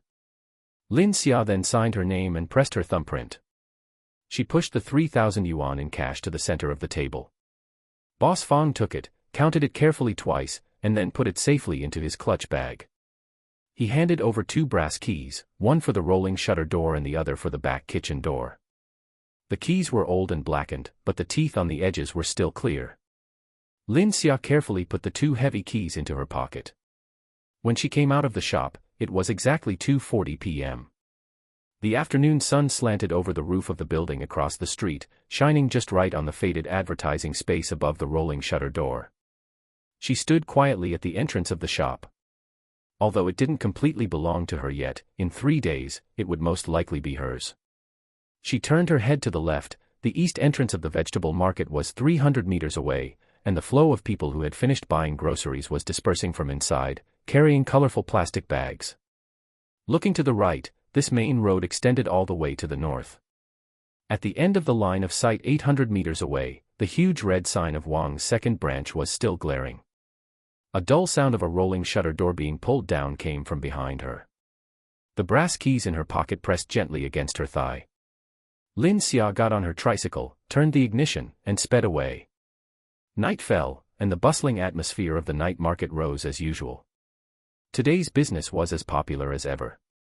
115 portions of braised pork rice were sold, 136 blind boxes were cleared out, and 48 bottles of spicy oil were sold.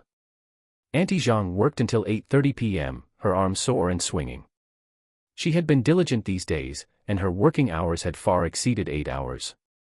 Lin Xia had agreed with her on 150 per day, which was 20 or 30 more than the market average. Auntie Zhang was quite happy. The key was that Su Hui was easygoing, and Lin Xia was straightforward. It was very pleasant for the few of them to work together. When closing the stall, Su Hui was lowering her head and carefully wiping the stainless steel stove. Xia. Su Hui spoke suddenly. What is it, Mom? Where exactly did you go this afternoon? Your sleeves were covered in a lot of dust when you came back. Lin Xia looked down at her cuffs. There was indeed a thin layer of white dust. It was rubbed off from the old wall of the shop in the afternoon. She didn't speak, just reached into her pocket, took out the 2 blackened brass keys, and placed them steadily in front of Su Hui. The brass keys collided with the stainless steel countertop, making a crisp sound. Su Hui stopped what she was doing and stared at the 2 keys for a full 3 seconds.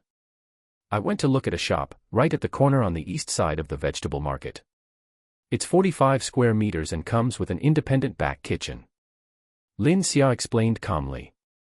I already paid the deposit this afternoon and agreed to sign the formal contract within 3 days. Su Hui's hand remained on the rag, motionless. How much is this shop? The transfer fee was negotiated down to 5,005, the monthly rent is 4,002. According to the rule of paying 3 months' rent as a deposit plus 1 month's rent in advance, it will cost 22,100 to move in. Where did you get so much money? Su Hui finally raised her head. Saved up from setting up the stall these days. Su Hui looked at her deeply. She knew the daily turnover in her heart. Excluding costs, it had been stable at over 3,000 these past few days. But in the first week when they started, they couldn't even earn 100 a day. Later, they changed houses and bought daily necessities. Money was being spent everywhere. In such a short time, to scrape together more than 20,000 in cash, how hard this girl must have calculated and how hard she must have worked outside. There was no questioning in Su Hui's eyes, just looking at the faint dark circles under Lin Xia's eyes. Her lips moved, but no words came out. There was silence in the cart for a few seconds. Su Hui finally folded the rag neatly and placed it on the countertop. She reached out her rough hand, gathered the 2 cold keys, and clenched them tightly in her palm. How big is that back kitchen? 12 square meters. Can the space inside fit 2 stoves? Yes, and there is still plenty of room to turn around. Su Hui nodded heavily and handed the keys in her palm back to Lin Xia. Have you carefully checked the exhaust pipes in the shop? I checked. The previous design has problems, but it can be changed. Remember to find an experienced master to take a look before changing it. Don't be impatient and mess it up yourself. I know, Mom. The mother and daughter skillfully packed up their things and drove the food cart back to the residential area.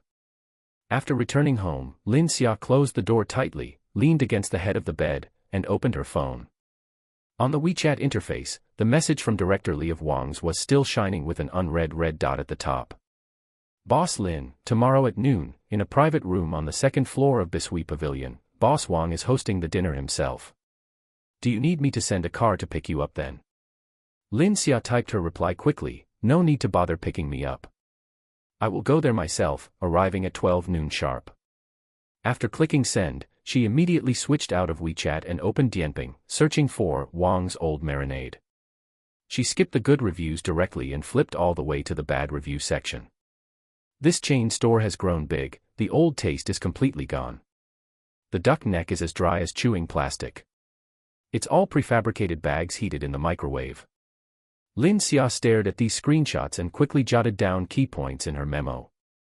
The weak point of Wang's was very obvious, the collapse of taste caused by prefabricated bags, and the regional conflict between franchisees and headquarters.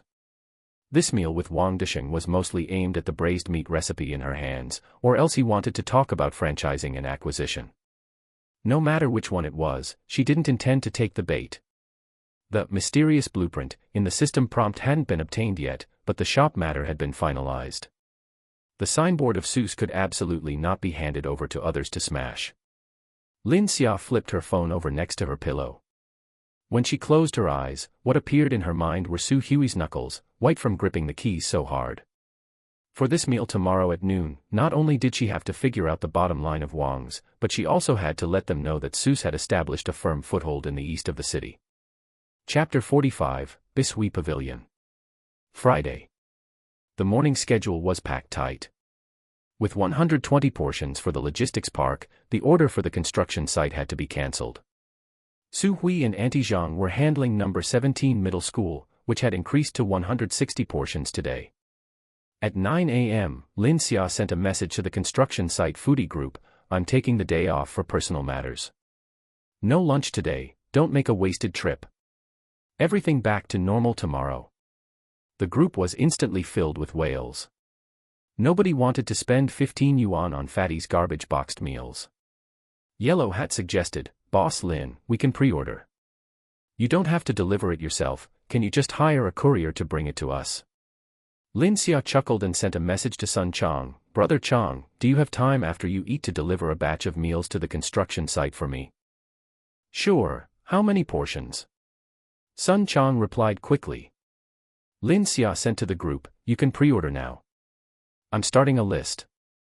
Orders close at 10 o'clock. Maximum 110 orders, I can't deliver more than that.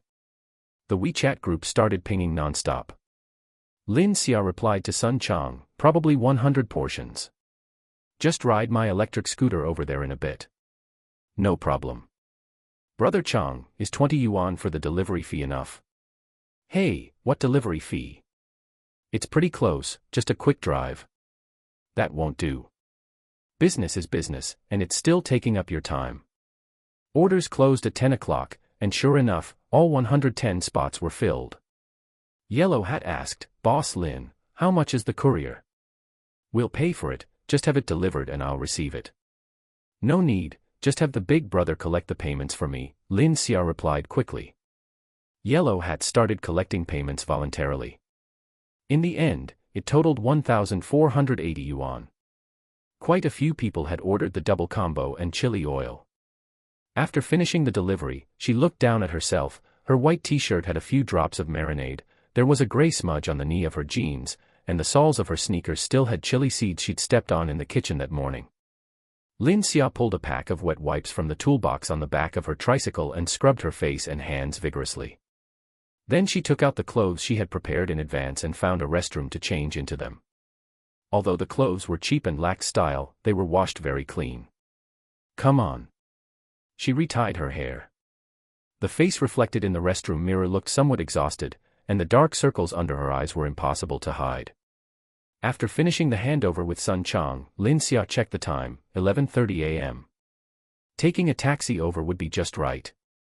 Bishui Pavilion was located in the middle of the commercial street in the east of the city, a 3-story Chinese-style building. The 2 podocarpus trees at the entrance were pruned with great style, the granite steps were spotless, exuding the quiet affluence of the wealthy. Lin Xia straightened her clothes and walked toward the main entrance. A young man in a suit came up to greet her, his hair meticulously groomed, his smile as standard as if measured by a ruler. Boss Lin. I'm Li Ming. Li Ming's gaze lingered on her cheap t-shirt and old sneakers for less than half a second before he turned his eyes away with utmost professionalism. He said politely, Mr. Wang is waiting for you on the 2nd floor. Please, this way. They went upstairs. The hallway was covered in thick dark red carpet, there was no sound when walking on it, and it was so quiet that one could only hear the faint hissing of the air conditioning vents. The private room door was pushed open. A man in his 50s or 60s sat at the head of the table. He had a square face, rough skin, and some gray at his temples. He wore a dark blue polo shirt, his belly was a bit large, and his sleeves were casually rolled up, revealing a watch with a large dial made of refined steel. His hands were large with thick knuckles, clearly the hands of someone who had done heavy work in front of a stove back in the day. On the table were a pot of tea and several exquisite cold dishes. Mr. Wang, Boss Lin is here. After Li Ming finished speaking, he tactfully closed the door and retreated. Only the 2 of them remained in the private room. Wang Disheng stood up. He was shorter than Lin Xia had imagined, but his restrained sense of authority was very strong. He reached out to shake Lin Xia's hand, his calloused palms were hard, making the back of Lin Xia's hand feel tight. Sit wherever you like. Wang Disheng's voice was gruff, but his speaking pace was slow. Tea or alcohol? Tea. Wang Disheng picked up the teapot and poured her a cup of Longjing. Lin Xia took a sip, the fragrance was light and clear, indeed 1,000 times better than the 2 yuan bag of broken tea leaves she had at home. Boss Lin isn't very old, but you're bold and meticulous in business. Wang Disheng sat back in his seat, his large palms resting flat on the mahogany table. I've had Li Ming watching you for a long time. The turnover at the night market is one thing, but the group meals at the logistics park, that guerrilla tactic at the construction site, and that chili oil. When he said, guerrilla, the corner of his eye twitched, as if he had spotted some rather interesting cleverness. Lin Xia didn't pick up on that, just looked down at the floating tea leaves in her cup. I've been making braised dishes for over 30 years. Wang Disheng took another sip of tea, his eyes somewhat deep. From the street stalls back then to the 17 direct-operated stores now, and 200 franchise stores across the province. On this plot of land in the east of the city, Wang's is the deepest planted flagpole. But to be honest, this flagpole has been shaking a bit lately. He looked at Lin Xia, not intending to hide anything, and continued, "You must have read quite a few of the negative reviews online, right?" "I've seen some. That's the fault of the OEM factory. 3 years ago, I was blinded by greed and listened to those so-called consultants about outsourcing production lines. The data looked glorious, but the taste." He shook his head, a look of self-deprecating disdain appearing on his face. "It's gotten worse every year." Lin Xia put down her teacup. The porcelain cup made a light sound as it landed on the table. "Mr. Wang, you invited me here today, surely not just to hold a review meeting." Wang Disheng was stunned for a moment, then burst into laughter. "Straightforward. Fine." He pushed the teacup aside and leaned forward slightly. "I won't beat around the bush with you either. First, your chili oil recipe is very good, and I want to buy it. You name the price, Wang's has ready-made distribution channels, we can split the profits. Second, your current setup is too small. Change your name and join Wang's. I'll give you ready-made supply chains and storefronts, you'll save the trouble of starting from scratch. How about it?" The private room went quiet. Lin Xia looked at the tea on the table. This was clearly an attempt to strip the bones and sinews from Seuss and stitch them into the massive yet aging body of Wang's. Once she agreed, Seuss would never have a name again. "Mr. Wang, I appreciate that you think highly of me." Lin Xia met his gaze, her tone devoid of fluctuation. "But I'm not selling the chili oil recipe." Wang Disheng's expression didn't darken because of the refusal. "As for joining Wang's..." Lin Xia picked up her teacup and gently blew the foam away. "I don't have any plans for that right now." "But you're already looking at storefronts." Wang Disheng suddenly retorted. Lin Xia's hand paused in midair. Wang Disheng's gaze remained calm, like a bottomless well.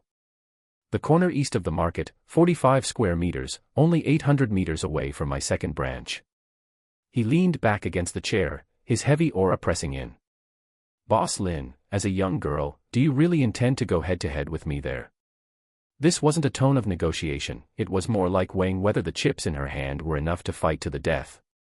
Lin Xia remained silent for 3 seconds, then answered crisply. "Whether I can hold out or not, we'll only know after a real fight." Wang Disheng stared at her for a full 5 seconds. Seeing no sign of flinching, he picked up his chopsticks and picked up a piece of beef from the cold dish. "Taste the beef from my shop." Lin Xia followed suit and picked up a piece. The first sensation upon entering her mouth was salty and bitter, the taste of soy sauce mixed with too much MSG. The meat was too fibrous, pulling between her teeth, and chewing it felt like chewing a wad of old cotton that had been soaked in water. Compared to the beef shank Su Hui had practiced with until late last night, it was the difference between clouds and mud. She put down her chopsticks, her expression calm. "It's too salty. The flavor is all on the surface, the inside is dead, and the meat is so old it crumbles into fibers." Wang Disheng's hand froze in midair, only after a few seconds did he slowly put down his chopsticks. "That's the reason I wanted to find you." His voice lowered, revealing a touch of helplessness. "I know it's gone bad myself. But the plate is too big, 17 direct-operated stores, 200 franchise stores across the province. I want to turn back, but the people behind me, those production lines, they won't let me." "Is it that you can't change it back, or that you're unwilling to pay the cost?" Lin Xia asked this question very sharply. Wang Disheng wasn't annoyed, he just rubbed his chin with that calloused hand. "Both, I suppose." The server happened to knock and enter with dishes at that moment. Soft-shelled turtle, sea bass, old duck soup, one after another, steaming hot, hearty dishes filled the table. "Let's eat first. Even if the deal doesn't go through, we can still be civil. Business is something you grind away at slowly." Wang Disheng picked up the serving chopsticks and placed a piece of turtle skirt for Lin Xia. Chapter 46, Blueprints and the Cold Shoulder. Lin Xia did not stand on ceremony, she was truly hungry after a busy morning. The pepper in the duck soup was authentic, and as she drank it, the restless heat in her stomach was suppressed quite a bit. "Who did your mother learn this cooking skill from?" Wang Disheng asked out of the blue. "My grandmother. The Su family from North Street." Lin Xia looked up sharply.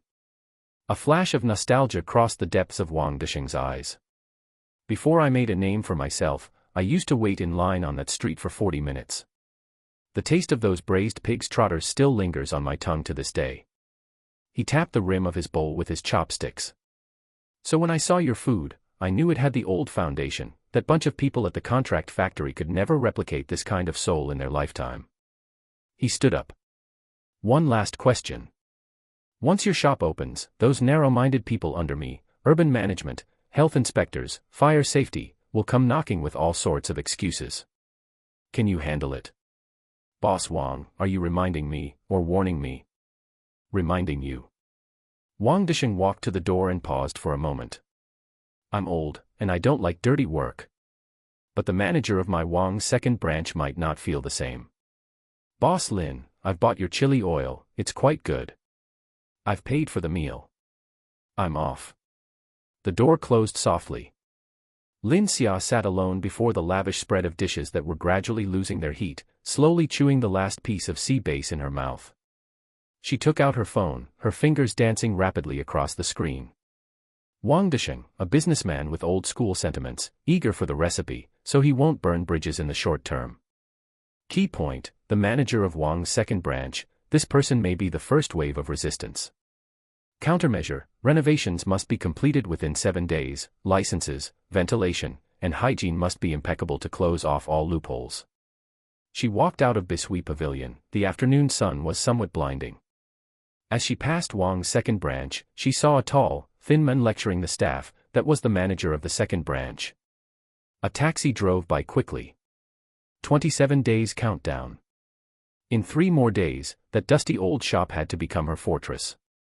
Her phone buzzed in her pocket. It was a WeChat message from Boss Fang. Boss Lin, the main landlord is free at 3 this afternoon. We'll sign the confirmation letter in person. Are you coming? Coming. Lin Xia replied with a single character using one hand. She went to the logistics park first to retrieve her tricycle. Sun Chang refused to accept any delivery fee no matter what, so in the end, Lin Xia simply transferred 20 yuan to him via Alipay. 2:55 in the afternoon. Lin Xia pushed open the half-closed rolling shutter door of the corner shop. Light cut in through the gap in the door, creating a line of demarcation between light and shadow amidst the floating dust. The front hall was empty. Boss Fang's peeling silver minivan was nowhere to be seen. Walking further in, a faded plastic stool was placed horizontally at the entrance of the back kitchen. Sitting on it was a bald man wearing an old undershirt and loud patterned shorts, his feet in a pair of flip-flops with worn-out soles. He was twirling a string of shiny, smooth body beads in his hands, his thumb moving rapidly. Here to see the shop. The bald man didn't even lift his eyelids, staring instead at an ant crawling past his feet. Are you Boss Zhou? Lin Xia stopped 3 steps away. This was the main landlord, Brother Zhou, who owned ground-floor commercial properties on several nearby streets. He held several units in his hands and was a landlord who had made his fortune early on through demolition compensation, sweeping up shops in the area. That grandson Boss Fang has the runs and is squatting in the public toilet. He told me to come over first. Brother Zhou thumbed a bead, lifting his eyes to size Lin Xia up twice. This place used to be a spicy hot pot joint. What kind of business are you planning to do? Catering, cooked deli meats, with some light meals. Lin Xia spoke at an even pace. The sound of the clacking body beads stopped. Brother Zhou stood up, the plastic stool dragging across the rough floor tiles with a harsh, grating sound. Catering. Brother Zhou waved a chubby hand. Doesn't Boss Fang have a mouth? I don't rent to catering businesses.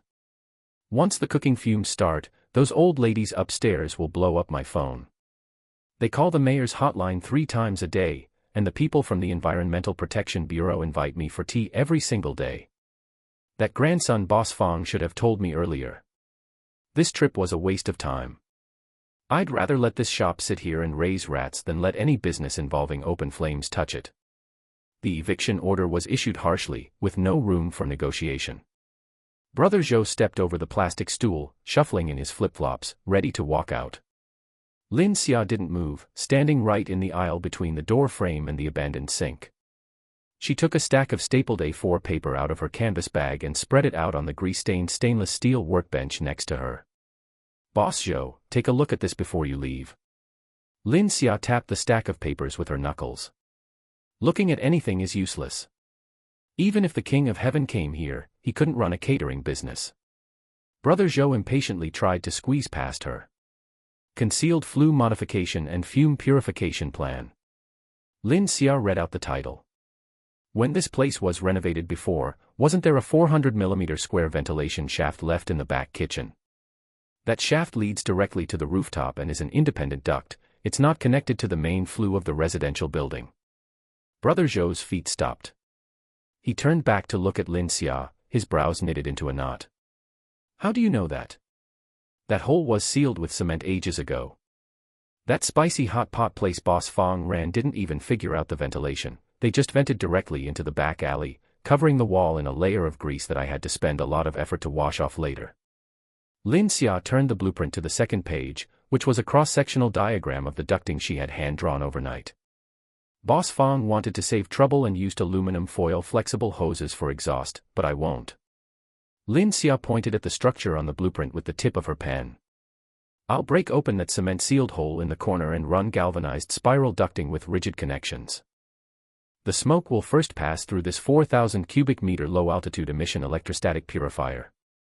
As long as it's powered on, the plates inside will act like magnets and suck up all the cooking fumes. Brother Zhou leaned in suspiciously to look at the data and wiring on the blueprint. Having been a landlord for so long, he understood a thing or two about engineering. I've seen electrostatic purifiers before. After a while, the electric field plates get gummed up with oil, and they still spew smoke. Brother Zhou shook his head. That's why I added a water circulation filtration box at the back, plus a UV light set for odor removal. Lin Xia turned to the third page, the itemized quote. The gas vented to the rooftop exit will not only be free of visible smoke, but more than half of the cooking odor will also be eliminated. The entire equipment, including installation and commissioning, will cost about 8,000 yuan, which I will pay. The back kitchen went quiet, with only the sound of tires from cars passing on the road outside. The string of Bodhi beads in Brother Zhou's hand began to move again, at a much slower pace. 8,000 yuan for eco-friendly ventilation equipment. This young girl was willing to invest that kind of serious money into infrastructure just to rent a shabby 45 square meter shop. That stingy Boss Fong, who ran the spicy hot pot place, thought even buying a range hood was too expensive back then and was only willing to spend 200 yuan on an exhaust fan. If you run this pipe up and there's still noise on the top floor, the people upstairs will still complain. Brother Zhou looked for a loophole. I've selected a low-frequency silent snail fan, and the base will be fully wrapped in shock-absorbing rubber pads. Lin Xia met his gaze, her tone firm. To ensure there are no issues, I will pay someone to clean the electric field plates once a month. Brother Zhou had nothing to say. He stared at Lin Xia for a full 10 seconds. What if you can't do it? Add a clause to the contract. As long as I am investigated by the Environmental Protection Bureau due to cooking fumes during operation, or if there are more than 3 confirmed written complaints from surrounding residents, I will move out unconditionally. The entire set of equipment will belong to you, and I will pay you double the penalty for breach of contract. Lin Xia pressed a pen onto the blueprint. Black and white, legally binding. With one sentence, she closed off all the loopholes. Such a do-or-die condition placed all the risk on the tenant herself. The main landlord was guaranteed to win without losing anything. He not only gained a compliant ventilation system for free but also eliminated any future trouble. Brother Zhou picked up the stack of papers and flipped through them page by page. The blueprints were drawn in extreme detail with precise dimensions, and even the model of the waterproof sealant around the wall penetration holes was clearly marked. You little girl, you certainly do things flawlessly. Brother Zhou closed the blueprints, the gunpowder smell in his tone completely gone. Chapter 47, Cutting In. Just then, rapid footsteps could be heard outside. Boss Fong, holding up his waistband, squeezed through the rolling shutter, covered in sweat. Oh, sorry, my stomach is acting up. Brother Zhou, Boss Lin, you two have started chatting. Boss Fong quickly pulled out a cigarette case to offer them, his eyes darting toward the tabletop. Brother Zhou waved away the cigarette with his hand and pointed at the drawings on the workstation. Old Fong, Boss Lin's exhaust system plan is very thorough. I agree to rent out this shop. Upon hearing this, Boss Fong's face lit up with joy. The shop was stuck in his hands, and every day it dragged on meant losing money. That's good, that's good. Boss Lin is a straightforward person. Let's sign the sublease agreement now. Boss Lin, did you bring the money? Boss Fong impatiently fished the sublease agreement out of his clutch bag and hurriedly spread it on the table. As he spread it out, his palm pressed unnaturally against the upper part of the paper, as if he were afraid someone would see something clearly. Lin Xia didn't reply. Her gaze went past the back of his hand and locked precisely onto the rent amount column on the first page. Monthly rent, 6,500. Boss Fong. Lin Xia reached out and pressed down on the corner of the sublease agreement. When we talked yesterday, you said the monthly rent for this shop was 4,200. 3 months deposit, 1 month's rent paid up front. Boss Fong's expression stiffened instantly. He subconsciously glanced at Brother Zhou beside him and wiped the sweat from his forehead with the back of his hand. Ah, right, 4,200. In this neighborhood, 4,200 is definitely a fair price. But Boss Fong, you filled in 6,500 for the monthly rent here. Lin Xia turned her head, shifting her gaze to the landlord's face. Boss Zhou, what is the monthly rent in the original contract you signed with Boss Fong? Brother Zhou had just been thoroughly impressed by Lin Xia's plan, and now, hearing this figure, he immediately realized what was happening. 6,500. Old Fong, are you fucking robbing people? Brother Zhou's eyes widened, and his voice shot up instantly.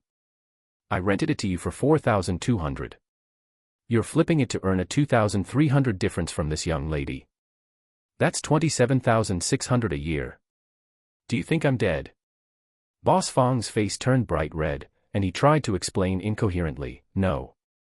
Brother Zhou, I also invested in some renovations for this shop, and those pieces of equipment. What renovations did you invest in? You didn't even change a single floor tile for me. The exhaust duct is a complete mess. Besides, how much is your pile of scrap metal worth? Didn't you collect a transfer fee from the young lady? Brother Zhou grabbed Boss Fong's sublease agreement, crumpled it into a ball, and threw it on the ground. No wonder your shop has been listed for 4 months without being rented out. It turns out you were asking for an exorbitant price. You've been behind on my 4,200 rent for 2 or 3 months, and I was considerate enough not to take back the shop, yet you're here using my shop to make a fortune. Earning a price difference through subletting is a common tactic for secondary landlords, but with the cards revealed directly in front of the primary landlord, the charade couldn't continue. Lin Xia waited for Boss Zhou to finish his first round of scolding before interjecting at the right moment. Brother Zhou, the reason Boss Fong hasn't been able to rent out this shop for months isn't just because he's asking for a high price. Lin Xia took out her phone and pulled up a screenshot from Kachacha. The Environmental Protection Bureau's penalty records are still attached to this address. This is a shop with a criminal record. Anyone who considers taking it over will be scared off if they just do a quick check. Brother Zhou's face darkened. He knew this was the truth. Brother Zhou, I want to sign the primary lease contract with you. A 3-year term, with either 1 month's rent as deposit and 3 months paid up front, or 2 months deposit and 3 months paid up front. Lin Xia then turned to Boss Fong, who was still sweating. Brother Fong, I'll take all your equipment as listed. You get the transfer fee, 5,500 as we agreed yesterday. I want to sign the lease agreement directly with Brother Zhou. Boss Fong panicked. My lease hasn't expired yet. You breached the contract by falling behind on rent. I still have 3 freezers there. They're all leaking refrigerant. Lin Xia interrupted him. The sink and prep table. The drain pipe is completely clogged. Lin Xia didn't give him any chance to catch his breath. Brother Zhou scoffed from the side. Old Fong, you breached the contract by falling behind on rent first. I have every right to take back the shop. Plus, you still have to pay every cent of the rent you owe me. If Boss Lin doesn't take over, you can hire a truck to haul away that junk yourself. Caught in a pincer attack, the situation was lost. Like a deflated ball, Boss Fong slumped his shoulders and sat down on a plastic stool. 5 minutes later, he signed the equipment transfer receipt and took the 2,500 yuan cash that Lin Xia had already counted out. Deducting the 3,000 yuan deposit given yesterday, it totaled 5,500, not a penny less. After settling the outstanding rent with Boss Zhou, he tucked his bag under his arm and slunk out of the rolling shutter. Only Lin Xia and Boss Zhou remained in the shop. With the obstacles cleared, the real negotiation was settled within half an hour. Boss Zhou was not an unreasonable person. He had seen Lin Xia's ability to solve problems and had also inspected Lin Xia's compensation clause. The two quickly drafted a brand new lease contract. The monthly rent remained 4,200. 1 month's deposit, 3 months paid up front. Lin Xia transferred 16,800 yuan on the spot, plus the 5,500 paid to Boss Fang, totaling 22,300 yuan. However, the budget for exhaust ventilation alone increased by 8,000 yuan, and she had also signed a firm commitment. The two pressed their fingerprints onto the contract. Boss Zhou put away the contract. Get started on that exhaust duct renovation right away. Send me a video when it's done. If I hear that old lady upstairs complaining again, we'll handle it according to the clause in the contract. Don't worry.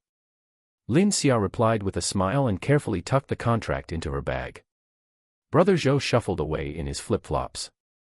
The rolling shutter was half-drawn. Lin Xia stood alone in the dusty front hall. Deep in her mind, there was a soft beep. Host detected to have acquired a fixed business location. Business empire officially launched. Phase 2 mission, brick-and-mortar store establishment, completed. Mission rating, S, significantly lowered costs through extreme information asymmetry and negotiation strategy. Additional reward, green tier trait draw *1. Settlement reward issued, 5,000 yuan exclusive renovation fund, transferred to bank card ending in XXXX. The phone in her pocket vibrated. Lin Xia took it out and looked. The bank deposit text message was lying on the screen right on time. This money came at just the right time. The 8,000 yuan for the exhaust engineering and utility renovations could be covered by this money, filling the gap in hard costs. The light from the system interface hadn't yet dissipated when another notification popped up right after. Additional reward, mysterious recipe blueprint unlocked.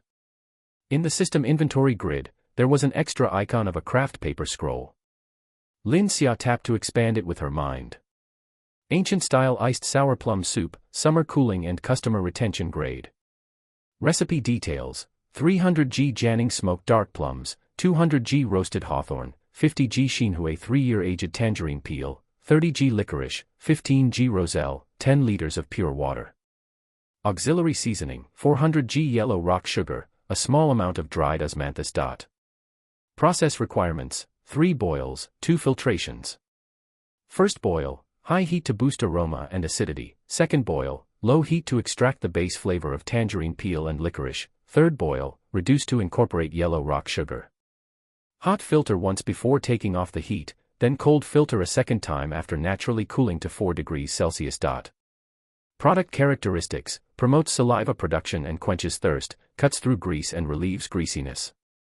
Consumed in hot weather, it can increase customer repeat order rate by 15%, paired with heavy oil/salt braised dishes, it has a powerful customer retention function.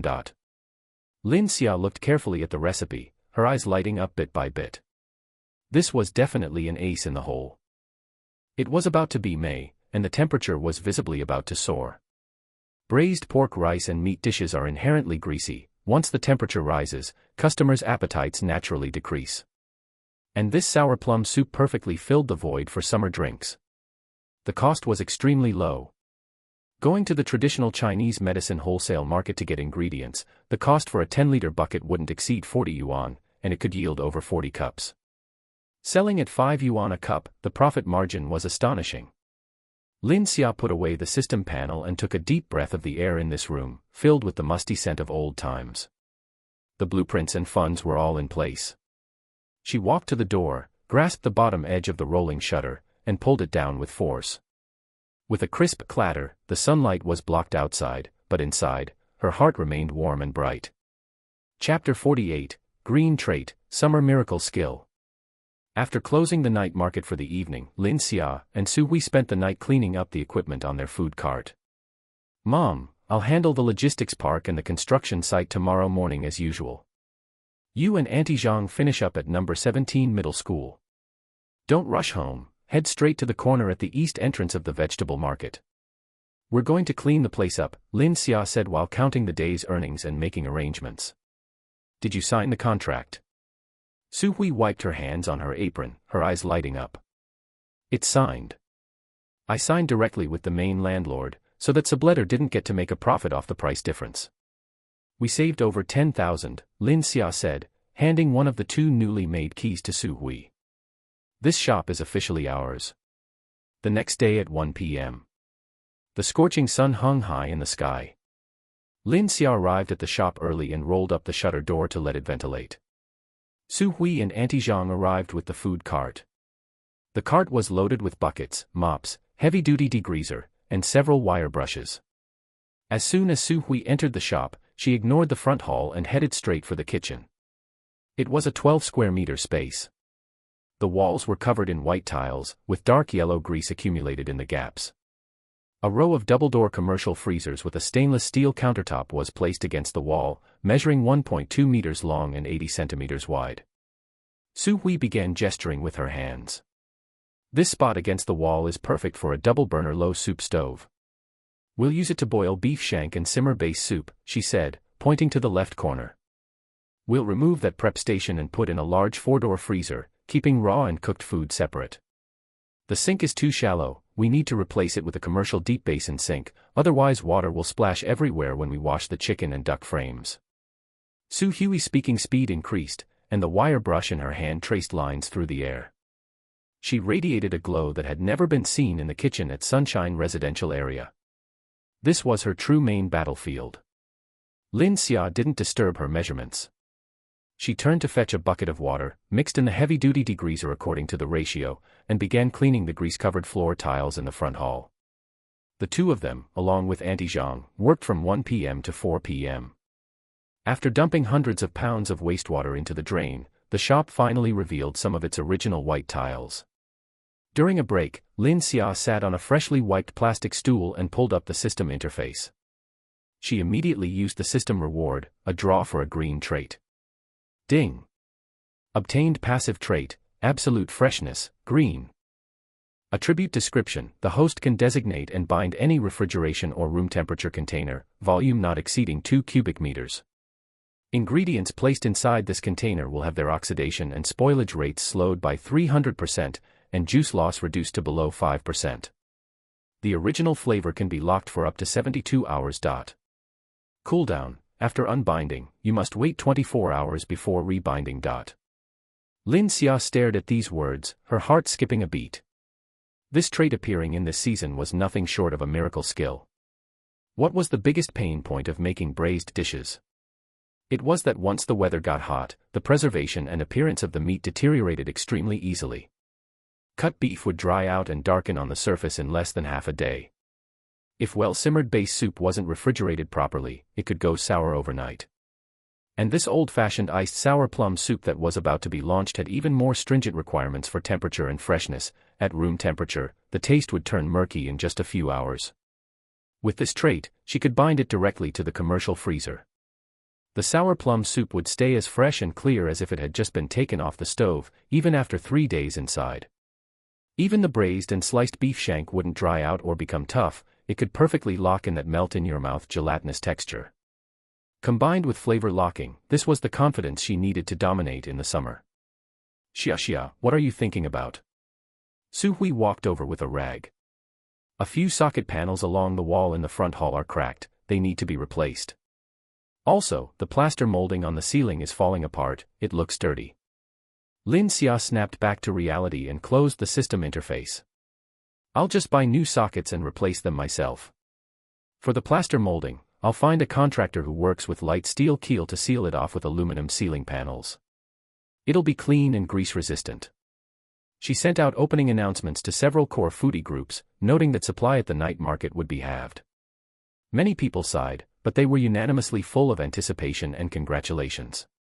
Over the next 3 days, apart from group meals and the construction site, Lin Xia poured all her energy into renovating and remodeling the shop. She found a local veteran welder for the exhaust ducting. It cost 300 a day.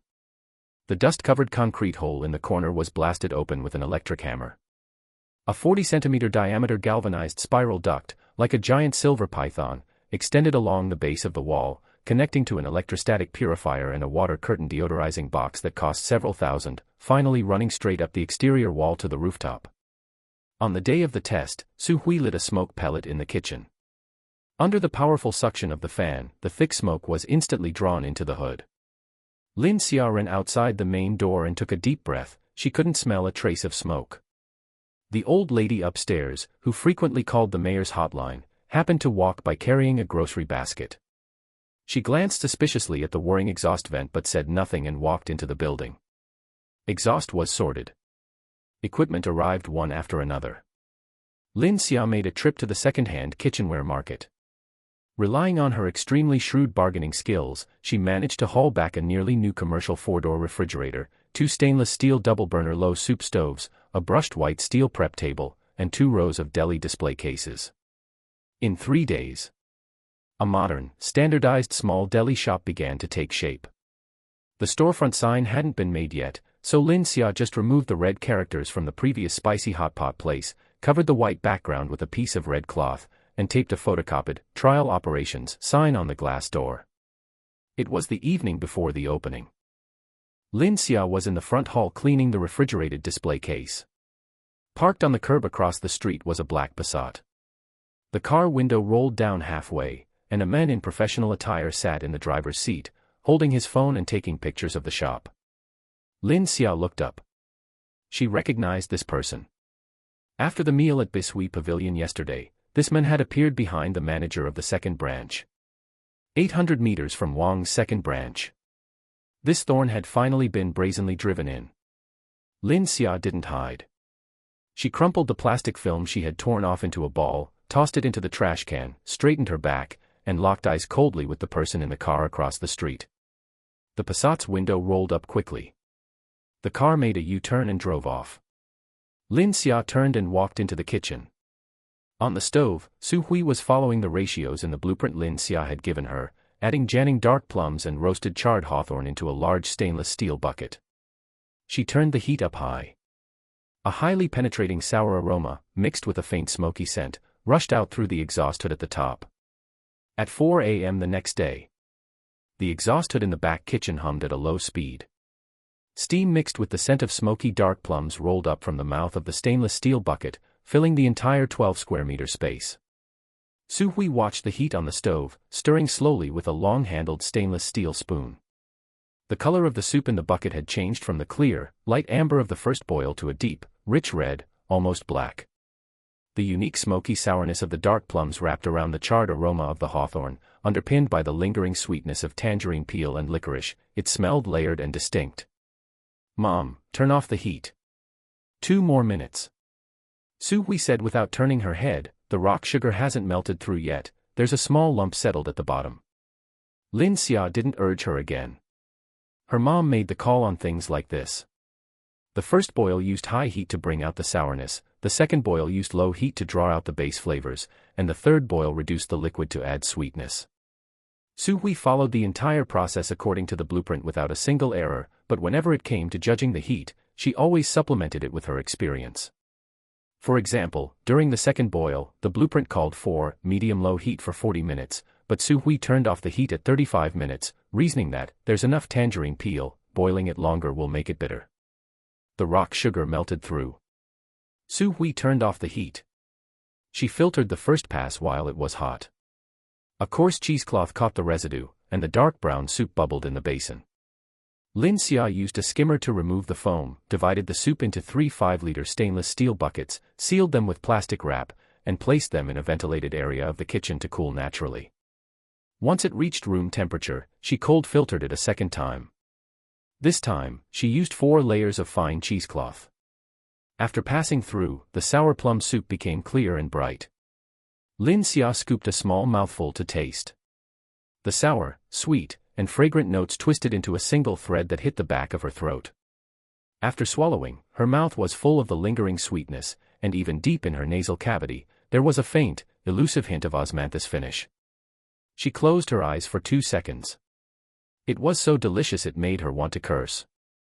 In the middle of summer, if someone were to gnaw on an oily, braised pig trotter and then chug a mouthful of this, it would be the height of luxury. At 5:40 a.m. While Su Hui went out to dump the residue, Lin Xia locked the kitchen door and pulled up the system interface. Green passive trait absolute freshness. Binding target, commercial 4-door freezer. The operation was simple: select with her mind and confirm the binding. The system interface flashed. There was no visible change on the freezer's exterior, but a countdown appeared on the panel: 72 hours. She pushed the 3 large buckets of sour plum soup and the braised beef shank she had vacuum sealed the night before into the freezer. The moment the door closed, Lin Xia pressed her ear against the freezer door to listen. The compressor was running as usual, and the temperature was constant at 4 degrees. But she knew that the items inside were no longer the same as those in anyone else's refrigerator. Chapter 49, Teacher Wen's Calligraphy and Iced Sour Plum Soup. A few minutes past 6, Auntie Zhang arrived. She was quick on her feet, walking with a brisk energy. Upon entering, she promptly tied back her hair, fastened her apron around her waist, and headed straight to the kitchen. Whoa, what's that smell? Sweet and sour, smells good. Auntie Zhang sniffed the air vigorously. Sour plum soup, a new item for today. Lin Xia pulled a bucket from the freezer, poured some into a glass, and handed it to her. Try it and give me some feedback. Auntie Zhang didn't stand on ceremony, she gulped down half a cup. She froze after finishing it. She opened her mouth but didn't speak. She looked down at the glass, sniffed it again, and then tilted her head back to finish the rest in one go. Boss, this stuff of yours. Auntie Zhang slammed the cup down on the counter. I've been doing housework for 20 years and have drunk dozens of types of sour plum soup, supermarket ones, famous old brands, and even the ones freshly brewed at street stalls, but none of them compare to this cup. Specifically, I can't quite say. Auntie Zhang wiped her mouth and thought for a long while, searching through a housewife's library of taste buds for the right words. It's cool going in and warm going down. Plus, after drinking it, that greasy, heavy feeling in my stomach is completely gone. It's like my stomach has been rinsed with clean water, it's refreshed, clean, and I feel like eating again. Lin Xia chuckled inwardly. Auntie Zhang had translated the system's description of cutting grease and relieving heaviness into plain, understandable language. We'll sell this at noon, Lin Xia instructed. Auntie Zhang, go cut the pork belly into 400-gram strips. My mom will braise them later. Auntie Zhang muttered about whether she could have another cup, then trotted off to the counter with the pork belly. 9 in the morning. Sunlight sliced through the gap in the roller shutter of the corner shop, lighting up the 30-square-meter front room. The refrigerated display case was powered on, its glass polished until it shone. On the left row were the braised pig trotters and braised chicken racks, their reddish-brown color glistening under the cold lights. On the right row was the braised beef shank, thinly sliced and arranged in stainless steel trays, the grain of the tendons clearly visible. The middle shelf was for the mystery boxes and the cup display for the sour plum soup. The workstation had been wiped down 3 times. The stainless steel cutting board, kitchen knives, disposable gloves, and sealing machine were all in their places. The business license and food service permit on the wall had been obtained just the day before yesterday, with the health certificate right next to them. The inspection report for the exhaust duct was tucked under the glass top of the cash register counter. Everything that needed to be prepared was ready. Just one thing missing. Su Hui stood at the doorway, looking up at the board covered in red cloth above the lintel, rubbing her hands on her apron. What kind of sign should we put up there? Su Hui muttered. Lin Xia hadn't decided either. The fonts from advertising companies lacked soul, and as for handwriting, neither of them had calligraphy they could show off. Ask teacher when to write another one. She didn't think she had the nerve to ask. 9:30. A pedal tricycle pulled up to a stop in front of the shop. The vehicle was old, and the person pedaling it wore a faded navy blue Zhongshan suit with a fountain pen clipped to his chest. When Hong got off the bike, patted the chain grease off his pant leg, and smiled as he peered inside, cradling something wrapped tightly in red silk. Boss Su. Su Hui hurried out to greet him.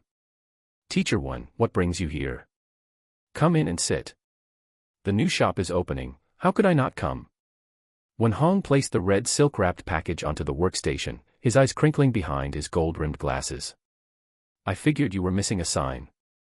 He reached out to untie the cord. The red silk was peeled away layer by layer. A solid wood plaque about 80 centimeters long was revealed. The wood was old elm, with smooth, polished edges and a thin layer of clear varnish. 4 characters were arranged vertically in the center, written with vigorous, powerful strokes, the start of each stroke like a blade falling, the end hooked. Su's old braised meats. In the bottom right corner, 2 lines of small characters were written vertically. One line was the signature, inscribed by Wen Hong. The other line read, "Inheritor of the North Street Su family." The moment Su Hui saw that line of small characters, she fell silent. She stood there, her hands still wet from washing vegetables, staring at those 6 characters, reading them one by one. The shop was very quiet. Auntie Zhang had stopped her work at some point and was peeking from the kitchen doorway. "Teacher Wen." Su Hui's voice was a bit hoarse. She wanted to say thank you, but those 2 words were clearly insufficient to express her gratitude. 23 years ago, when she married into the Lin family, Lin Jiangwo had despised the smell of braised dishes on her. She had buried her mother's recipe at the very bottom of a cabinet and never touched it again. For all those years, she was Mrs. Lin, a drudge who raised children, cooked, and did laundry, but never the inheritor of the Su family's braised dishes. Now, there was someone, a retired old man who came to her stall every day to eat her vegetarian platter and always addressed her only as Boss Su, who had told her in the most earnest way, "You are of the Su family, what you make is your mother's legacy, and this fact deserves to be carved onto a plaque." Su Hui turned her head away and rubbed the corner of her eye vigorously with her sleeve. Lin Xia brought a ladder out from the kitchen and set it up at the entrance. "Teacher Wen, I'm going to hang it up, could you please hold the ladder for me?" Wen Hong held the leg of the ladder with one hand, looking up as Lin Xia aligned the plaque with the hook in the center of the lintel. "It's half a centimeter to the left," Wen Hong directed. "How about now?" "It's straight." The plaque was firmly in place. Lin Xia jumped down from the ladder and stepped back a few paces to look at the effect. The base color of the old elm was deep and heavy. With Wen Hong's calligraphy hanging above this small shop at the corner of the market, the entire storefront's aura was elevated after replacing the plain white sign. There was no unnecessary ornamentation, only the confidence accumulated over years and months. Su Hui came out from the kitchen carrying a cup of iced sour plum soup and handed it to Wen Hong with both hands. "Teacher Wen, it's hot out, have something cold to drink." Wen Hong took a sip, his eyebrows raised, and then took a large gulp. "Good stuff." Wen Hong held up the cup to look at the clear, translucent color of the soup, which was so clear he could see his fingerprints through it. "Is this recipe also ancestral?" Lin Xia smiled but didn't answer that question. "The acidity is well contained, the sweetness is perfectly balanced, and that layer of dried tangerine peel aftertaste in the middle is excellent. It's rare." Wen Hong drank the cup to the bottom. "You must sell this when you open. In summer, having this drink with braised meat will relieve the heat and the greasiness, sales will definitely go up."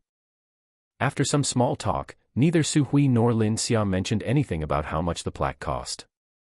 Wen Hong was not a vulgar person. Nor was he someone who would just give calligraphy or a sign to anyone.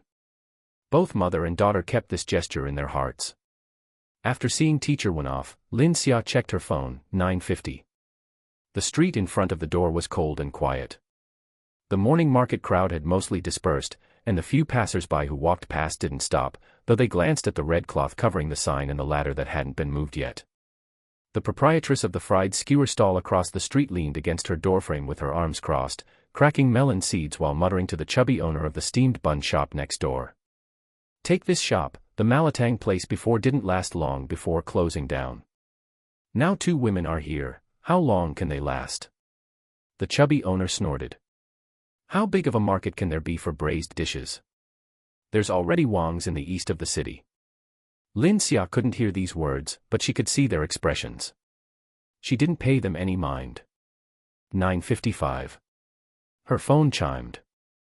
Sun Chang sent a WeChat message, "Boss Lin, I've brought 23 brothers, we'll be there in 10 minutes. Lin Xia replied with a good. Putting down her phone, she walked to the door and untied the 2 corners of the red cloth, letting it hang halfway over the plaque, waiting for the final pull. 10 o'clock sharp. The buzzing sound of a swarm of electric scooters came from the end of the street. Sun Chang was leading them. He rode the yellow electric scooter issued by his station in the lead, followed by a line of riders wearing blue and yellow vests. Some were old customers from the logistics park, others were new faces brought from surrounding stations. They parked in a massive row, completely blocking the east entrance of the market. Sun Chang didn't even take off his helmet. He ran to the door and shouted, "Boss Lin, best of luck with the opening." The brothers all came here on empty stomachs. Lin Xia pulled down the red cloth in one go. When Hong's calligraphy, Su's old braised meats, shone dazzlingly in the morning sunlight. Su Hui stood behind the display case, her apron tied tightly, and picked up a long-handled ladle, announcing loudly, "We are open." As the first wave of customers surged into the shop, the melon seed shell in the fried skewer proprietress's mouth dropped to the ground. 300 meters away, inside a black Passat parked near the west entrance of the market, the manager of Wang's second branch put down his phone and stared at the line of people snaking back to the corner in his rearview mirror, the smile on his face slowly freezing. He rolled down the car window and called out to his subordinate who had just come out of the convenience store nearby. "Go, call old Lu and the other three over here." "What for?" "To offer our congratulations." Chapter 50, The Sales Frenzy and Wang's Show of Force. The delivery riders were the first to arrive. Sun Chang's brothers crowded toward the window the moment they entered, each shouting louder than the next. "Give me an order of braised pork rice. Add a braised egg.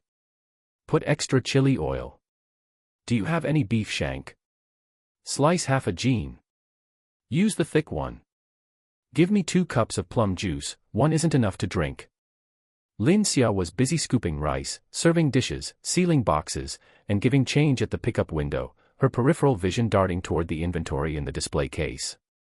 She had prepared rice and vegetables for 80 portions of braised pork rice that morning, sliced 4 gene of braised beef shank, and poured 60 cups of plum juice. Based on the morning's estimates, this batch shouldn't have any trouble lasting until 2 in the afternoon. Unexpectedly, at 10:20 a.m., while the group of riders hadn't even finished leaving, the second wave of people arrived. It was Wang Guifang. The square dance leader wasn't wearing her dance outfit today, she had changed into a faded floral t-shirt. Clutching her phone with 7 or 8 middle-aged women from Sui Yuan residential complex following behind, she marched imposingly into the shop. "Oh my, it's finally open. I saw what Xia posted in the group chat last night, so I specifically didn't eat breakfast today to come over." Wang Guifang tapped on the glass of the display case. "Give me an order of braised pig trotters, half a gene of beef shank, and 2 boxes of assorted vegetables. By the way, how much is that plum juice?" 5 yuan a cup. That's expensive." Although Wang Guifang complained about the price, her hand had already slapped the 5 yuan onto the counter. She took the cup, took a sip, and 2 seconds later, turned around and roared at the sisters behind her. Buy it all. Don't complain about the price, this stuff is absolutely worth it." The front area wasn't large, about 30 square meters, and once 20 people stood inside, there was no room to turn around. Sun Chang was sensible and signaled his brothers to take their food and squat on the steps outside to eat. Su Hui was slicing braised meats behind the display case. The new shop's flow design was much better than the night market stall. The refrigerated display case faced the customers directly, and Su Hui stood at the workstation behind it, knife rising and falling. The entire process was visible. She took the braised beef shank out of the freezer and sliced it steadily on the workstation. The slices were 3 millimeters thick, the lines of the fascia spreading along the cut, the red and white texture glistening with an oily sheen under the lights. Older men and women shopping at the vegetable market passed by the door. Smelling the aroma, their necks craned first, and their feet followed, turning toward the shop. "Whose braised meat is this? Why does it smell so good?" An old elmwood plaque. "Su's old braised meats. A descendant of the North Street Su family." The North Street Su family? That North Street on Jiefeng Road? That Su family? Several elderly neighbors stopped in front of the plaque, whispering to each other for a long time, and then some started to line up. 11 o'clock. The line of people in the front area had already extended to the street tree outside the shop, bending around the corner. Lin Xia counted roughly and estimated there were over 40 people. Auntie Zhang was rushing to steam rice in the back kitchen, pot after pot coming out of the rice cooker. After slicing the braised meat, Su Hui sliced pork belly, and after finishing that, went to stir the second batch of chicken racks stewing in the braising pot. Sweat ran down Su Hui's forehead into the collar of her apron. She couldn't spare a hand to wipe it, so she shook her head and kept working. Lin Xia brought out another bucket of plum juice from the freezer and filled the cups. The ice-cold, deep red liquid was coated with a thin layer of condensation. Among the people in line, 5 or 6 were passers-by who had come over after smelling the plum juice. They hadn't originally intended to buy braised meat, but after drinking a cup, they looked at the glistening pig trotters and beef shank in the case, their necks tilted, and their wallets loosened. Slice half a gene of pig trotters, just drinking this isn't satisfying enough. I want some too. Give me a braised pork rice as well, and drizzle extra chili oil on it for me. The repeat order rate on the system read 15%, but the actual feeling at this moment was far higher. Lin Xia didn't have time to calculate it in detail. The new customer acquisition notifications on the system panel kept popping up one after another, and the sound of payments arriving rang out continuously. She couldn't even bother to look. 11:45. 4 people walked into the shop. The leader wore a gray polo shirt, was in his early 30s, had a long, thin face, and his hair was styled with gel. Behind him followed 3 sturdy young men, all wearing black t-shirts. They weren't carrying anything, and they had no intention of lining up. They bypassed the line of people directly and walked to the pickup window. The man in the polo shirt stood still in front of the workstation, braced his hands on the counter, and scanned the display case. Business is pretty good, huh? His tone was light, but the corners of his mouth turned down when he spoke. You must be Boss Su, right? I've heard that our general manager Wang at Wang's has been talking about the craftsmanship of the North Street Su family. Su Hui's knife paused. She didn't know this person. Lin Xia looked up from behind the cash register. She recognized him. She had seen this face at the entrance of Wang's second branch. He was exactly the one who had been following behind the manager of Wang's second branch, looking down at his phone. If you're buying something, line up. If you're not, please move aside, the people behind are waiting.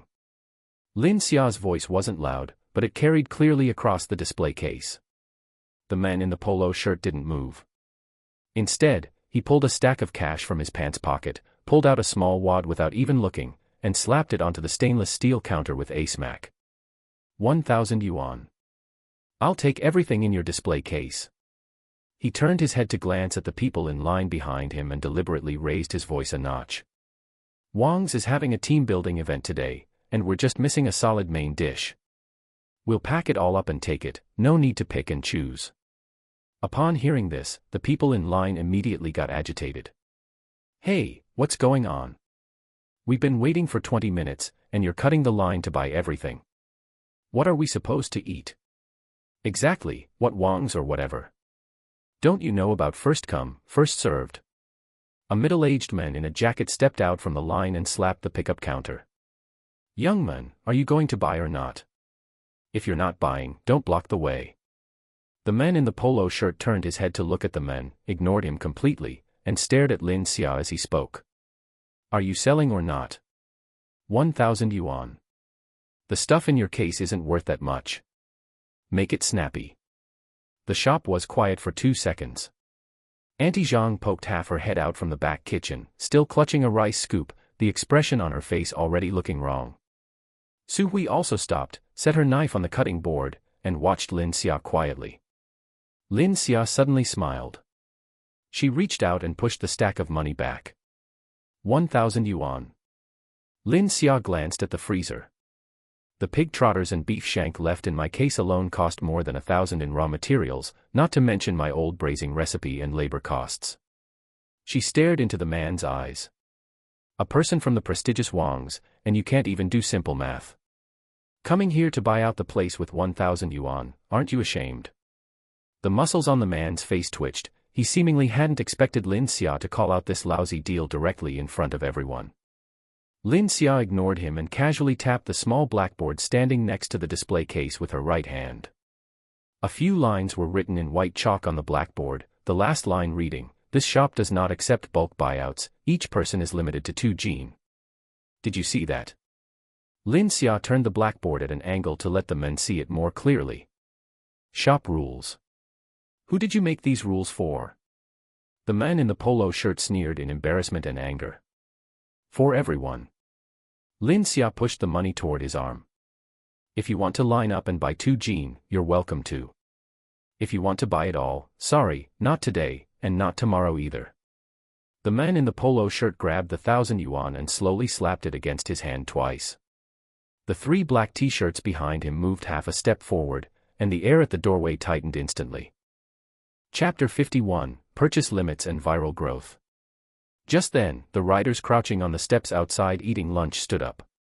Sun Chong finished the last bite of rice, tossed the disposable lunchbox into the trash can, wiped his mouth, and strode over with 5 or 6 of his brothers.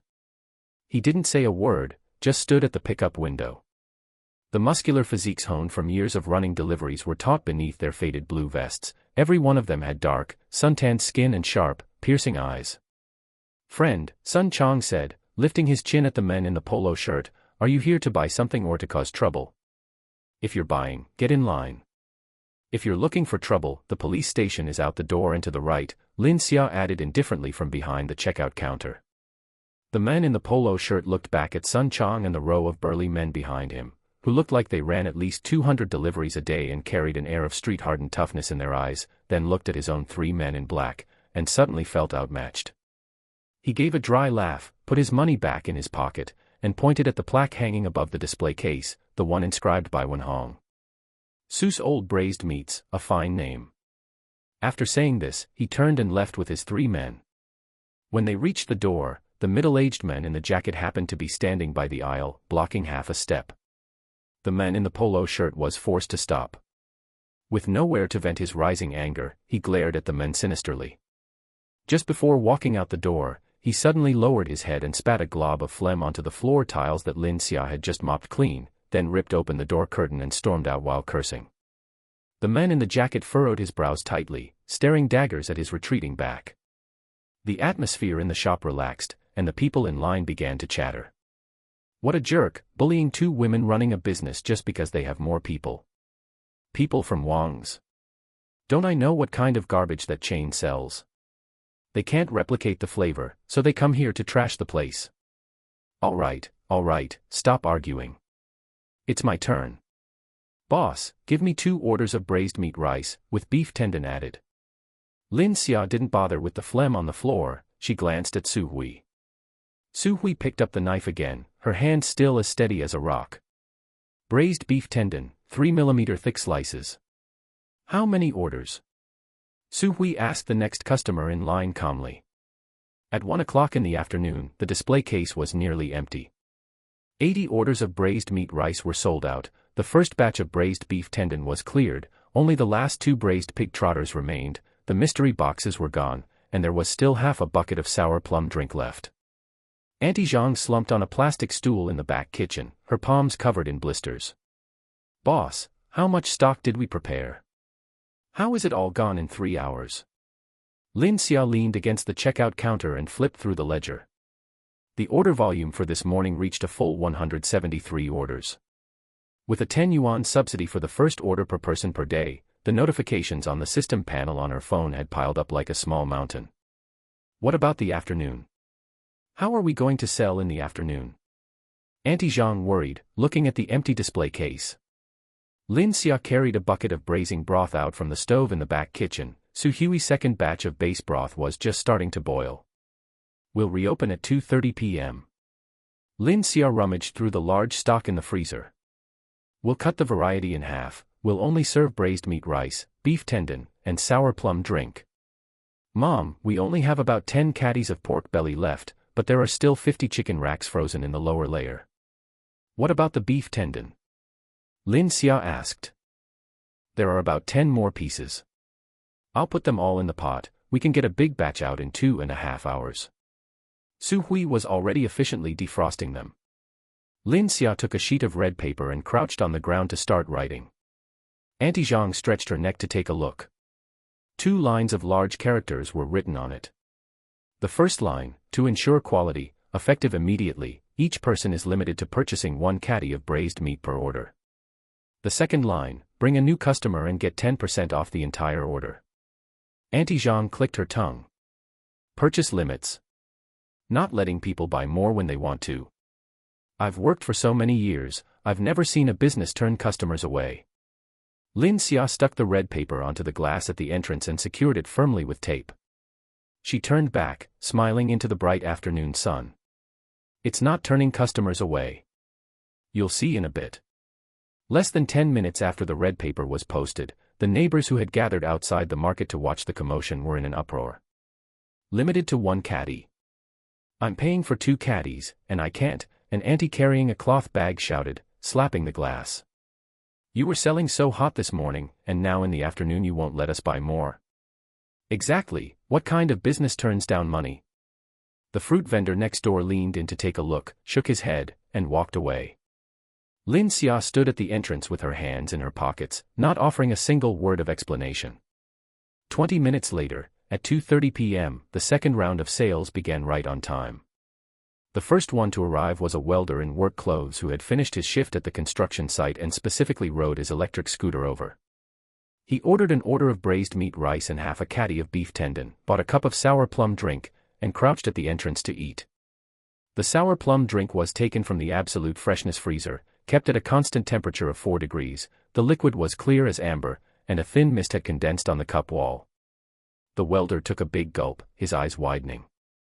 He wiped his mouth and licked his lips, wanting to buy another caddy of beef tendon to take home. Sir, there's a 1 caddy limit. You've reached your quota with this order, Lin Xia refused with a smile. But my wife wants to eat this too. Since it's our opening day, we aren't fully prepared, so we have purchase limits to ensure more people can taste our food. You can have your wife come buy it herself, Lin Xia pointed to the second line on the red paper. And if you bring her with you, you'll get 10% off your entire order. The welder was stunned for a moment, then quickly lowered his head to fiddle with his phone, sending a voice message to his wife. Wife, hurry to the Seuss Old Braised Meats at the east entrance of the market. This lousy shop is doing limited sales, but if you come, we get 10% off. This was the effect Lin Xia wanted. After making braised dishes for these past few days, she had long since figured out the core logic of the system's subsidies. 1 caddy of braised meat was barely enough for one person to satisfy their craving, but definitely not enough for a whole family. If they wanted to buy more, they had to bring people, and for every new customer's first order, the system would generously spit out a 10 yuan subsidy. On the surface, she was taking a loss by giving a 10% discount, but in reality, she had already used the system's high subsidy to cover the price difference and even made a profit on top. At 3 p.m., the power of this rule began to erupt. Wang Guifang was the first person to play this tactic to perfection. She had already bought some in the morning, but with 3 people in her family, 1 caddy of meat wasn't even enough to fill the gaps in their teeth. She simply stood on the side of the street and made 7 calls in a row, practically dragging her sister-in-law, best friend, and her neighbors-in-law from Yuan residential complex. The 5 aunties filed into the shop, each limited to 1 caddy, managing to scrape together enough to get the 10% discount on the entire order. When Wang Guifang left with her 5 bags of braised food, she turned back and gave Lin Xia a thumbs up. Xia, your brain is something else. Lin Xia nodded with a smile, glancing at the system panel out of the corner of her eye. 4 notifications popped up, 10 yuan subsidy for the first order per person per day. Wang Guifang herself counted as a repeat customer and didn't trigger the subsidy, but the 4 people she brought were all first-time customers. Just from this wave, the system happily spat out 40 yuan. After 3:30 p.m., more and more people followed the scent to the shop. Some office workers who rushed over after hearing the news found they could only buy 1 caddy, and in their anxiety, they immediately whipped out their phones to frantically call their colleagues. Hurry out. That Seuss at the east entrance of the market is doing limited quantities. Come here quickly and help me get an extra order. We can get 10% off too. If you don't come after getting off work at 3, there won't be anything left. On the sidewalk of the market's east street, an unprecedented scene of frenzy appeared. Aunties were grabbing people on the roadside to form groups, riders were frantically tagging each other in WeChat groups, and office workers were holding phones, calling friends and colleagues. All the regular customers spontaneously became free salespeople working their hearts out for Seuss. The system notifications in Lin Xia's mind were no longer popping up one by one, but were cascading upward in a waterfall of constant updates. Chapter 52, Quick Drying Cement. At 4 o'clock, the knife in Su Hui's hand had not stopped once. She had sliced over 100 pounds of meat just during this afternoon rush. Her arms were so sore she could barely lift them, yet her movements remained surprisingly nimble.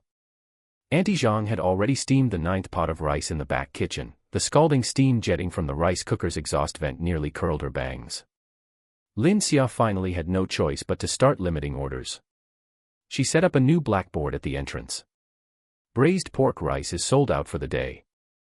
Only a small amount of beef shank, pig trotters, and vegetable platters remain, along with the last 20 cups of plum juice. How is it sold out again? The person at the end of the line slapped their thigh in frustration. We open at 10 tomorrow morning. It's first come, first served. Lin Xia's tone was gentle, but there was no room for negotiation. A wave of desperate wailing erupted from the queue. At 6:30 in the evening, the rolling shutter was pulled halfway down with a clatter, shutting out the lingering heat from outside. The back kitchen was filled with the rich aroma of braised meat and the scent of rendered animal fat. Lin Xia stacked the day's business receipts on the stainless steel counter and picked up the calculator to tally the accounts. Auntie Zhang was listlessly wiping the stove nearby. As she wiped, her hand suddenly stopped. This was because when Lin Xia cleared the calculator for the third time, the number on the display remained unchanged. How much? Su Hui walked over, holding a cup of plum juice. She had been so busy that this was the first sip of the juice she had brewed today. Lin Xia didn't speak, she simply turned the calculator around to face them. Auntie Zhang rubbed her eyes hard and leaned in to look again. Daily revenue, 14,360 yuan. And that was just the book revenue. It didn't even account for the hidden subsidies provided by the system, the first-order rewards and the 5% subsidy for repeat purchases. And this was only the first day of business. The rag in Auntie Zhang's hand dropped onto the floor tiles with a thud, and she didn't even notice. Su Hui, on the other hand, didn't react much. Or rather, her heart had already been deeply shaken once today, the moment when Hong's plaque was hung up. Any astronomical figure remaining at this moment was, to her, merely a footnote to those 4 words. She swallowed the plum juice in her mouth and said calmly, "Double the stock for tomorrow. I'll prepare another pot of beef shank tonight." Lin Xia nodded heavily, but her next words made Auntie Zhang's eyes widen like copper bells. "Auntie, starting tomorrow, your salary and benefits will need to be adjusted." Auntie Zhang subconsciously rubbed her hands nervously. How will they be adjusted? A base salary of 4,000, plus a commission of 5,000ths of the daily revenue. We'll settle it all at the end of the month. Auntie Zhang's hands hung in midair, and her lips trembled twice. She had worked at a housekeeping agency for 6 years, working day and night for only 3,200 a month. Later, helping out at this stall for 80 yuan a day, she had already felt like she had hit the jackpot. A 4,000 base salary plus commission was simply beyond the comprehension of a working-class woman like her. She parted her dry lips a few times, and finally, with reddened eyes, she managed to say, "Boss Lin, I'll be here at 3 in the morning tomorrow." Lin Xia couldn't help but laugh. 6 o'clock is fine. 3 in the morning is my mom's territory. 8 o'clock in the evening. Su Hui went to the back alley of the shop alone to dump the swill. Pushing open the back door of the shop revealed a narrow, 2-meter-wide passageway that led to a municipal drainage manhole cover at the end. The streetlights were broken, and the alley was pitch black. Su Hui carried the swill bucket over and skillfully opened one side of the manhole cover to pour it in. Just as she finished pouring and prepared to put the cover back, her peripheral vision caught something unusual on the other manhole cover nearby, which was dedicated to restaurant wastewater. The edge of the iron cover was coated with a ring of grayish-white powder, and the color looked very fresh. Su Hui squatted down and rubbed her finger hard against the edge. It felt rough and dry, and even had a faint, pungent alkaline smell. Back when Lin Jiangwo's company was still struggling at the bottom, doing construction materials business, she had been hands-on with all this heavy, rough work. She didn't need to think twice, this was cement. Su Hui's nerves tightened instantly. She froze for 2 seconds, then turned her head and called out, "Xia, come out here for a moment." Lin Xia pushed open the door from the back kitchen and saw Su Hui squatting next to the manhole cover, using her phone's flashlight. She walked over quickly and looked down. A large amount of grayish-white powder was scattered in the gaps of the manhole cover, and in several damp spots, it had already hardened into a solid crust. Even the grooves used to lift the manhole cover were completely filled with a gray, paste-like substance. Lin Xia reached out and tried to pry it with force. It was rock hard, she couldn't budge it at all. She quickly took out her phone, turned on the flash, and took 4 consecutive high-definition photos of the area around the manhole cover. Then she bent over and tried to lift the cast-iron manhole cover with both hands. The cover didn't budge, as if it were rooted to the ground. It had been firmly bonded to the rim of the well by some high-strength material. Someone had poured quick-drying cement into the gaps during the afternoon. This manhole was by no means an ordinary well, it was the terminal interface for the shop's back kitchen drainage pipe. If this terminal was completely blocked and sealed, the sewage would back up into the shop within 3 days. When that happened, the stench would backflow, the standing water on the floor would ferment, and the moment the Health Bureau inspectors arrived, they would be forced to close for rectification. On the night of their first day of business, someone, under the cover of darkness, had viciously choked off their sewage line. Su Hui stood up and brushed the dust off her knees hard. She still hadn't said a word, but her lips were pressed into a sharp, straight line. Lin Xia tucked her phone back into her pocket, raised her head, and coldly scanned both ends of the narrow alley. To the left was the closed side wall of the vegetable market, and to the right was the fire escape of a residential building. There was no camera coverage whatsoever.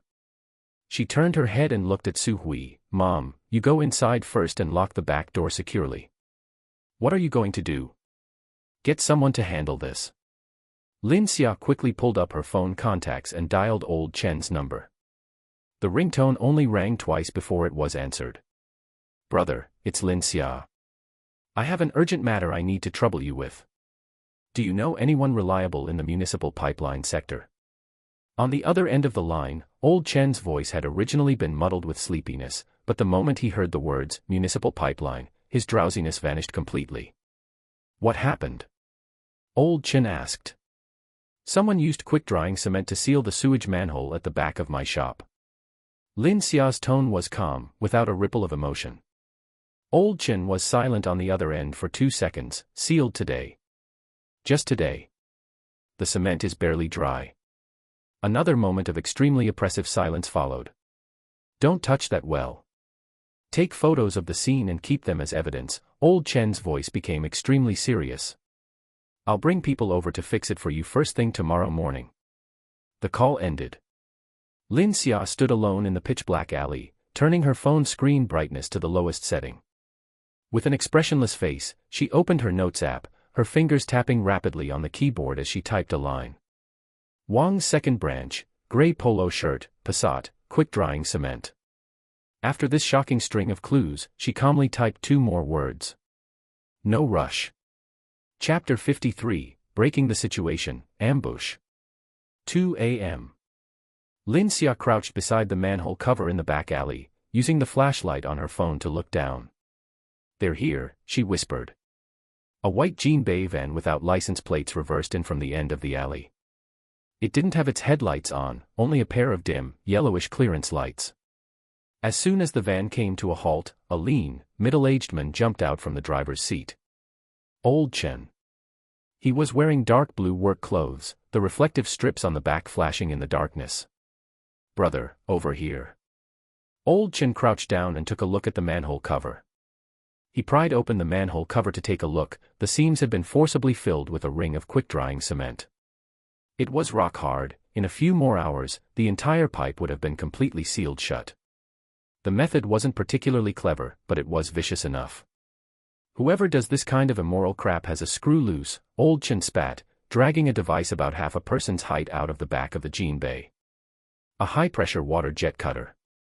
2 other men in work clothes followed, carrying out the matching water tank, instant mud-removing agent, and a box of sound-absorbing foam. "What's the limit for the noise level?" Old Chen asked. "It can't exceed the sound of a washing machine on the spin cycle." Lin Xia pointed to the second floor above them. That old lady who loved calling the mayor's hotline lived directly above this shop. "No problem." Old Chen's men laid 2 layers of sound-absorbing foam around the manhole, then lowered the pressure on the water jet and used an ultrafine nozzle to cut into the cement in the seams. When the cement met the high-pressure water in the dissolving agent, it crumbled and flaked off piece by piece, like dry, cracked mud meeting boiling water. The whole process only produced a hissing sound of water mist, even quieter than the sound of mahjong tiles being shuffled at the mahjong parlor downstairs. About half an hour later, the last piece of cement embedded in the pipe elbow was washed away by the water. Lin Xia shone her flashlight down. The PVC pipe was intact, the inner wall smooth, without a single scratch. "Brother, this job is beautiful." "Small thing." Old Chen put the water jet back into the jean bay, took the 1,200 yuan for the job that Lin Xia handed him, and stuffed it into his work jacket pocket without even counting it. "There's one more thing." Lin Xia pulled 2 black, thumb-sized cubes out of her canvas bag. Infrared night vision. 4K resolution. 128G storage. 72-hour battery life. She had placed the order online 3 days ago, and they had just arrived yesterday. Old Chen took them and examined them, turning them over in his hands. Where to hide them? Tuck one into the elbow of the rainwater pipe in the back alley, with the lens aimed at the manhole cover in the back door. Lin Xia walked to the front of the shop and looked up at the old elm plaque above the door frame, inscribed by Wen Hong. Embed the other one into the crevice of that wood-carved flower on the bottom right corner of the sign, aimed at the entire sidewalk. Old Chen didn't waste any words. He went back to the jean bay to dig out a hot glue gun and a small piece of clay that was almost the exact same color as the elm wood. He stepped onto the scaffolding and finished the front door in a few quick moves, then circled back to the alley to handle the one for the rainwater pipe. After the cameras were embedded, you couldn't tell they were there with the naked eye from 2 meters away. Lin Xia took out her phone and opened the matching app. The front and back views were displayed on a split screen, the clarity and angles were perfect. "I'm off. Call me if you need anything." Old Chen patted the dust off his clothes and climbed into the jean bay. The van reversed out of the alley and drove away. Lin Xia returned to the shop's kitchen, locked the door, and turned off the lights. In the darkness, she sat down against the freezer, watching the 2 quiet surveillance feeds on her phone screen. The person who blocked the pipe last night hadn't left any direct evidence pointing to Wang's. But this incident happened the day after the guy in the polo shirt came to cause trouble. The timing was too coincidental. She opened her notes and wrote 2 lines, "Quick-drying cement, a warning. They don't want to make a big scene, they just want me to know they can cut off my water. The next step will likely be out in the open." After writing this line, she added another one below it, "Bring it on." 9:40 a.m. In the low soup stove in the kitchen, the second batch of braised beef shank bubbled with sauce-red foam, the fragrance being drawn away through the exhaust hood. Su Hui stood guard at the stove, occasionally using long chopsticks to turn the beef shank so that each piece was heated evenly. Auntie Zhang was slicing pork belly strips on the cutting board. Her knife skills were much more adept than half a month ago, but they still paled in comparison to Lin Xia's machine-like precision. "Auntie, has the chicken frame thawed yet?" "It's halfway there. There are still 20 that are rock hard. No rush. As long as they go into the pot before 10. Lin Xia was busy packaging the sour plum soup in the front hall. The soup, taken from the freezer bound with absolute freshness, was at a constant temperature of 4 degrees. Water mist condensed on the sides of the cups, and the color was as clear as a piece of red amber. She filled each disposable plastic cup to 80% capacity, sealed them with film lids, and stacked them neatly on the middle shelf of the display case. 60 cups. Including the 2 buckets prepared in the kitchen, she could produce about 150 cups of sour plum soup today. 10 a.m. sharp. The rolling shutter door opened. The sunlight from the east entrance of the vegetable market hit the 4 characters for Su's old braised meats, Wen Hong's brushstrokes dancing against the old elm background. People waiting in line were already there. Yesterday's limit of 1 gene plus 10% discount for bringing a new customer had fermented through WeChat moments and group chats all night, and the effect far exceeded Lin Xia's estimates. There were many new faces in the line, older men and women carrying grocery bags who had stopped by on their way, and young people in shirts who looked like they had come down from nearby office buildings. Wang Guifang stood at the very front of the line, followed by 3 new faces who hadn't been there yesterday. "Xia, I brought you 3 people. They're all from my building. They listened to me talk all night, and they came here specifically on an empty stomach today. Thank you for your hard work, Sister Guifang. This one's on me. Thanks for bringing people over." Lin Xia handed her a cup of sour plum soup. It's free. No charge. It's free, so drink up without worry. Lin Xia smiled, her eyes curving into crescents. Oh, look at you, child, Wang Guifang beamed, unable to close her mouth. She snatched the sour plum soup and took a gulp before remembering to act reserved. 10:30 a.m. Sun Chang arrived at the door in his logistics delivery truck. Lin Xia moved the packed group meals and construction site orders onto his truck, box by box. Today's volume was 30 more than yesterday. There were 140 orders for the logistics park alone, and the construction site was stable at 110. Brother Chang, Auntie Zhang will deliver to number 17 middle school with the food truck. You're responsible for the logistics park and the construction site. You get a 1 yuan commission per order. I'll WeChat transfer it to you later. You got it. Sun Chang secured the bungee cords on the cargo box, put on his helmet, and his electric scooter buzzed as he zoomed out of the alley. In the first hour, 67 orders were fulfilled. The system panel's notification for first-time customer orders kept going ding, ding, ding, and Lin Xia didn't even have time to look. Sui had to replenish a tray of braised pig trotters and chicken frames from the kitchen every 10 minutes for the left side of the display case. The beef shank was in limited supply, with a maximum of 3 tails cut per person, yet it was still being snatched up quickly. 11:20 a.m. The line had already reached the fruit stand to the right of the shop. The owner of the fried skewer stall across the street didn't even bother cracking melon seeds today. She stood with her hands on her door frame, dumbfounded. 11:28 a.m. From the direction of the street entrance, there came the chugging sound of a diesel engine, mixed with the scraping sound of metal against the ground.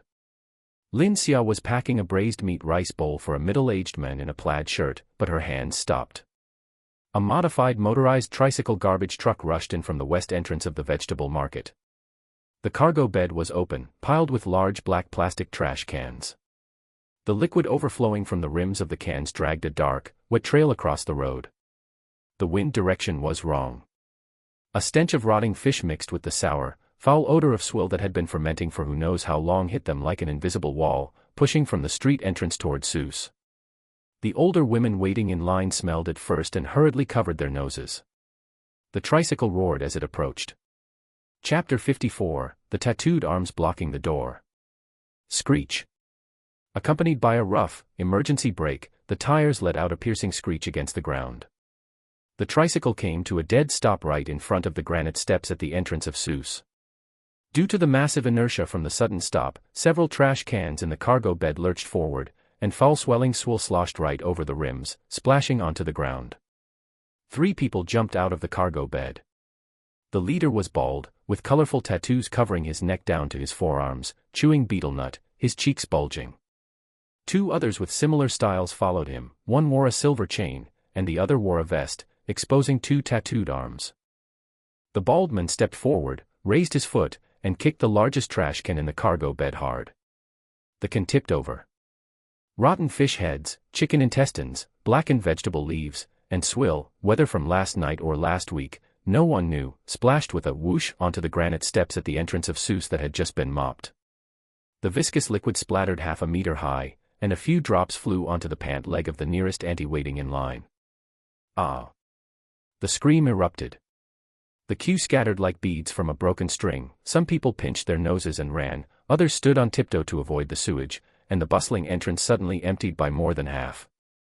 The bald man spat out some betel nut residue, stepped onto the stairs, put his hands on his hips, and shouted loudly toward the shop. What are you buying? Stop buying. The bald man pointed viciously at the queue. This lousy shop sent my brother to the hospital for a stomach pump yesterday. Whoever the hell dares to buy meat here again is looking for trouble.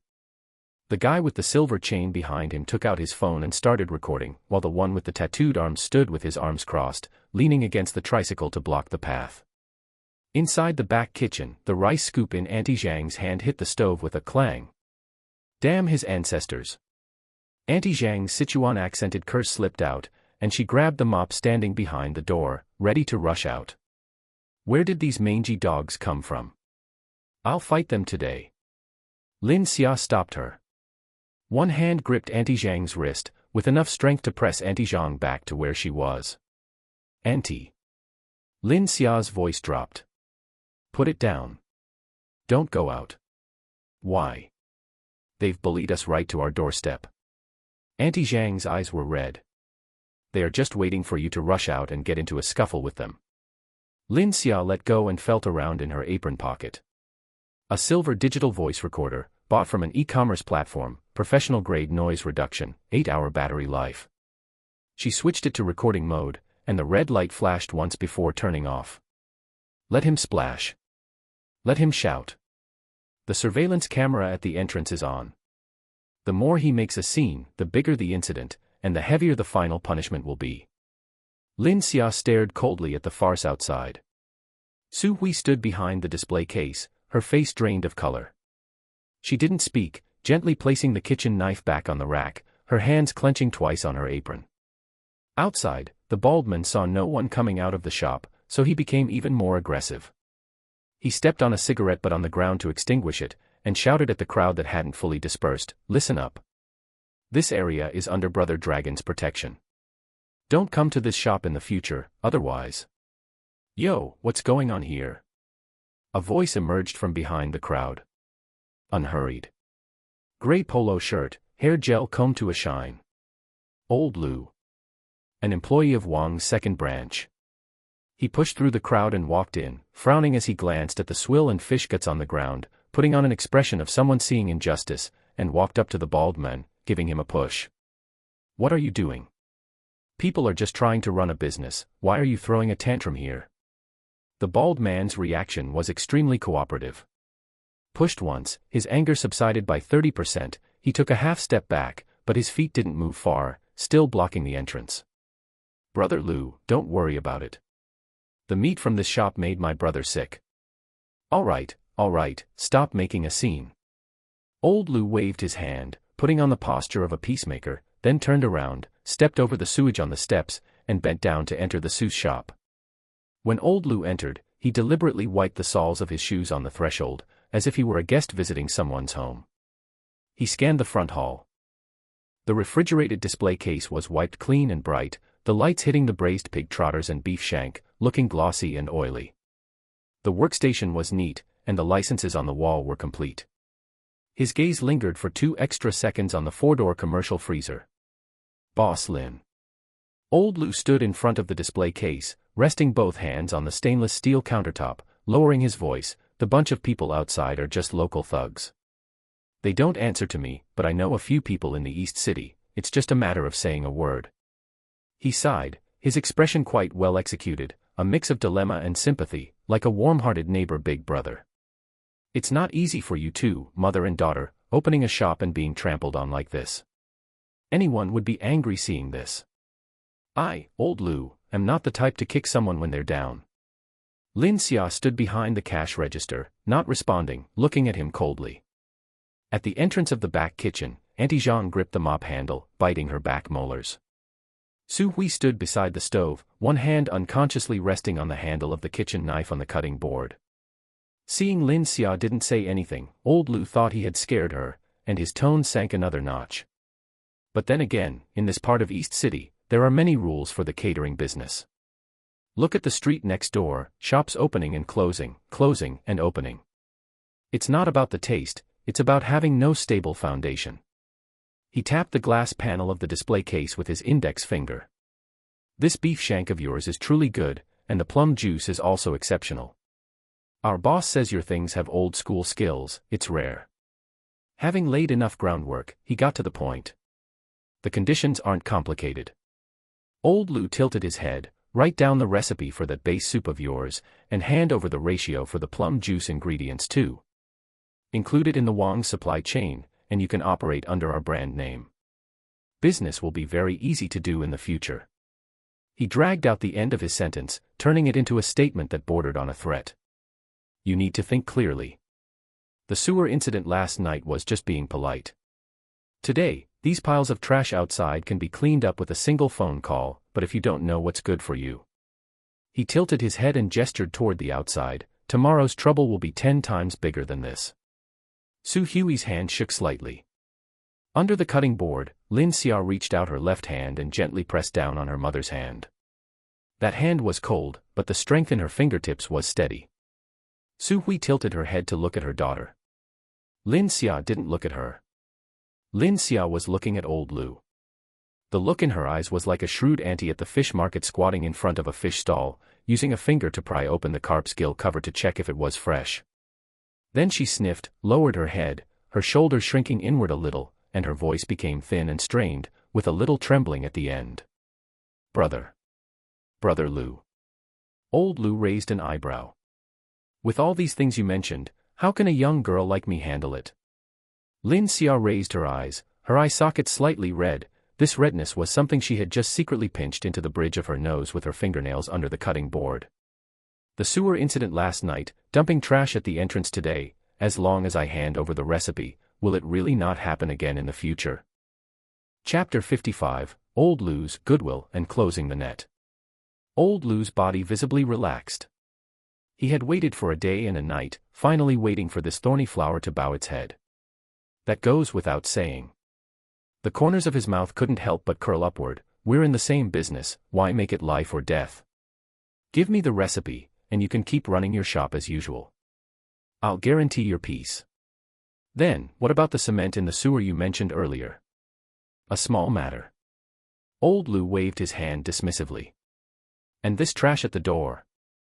Just one phone call from me. After saying those two sentences, Old Lu didn't feel there was any problem at all. The shop was quiet, the exhaust hood in the back kitchen hummed, and the braising liquid on the stove bubbled away. Auntie Zhang's face was livid, her knuckles cracking audibly. Su Hui stared intently at her daughter's profile. She didn't know what Lin Xia was acting out. Then, she saw it. Lin Xia's right hand had been tucked inside her apron pocket the whole time. From the moment Old Lu entered until now, that hand hadn't come out once. Su Hui's pupils constricted. She remembered that afternoon in the basement when Lin Xia taught her how to record with a mobile phone. I'm sorry. Lin Xia's voice had changed. It hadn't hardened, it had become clean. All the trembling, the roughness, and the show of weakness were wiped away completely, like cheap foundation removed by makeup remover. Even if the deal doesn't go through, there's no need for hard feelings. I'm not selling the recipe. Old Lu's smile froze. As for the trash outside, don't trouble yourself with it. Lin Xia pulled her right hand out of her apron pocket.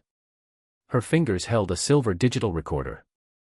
The red indicator light was off. She had already pressed the stop button while it was still in her pocket. Because the moment that garbage truck appeared at the end of the street, I had already sent a text message to report it to the police. The smugness on Old Lu's face instantly froze, and the color drained from his face completely. He opened his mouth, but no sound came out. Outside the shop, the first sound of a siren drifted over from the distant street corner. It was far away, but in the quiet noon, it could be heard clearly. Old Lu turned abruptly and headed toward the door. He shoved open the door curtain and rushed out, dashing onto the steps, only to see the bald man and his two cohorts still standing by the garbage truck, playing on their phones. Go. Hurry up and go. The bald man's beetle nut nearly fell out. Brother Lu.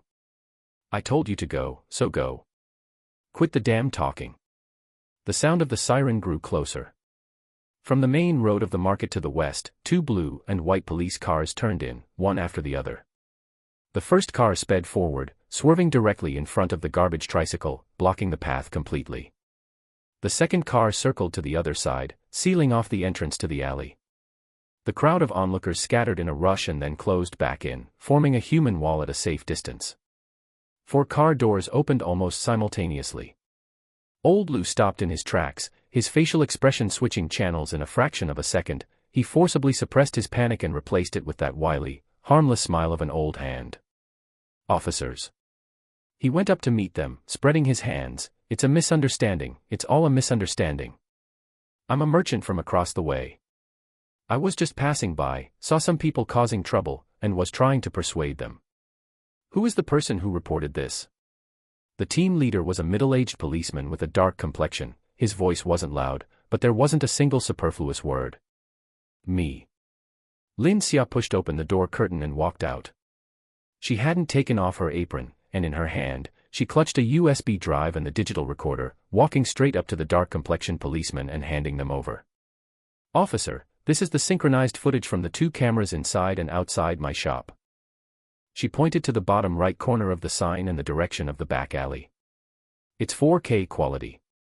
It contains the entire record of these people dumping trash this morning, and also, last night, someone poured quick-drying cement into the manhole in the back alley of my shop, severely damaging the municipal sewage pipes. Although it hasn't affected drainage yet, I have evidence. The dark-complexioned policeman took the USB drive and glanced at her. The evidence is in the digital recorder. Lin Xia pressed the play button on the recorder. The sound wasn't loud, but the dozens of people gathered on the street heard it all. You need to think clearly. What happened with the sewer last night was just being polite. These trash piles outside today can be cleared with a phone call, but if you don't know what's good for you, tomorrow's trouble will be 10 times worse. Give me the recipe, and you can keep running your shop as usual. I'll guarantee your peace. Old Lou's voice came out of the recorder's speaker, every word as clear as if carved with a knife. The onlookers in the neighborhood were silent for 2 seconds, then burst into an uproar. Good heavens, so it was people from Wang's who were causing trouble. She recorded it. She recorded everything. This young girl is sharp. Old Lou's lips trembled violently. He subconsciously took half a step back, his right foot landing right on the slop his own gang had poured on the steps. He slipped hard and nearly fell. I didn't. This isn't what I said. Lin Xia turned off the recorder. You can deny it, but audio spectrum analysis technology is very mature now. Furthermore, she turned to the dark-complexioned policeman, speaking quickly and clearly, damaging municipal sewage pipes is suspected of intentional destruction of public or private property. Dumping trash in the street to block the door is considered causing a disturbance. Using damage to business as a means to coerce and extort a commercial recipe is suspected of blackmail and extortion. Whether the amount and circumstances meet the criminal threshold, I believe the public security organs are more professional than I am regarding that technical issue. The dark-complexioned policeman put the USB drive and the recorder into an evidence bag and tilted his chin toward his colleagues behind him. Before the bald man could react, 2 police officers had him by the arms, 1 on each side. The guy with the silver chain had barely taken 2 steps when a 3rd officer grabbed him by the collar and pinned him down. The guy with the tattooed arm was the most sensible. He voluntarily put his hands behind his back. When Old Lou was held by 2 young police officers, his face had turned completely ashen. I want to make a call. I'm calling our boss at Wang's. You can make it at the station. The handcuffs clicked shut, the sound of metal colliding crisp and sharp. The 4 men were shoved into the back seats of the 2 police cars. The doors were slammed shut. The siren didn't sound again, and the police cars drove away quietly. The crowd of onlookers was silent for a moment, then the middle-aged man in the jacket was the first to snap out of it, clapping his hands heavily. Well arrested. Immediately after, a burst of cheers and agreement erupted from the crowd, and many neighbors spat in the direction the police cars had left. Auntie Zhang rushed out. She held a mop in one hand and a bucket in the other, tears still on her face. Move aside. Move aside. Let me wash the ground. How can I sell meat if I don't wash away the stinking water those bastards made? The 2 sanitation workers from the market management office had arrived at some point and quickly pitched in to help Auntie Zhang wash it all down. 5 minutes later, the steps were back to normal. Lin Xia stood at the entrance, watching the remaining water stains quickly evaporate under the sun, then turned to face the long queue. She bowed deeply. I scared everyone today, I'm sorry. She straightened up, her voice bright. Everything is 20% off today, but there's still a 1 gene purchase limit. Everyone in line gets a free cup of iced plum juice as my apology. The crowd was silent for a moment. What is there to apologize for? The ones who should be apologizing are those bastards. Exactly. Don't worry about selling, boss. Whoever the hell comes to cause trouble again will have to get past us neighbors first. The middle-aged man in the jacket rolled up his sleeves domineeringly. The queue not only didn't disperse, but because people who had gathered to watch the excitement joined in, it extended another dozen meters or so. Chapter 56, Rule of Law, Iron Fist, and System Explosion. After the tricycle garbage truck was towed away, the air at the east entrance of the vegetable market finally returned to the smell food should have. In the back kitchen, Su Hui put the 3rd batch of chicken racks on the stove. The caramel-colored marinade was bubbling. She used a long-handled spoon to skim off the foam, turned the heat to the lowest, covered it, and let it simmer. Auntie Zhang mopped the floor again outside. Lin Xia leaned against the freezer, looking down at her phone. The police station called 10 minutes ago, asking her to come at 3 p.m. to give a statement. She replied with a "okay," then opened the system interface. The notifications on the interface were so many that she needed to scroll through several screens to finish reading. From opening at 10 a.m. to 1:30 p.m., the shop's order volume reached 191 orders. Among them, 103 first-time orders, and this system subsidy alone was 1,030 yuan. 88 repeat customers, at 5% subsidy of the order price, added up to over 200 yuan. And this was just the shop's order volume. If adding the 250 group meal orders for the construction site taken by Sun Chang, plus the amount sold by Auntie Zhang at number 17 middle school, counting all hidden subsidies, the total revenue for half a day was a terrifying 7,000 plus.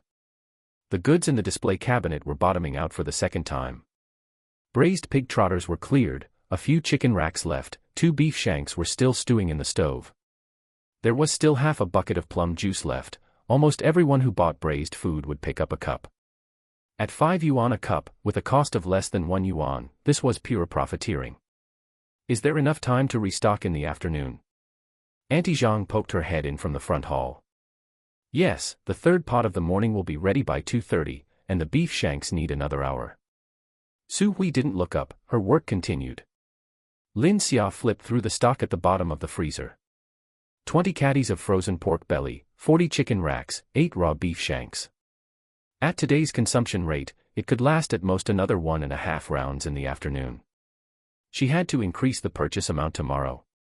She closed the freezer door and quickly went through the accounts in her mind. Braised pork rice, loose beef shanks, pig trotters, plus the mystery boxes and plum juice, all added up, the shop's morning revenue was already heading towards 3,000. Although the 20% off promotion cut 500 to 600 in profits, the waterfall-like high subsidies from the system had long since filled that gap, even with a significant surplus. This account was very cost-effective. 1:45 p.m. The last waiting customer at the door left with their lunchbox, and the front hall finally quieted down. Lin Xia locked the front door, put the earnings into the drawer, and turned to walk into the back kitchen. Auntie Zhang was slumped on a plastic stool beating her legs. Su Hui was washing knives at the sink, the sound of the faucet running. Mom. I'm going to the police station for a statement in the afternoon. You and Auntie Zhang open at 2:30. Reduce the variety by half, only serve braised pork rice, beef shanks, and plum juice. Leave the rest for the night market tonight. Su Hui turned off the faucet, wiped the knife twice on a dry towel, and put it back on the knife rack. Go ahead. Come back as soon as you're done recording. Don't argue with anyone, just state what needs to be said. Got it. Lin Xia changed into a clean t-shirt, put on her canvas bag, and went out. The afternoon at the east entrance of the vegetable market was very quiet. The bustle of the morning had dispersed, not even a vegetable leaf could be seen on the ground. Auntie Zhang had mopped it too cleanly. The 4 characters written by Wen Hong on the signboard sat quietly in the sunlight, the edges of the old elm wood glowing warmly. Walking to the street corner, Lin Xia took out her phone and checked. The WeChat group exploded. The Core Foodie group had over 300 people, messages were all 99 plus. Everyone was discussing the morning's events, some took videos of police cars catching people, some took pictures of the bald men splashing slops, talking over each other. That girl is really tough. After calling the police, she could still put on a show with that guy surnamed Lu. I was at the scene, I heard it clearly. In the recording, that guy surnamed Lu admitted to blocking the sewer last night himself. Is Wang's awesome? They are really awesome, but it doesn't work in front of that little girl. Lin Xia marked the group messages as read with one click, ignored them, and hailed a taxi on the side of the road to head to the police station. The statement took an hour and a half. The one who took her statement was Officer Feng, the black-faced one from the morning. The process was very routine, starting from discovering the sewer blockage, to installing the camera, using the voice recorder, and the events of this morning. She explained everything clearly item by item. Officer Feng wrote very fast in his notebook, occasionally looking up at her. You installed the camera in advance. Did you anticipate that the other party would come to your door? Someone used quick-drying cement to block my sewage pipe last night. I don't know the law, but I know this is cutting off my livelihood. Installing a camera to prevent petty people is just for peace of mind. Lin Xia replied calmly. Officer Feng nodded and didn't ask further. After signing the statement, Officer Feng picked up a printed document from the table. Let me brief you on the preliminary situation. Those 3 who dumped the trash were casual laborers hired temporarily, who received an 800 yuan errand fee via WeChat. The payer was a man named Lu Guiqiang, the same old Lu you know. He is currently at our station. He has preliminarily confessed to instructing others to block the door, but denies damaging the sewage pipeline. Officer Feng paused. Additionally, in his confession, he mentioned that he is an employee of the Wang's Old Marinade East City Branch No. 2, but insists his actions were personal and had nothing to do with the company. That's his story. Lin Xia's expression didn't ripple. Coming out of the police station, it was just past 4 p.m. The sun was still very strong. Lin Xia stood on the side of the road for a while, took out her phone, and checked the Kachacha information for Wang's Old Marinade. Legal representative, Wang Desheng. Lu Guiqiang's name did not appear in any shareholder or executive list. Lin Xia put away her phone and took a taxi back to the shop. 4:40 p.m. Su Hui and Auntie Zhang were busy with the end of the second round. The stock in the display cabinet was bottoming out again. How much sold? Sold over 120 orders in the afternoon. Auntie Zhang rubbed her sore shoulders. Your plum juice didn't have a single cup left. The last dozen people wanted to buy it but couldn't. Brew 2 more buckets tomorrow. Lin Xia looked at the aftermath in the display cabinet. Only a few scraps were left in the sliced beef shank tray, and the rice bucket for the braised pork rice had been scraped clean. Today the shop had over 310 orders all day, and the revenue exceeded 6,000. She walked into the back kitchen, locked the door, leaned against the freezer, let out a long sigh, and then closed her eyes. The system interface lit up in her mind. The notification list was a long page. She read it one by one, and when she saw the bottom, her pupils suddenly dilated. Ding, detected that the host has successfully dismantled malicious commercial suppression within a legal framework, and the operational sovereignty has not been damaged. Triggered hidden achievement, inviolable. Reward, red grade top tier trait draw opportunity times 1. Red. 2 grades higher than blue, 1 grade higher than green. She hadn't even dared to think about red rewards before. Use it or not? Use it now. The events of the past 2 days proved one thing: her opponent was definitely not a street hooligan. The real opponent had 16 branches, a mature supply chain, and scapegoats ready to be pushed out to take the blame at any time. She needed every bargaining chip she could get. Mine selected, confirmed draw. The system interface didn't have any flashy light effects, just a line of text floating quietly on the deep black background. Red grade top tier passive trait, 1 bite to godhood. Attribute description: any food prepared after equipping this trait will trigger a forced sensory memory imprint when the customer tastes the first bite. The flavor information of this food will be written into the customer's long-term sensory memory bank with the highest priority. Thereafter, when the customer tastes similar food, they will unconsciously compare it with the host's product as the benchmark. Comparison result: satisfaction with other similar products will automatically drop by 30%. Scope of application: must be prepared by the person who equipped this trait to be effective. No usage limit. No cooldown. Permanently effective. Lin Xia stared at this line of text for a full 10 seconds. The truly terrifying thing about this trait is not that it enhances the flavor, but that it forcibly binds the diner's tongue. Among the tens of thousands of guests who visit Wang's 16 branches every day, as long as one person has tasted Su's food, in the future when they walk into a Wang's store and take the first bite, their sense of taste will automatically tell them, no, something is missing. This is not business competition, this is pure dimensional reduction attack. Lin Xia closed the system interface. The back kitchen was quiet, the last pot of marinade on the stove was bubbling, the exhaust hood was spinning at low speed, sucking the steam deep into the pipe. She picked up her phone and saw an unread text message. Unknown number. Little girl, you're ruthless. But the one who went in today was just a blind scapegoat. You can't handle the game in the East City. Lin Xia finished reading it quietly. She didn't reply, nor did she delete it. She opened her memo, copied and pasted the original text of the message, and added a note below. Sent at 1622, number ending in 3387. Tone sounds like a middle-aged man. Not Wang Disheng's style, likely someone within the branch number 2 system with a conflict of interest with Lu Guoqiang. Investigate. After writing, she put away her phone and pushed open the back kitchen door to go out. Su Hui was in the front hall gathering the remaining braised food in the display cabinet, preparing to transfer it to the dining cart, as there was still a night market stall tonight. Mom. Su Hui turned her head.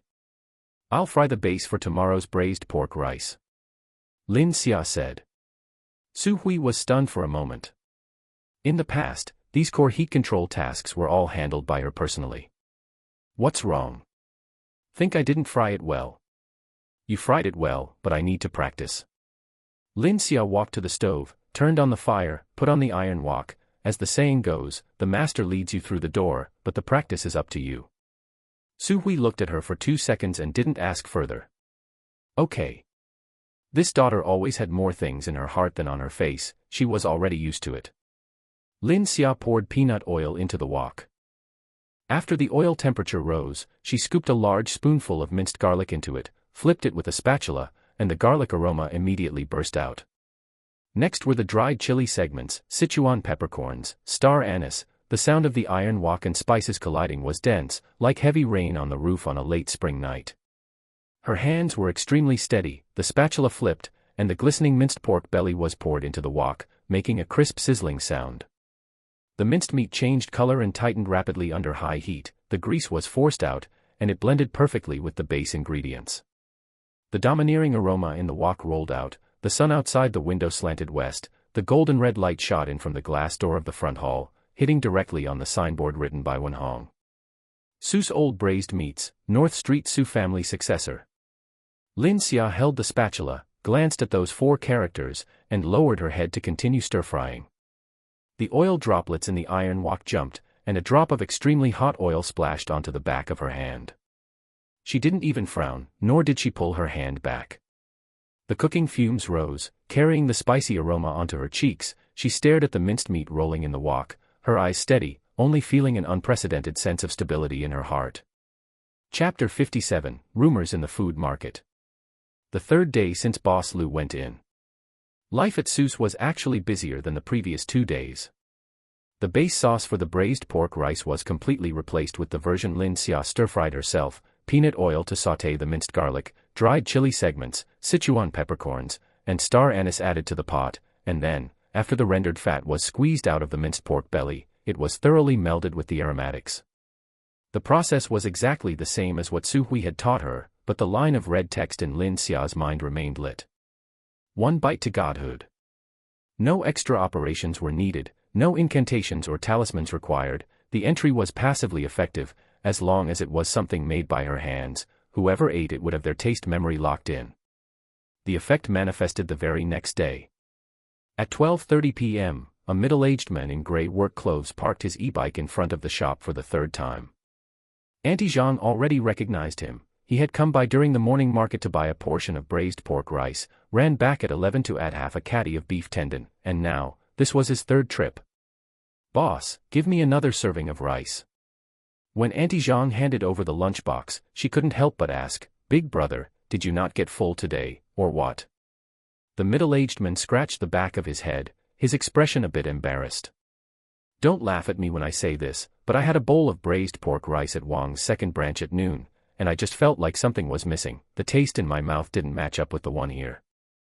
The more I thought about it back at the office, the hungrier I got, so I just rode back over.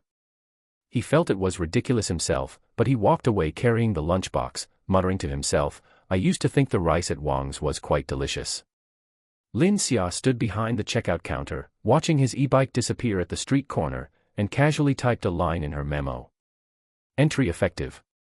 Satisfaction with similar products decreased by 30%, the physical sensation is stronger than the data. There was another piece of feedback just received on the side. In the courier group, there was a brother who often ran deliveries in the logistics park area. He had stopped by Wang's first branch at noon to buy a portion of beef tendon mixed noodles, ate a few bites, and posted on his moments. What's up with these noodles? Less seasoning? Or did they change the beef supplier? It's not even 1/10 as good as the bite I had at Seuss yesterday. There were 8 likes and 3 comments below, all from couriers at the logistics park. One of them read, "Don't get me started, me too." This knife had already been plunged in, silently and without a sound. 5:30 a.m. on the 4th day. As usual, Su Hui rode her electric tricycle to the meat stall and spice shop on the west side of the food market to restock. The first pot of braised soup had already been started at 4:30 a.m. She left the kitchen for Lin Xia to watch while she took advantage of the early market opening to secure the ingredients for the day. The meat stall was fine. Boss Chen was an old contact she had been working with for over half a month. The pork belly was priced by the strip, the beef tendon weighed by the caddy, and the quarantine stamp was clearly marked. There was a problem at the spice shop. The hunchbacked old Jean didn't even look up as he packed the dried chilies, Sichuan peppercorns, dried tangerine peel, and licorice for her, tying them up one by one in plastic bags. But after weighing them, he didn't hand them over immediately. Instead, he scrolled on his phone under the counter for a long time, glancing at Su Hui hesitantly several times. Su Hui was pulling change from her pocket and noticed. "Old Jean, what's wrong?" Old Jean smacked his lips and handed over the phone. On the screen was a screenshot. It was from the local lifestyle forum, Qingdong Foodie Gang. The post title was in bold red, "Shocking. Seuss old braised meats actually uses pork from diseased pigs, flavored with chemical essences. Do you still dare to eat it?" Su Hui took the phone and scrolled down. Her fingers barely moved because the content of the post was already striking enough.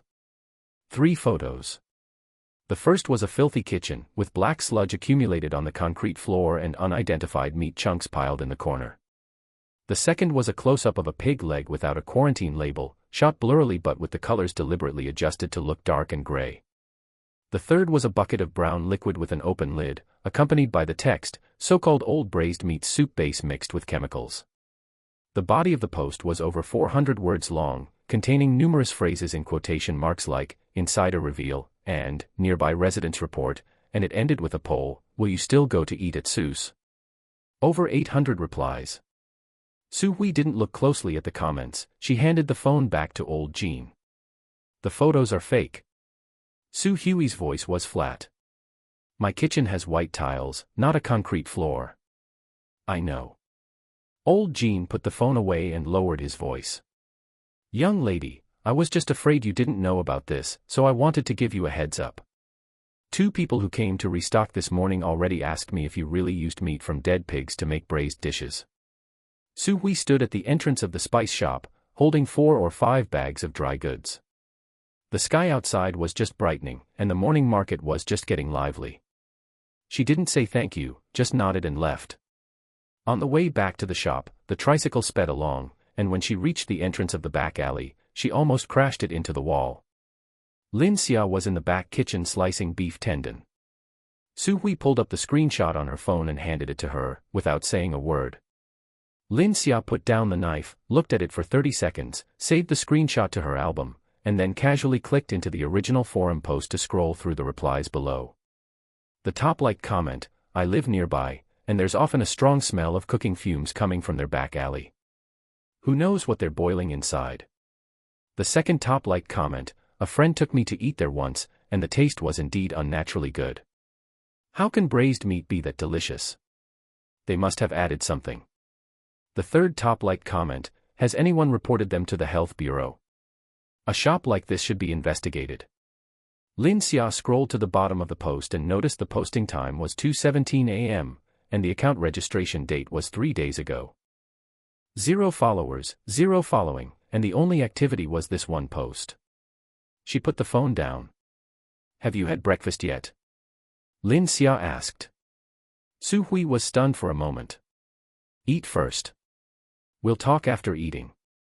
At 9 a.m., the rolling shutter door was pulled up. Su Hui and Auntie Zhang guarded the display case, while Lin Xia was at the checkout counter. Everything was as usual. But the customer traffic wasn't right. Usually at this time, there would be at least a dozen people lined up at the door. Today, by 10:15, only 6 had come. Two were regular customers who directly ordered their items and left with their takeout. 4 unfamiliar faces lingered at the door for a while, 3 came in, and 1 ultimately didn't. Auntie Zhang didn't say anything, but her eyes kept scanning outside the door. At 10:30, a group of aunties arrived. They weren't there to buy anything. 3 people stood under the street tree at the entrance. One of them, wearing a floral top, stretched her neck to peek into the display case. Her voice wasn't loud, but the echoes on the street carried well, and every word drifted into the shop without missing a beat. This is the place, the one mentioned online that uses meat from dead pigs to make braised dishes. Really? The smell seems quite normal. There are photos in the post. The back kitchen is filthy beyond words. Do you dare to eat it? I certainly don't. Su Hui's hand stopped. She was cutting a piece of chicken rack that had just come out of the pot, the knife suspended in midair, her expression stiff. Behind her, Auntie Zhang slapped the stove with a bang, wanting to say something, but was pressed back by a look from Lin Xia. Ignore them. Lin Xia lowered her voice. She locked eyes with the 3 aunties. Upon being looked at by her, the aunties sheepishly quieted down and pretended to go browse other stalls. Chapter 58, throwing the quarantine certificate in their face, refund and get lost, we don't serve you. 11 a.m. A young mother with a ponytail walked in, holding a 3 or 4-year-old boy by the hand.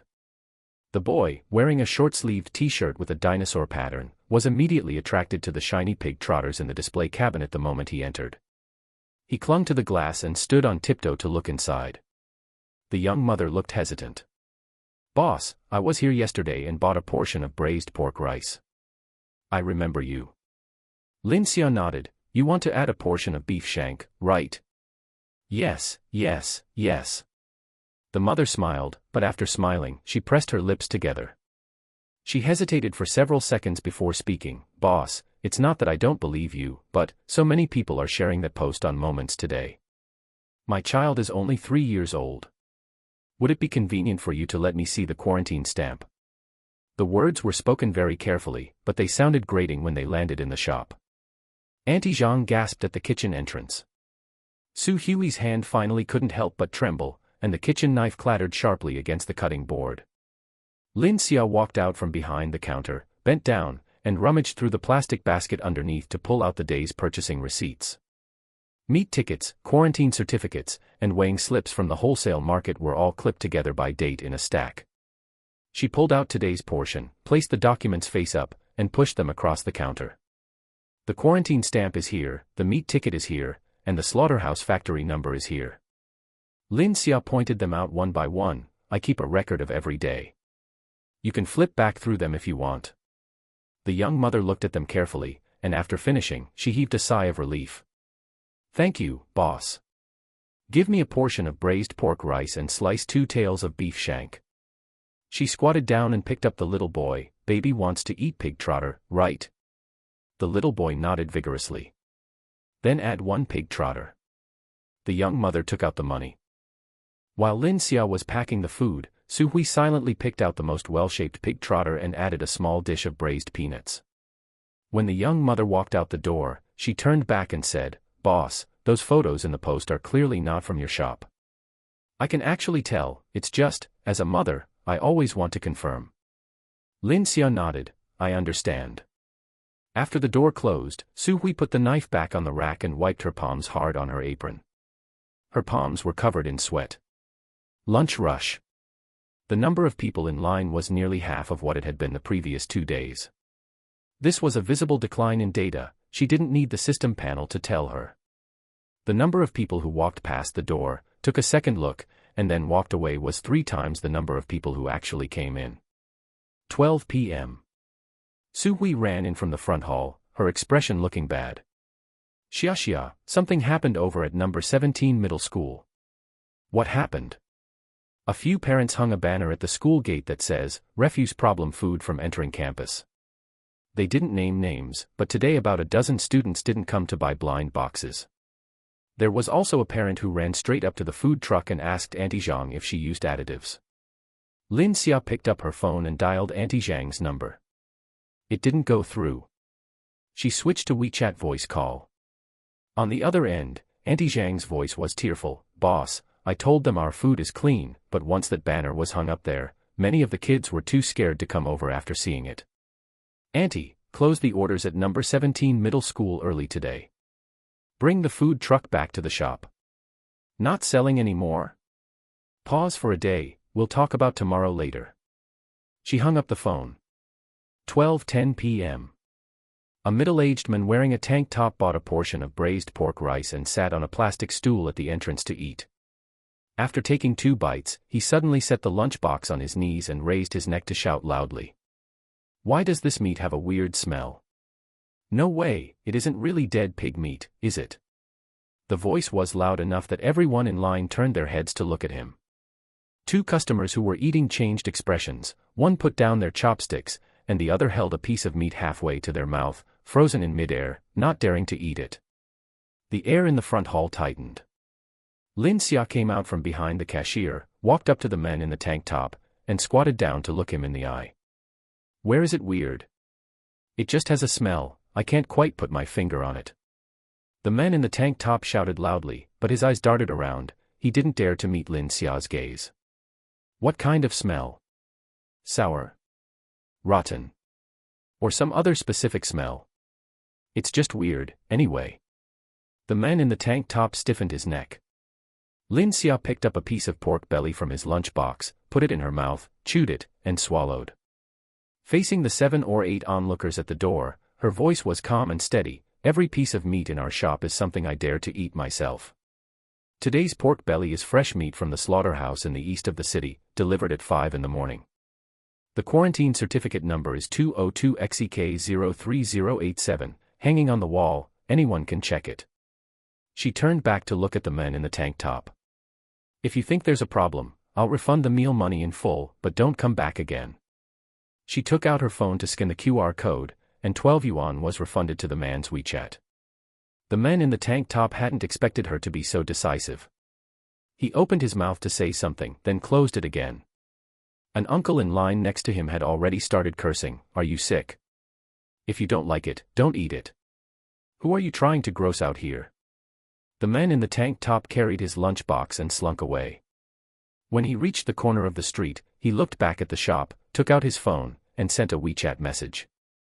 Lin Xia didn't chase after him to look, but she remembered his face.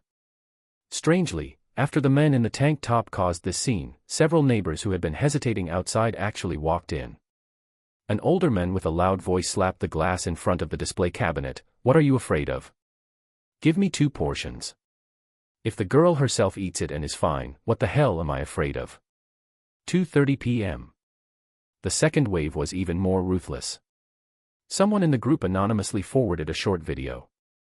Lin Xia clicked on it. The footage showed the side of the manhole cover in the back alley of Seuss, taken from the angle of a brick gap in the side wall of the vegetable market, filmed secretly from 3 or 4 meters away. In the video, Su Hui was carrying a slop bucket and dumping it into the manhole. This was a normal daily operation. But the video had been edited. The action of dumping the slop was slowed down 3 times, and it was accompanied by a shrill, AI-synthesized female voice, a direct look at the kitchen of a certain braised food shop. Waste oil is poured directly into the sewer, recycled, processed, and used again. The gutter oil process is appalling. The subtitles below were even more outrageous, photoshopping a label that said, "Waste oil recycling bucket," onto a stainless steel slop bucket. The video was 47 seconds long, published on a local short video platform, and the view count was 12,000. Lin Xia watched it twice in the kitchen. The first time, she looked at the content. The second time, she looked at the filming angle. The brick gap in the side wall of the vegetable market. At this position, one could only film the manhole cover in the back alley by pressing right against the base of the wall. An ordinary person wouldn't know that something could be secretly filmed from that angle unless they had scouted the location beforehand. She opened the security monitoring app on her phone, pulled up the footage from the back alley camera from 6 p.m. to 7 p.m. yesterday, and fast-forwarded through it. 6:11 p.m. On the left side of the screen, at the corner of the vegetable market's side wall, a hand reached out halfway. It was holding a mobile phone, filming in landscape mode, and after finishing, the hand retracted. The person didn't enter the frame, but the cuff of that hand was blue. Lin Xia took a screenshot and saved it in her notes. The foodie group was already in an uproar. Wang Guifang had sent 11 consecutive voice messages, each over 30 seconds long, in a mix of Sichuan Chongqing dialect and Mandarin. The core content, translated, was just 3 words: bullshit. But some people didn't say a word. Lin Xia stared at the number in the parentheses next to the group chat title. The number inside changed from 312 to 301. She exited to switch interfaces and then re-entered, 297. Another 4 had left. Among the people who left the group, she recognized 2. One was a parent of a student from number 17 middle school who had just joined the group the day before yesterday. The other was a white-collar worker from a nearby office building who had started coming to buy braised pork rice every noon since last week. She didn't try to stop them. After Auntie Zhang returned, Lin Xia locked the back door of the shop. One of the kitchen lights was turned off, leaving only the light above the stove on. Chapter 59, Lin Xia violently demolishes a wall, confronting the issue with a fully transparent kitchen. Lin Xia sat on a plastic stool beside the freezer, her phone screen brightness turned to the lowest setting, her whole body sinking into the dim corner. She was thinking. Long forum posts, anonymous short videos, whispers in the vegetable market, parents holding banners, the men in a tank top causing a scene. These weren't just scattered, random attacks, this was a rhythmic, systematic strangulation by public opinion. The previous round, where they used cement to block the pipes and garbage trucks to smash the door, was an overt attack. Overt attacks are easy to dodge, by calling the police, recording audio, and producing evidence, a solid combination of moves. The other side actually ended up suffering the losses. This round, they changed their tactics. A sneak attack. The posts were posted anonymously, the videos were secretly filmed and edited, and even if the men in the tank top were caught, he could just say, "I just felt the taste wasn't right." The parents holding banners claimed it was for food safety. Each point taken individually didn't constitute a crime, but combined, they were a meat grinder. You can't call the police because there is no clear criminal act. You can't file a lawsuit because the other side is shielded by freedom of speech and consumer rights. You can't even go on the forums to argue back, that would only make things worse. She pulled up the screenshots of the posts on her phone and looked at the 3 attached images for the 3rd time. The kitchen in the photos had cement floors, corrugated iron walls, and rusty countertops. The kitchen at Seuss had white-tiled walls, stainless steel countertops, and newly installed smoke hoods and electrostatic precipitators. Anyone who had been to the shop could tell at a glance that these 2 places had nothing to do with each other. The problem was, what about those who hadn't? Those who only swiped past the posts on their phone screens, those who walked by the door and hesitated for 2 seconds before leaving, those who left the group, they only saw text and 3 blurry images, and then their brains automatically filled in the rest. Rumors always spread faster than rebuttals. This isn't unique to this small town, it's the same everywhere in the world. So, rebuttals are useless. Issuing statements is useless. Filming videos to prove innocence is even more useless, because there will always be someone commenting. The more you try to hide it, the more you reveal it, under the video, and that comment will be upvoted to the top. So what to do? Lin Xia flipped through her phone contacts and found a number labeled, Masterly, Light Steel Keel. The phone rang 4 times before it was answered. Hello. Masterly, this is Lin Xia from Seuss Old Braised Meats. Oh, Boss Lin. Is that aluminum ceiling from last time still holding up well? It's great. Can you come to my shop at 6 tomorrow morning? Bring a sledgehammer, an angle grinder, and your most efficient mason. The other end of the line went quiet for a second. What for? To smash a wall. After hanging up on Masterly, Lin Xia opened the system panel and flipped through the accounts. Between the shop's revenue over the past few days, plus the group meals, the construction site, the night market, and the system's hidden subsidies, the cash on hand had just exceeded 60,000. She opened a new document in her notes and typed 3 words for the title, Transparent Kitchen. She listed the items one by one. 12 mm tempered explosion-proof glass, custom size 3,200 by 2,400 mm, 3,200. 304 stainless steel embedded frame, 1,500. LED spotlight set, 6,000 K white light, 4 points, 600. Oil-resistant coating spray, 800. Masonry wall demolition, base construction, and debris removal, 1,600. Total, 7,700, keeping it under 8,000. To save time, she asked someone to contact a specialty glass factory in the city that could handle rush orders. As long as the mason confirmed the measurements tomorrow morning, they could deliver the goods for installation in the afternoon. She left a blank line at the bottom of the list and typed. No explanations, no statements, no verbal sparring. Let them see for themselves. In the evening, the night market opened. Traffic had dropped. Usually, there would be 20 or 30 people in line at this time, but today there were only 15 or 16. But not a single core regular customer had left.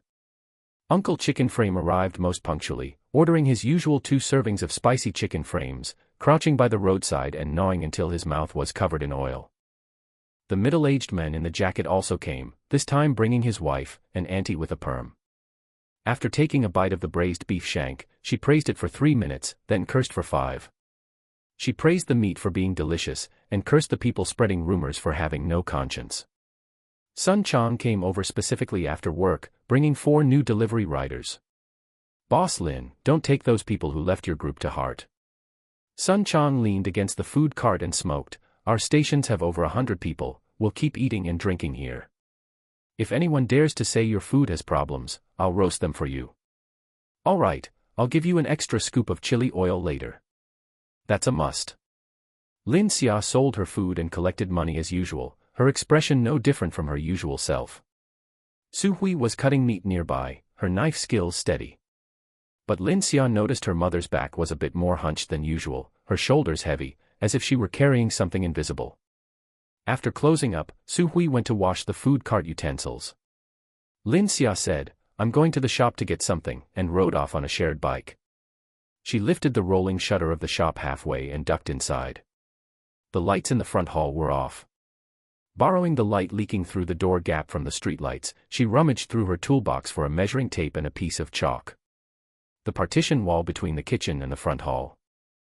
3.2 meters wide, 2.4 meters high. Brick concrete structure, non-load-bearing wall. Last time they installed the smoke exhaust pipes, the welder, Old Ma, had mentioned that this wall was built later and didn't affect the building's structure. Lin Xia pulled out the measuring tape and measured from the corner. 3.2 meters. She left 15 centimeters from the edges on both sides and drew 2 vertical lines with chalk. She left 20 centimeters on the top and bottom and drew 2 horizontal lines. A rectangular frame 2.9 meters wide and 2 meters high, the white chalk lines were particularly striking against the dark gray wall. She stepped back 2 paces and tilted her head to look at the proportions. Then she stood on her tiptoes and wrote 4 words directly above the rectangular frame. Seeing is believing. The chalk writing was crooked, incomparable to Wen Hong's calligraphy, but the message was clear. After this wall was demolished and replaced with a solid piece of tempered glass, any customer in the front hall would be able to see the actions in the kitchen clearly, how Su Hui cut the meat, how she flipped the wok, how she skimmed the foam, whether the pork belly was fresh meat with a quarantine stamp, and exactly what ingredients were put into the braising broth. You say I use dead pork. You say I use chemical flavorings. Come.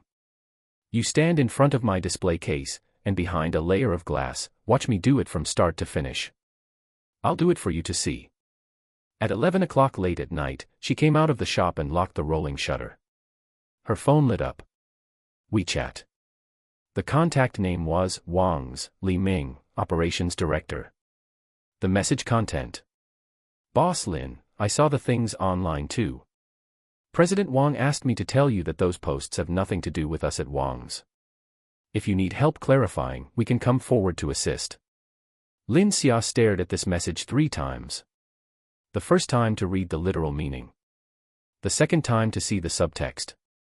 The third time to check the precision of the wording. Those posts have nothing to do with us, distancing themselves. If you need help clarifying, we can come forward. The subtext was, we have the power to make these posts disappear. The meaning of the 2 sentences combined was only one thing, you still have to beg us. Lin Xia didn't reply. She took a screenshot of this message and saved it in the Wang's folder in her notes, putting it together with the previous anonymous text message, the post screenshots, and the screenshot of the blue sleeve of the person secretly filming in the back alley. When she returned home, Su Hui had already soaked tomorrow's beef shank in cold water to thaw and was washing her face in the bathroom. Lin Xia knocked on the door. "Mom, a construction crew is coming at 6 tomorrow morning, it will be a bit noisy." The sound of water stopped. Construction. Smashing a wall. The sound of water started again. After a few seconds, Su Hui's voice came from behind the door. "Which wall?" "The one between the kitchen and the front hall." There was another few seconds of silence. "What are you installing after smashing it?" "Glass." Su Hui turned off the faucet. The sound of the doorknob turning clicked, and the door opened.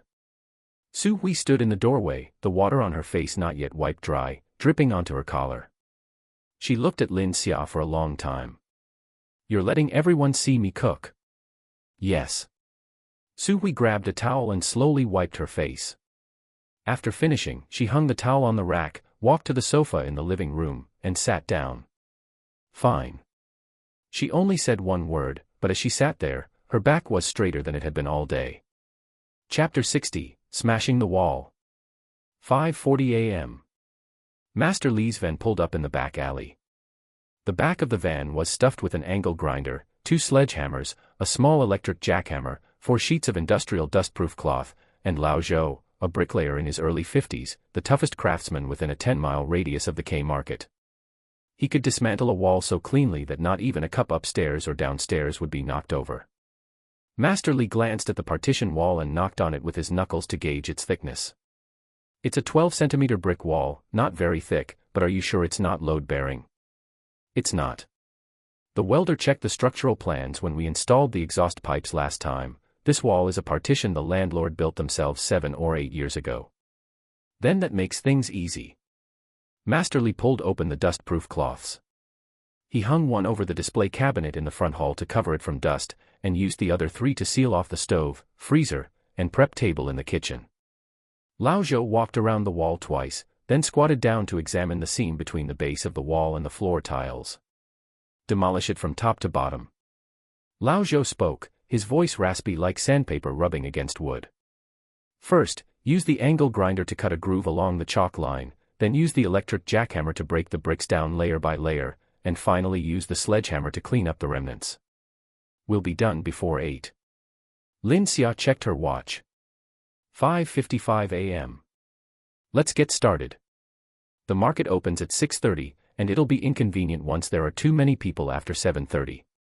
The angle grinder roared to life. The sound of the grinding while biting into the brick seams was sharp and piercing, and white dust sprayed over half of Lao Zhou's face. He squinted his eyes into slits, his hands as steady as pliers, cutting inch by inch along the chalk line Lin Xia had drawn. Su Hui was guarding the stove in the kitchen. The first pot of braised broth for the day was already bubbling. She pulled the dustproof cloth above the stove down a bit further to prevent dust from falling into the pot.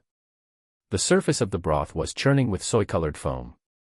She kept an eye on the heat through the gaps in the dust cloth, occasionally reaching in with a long-handled ladle to stir. Lin Xia helped clear the bricks in the front hall. After Lao Zhou finished a section and the electric jackhammer struck, half a brick would fall down. Lin Xia put on work gloves to pick up the broken bricks and threw them into the wheelbarrow in the back alley. She ran back and forth dozens of times, and the back of her t-shirt was soaked through. 6:30. Auntie Zhang arrived. She stood at the entrance of the back alley, looking at the half-wall that had already been opened into a large hole nearly 2 meters wide. Brick debris covered the floor, dust filled the air, and the 2 workmen were clanging away inside the hole. "Boss, have you lost your mind?" Auntie Zhang blurted out. "I haven't." Lin Xia poked her head out of the hole, her forehead covered in dust. "Auntie Zhang, help me boil a pot of water to make tea for the masters." 7:30. The last row of remaining bricks was smashed down by the sledgehammer. The entire partition wall was reduced to just a 15-centimeter brick base at the bottom, leaving a clear, large opening above. Standing in the front hall and looking inside, the entire kitchen was in full view, the stove, freezer, sink, prep table, exhaust hood, and even the apron and colander hanging on the wall could be seen clearly. Lao Zhou patted the dust off himself and walked out to drink some water. "I've smoothed out the wall surface for you. It's flat on all sides, southwest you can just drive in expansion bolts when you install the frame." When will the glass be installed? This afternoon. Lin Xia took out her phone and checked. The glass was an urgent order placed late last night with a local commercial door and window factory, with an extra 200 yuan rush fee. The boss had replied to her WeChat at 7 a.m., 12 mm tempered, 3200 by 2000, already cut, will be delivered at 1 p.m. The stainless steel frame was custom made by another shop and would arrive at the same time as the glass. Master Li, please come back with Lao Zhou at 1 p.m. to install the frame and the glass. Will do. Master Li packed up his tools and left with Lao Zhou in the van. Lin Xia stood in the front hall, looking at the kitchen through that large hole. Su Hui happened to lift the lid of a braising pot to check the chicken carcasses inside. Steam and the aroma of braised meat shot out from the pot and were instantly sucked away by the exhaust hood. Viewed from this angle, her movements, even the subtle arc of her wrist turning while flipping the chicken carcasses, were clearly visible. Mom, don't move. Lin Xia walked behind the display cabinet, stood in the position of a customer, and looked left and right. Move one step to the left. Su Hui obediently moved. That's it. People queuing in this spot will be able to see you cutting the meat perfectly. Su Hui looked down at the spot beneath her feet, then looked up at the large hole. Once the window is installed, I'll have to be even more meticulous when I work, she said. You're already meticulous enough. Lin Xia crouched down and began to sweep up the brick debris. Auntie Zhang was nearby mopping up dust. After mopping for a bit, she couldn't help but mutter, I've been working for nearly 30 years, and this is the first time I've seen a shop owner smash their own shop's wall. You'll know why I smashed it in a little while. Morning business was delayed until 10:30 before they opened. They had lost nearly an hour of business time, but people were already waiting at the door. Wang Guifang brought two newcomers, both of whom had been the most vicious in their criticism after seeing the post in the group chat yesterday, a retired nurse and an older sister who ran a convenience store. The three of them squeezed at the door to look inside. They first saw the braised pig trotters and beef shank displayed as usual in the display cabinet, and then their gazes crossed over the display cabinet, passed through the smashed open hole, and fell directly into the kitchen. Huh. You smashed the wall. Wang Guifang craned her neck to look inside. The kitchen was spotless. The white-tiled walls were wiped until they shone, 3 braising pots were neatly arranged on the stove, and the exhaust hood hummed quietly. Su Hui was standing at the prep table cutting beef shank, the sound of the knife hitting the cutting board coming out with a crisp, rhythmic thud, thud, thud. The stainless steel door of the freezer reflected the white light of the fluorescent lamp, and the day's purchasing quarantine label was stuck on the door. Wang Guifang watched for a dozen seconds and then turned back. Oh my God, this kitchen is more than 10 times cleaner than my own kitchen. The retired nurse was more professional. She walked to the edge of the hole and leaned in to look at the floor below. The drainage ditch is an open channel with a grid cover, and the water flows outward. This is higher than the standards of many hospital canteens. Those people online were talking about dead pig meat and chemical flavorings. Look at the things on this stove, aren't they all legitimate items? Wang Guifang slapped her thigh. Wait here, I'm going to take a video. She raised her phone and started filming the kitchen, providing live commentary as she did so. Look here, my old sisters, this is the kitchen of Su's old braised meats. Boss Lin smashed the wall just to let you all see. This is the stove, this is the braising broth, and this is the fresh beef shank that just arrived this morning. Look at this quarantine stamp, it's crystal clear. She filmed for nearly 2 minutes and sent it to her 3 square dancing groups and 2 residential community groups. The title was, Who Said Su's Old Braised Meats Uses Dead Pig Meat? Come and see with your own eyes. In less than 10 minutes, this short video with its thick local accent completely exploded in all the major grocery shopping and residential groups in the East City. 1 p.m. The glass arrived. A box truck parked right in front of the shop entrance. 2 installers lifted down the tempered glass, which was wrapped in anti-collision foam. The glass alone weighed over 200 Jin, and it took 4 people to move it into the front hall. Master Li and Lao Zhou arrived as well. They first installed the stainless steel frame, a 304 brushed finish, securing it to the brick base on all 4 sides of the opening with expansion bolts. Lao Zhou used a spirit level to check it left and right, keeping the margin of error within 2 millimeters. After the frame was in, the glass was mounted. The two installers plus Master Li, 3 people in total, held the glass up, while Lao Zhou directed them to fit it into the frame. The glass was too heavy and too big, they had to rely entirely on the arm strength and experience of the 4 middle-aged men to wedge it in. It's leaning to the right. Lift it a bit higher. Good. Drop it down. With a click, the 12mm tempered explosion-proof glass was firmly embedded into the stainless steel frame, fitting perfectly. The LED spotlights that Lin Xia had measured for were installed on the ceiling above the glass. With 4 points of 6000K white light shining down, every corner of the kitchen was evenly illuminated, including the hand Su Hui was using to cut the meat. The installers left. Master Li collected the final payment and left. Before leaving, Lao Zhou looked at the huge glass window and clicked his tongue in admiration. "Young lady, this move of yours is pretty impressive." Lin Xia stood near the entrance of the front hall and looked back. The display cabinet faced the entrance. Behind the display cabinet was the prep table. Behind the prep table was the 3.2-meter wide floor-to-ceiling glass window. Through the glass window, every movement of Su Hui in the kitchen was visible in minute detail. The flames on the stove, the churning in the pots, the rise and fall of the knife, the texture of the meat on the cutting board, all were exposed to the customer's sight, with no blind spots. The white light of the spotlights shone on Su Hui's apron, on the dynamic trajectory of her hands as she cut the meat, and on the white tiled wall behind her that had been wiped 3 times. The photos of dirty kitchens in those posts, the blurry photoshopped images, the nonsense from informed sources, in front of this glass, they all became a joke.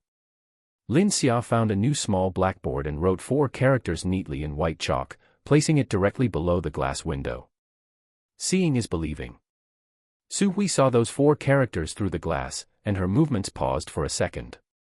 She lowered her head and continued cutting meat. The corners of her mouth didn't move, but her eyes grew warm for a moment. Auntie Zhang breathed on the glass and wiped it with her sleeve. "Let me be fair," Auntie Zhang turned her head. "This 8,000 yuan was money well spent." Lin Xia laughed and patted her on the shoulder. Chapter 61, Old Debts and New Schemes. 3 p.m. Wang Guifang's video was already spreading like wildfire on WeChat Moments. After the transparent kitchen was installed, a sharp-eyed delivery rider filmed a more impactful scene while waiting for an order.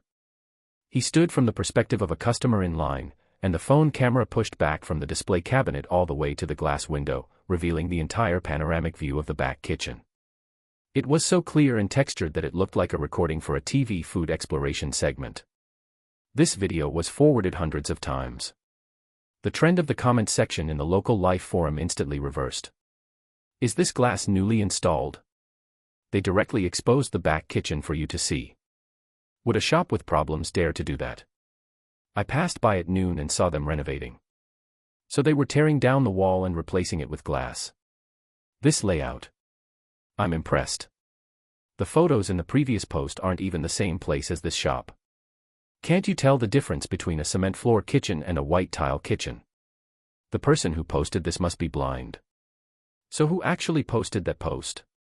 Below this questioning thread, someone immediately threw out key information. Go check the registration time of the account that posted it.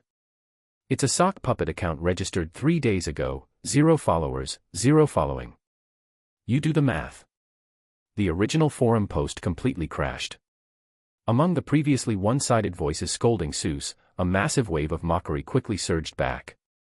They've installed a glass kitchen, and you're still here spreading rumors. If you have the guts, go check the scene. This post reeks of paid trolls. The wording and format of the first and third replies are exactly the same, both starting with, "I live nearby." They're even too lazy to change the template. The post's popularity remained high, but the rumormonger had become a target of collective ridicule. Lin Xia silently saved these screenshots into her memo, without participating in any useless online flame wars. 6 p.m. Before setting up the night market stall, the shop's revenue for the day came out. Daily revenue, 5,100. It dropped by nearly 1,000 from the previous 6,000 plus, but it was better than expected. Especially the afternoon round, the customer flow that recovered after the glass was installed contributed a huge increase. There were over 40 new faces in the afternoon, at least half of whom had come specifically to verify it after watching the video. Lin Xia moved the necessary night market supplies onto the food cart. Business at the night market that night was surprisingly good. All over the streets and alleys of Qingdong, the story of a hardcore braised food shop tearing down a wall to install glass was quietly spreading. People drawn by the news lined up in long queues. Some were there to verify the authenticity of the post, others were purely curious about what a transparent kitchen looked like. But that did not matter. No matter what thoughts they held when they stepped into the shop, as soon as they picked up that bowl of braised pork rice or lifted the cup of plum juice and took the first bite, the one bite to godhood entry would silently activate. That domineering flavor would be etched into their taste memory with the highest priority. The moment their taste buds were completely locked, that was the true trump card that Seuss revealed to the entire Qingdong catering industry. The third day after the transparent kitchen went online, the forum post sank. It was not deleted, it was covered up by new posts. The Qingdong Foodie Gang board updated quickly, with dozens of new posts coming up every day. Without continuous heating, that anonymous long post naturally slid to the fourth page. Occasionally, someone would dig it up to curse, but the style of the reply section had completely reversed. The latest high-voted reply was a long review with pictures, accompanied by 8 high-definition photos, all of the transparent kitchen scenes taken by different customers standing in front of the Seuss display cabinet. White tiles, stainless steel countertops, neatly hung business licenses and health certificates, and Su Hui's silhouette cutting beef shank behind the glass. The last sentence of the comment was, "If you think there's a problem, please come and stand in front of this glass for 10 minutes yourself." 132 likes below, 0 negative reviews. The heat of the short video also passed. The maliciously edited gutter oil video was reported and taken down. This was not reported by Lin Xia, but by Wang Guifang, who mobilized her sisters from 3 square dance groups to report it collectively. With over 200 people clicking report simultaneously, the platform's review robot locked the video that day. Number 17 Middle School also recovered. Auntie Zhang drove the food cart back to the school gate, and the banner had been removed. One of the parents who had pulled the banner actually ran to the food cart to buy a blind box, just because her child was throwing a tantrum to eat it and could not be stopped. "Kids are more honest than adults," Auntie Zhang said when she returned to recount the incident. No matter what is said on the internet, his mouth cannot lie to him. Daily revenue climbed back above the 6,000 line.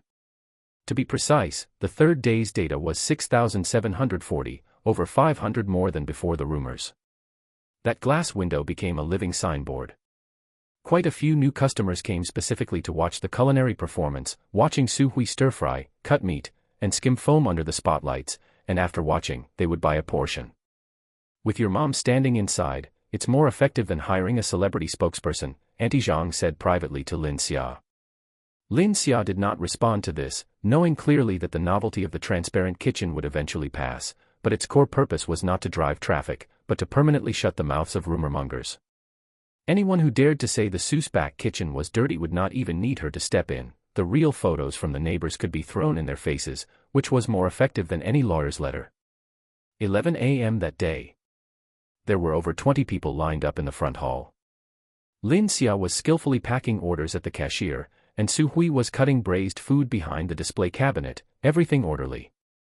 Lin Xia's phone on the side rang. The caller ID was Officer Feng. "Boss Lin, let me update you on the situation." Officer Feng's voice was as concise as ever. "The evidence for Lu Guiqiang's provocation of trouble is quite sufficient, the video and recording are enough. It has already been transferred to the Procuratorate for review and prosecution.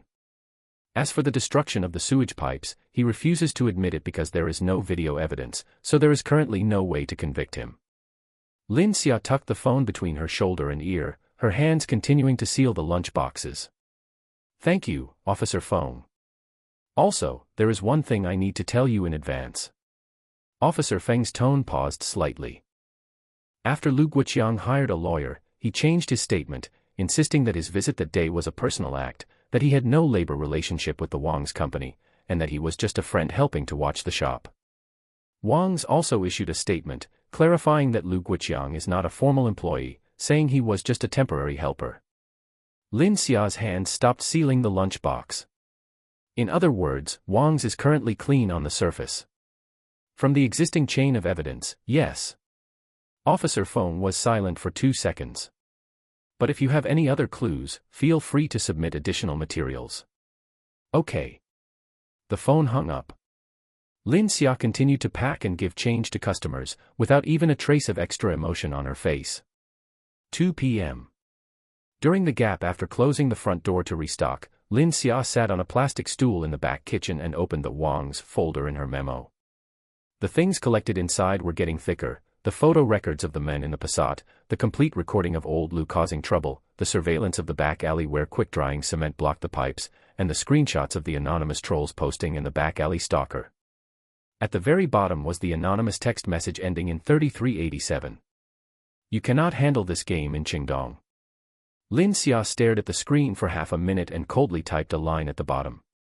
Officer Feng's report: Lu Guoqiang changed his statement, Wang's officially cleared themselves perfectly. She locked the screen and leaned against the freezer to close her eyes for a while, but the clues in her mind were incomparably clear. A scale like Wang's, with 16 branches, would never personally dirty their hands. Lu Guoqiang was just the first abandoned piece pushed out, posting online was the second move, and the next underhanded trick must still be on the way. But this precisely showed that the skyrocketing revenue of Seuss had truly threatened the rice bowl of Wang's second branch. The other party was anxious. Being anxious was good, only when they were anxious would they reveal flaws. 4 p.m. Sun Chang returned to pick up empty boxes after delivering the last batch of construction site orders. Brother Chang, help me ask about something. Lin Xia handed him a bottle of ice water. Go ahead. Have there been any new moves at Wang's second branch recently? Sun Chang drank half the bottle of water and wiped his mouth with the back of his hand. Now that you mention it, there actually is. I passed by the day before yesterday and saw they changed their new light boxes, promoting a few new items, including iced mung bean soup and secret shredded chicken with sauce. The mung bean soup is priced really ruthlessly, 3 yuan a cup. 3 yuan. Lin Xia's plum juice sold for 5 yuan. That's not all. Sun Chang continued. They set up a booth at the entrance for tastings, and 2 waiters were handing out flyers with Qingdong time-honored brand, 20 years of quality assurance, printed on them, and a line of very small text at the bottom, which seems to be an activity for charging membership for discounts. 20 years of quality assurance attacked the fact that Seuss, as a new shop that had just opened, lacked seniority. As for the 3 yuan mung bean soup, this was an extremely brilliant open scheme. They did not count on this thing to make money at all, they just wanted to firmly lock the psychological price of surrounding cold drinks. You sell for 5, I sell for 3, as long as the customer holds coins in their pocket, a comparison would naturally create the illusion that Seuss's stuff is expensive.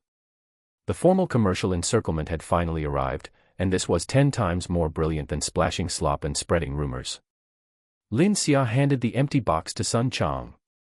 Brother Chang, help me bring a cup of their mung bean soup tomorrow on your way. Sure. Sun Chang did not ask further, tucked the box, hopped on his electric scooter, and left. Chapter 62, 3 yuan mung bean smoothie. The night market closed for the night. The stoves were all extinguished, the exhaust hoods were turned off, and the back kitchen was so quiet that only the low hum of the freezer compressors remained. Lin Xia and Su Hui sat at the prep table, tallying the accounts. Mom, the road ahead is going to get harder and harder. Su Hui was wiping her hands on her apron. She didn't stop, nor did she respond. We blocked the hidden arrows, but now the open blades are slashing at us. With the scale of their 16 stores, throwing money into price wars and using membership programs to lock in customers are all standard business tactics. We can't call the police, we have to go head-to-head with them. Su Hui pulled her hands from her apron, walked to the corner by the stove, and rummaged out an old iron box. Inside the box was a stack of yellowed, handwritten slips of paper, bound by an aged rubber band. This was the lifeblood left behind by her grandmother. Su Hui pulled out a slip of paper and slapped it onto the table in front of Lin Xia with a thwack. The handwriting on the paper had faded to a light brown, the semi-cursive script elegant yet conveying a sense of unyielding spirit. It was the secret recipe for braised oxtail. The ingredients, heat, and steps were all there, with ratios precise to the gram. Your grandmother left 12 recipes, we've only used 3 so far. Su Hui closed the iron box and patted the lid heavily twice with her rough palm. There are 9 left, is that enough to fight back? Lin Xia looked at the yellowed paper, her eyes suddenly growing warm. An old heirloom that had been shoved into the bottom of a cabinet for 23 years, unseen by the light of day, was now being treated by a woman in her 50s as a heavy weapon and pushed onto the front lines without hesitation. It's enough. Lin Xia carefully folded the paper and put it back into the iron box. She opened the system panel and glanced at it. There were over 54,000 yuan in the account. This ammunition was several times thicker than on the first day of business, but it was far from enough. To survive the price war, she had to take the initiative to break the stalemate. She quickly typed her counterattack plan into her memo app. The first step was to introduce a signature dish, using a hard currency like braised oxtail to raise the average transaction value and the establishment standing, taking some of the burden off of relying on thin profit margins and high volume.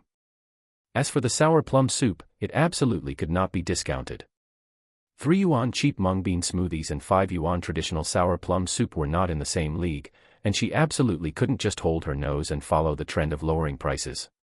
In the future, she would also expand the delivery network to office buildings, capturing the stomachs of white-collar workers who didn't mind spending money. She put away her phone, her plan now crystal clear. The lights in the back kitchen went out one by one, leaving only the 4-door freezer bound to absolute freshness quietly emitting a faint green light, maintaining the perfect state of the vanguard army for tomorrow. Lin Xia picked up her canvas bag and headed out. Passing through the front hall, she stopped in front of the 3.2-meter-wide floor-to-ceiling glass window. The spotlights were out, and the street lights shone in at an angle, reflecting her thin but upright silhouette on the glass. Beside the silhouette, the 4 characters on the small blackboard were still striking. Seeing is clean. Lin Xia tugged at the corner of her mouth, revealing a cold smile. She stepped out. Locked the door. The May night breeze blew over, carrying an inescapable mugginess. The 4 large characters for Su's Old Braised Meats on the storefront sign were stretched into long shadows by the streetlights, solidly cast across the steps. Su Hui was sitting astride the electric tricycle, waiting for her. Let's go. Yeah. The mother and daughter merged into the heavy night of Qingdong Market. 800 meters away, the newly installed giant lightbox of Wang's second branch also dimmed in the darkness. The glaring price reduction advertisements that Sun Chong had mentioned during the day now just turned into a few gray, hazy blocks of color, lying dormant in the distance, waiting for dawn. At 10 o'clock the next morning, Sun Chong rode his electric scooter into the alley entrance of the market, holding a sealed plastic cup in his hand. I got it. He set the cup on the counter and wiped his sweat. I waited in line for 5 minutes, there were only 2 people in front of me, and one of them was their own employee. Lin Xia picked it up to take a look. The transparent cup wall was printed with the Wang's logo, yellow text on a green background, classic mung bean smoothie 3 yuan. The liquid in the cup was an unnatural emerald green, with ice piled up to the brim, taking up almost a third of the volume. She tore open the sealing film and leaned in to smell it first. Artificial sweetener. It wasn't the sweetness of boiled white sugar, but the cloying sensation from an overdose of synthetic chemical sweeteners that shot straight from her nasal cavity to her temples. Underneath the scent was a layer of raw, astringent mung bean powder, as if it had been blended and mixed in without even being cooked through. Lin Xia shook it until mixed and took a sip of about a third of it. The ice shards hit her mouth first, and after they melted, it was all a cloying sweetness supported by a massive amount of syrup. The taste of mung bean was virtually non-existent. When she swallowed, the back of her tongue felt numb, not the numbness of spice, but a chemical reaction from cheap sweeteners irritating her mucous membranes. Su Hui stood behind the stove and leaned over to ask how it was. Pre-made concentrate, diluted with water and ice. Lin Xia put the cup down. I estimate the cost is 8 mao, at most no more than 1 yuan. Then if he sells it for 3 yuan, he still makes 2 yuan, that's ruthless enough. Auntie Zhang poked her head out from the back kitchen, chewing on half a braised egg. Lin Xia poured a third for Auntie Zhang as well and pushed the cup over for her to taste. Auntie Zhang took it, slurped a big mouthful, and her eyebrows twisted into a knot on the spot. What is this? It's sickeningly sweet. Compared to our sour plum soup. If this can be called a drink, it's not even fit to carry our shoes. Lin Xia didn't respond to that. She pulled out her phone, opened her memo app, and created a new entry in the Wang's folder. I'm not afraid of it tasting good, I'm afraid of it being cheap. Once that 3 yuan low-price card is played, the customer's appetites aren't whetted, but their psychological price point is immediately dragged to the bottom. The sour plum soup absolutely cannot be discounted. Lowering it from 5 yuan to 3 would cut the gross profit in half, and once you lower your own value, you can never pull it back up. Price wars are a game for big stores. Seuss doesn't have the capital to burn along with them. But she had to solve one problem. She had to make the person paying realize before they paid that the difference between 5 yuan and 3 yuan wasn't just 2 yuan, but two completely different worlds. At 1:30 p.m., after restocking, Lin Xia crouched in front of the small blackboard at the store entrance and added a line with chalk. Our sour plum soup, black plum, hawthorn, osmanthus, and dried tangerine peel, triple boiled and double filtered, 0 artificial flavors, 0 artificial colors, limited to 150 cups daily. At the end, she drew an arrow, pointing straight at the tempered glass window on the right. The clay pot sitting on the stove behind the window was right under the spotlight, and the sour plum soup inside was bubbling away with small bubbles. Steam drifted upward, half of it was sucked away by the exhaust hood, and the other half happened to condense into a thin layer of mist on the glass window. Immediately after, she replaced all the plastic containers storing seasonings on the prep table. She replaced them all with transparent glass jars. Black plums, hawthorn slices, dried osmanthus, and shredded dried tangerine peel, the 4 jars were lined up in a row and placed in the most conspicuous position in front of the stove. Under the lights, the black plums were dark and glossy, the hawthorn dark red and wrinkled, the osmanthus goose yellow and fine, and the dried tangerine peel brownish tan and curled. Not a single extra word needed to be said. Just standing in front of the glass window and taking one look, anyone would understand everything. What you use is water mixed with powder, what I use is soup brewed from real ingredients.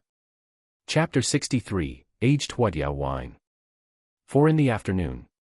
Taking advantage of the lull while the shop was closed for restocking, Lin Xia sat on a plastic stool in the back kitchen and dug that old iron box out from a corner by the stove. Grandma's recipes. The rubber band had loosened a bit. She carefully untied it and pulled out the 4th piece of paper. The paper had long since yellowed and become brittle, with worn edges, and the handwriting was in light brown running script. Grandma's writing habits were different from Teacher Wen's. Teacher Wen's handwriting was dignified and imposing, while Grandma's was delicate, yet the ends of the strokes revealed a stubborn, unyielding spirit. Braised oxtail. Lin Xia read down line by line. For the oxtail, choose the middle joint section, where the ratio of meat to tendon is most balanced, and blanch it thoroughly in cold water. After taking it out, soak it in yellow wine for 40 minutes. It emphasized that cooking wine must not be used, it must be yellow wine to remove the gamey smell while locking the umami flavor deep into the meat. Sauté rock sugar for color, do not use white sugar. The caramelization temperature of rock sugar is 20 degrees lower than white sugar, so the resulting sugar color is a pure amber rather than a dark, soy sauce black, making it bright rather than dull when coated on the braised oxtail. Use dark soy sauce for the base, star anise, cinnamon, and black cardamom for the foundational aroma, and simmer in a clay pot over low heat for 3.5 hours. The last line. Su Hui was also watching from the side, and when she read this part, her hand holding the chopsticks paused.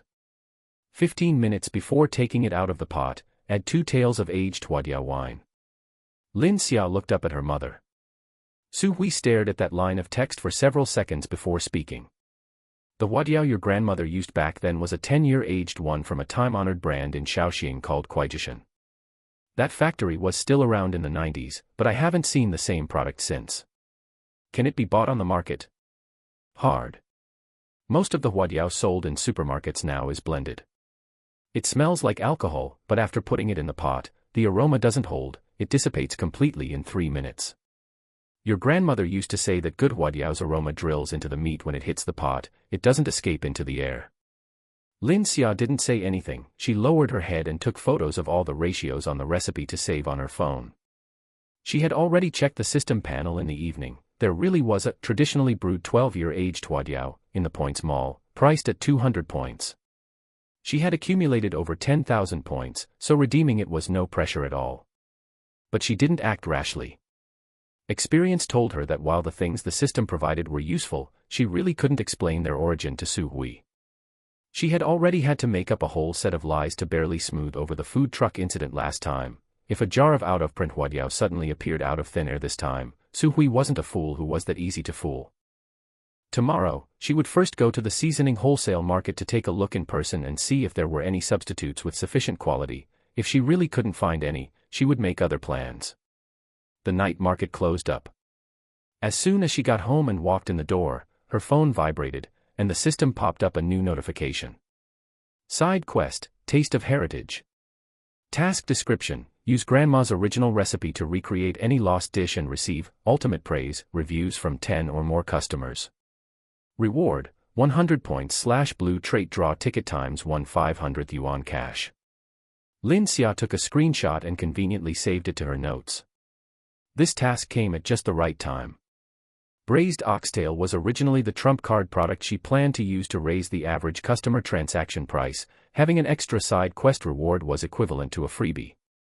11:30 at night. Su Hui had already fallen asleep after showering, and Lin Xia lay on the bed scrolling through the forum. Pinned to the top of the Qingdong Foodie Gang board was still that long review with 8 pictures praising the transparent kitchen. Scrolling down 2 pages, a new post title popped up. Field test, Wang's 3 yuan mung bean soup versus Su's 5 yuan sour plum drink, which is really more worth it. Clicking to look, the poster was quite serious. Not only did they do a component comparison, but they also organized a 4-person blind test. The conclusion drawn was written very straightforwardly. Su's won completely, the two were simply not on the same level. But the tone in the comment section started to change from the 7th floor. Of course 5 yuan things are better than 3 yuan ones, isn't that nonsense? The question is whether it's worth it. So what if poor people drink 3 yuan ones? Is Su's practicing discrimination? Su's marketing is just blown out of proportion, the taste is just so, not that miraculous. Lin Xia clicked on the homepages of the few IDs that were clamoring the loudest. Their registration dates were all within a week, with 0 follows and 0 followers. Their posting history, apart from the replies under this post, was as clean as a blank sheet of paper. Moreover, the phrasing format was highly uniform, all using fixed sentence patterns like, "So what about XX?" and "XX is just so." They didn't even bother to change the common templates used by internet trolls. She sneered and took a screenshot, throwing it into the Wang's folder. No rush, save it for now. Just as she was about to lock the screen, WeChat popped up a message. Contact name, Jacket. She had added this note herself. That middle-aged man had appeared repeatedly in the shop since the first day of business, always wearing a dark jacket, and rarely spoke. Every time he came, he ordered different types of things. He scanned the code to join the group on opening day, but he had never surfaced in the group. The first private message he sent had only 1 sentence. Your sour plum drink recipe, are you selling it? Lin Xia stared at the screen. She didn't reply immediately. She exited the chat box, opened the shop's surveillance playback app, and pulled up the records from the past week, watching on fast forward. This person had been there at least 6 times. The first time he bought braised pork rice, the second time he bought chicken rack, the third time he bought sour plum drink, the 4th time he bought beef tendon, every time he didn't repeat. He ate very slowly. But his eyes were never fixed on the bowl, they were all on the operation counter. What he was staring at was not the product, but the technique. The rhythm of Su Hui flipping the wok, the angle of cutting the meat, the amplitude of the spoon scooping the braising liquid, he was watching these insider tricks. He looked to be in his 40s or 50s, wearing inconspicuous but high-quality fabric, with his nails trimmed clean, and no watch on his wrist. He was definitely not from Wang's. The people sent by Wang's ate in a way that picked faults, carrying out a sabotage mission, often throwing it away after 2 bites. This person was different. Every time he finished eating, he would clean the takeout box completely. He wasn't judging, he was verifying. As for what he was verifying, she didn't know for now. Lin Xia created a new entry at the bottom of her notes. Jacketman, identity unknown. At least 6 reconnaissance visits, doesn't look like a competitor, proactively asked for the recipe, purpose unknown. Hang it up for now, ignore it. The phone was placed face down next to the pillow. Outside the window came the sound of the last night market stall in the distance packing up its iron racks, clanging for a while, and after a while, it was completely quiet too. 5 in the morning the next day. Lin Xia rode the tricycle out, didn't go to the vegetable market, and went straight to the north of the city. The seasoning wholesale market in the north of the city was built in a shed converted from an old warehouse, opening at 6 in the morning. By the time she arrived, the rolling door had only just been pulled up halfway. The shop specializing in yellow wine was in the innermost row. The owner was a short, chubby man with graying hair, and behind the counter, more than 20 types of yellow wine were displayed in a dazzling array, ranging from loose bulk ones at 99 to high-end gift boxes over 200. How many kinds of huadiao are there? 8 kinds. The owner pointed to the second shelf. From 3-year aged to 10-year aged, are you cooking or drinking? Cooking. For cooking, just buy this. The owner skillfully took the cheapest jar. 28, 3-year aged, enough for stir-frying. I want a blind tasting, pour me a little of all 8 kinds. The owner looked at her with slight surprise, didn't say much, turned around to find 8 small disposable paper cups in the back, and poured a finger's depth of each. Lin Xia picked up the paper cups and sipped each one from left to right. After putting down several cups in a row, the alcohol smell rushed straight into her nasal cavity and the aftertaste was bland. This kind of stuff wouldn't hold its aroma at all after hitting the pot. When trying the 5th and 6th cups, it was slightly smoother, but the aftertaste concluded too hastily. Until the 7th cup. She held it in her mouth without swallowing immediately. The body of the wine was significantly thicker than the previous ones, it wasn't harsh upon entering the mouth, and the sweetness was extremely gentle. After swallowing it down her throat, a wave of sweetness suddenly welled up at the root of her tongue. It wasn't the fake sweetness of blended syrup, but the mellow, lingering strength naturally born after the grain had fermented through the years. What's the price for this? 68, 6-year aged. The owner took a look, produced by a small workshop in Shaoxing. The quantity isn't large. Although it wasn't 12-year aged, it was worth a try. Grandma's recipe wrote aged huadiao, and didn't rigidly specify that it must be over 10 years. The key core indicators were lingering sweet aftertaste, mellow wine body, and this jar in her hand matched perfectly. Take 2 jars, and I also want a bag of black cardamom and half a caddy of dried osmanthus. Black cardamom 15, osmanthus 40. Lin Xia paid readily, and the owner efficiently packed and settled the bill. On the way back riding the tricycle, she happened to pass by the entrance of Wang's second branch. Lin Xia didn't deliberately slow down, nor did she speed up, just giving it a light glance with her peripheral vision. The tasting stand was still propped up at the entrance. 2 little girls wearing aprons were standing behind it, bored. One was looking down at her phone, and the other was yawning at the sky. On the stand were a row of mung bean soup in paper cups and a few plates of shredded chicken with sauce. The edges of the plastic wrap on the shredded chicken had already dried and curled up, and no one bothered with it. People passing by the entrance walked even more hurriedly than Lin Xia had imagined. She didn't stop. The one bite to godhood trait didn't pick time or place, operating domineeringly 24 hours a day. Those who had eaten the exquisite braised dishes at Seuss or drunk the authentic sour plum drink, as soon as they went to taste anything from Wang's, their picky taste buds would automatically give a cruel score lower than the reality. The gap was a full 30%. A 30% drop in satisfaction could absolutely not be easily filled by lowering the price by 2 yuan. The tricycle turned the corner, and the brand new sign of Wang's second branch disappeared completely from the rearview mirror. Chapter 64 Braised Oxtail. Lin Xia patted the 2 jars of huadiao wine loaded in the cart, her mind already beginning to puzzle out the steps for when she got back. She would start by making the first version of braised oxtail to test the waters. Controlling the heat was Su Hui's signature skill, the seasoning was the solid foundation left by her grandmother's recipe, and this jar of huadiao wine was the finishing touch that would bring it all together. Out of the 12 secret recipes, only 3 had been used so far. 9 remained. Enough to conquer this whole street. At 2 in the afternoon, the rolling shutter was pulled all the way down, and the lights in the front lobby were turned off. In the back kitchen, 3 jean of middle section oxtail were spread out on the cutting board. Lin Xia pressed down on the oxtail with one hand and held the knife with the other, her eyes fixed on the gap between the joints, a spot where a thin layer of cartilage connected the 2 bone segments. She aimed the tip of the knife, sank her wrist, and with a clean, sharp crack, it was done. 1 piece, 2 pieces, 3 pieces.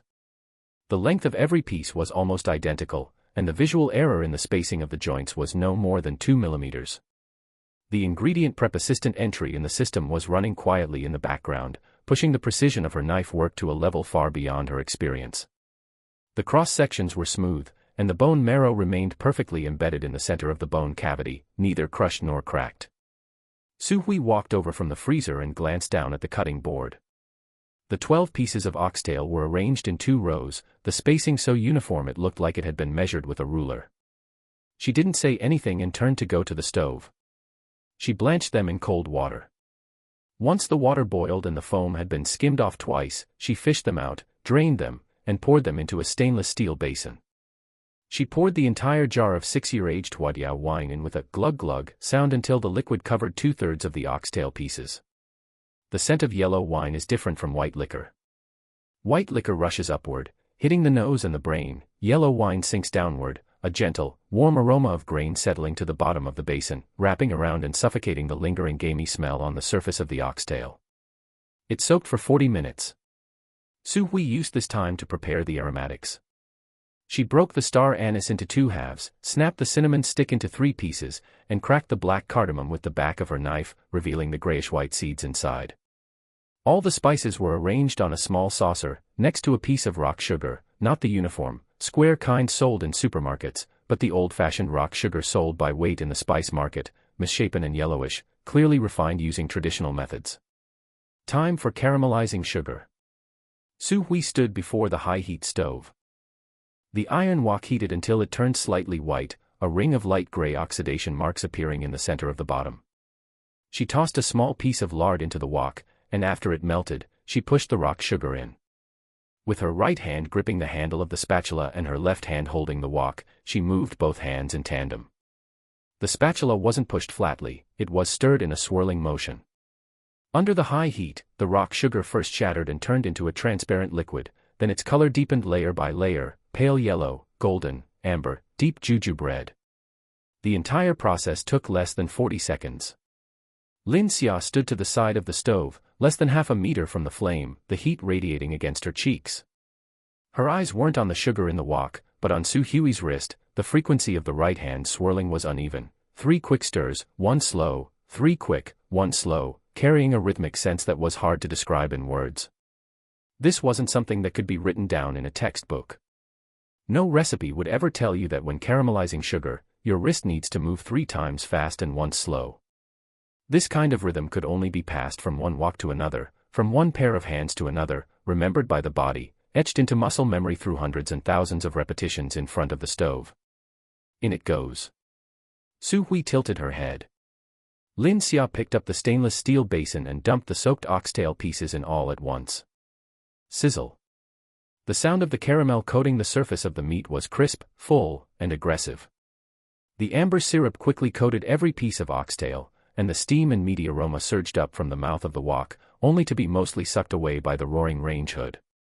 The little bit of fragrance that escaped drifted through the gaps in the glass window to the front lobby. It was fortunate the door was closed now, otherwise, the people outside would be clawing at the door just by smelling it. After stir-frying until evenly coated, she added dark soy sauce, light soy sauce, star anise, cinnamon, and black cardamom all at once. Su Hui didn't use measuring spoons. The amount of seasoning was entirely based on feel. She drizzled the dark soy sauce around the wok for 3/4 of a circle, gave a quick, short splash of light soy sauce, and poured the spices in directly, not even wasting the powder left on the saucer.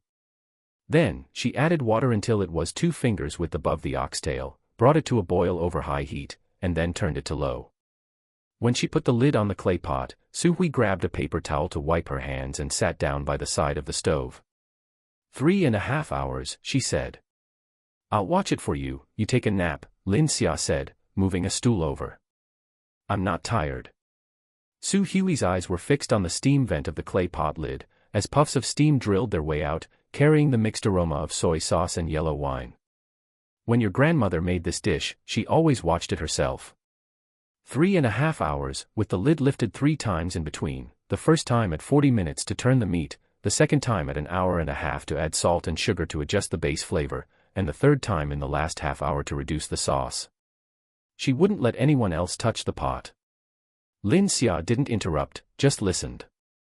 1 year during the new year, your grandfather secretly lifted the lid to taste it, and she smacked the back of his hand with a spatula, Su Hui said, the curve of her lips very faint, vanishing in a flash. The clay pot bubbled away, the sound deep and dense, like an old person speaking from far away. The first 40 minutes arrived. Su Hui stood up, lifted the lid, and turned the meat. The second checkpoint, an hour and a half. She tasted a bit of the sauce, the saltiness was sufficient, but the sweetness was lacking a little, so she added a small pinch of rock sugar. The third checkpoint. 3 hours exactly. Su Hui lifted the lid and frowned. The sauce isn't thick enough, and the aftertaste is broken. Lin Xia walked to the side of the stove and looked down at the state of the clay pot. The sauce had been reduced to a depth of only 1/3 of the oxtail pieces, the color was dark enough, and the consistency was fine, but the aftertaste Su Hui mentioned, she could smell it too. The ultimate goal of braised oxtail wasn't just savory saltiness, but the long, lingering sweetness left at the root of the tongue after the savory flavor. This layer had only made it halfway, the second half was empty. The huadiao wine wasn't aged enough. The 6-year aged base couldn't support that final kick.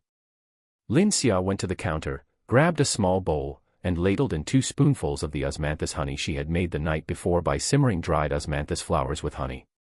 The pale golden syrup was filled with tiny, crushed osmanthus petals, thick enough to stretch into threads. Try this. Su Hui took the bowl, looked at it, and smelled it. Add half a spoonful when reducing the sauce. The scent profile of the osmanthus follows the same path as the huadiao, it can patch up the broken aftertaste. Su Hui didn't move immediately. She stood in front of the stove holding the bowl, staring at the oxtail in the clay pot for a full 10 seconds. Your grandmother did this back in the day, too. Lin Xia's hand, which had been chopping osmanthus, paused for a moment. She didn't add osmanthus honey, she added osmanthus paste. The essence is the same. After saying that, Su Hui placed the bowl on the stove, dug out a small spoon from the cupboard, scooped up half a spoonful of osmanthus honey, and with a flick of her wrist, a thin golden thread fell into the clay pot. She reduced the sauce over high heat. Once the sauce began to bubble, a new aroma, one that hadn't been there before, surged out from the mouth of the pot. It wasn't the scent of osmanthus, nor was it the scent of yellow wine, but a new flavor generated after the 2 ingredients reacted at high heat. Sweet but not cloying, warm but not intense, it settled deep in the nasal cavity, lingering for a long time. Auntie Zhang was squatting at the doorway eating instant noodles. She had just raised the noodles to her mouth when she put them down, her nose twitching in the air. What's that smell? Oxtail. I know it's oxtail. I'm asking what that sweet, delicate layer behind the oxtail is. Osmanthus. This pot of yours could steal a person's soul. Auntie Zhang moved 2 steps toward the back kitchen with her bowl of instant noodles, but was blocked by Lin Xia's hand. It's not ready yet.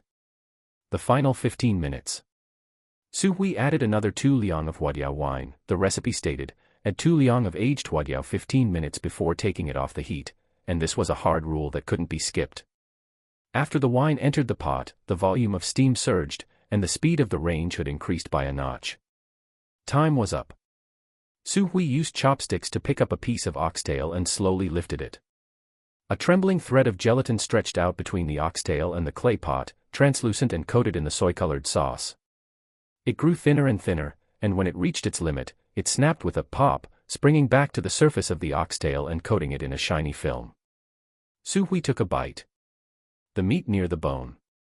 The back kitchen was so quiet that only the humming of the range had remained.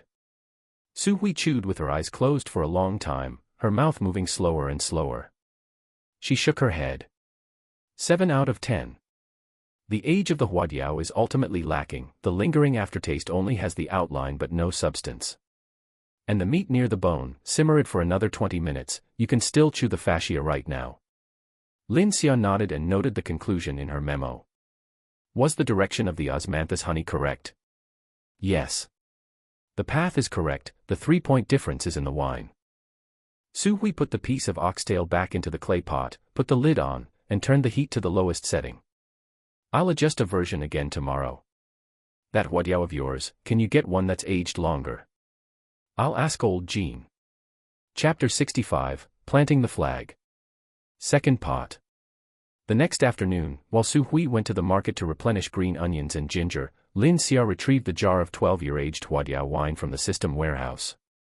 The jar was an old-fashioned narrow-mouthed ceramic vessel, sealed with yellow clay and cotton paper. Once opened, the aroma of the wine was rich but not pungent. The intensity that traveled deep into the nasal cavity was not even in the same league as yesterday's 6-year-aged version. She resealed the jar mouth with plastic wrap, tucked it into a corner under the stove, and covered it with a supermarket plastic bag. When Su Hui returned, she took out the jar and explained that old Jean from the seasoning market had helped her intercept some leftover stock from a small seller who had come from Shaoxing. This was the only jar. Su Hui looked at the clay seal on the jar, pried it open, and took a sniff. She didn't say anything, just carried the jar to the stove. The process for the second pot was exactly the same as the first, with the only difference being that the yellow wine used for soaking was replaced with the 12-year-aged version, and the 2 taels of huadiao, added before taking it off the heat, were also 12-year-aged. Osmanthus honey was still added, half a spoonful, no more, no less. The simmering time was extended to 3 hours and 50 minutes, 20 minutes longer than the recipe, a lesson learned from the first pot yesterday. When it was ready to come out, Su Hui used chopsticks to pick up the oxtail. The collagen strands were twice as thick as yesterday's, stretching to 15 centimeters before snapping. She took a bite. This time, she didn't close her eyes, she chewed 3 times and stopped. Then she set down her chopsticks, walked over to the window, and stood there for a while, back to Lin Xia, shoulders and head unmoving, standing like that for about half a minute. When she returned, she said only 2 words. "It's ready." The string in Lin Xia's heart that had been pulled tight finally relaxed. After the second pot of braised oxtail cooled, Lin Xia divided the whole batch into white takeout boxes. 4 pieces per box, each with bone, coated in collagen, with an even sauce color. Before closing the lids, she took a photo with her phone. Under the spotlight, the layer of amber collagen film on the surface of the oxtail reflected the light, making one want to swallow just by looking at it. Then she squatted down to calculate the costs. 3 jean of raw oxtail, 35 per jean, cost price 105. After blanching, soaking, and simmering, it shrank by nearly half. 24 pieces of oxtail were divided into 6 boxes, 4 pieces per box. The huadiao wine, rock sugar, spices, osmanthus honey, and gas, all the auxiliary ingredients averaged out to nearly 30 yuan. The total cost was 135, averaging 22.5 per box. She tried 3 prices in her memo app. Double the 22 to 44, too expensive. The consumption ceiling at the market was stuck around 30 yuan, anything higher would scare people away. Cost plus 50%, 33, awkward, with no memorable hook. 28. A gross profit of 24% wasn't high, but the advantage of this number was that it landed exactly on the psychological threshold of, I can grit my teeth and buy it. It was a cut above a street stall, but not so expensive that people would turn and walk away. Su Hui was wiping the stove nearby. Hearing the number she muttered, she stopped moving. 28. For 4 pieces of oxtail. Yes. That's too expensive, Su Hui said, wringing the rag, her brows furrowing. A bowl of beef noodles in the market is only 15. If you sell a box of braised oxtail for 28, won't people curse you? Mom, there are only 2 slices of beef in the beef noodles. Besides, this dish isn't meant for high volume. Lin Xia lined up the takeout boxes and pushed them toward Su Hui. The 6 boxes were neatly arranged, the sauce gleaming under the lights. It's meant to plant a flag. What flag? People who have eaten the braised oxtail will redefine what Seuss is. Lin Xia's eyes were calm. We aren't a street stall anymore, we're a proper shop with a signature dish. 28 yuan can't buy a Japanese set meal at the mall, but it can buy oxtail simmered over a low fire for 3.5 hours. Which do you think is worth more? Su Hui stared at the row of takeout boxes for a long time and didn't speak again. She wasn't incapable of understanding this logic, she had just been seeing cheap things sold on this street for so long that the string in her body, the one saying, you can't make the customers feel it's expensive, was pulled too long and too tight, and she couldn't loosen it for a moment. The next day at 9 o'clock in the morning. Lin Xia sent a message to the foodie group, the text concise, every punctuation mark calculated. New product, braised oxtail. Limited to 12 servings today, 28 yuan per box. Grandma's recipe, mom's craftsmanship, slow simmered over a low fire for 3.5 hours. Bone and collagen connected, one bite to capture the soul. There was only one photo attached.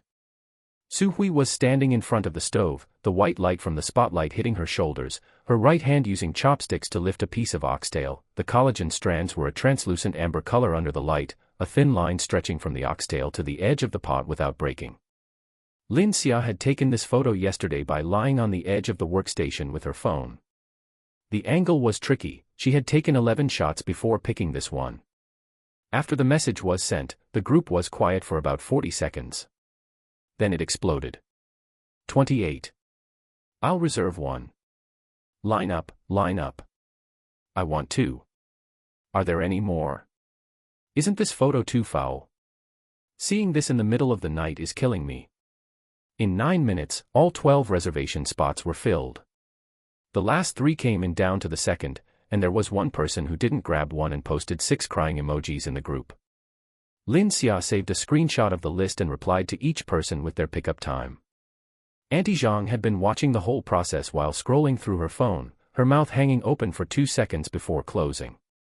9 minutes, she held up a finger. I've been working at this market for nearly 20 years, I've never seen something sold for 28 yuan a portion sell out in 9 minutes. 11:30 at noon.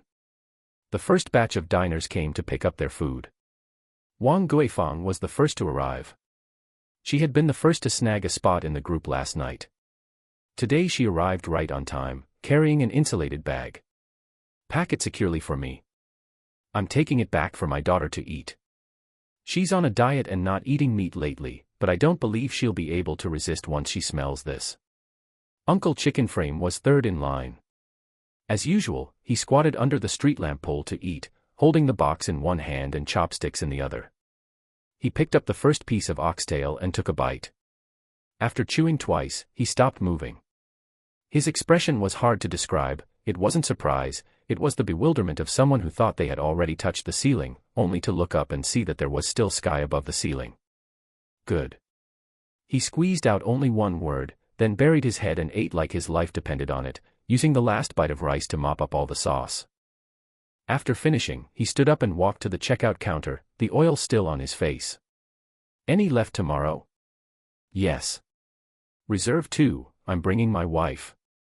The 7th person to pick up their food was a customer Lin Xia hadn't seen before. A middle-aged woman, wearing a linen shirt and thin-rimmed glasses, who came alone. Her demeanor was capable, she didn't look like a regular at the market, more like someone in charge at an office building. She bought a box of braised oxtail and a cup of sour plum drink, sitting at the folding table by the entrance to eat. She ate very quietly, picking up the oxtail piece by piece with her chopsticks, chewing carefully. When she reached the 3rd piece, she put down her chopsticks, picked up her phone, glanced at it, and then made a call. Lin Xia was sealing lunch boxes behind the counter and caught a few words with her ears. You should come and taste it yourself, really, I'm not exaggerating. The call ended. The woman finished the last piece of oxtail in the box, wiped the corners of her mouth with a tissue, and walked to the checkout counter with the empty box. Do you take group meal orders? Lin Xia didn't stop her work and asked, what kind? Business light meals for office buildings. Lin Xia looked up, examined her seriously, and asked, how many people? 47, an entire floor. Every weekday at noon, delivered on time. Budget range. Around 15 per person. The woman took a business card out of her bag and placed it on the counter. I am the administrative supervisor of the venture capital building in the east of the city. My surname is Song. The company's lunch has been ordered via delivery for 2 years, but the quality of the current supplier is getting worse and worse, the boss has already scolded them 3 times. She tapped the empty lunch box with her finger. I saw the post on the forum today and came specifically to take a look on site. This 28 yuan oxtail is definitely over budget as a work meal, but I've looked at the basic braised meat and vegetable dishes, open kitchen, quarantine certificates, product quality, it meets the standard. Her way of speaking was extremely professional, every sentence carrying the tone of someone upstream in the decision-making chain. This wasn't someone who came to sample food, this was someone who came to conduct an inspection. Lin Xia took the business card and immediately proposed a plan: 2 meat dishes, 3 vegetable dishes, and a bowl of rice. The menu changes once a week, with the meat dishes rotated among the existing braised categories. I will pack the chili oil and rice mixing sauce separately for those who need them. Delivered before 12 o'clock noon every day, transported in insulated boxes, with all ingredients traceable. All right, I will go back and report it, and give you an answer within 3 days. Sister Song stood up, took 2 steps, and then turned back. That sour plum drink, can the company order it separately for afternoon tea? Yes, 5 yuan a cup, minimum order of 20 cups. We'll talk about it when the time comes. The person left. Lin Xia flipped the business card over to look at the back. It was blank. She knew the venture capital building, that 14-story office building at the intersection of East City Road and South Construction Road, filled with tech companies and financial institutions. Their spending power wasn't bad. 47 people, 15 yuan, 5 days a week. She did the mental math. Weekly revenue of 3,500, 14,000 a month, pure incremental growth. And with the first order subsidy for each person per day, she could steadily bring in another 470 yuan. Calculating based on 22 working days a month, that was another nearly 10,000 in income. It was simply too good to be true. Lin Xia put away the business card and continued packing. Chapter 66, Out of Stock. At 2:30 p.m., the front hall closed for restocking. Lin Xia leaned against the freezer and opened the system panel. A row of notifications scrolled down, with a side quest progress bar at the very bottom. Taste of Heritage, use grandma's original recipe to replicate a lost dish and receive ultimate praise from 10 or more customers. Current progress, July 10th. 3 more to go. She wasn't worried. Given the speed at which the reputation of the braised oxtail was spreading, she should be able to make up the difference when she set up at the night market tonight. At 5 p.m., Lin Xia set aside a box of oxtail for Boss Chin before hanging the limited edition sign for braised oxtail on the food cart window. Passers-by would walk 2 steps, then take 3 steps back. A young man in sportswear took out his phone to film a video. He pointed the camera right at the window, capturing the exact moment Su Hui lifted a whole pot of oxtail out of the clay pot. Steam billowed, and a drop of the dark, savory sauce trickled down the rim of the clay pot. When he posted the video, the title was straightforward, the 28 yuan oxtail at the corner of Qingdong Market, the line is going crazy. Lin Xia didn't pay any mind to this, she just kept selling and collecting money. By 8 p.m., the braised oxtail was sold out, the plum juice was gone, and the braised pork rice was scraped to the bottom of the bucket. When packing up, she glanced at the video. It had over 500 likes, and people were already asking for the address in the comments. In her little red book direct messages, there were 3 collaboration requests from food bloggers. She didn't reply to any of them, she had more important things to attend to. The system panel popped up. Side quest, Taste of Heritage, completed. Ultimate praise, 11/10. Rewards issued, 100 points, 1x blue entry lottery ticket, 500 yuan cash. She looked at the blue entry lottery ticket twice but didn't use it. She saved it, waiting for a moment worth betting on. After tidying up the food cart and locking the storefront, Su Hui rode the tricycle home first. Lin Xia sat on the steps at the entrance to rest for 2 minutes and took out her phone. There was one unread WeChat message. It was from the man in the jacket. That middle-aged man who had come 6 times since the first day of business.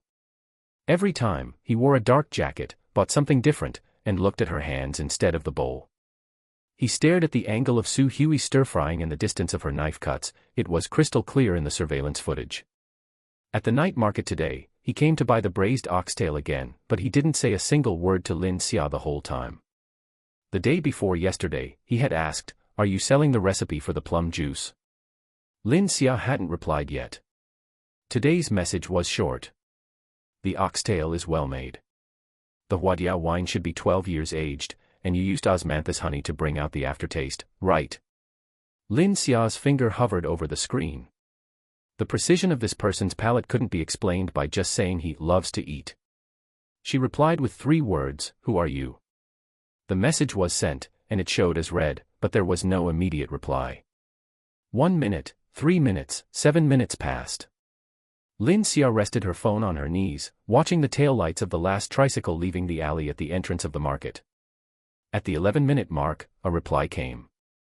Someone who has eaten braised dishes for 30 years. Let's talk in person another day. No name, no background, only one extremely precise piece of information, 30 years. Lin Xia took a screenshot and saved it to her notes. Then she stood up, brushed the dust off her pants, and put her phone back in her pocket. She would wait for this person who had eaten braised dishes for 30 years to show their face. Only when all the cards were turned over could she decide which one to play. The streetlights of the market shone overhead, and the 4 characters on the storefront cast a shadow in the light, projecting onto the steps. Lin Xia got on a shared bike and disappeared into the night of Qingdong. That night, just as Lin Xia was dozing off, her phone rang. When her fingers touched the phone, she hadn't opened her eyes yet, and the light from the screen made her squint. The caller ID showed Boss Chen from the meat stall. A call at this hour meant nothing good. "Boss Lin, I can't supply you with goods tomorrow." Boss Chen's voice was very low, as if he were covering the microphone with his hand. Lin Xia sat up, the quilt sliding down to her waist, and the cold midnight air clung to her arms. "What's wrong?" "Someone came to see me after I closed up tonight." Boss Chen paused, his breathing clear through the receiver. "They said if I continue to supply meat to your place, I can forget about taking on any hotel and chain restaurant channels in the entire Qingdong area." "Who said that?" "They didn't give a name. But they mentioned one thing: when it comes to the food industry in Qingdong, everyone has to play by the rules." There was a long silence on the other end of the line. "It's not that I'm being disloyal." Boss Chen said the last sentence with great difficulty, pausing between every word. "I have elderly parents and young children to support, I can't afford to offend them. I'm sorry." The call ended, and Lin Xia sat on the bed, holding the phone, motionless. Su Hui had been woken up by the phone ringing. She propped herself up, her hair messy, and got up to stand at the doorway of Lin Xia's bedroom, her voice raspy. "Who was that?" "It's nothing. Boss Chen said a batch of goods had issues and couldn't be delivered, so I'll go to the market tomorrow morning to find another supplier." Su Hui glanced at her but didn't press for more. But Lin Xia knew her mother's look, the look of someone who saw the truth but chose not to expose it. It wasn't the first time Su Hui had given her that look. The next morning, Lin Xia washed her face, brushed her teeth, changed clothes, and headed out. At 5:40 a.m., the first rays of sunlight hadn't yet crossed the tops of the residential buildings opposite, but the lights of the entire row of meat stalls were already fully lit. Refrigerated trucks from the slaughterhouse were lined up in the unloading lane, and porters were shouting as they delivered half carcasses of pork to the stalls, the stark white fat glistening under the fluorescent lights. Lin Xia walked to Boss Chen's stall first. The lights were on, the blood had been washed away clean, and a few freshly arrived pork tenderloins were laid out on the cutting board. Boss Chen was bending over, stuffing goods into the freezer, and lifted his head when he heard footsteps. After seeing who it was, he pulled the brim of his hat down, burying his entire face in the shadows. He sped up his movements and didn't speak. Lin Xia didn't stop either. She knew it was pointless to expect Boss Chen to change his mind. This man wasn't cutting off supplies because he was disloyal, but because his business structure meant he couldn't afford to offend Wangs. The pork stalls at the market didn't rely on retail customers to make a living, the real bulk of their income came from fixed orders from hotels and chain restaurants. Wangs could cut off those channels with a single word. She had no right to demand that a middle-aged man with elderly parents and young children take risks for her, but she didn't intend to let this matter pass just like that. Walking forward, the owner of the second pork stall was head down, sharpening his knife. Hearing it was from Su's old braised meats, his knife paused on the whetstone for a second, and he perfunctorily said all the good meat had been reserved. When she reached the third stall, despite the sign that read, "Retail Customers Welcome," the woman wearing a headscarf said that everything today was for the hotels. She walked past the fourth and fifth stalls in succession. The excuses were different, but the core meaning was exactly the same.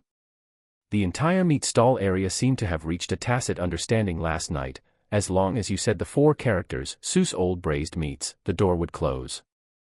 Lin Xia didn't argue, didn't get angry, and certainly didn't point fingers or confront anyone.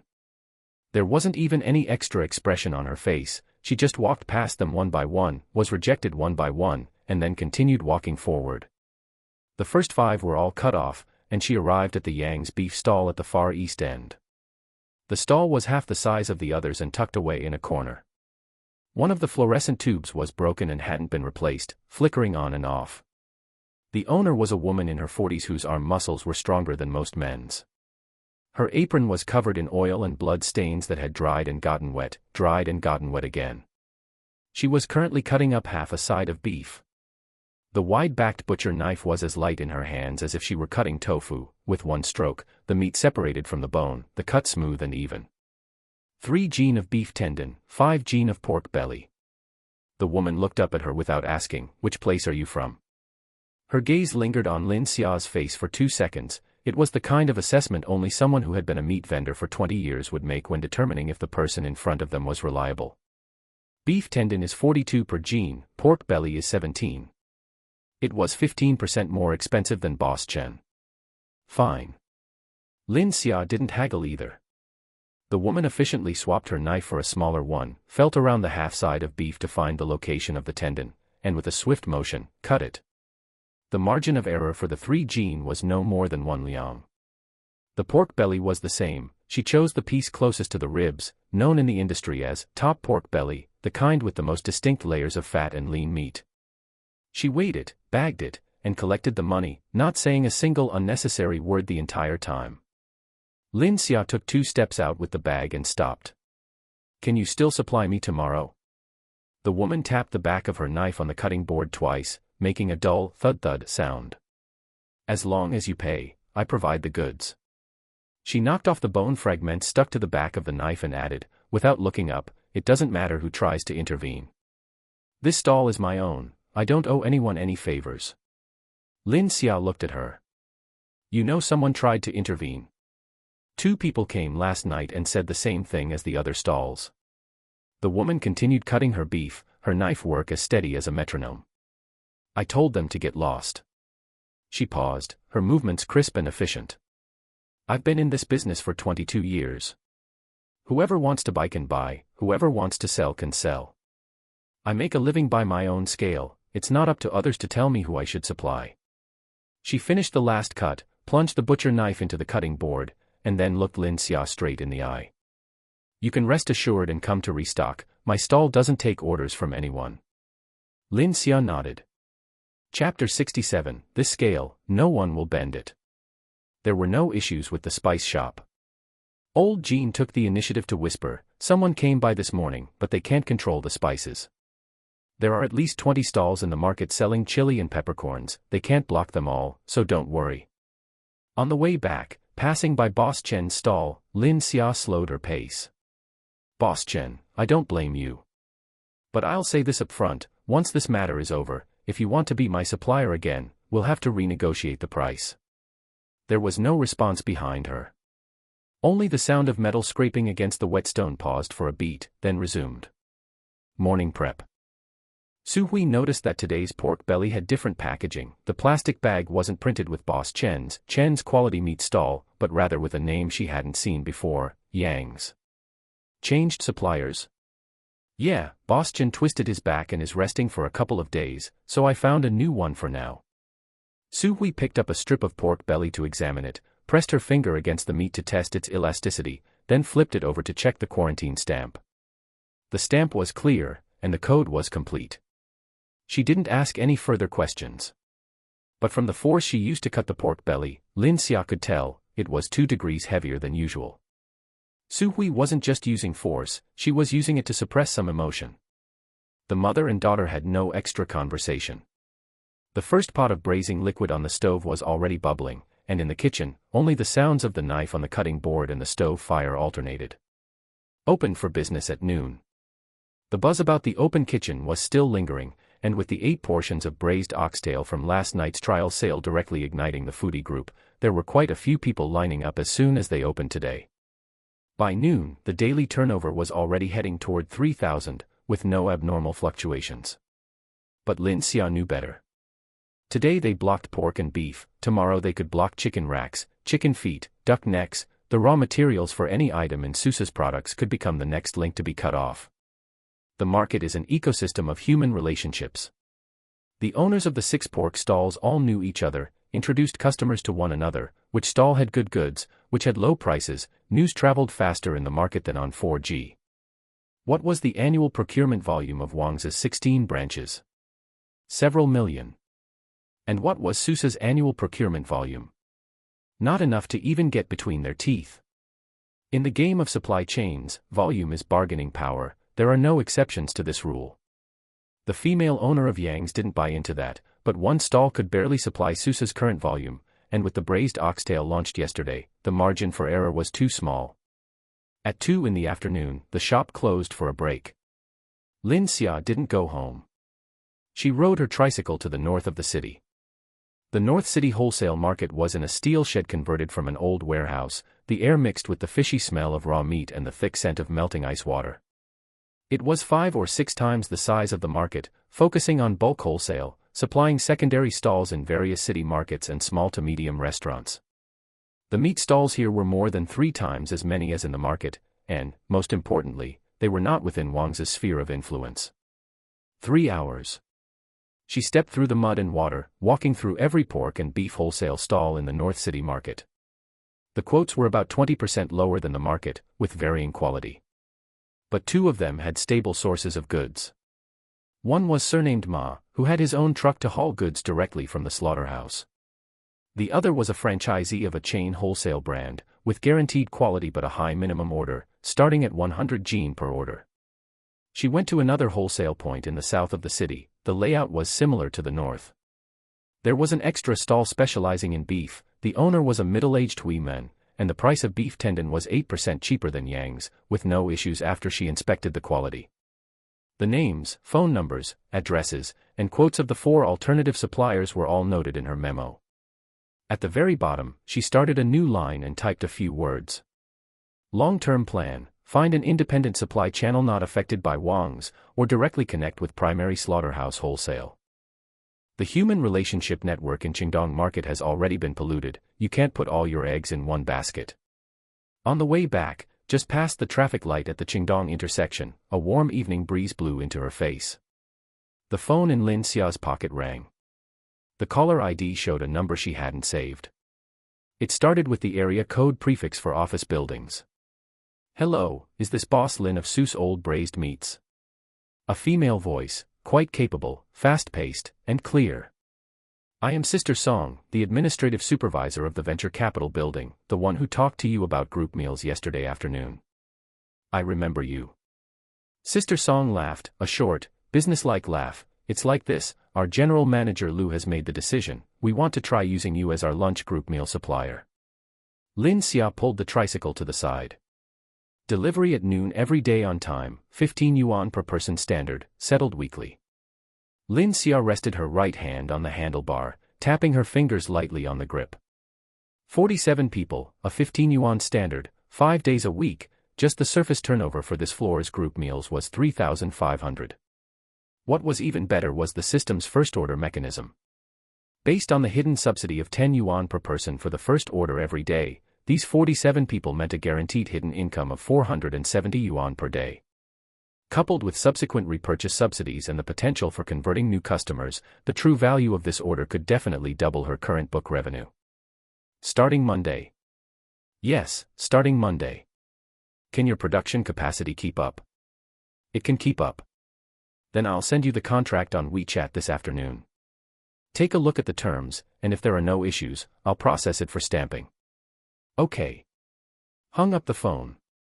Lin Xia sat on the tricycle, the hand holding the phone tightening slightly. 3,500 a week. This was a stable, predictable new source of income that didn't overlap with the night market queue traffic. More importantly, this group meal order came from the venture capital building in Qingdong, not scattered customers from the market. The white-collar workers in the venture capital building would eat Susa's food, and then when they ate Wang's group meals, their taste memory would automatically maximize the comparison. The front line of one bite to godhood had pushed forward another notch. Closed the night market at night. Today, 15 portions of braised oxtail were officially made, and they sold out in less than 40 minutes. The pork belly and beef tendon from Yang's had already supported the shop's normal production, and the 2 alternative routes from the North City wholesale market had also been verified. But braised oxtail had a high demand for the middle section of the oxtail, and the supply of this part of the ingredient in the market and wholesale market was not very stable. Oxtail is a niche part, it's not available every day, and certainly not every day with middle joints that meet the quality standards. She added a note to her memo: contact Boss Ma from the North City, ask if he can sign a targeted reservation with the slaughterhouse to set aside 5 gene of oxtail middle sections every day. There was one more thing. Lin Xia switched her phone screen to WeChat and found the chat box for the men in the jacket. Today there was another new message. Not text, but a photo of a business card. The layout of the business card was very simple: white background, black text, no extra patterns. Zhou Zhengyang, founder of Donghua Catering Consulting Company, Ltd. A line of text followed below the business card. Saturday at 10 in the morning, at your shop, I'll treat you to tea. Lin Xia zoomed in on the business card photo and stared at it for half a minute. Donghua Catering Consulting. This name had not appeared in the catering circle of Qingdong, at least not within her knowledge. But the 4 characters, catering consulting, themselves explained a lot. People in this line of work don't cook or open shops, what they do is further upstream than cooking or opening shops. Brand positioning, chain operation, supply chain integration, investment and mergers, this was a game on a different dimension. It was impossible for someone like this to come find a small market shop owner like her to drink tea just to buy a cup of sour plum soup.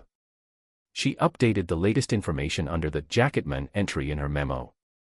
Zhou Zhengyang, founder of Donghua Catering Consulting. At least 6 site visits, the focus of observation was on operational methods rather than the products. Initiated the meeting, chose Saturday morning to avoid peak business hours. Purpose unclear. After thinking for a few seconds, she added a sentence at the end. Don't refuse, don't cater, just listen to what he has to say. She switched back to WeChat and replied with 2 words, welcome. Then she turned off her phone and started the tricycle. In the rearview mirror, the lights of the night market went out one by one. The rolling shutter doors of the market were all down, only the 4 characters, Sue's old braised meats, on the door header were still illuminated by the street lamp. Tomorrow is Friday. The day after tomorrow is Saturday, Zhou Zhengyang is coming. Lin Xia stepped on the accelerator, and the tricycle turned the corner. The night breeze blew her hair into a mess, but her mind was exceptionally clear. Today the meat stall was blocked, what move will Wangs make tomorrow? Chicken racks? Spices? Or just go straight to the landlord to talk about the shop lease? It didn't matter. She went over the words the female owner of Yang said during the day in her heart. I eat by my own scale. This sounded simple, but what Seuss lacked right now was precisely a scale that no one could bend. Chapter 68, Zhou Zhengyang. Saturday. 9:50 a.m. Lin Xia arrived at the shop 10 minutes earlier than the agreed time. She pulled the rolling shutter halfway up, ducked inside, and turned on all the lights. The display case wasn't stocked today. The shop normally opened at 10:30 a.m. on Saturdays, and she had set aside 40 minutes for this person named Zhou Zhengyang. Auntie Zhang was in the back kitchen chopping ingredients for the afternoon, and Suhui had gone to the market to pick up some vegetables. Lin Xia went to the back to boil a pot of water, dug out half a tin of Biluakun tea, and took 2 white ceramic cups, washing them clean before placing them upside down on the counter. Then, she moved 2 plastic stools in front of the display case, placing them 60 centimeters apart, facing each other. There were no sofas, no tea tables, and no space for vases or fruit platters. That was just how things were in a small market shop. If you came for tea, you sat on a plastic stool, and if you didn't, that was that. 9:58 a.m. Footsteps approached the entrance. A pair of shoes poked in from under the rolling shutter. They were brown Oxford shoes, not new but well-maintained, with clean uppers and no scuffs. Zhou Zhengyang bent down and ducked inside. His attire was similar to when he came to buy things previously. The dark coat had been replaced by a light gray cotton linen shirt, with the sleeves rolled up below the elbows, revealing a slender forearm. His hair was cut neatly, with the temples turning gray. He looked to be between 45 and 50, but the wrinkles around his eyes didn't look like they came from worrying about business, they looked more like they came from smiling. He stood at the entrance and looked around the shop. His gaze paused on the display case, slid to the glass window of the transparent kitchen, moved from the glass to the small blackboard that read, "Seeing is believing," and finally landed on the 2 white ceramic cups on the counter. Biluakun. You can smell it. The tea tin wasn't sealed tight. Zhou Xingyang pointed to the tin on the counter, which indeed had a loose lid, then walked over and sat on a plastic stool. Lin Xia poured him a cup of tea, poured one for herself, and sat opposite him. Zhou Xingyang picked up the cup, took a sip, and set it down. This Biluakun of yours isn't great. I brought some tea, shall we switch to this? As you wish. With that exchange, the air in the shop relaxed a little. Zhou Xingyang wasn't in a hurry to get to the point. He looked down at the white ceramic cup in his hand, rubbing a tiny scratch on the side of the cup with his thumb. Do you know what I do? I checked. Lin Xia picked up her cup and took a sip. Donghua Catering Consulting. On Kachacha, the registered capital is 5 million, with paid-in capital fully accounted for. She set down the cup and looked at him. The legal representative is Zhou Xingyang. Established 3.5 years ago, no record of administrative penalties, 11 people enrolled in Social Security. It's a legitimate entity. Zhou Xingyang looked up at her. You checked quite thoroughly. You've come to my shop 6 times, buying something different each time, and when you eat, you don't look at the bowl, you look at the hands. Lin Xia looked straight ahead. You were staring at the angle at which my mother flips the wok and the distance of her knife cuts. I saw it clearly on the surveillance playback. Lin Xia rubbed her fingertips against the warm side of the cup. If you're here to poach someone, my mother isn't leaving. If you're here to buy recipes, they aren't for sale. Zhou Xingyang wasn't taken aback by these words. He set down the cup and leaned back, the legs of the plastic stool scraping lightly against the floor tiles. I'm not poaching anyone, and I'm not buying recipes. Then why are you here? To observe you.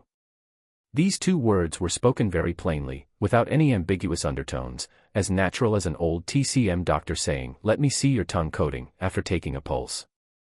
I've been doing catering consulting for nearly 20 years.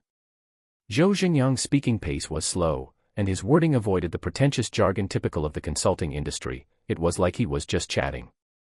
Chain brand expansion, supply chain integration, franchise system construction, brand upgrading. I've done 7 or 8 big projects, failed 3, and the successful ones are now well-known catering brands within the province. He picked up his cup again and took a sip. A month ago, a friend brought me to Qingdong Market to look around. When I walked by your stall and saw the line, I bought a portion of braised pork rice. After eating it, I thought to myself, uh-oh. Uh-oh, in what way? The braised pork rice was too good. Lin Xia didn't respond. There's an unwritten standard of judgment in my line of work. If you eat something in a small market shop that makes you think, oh, it means the product power of this shop has already exceeded the carrying capacity of its existing channels. In other words, the food is so good that the market can no longer contain it. Zhou Xingyang paused, his eyes becoming sharp. Your braised pork rice, plum juice, and the braised oxtail you added yesterday, any one of these, taken alone, is not at the level a small market shop should have. I've been here 5 or 6 times since you opened the shop. To verify what? To verify if this was the owner's real skill, or if she just got lucky once. The corners of Zhou Xingyang's mouth twitched, not quite a smile, but a sense of relaxation that said, I have reached a conclusion. I've verified it. It's real skill. From the back kitchen came the sound of Auntie Zhang chopping chicken frames, clack, clack, clack, with an even rhythm, like a metronome. Lin Xia placed her cup on her knees. Mr. Zhou. Just call me Old Zhou. Old Zhou. Lin Xia looked into his eyes. I can guess your intentions to some extent, but you need to know my current situation. Wang's is cutting off my supply chain, posting rumors behind my back, and waging a price war openly. They just blocked all 5 meat stalls the day before yesterday. I've visited 2 wholesale markets in a row, and this problem still hasn't been solved. Lin Xia leaned forward slightly. I don't have the time to sit here and listen to stories about brand upgrading. Zhou Xingyang nodded. I understand. Do you have any paper here? Lin Xia took a small notebook from behind the counter, tore off 2 pages from the back, and handed him the ballpoint pen she used for bookkeeping. Zhou Xingyang picked up the pen and began to write on the paper with a scratching sound. His handwriting was neat, without cursive strokes. He listed 7 points in total. Point 1. The Qingdong District Market Supervision and Administration Bureau is promoting a transparent kitchen demonstration merchant evaluation. Your transparent kitchen fully meets the application criteria. Once you receive the plaque, the cost of any rumors regarding food safety will increase tenfold. Point 2. Your supply chain is being choked. You need to bypass the secondary stalls in the market and connect directly with primary wholesale slaughterhouses. I have resources at 2 slaughtering enterprises I've worked with for many years and can act as an intermediary to introduce you. Point 3. Your average customer transaction is stuck between 15 and 40. Your gross profit structure can support 1 shop, but not 2. To scale up the braised oxtail, you must match it with a production process that incorporates pre-prepared dishes, otherwise, one person's 2 hands will be the ceiling for your production capacity. Points 4 through 7 involved brand registration, entry strategies for food delivery platforms, expansion paths for group meal systems, and something Lin Xia had never even considered, retail of cold chain vacuum-packed braised dishes. 7 points. Every word hit home. Each point was like a suspended scalpel, precisely targeting the vital points of Susa's body. Lin Xia read the paper over and over twice, her eyes gradually darkening, and then she placed the paper back on the counter. What do you want? Zhou Xingyang's fingers tapped against the glass of the display case. I don't want recipes, I don't want shares, and I don't want a title. Then what are you after? Consulting fees. He said it very straightforwardly. My standard fee is 10% of annual revenue, settled quarterly. For your current scale, just keep this ratio in mind. We won't start calculating it until your annual revenue exceeds 500,000. For the stage below 500,000, I won't charge. Lin Xia stared at him. I don't believe in things like free help. It's not free help. Zhou Xingyang stood up and drank the last sip of tea in his cup. It's an investment. I'm not investing in your shop, I'm investing in you. Based on what? Based on the fact that when you were doused with slop, you still thought to turn on a voice recorder. Based on the fact that when rumors were spread about you, you chose to smash a wall instead of issuing a statement. Based on the fact that when your supply was cut off, you ran to 2 wholesale markets overnight. And based on your sincerity and straightforwardness. He pushed the chair back to its original position. I've seen too many people in the catering business. Those with good skills don't necessarily survive, and those who survive don't necessarily have good skills. You have both. He added one more thing. But you are missing one thing. What? Vision. Zhou Xingyang walked to the entrance, bent down to duck under the rolling shutter, and turned back after standing up straight. The battlefield you can see right now is the 800 meters of Qingdong Market, but the battlefield Wang sees is the entire urban district. You have to learn to stand at his level, and then see one step further than him. He pointed to the paper on the counter. Keep this list, and when you've thought it over, give me a call. After saying this, he strode toward the east entrance of the market. The back of his shirt shimmered with a light gray glow in the sunlight. After walking a dozen steps, he turned into the crowd and disappeared from sight. Lin Xia stood at the rolling shutter entrance, clutching that piece of paper in her hand. The door to the back kitchen pushed open, and Auntie Zhang poked half her head out. He left. He left. Who was that? He said he does catering consulting. Auntie Zhang pursed her lips, a smooth talker. Lin Xia didn't answer that question. She folded the paper and tucked it into her apron pocket, then walked into the back kitchen to start preparing for the morning rush. Su Hui arrived. When she entered, she saw the 2 white ceramic cups on the counter that hadn't been cleared away yet, smelled the lingering scent of Biluakan tea, and glanced at Lin Xia. Someone was here. Someone who wants to be our strategist. Su Hui changed into her apron, tied up her hair, walked past her, and went to the stove. Does a strategist handle the fighting? They provide the ideas, but they don't lead the charge. Then the charging is still up to us too.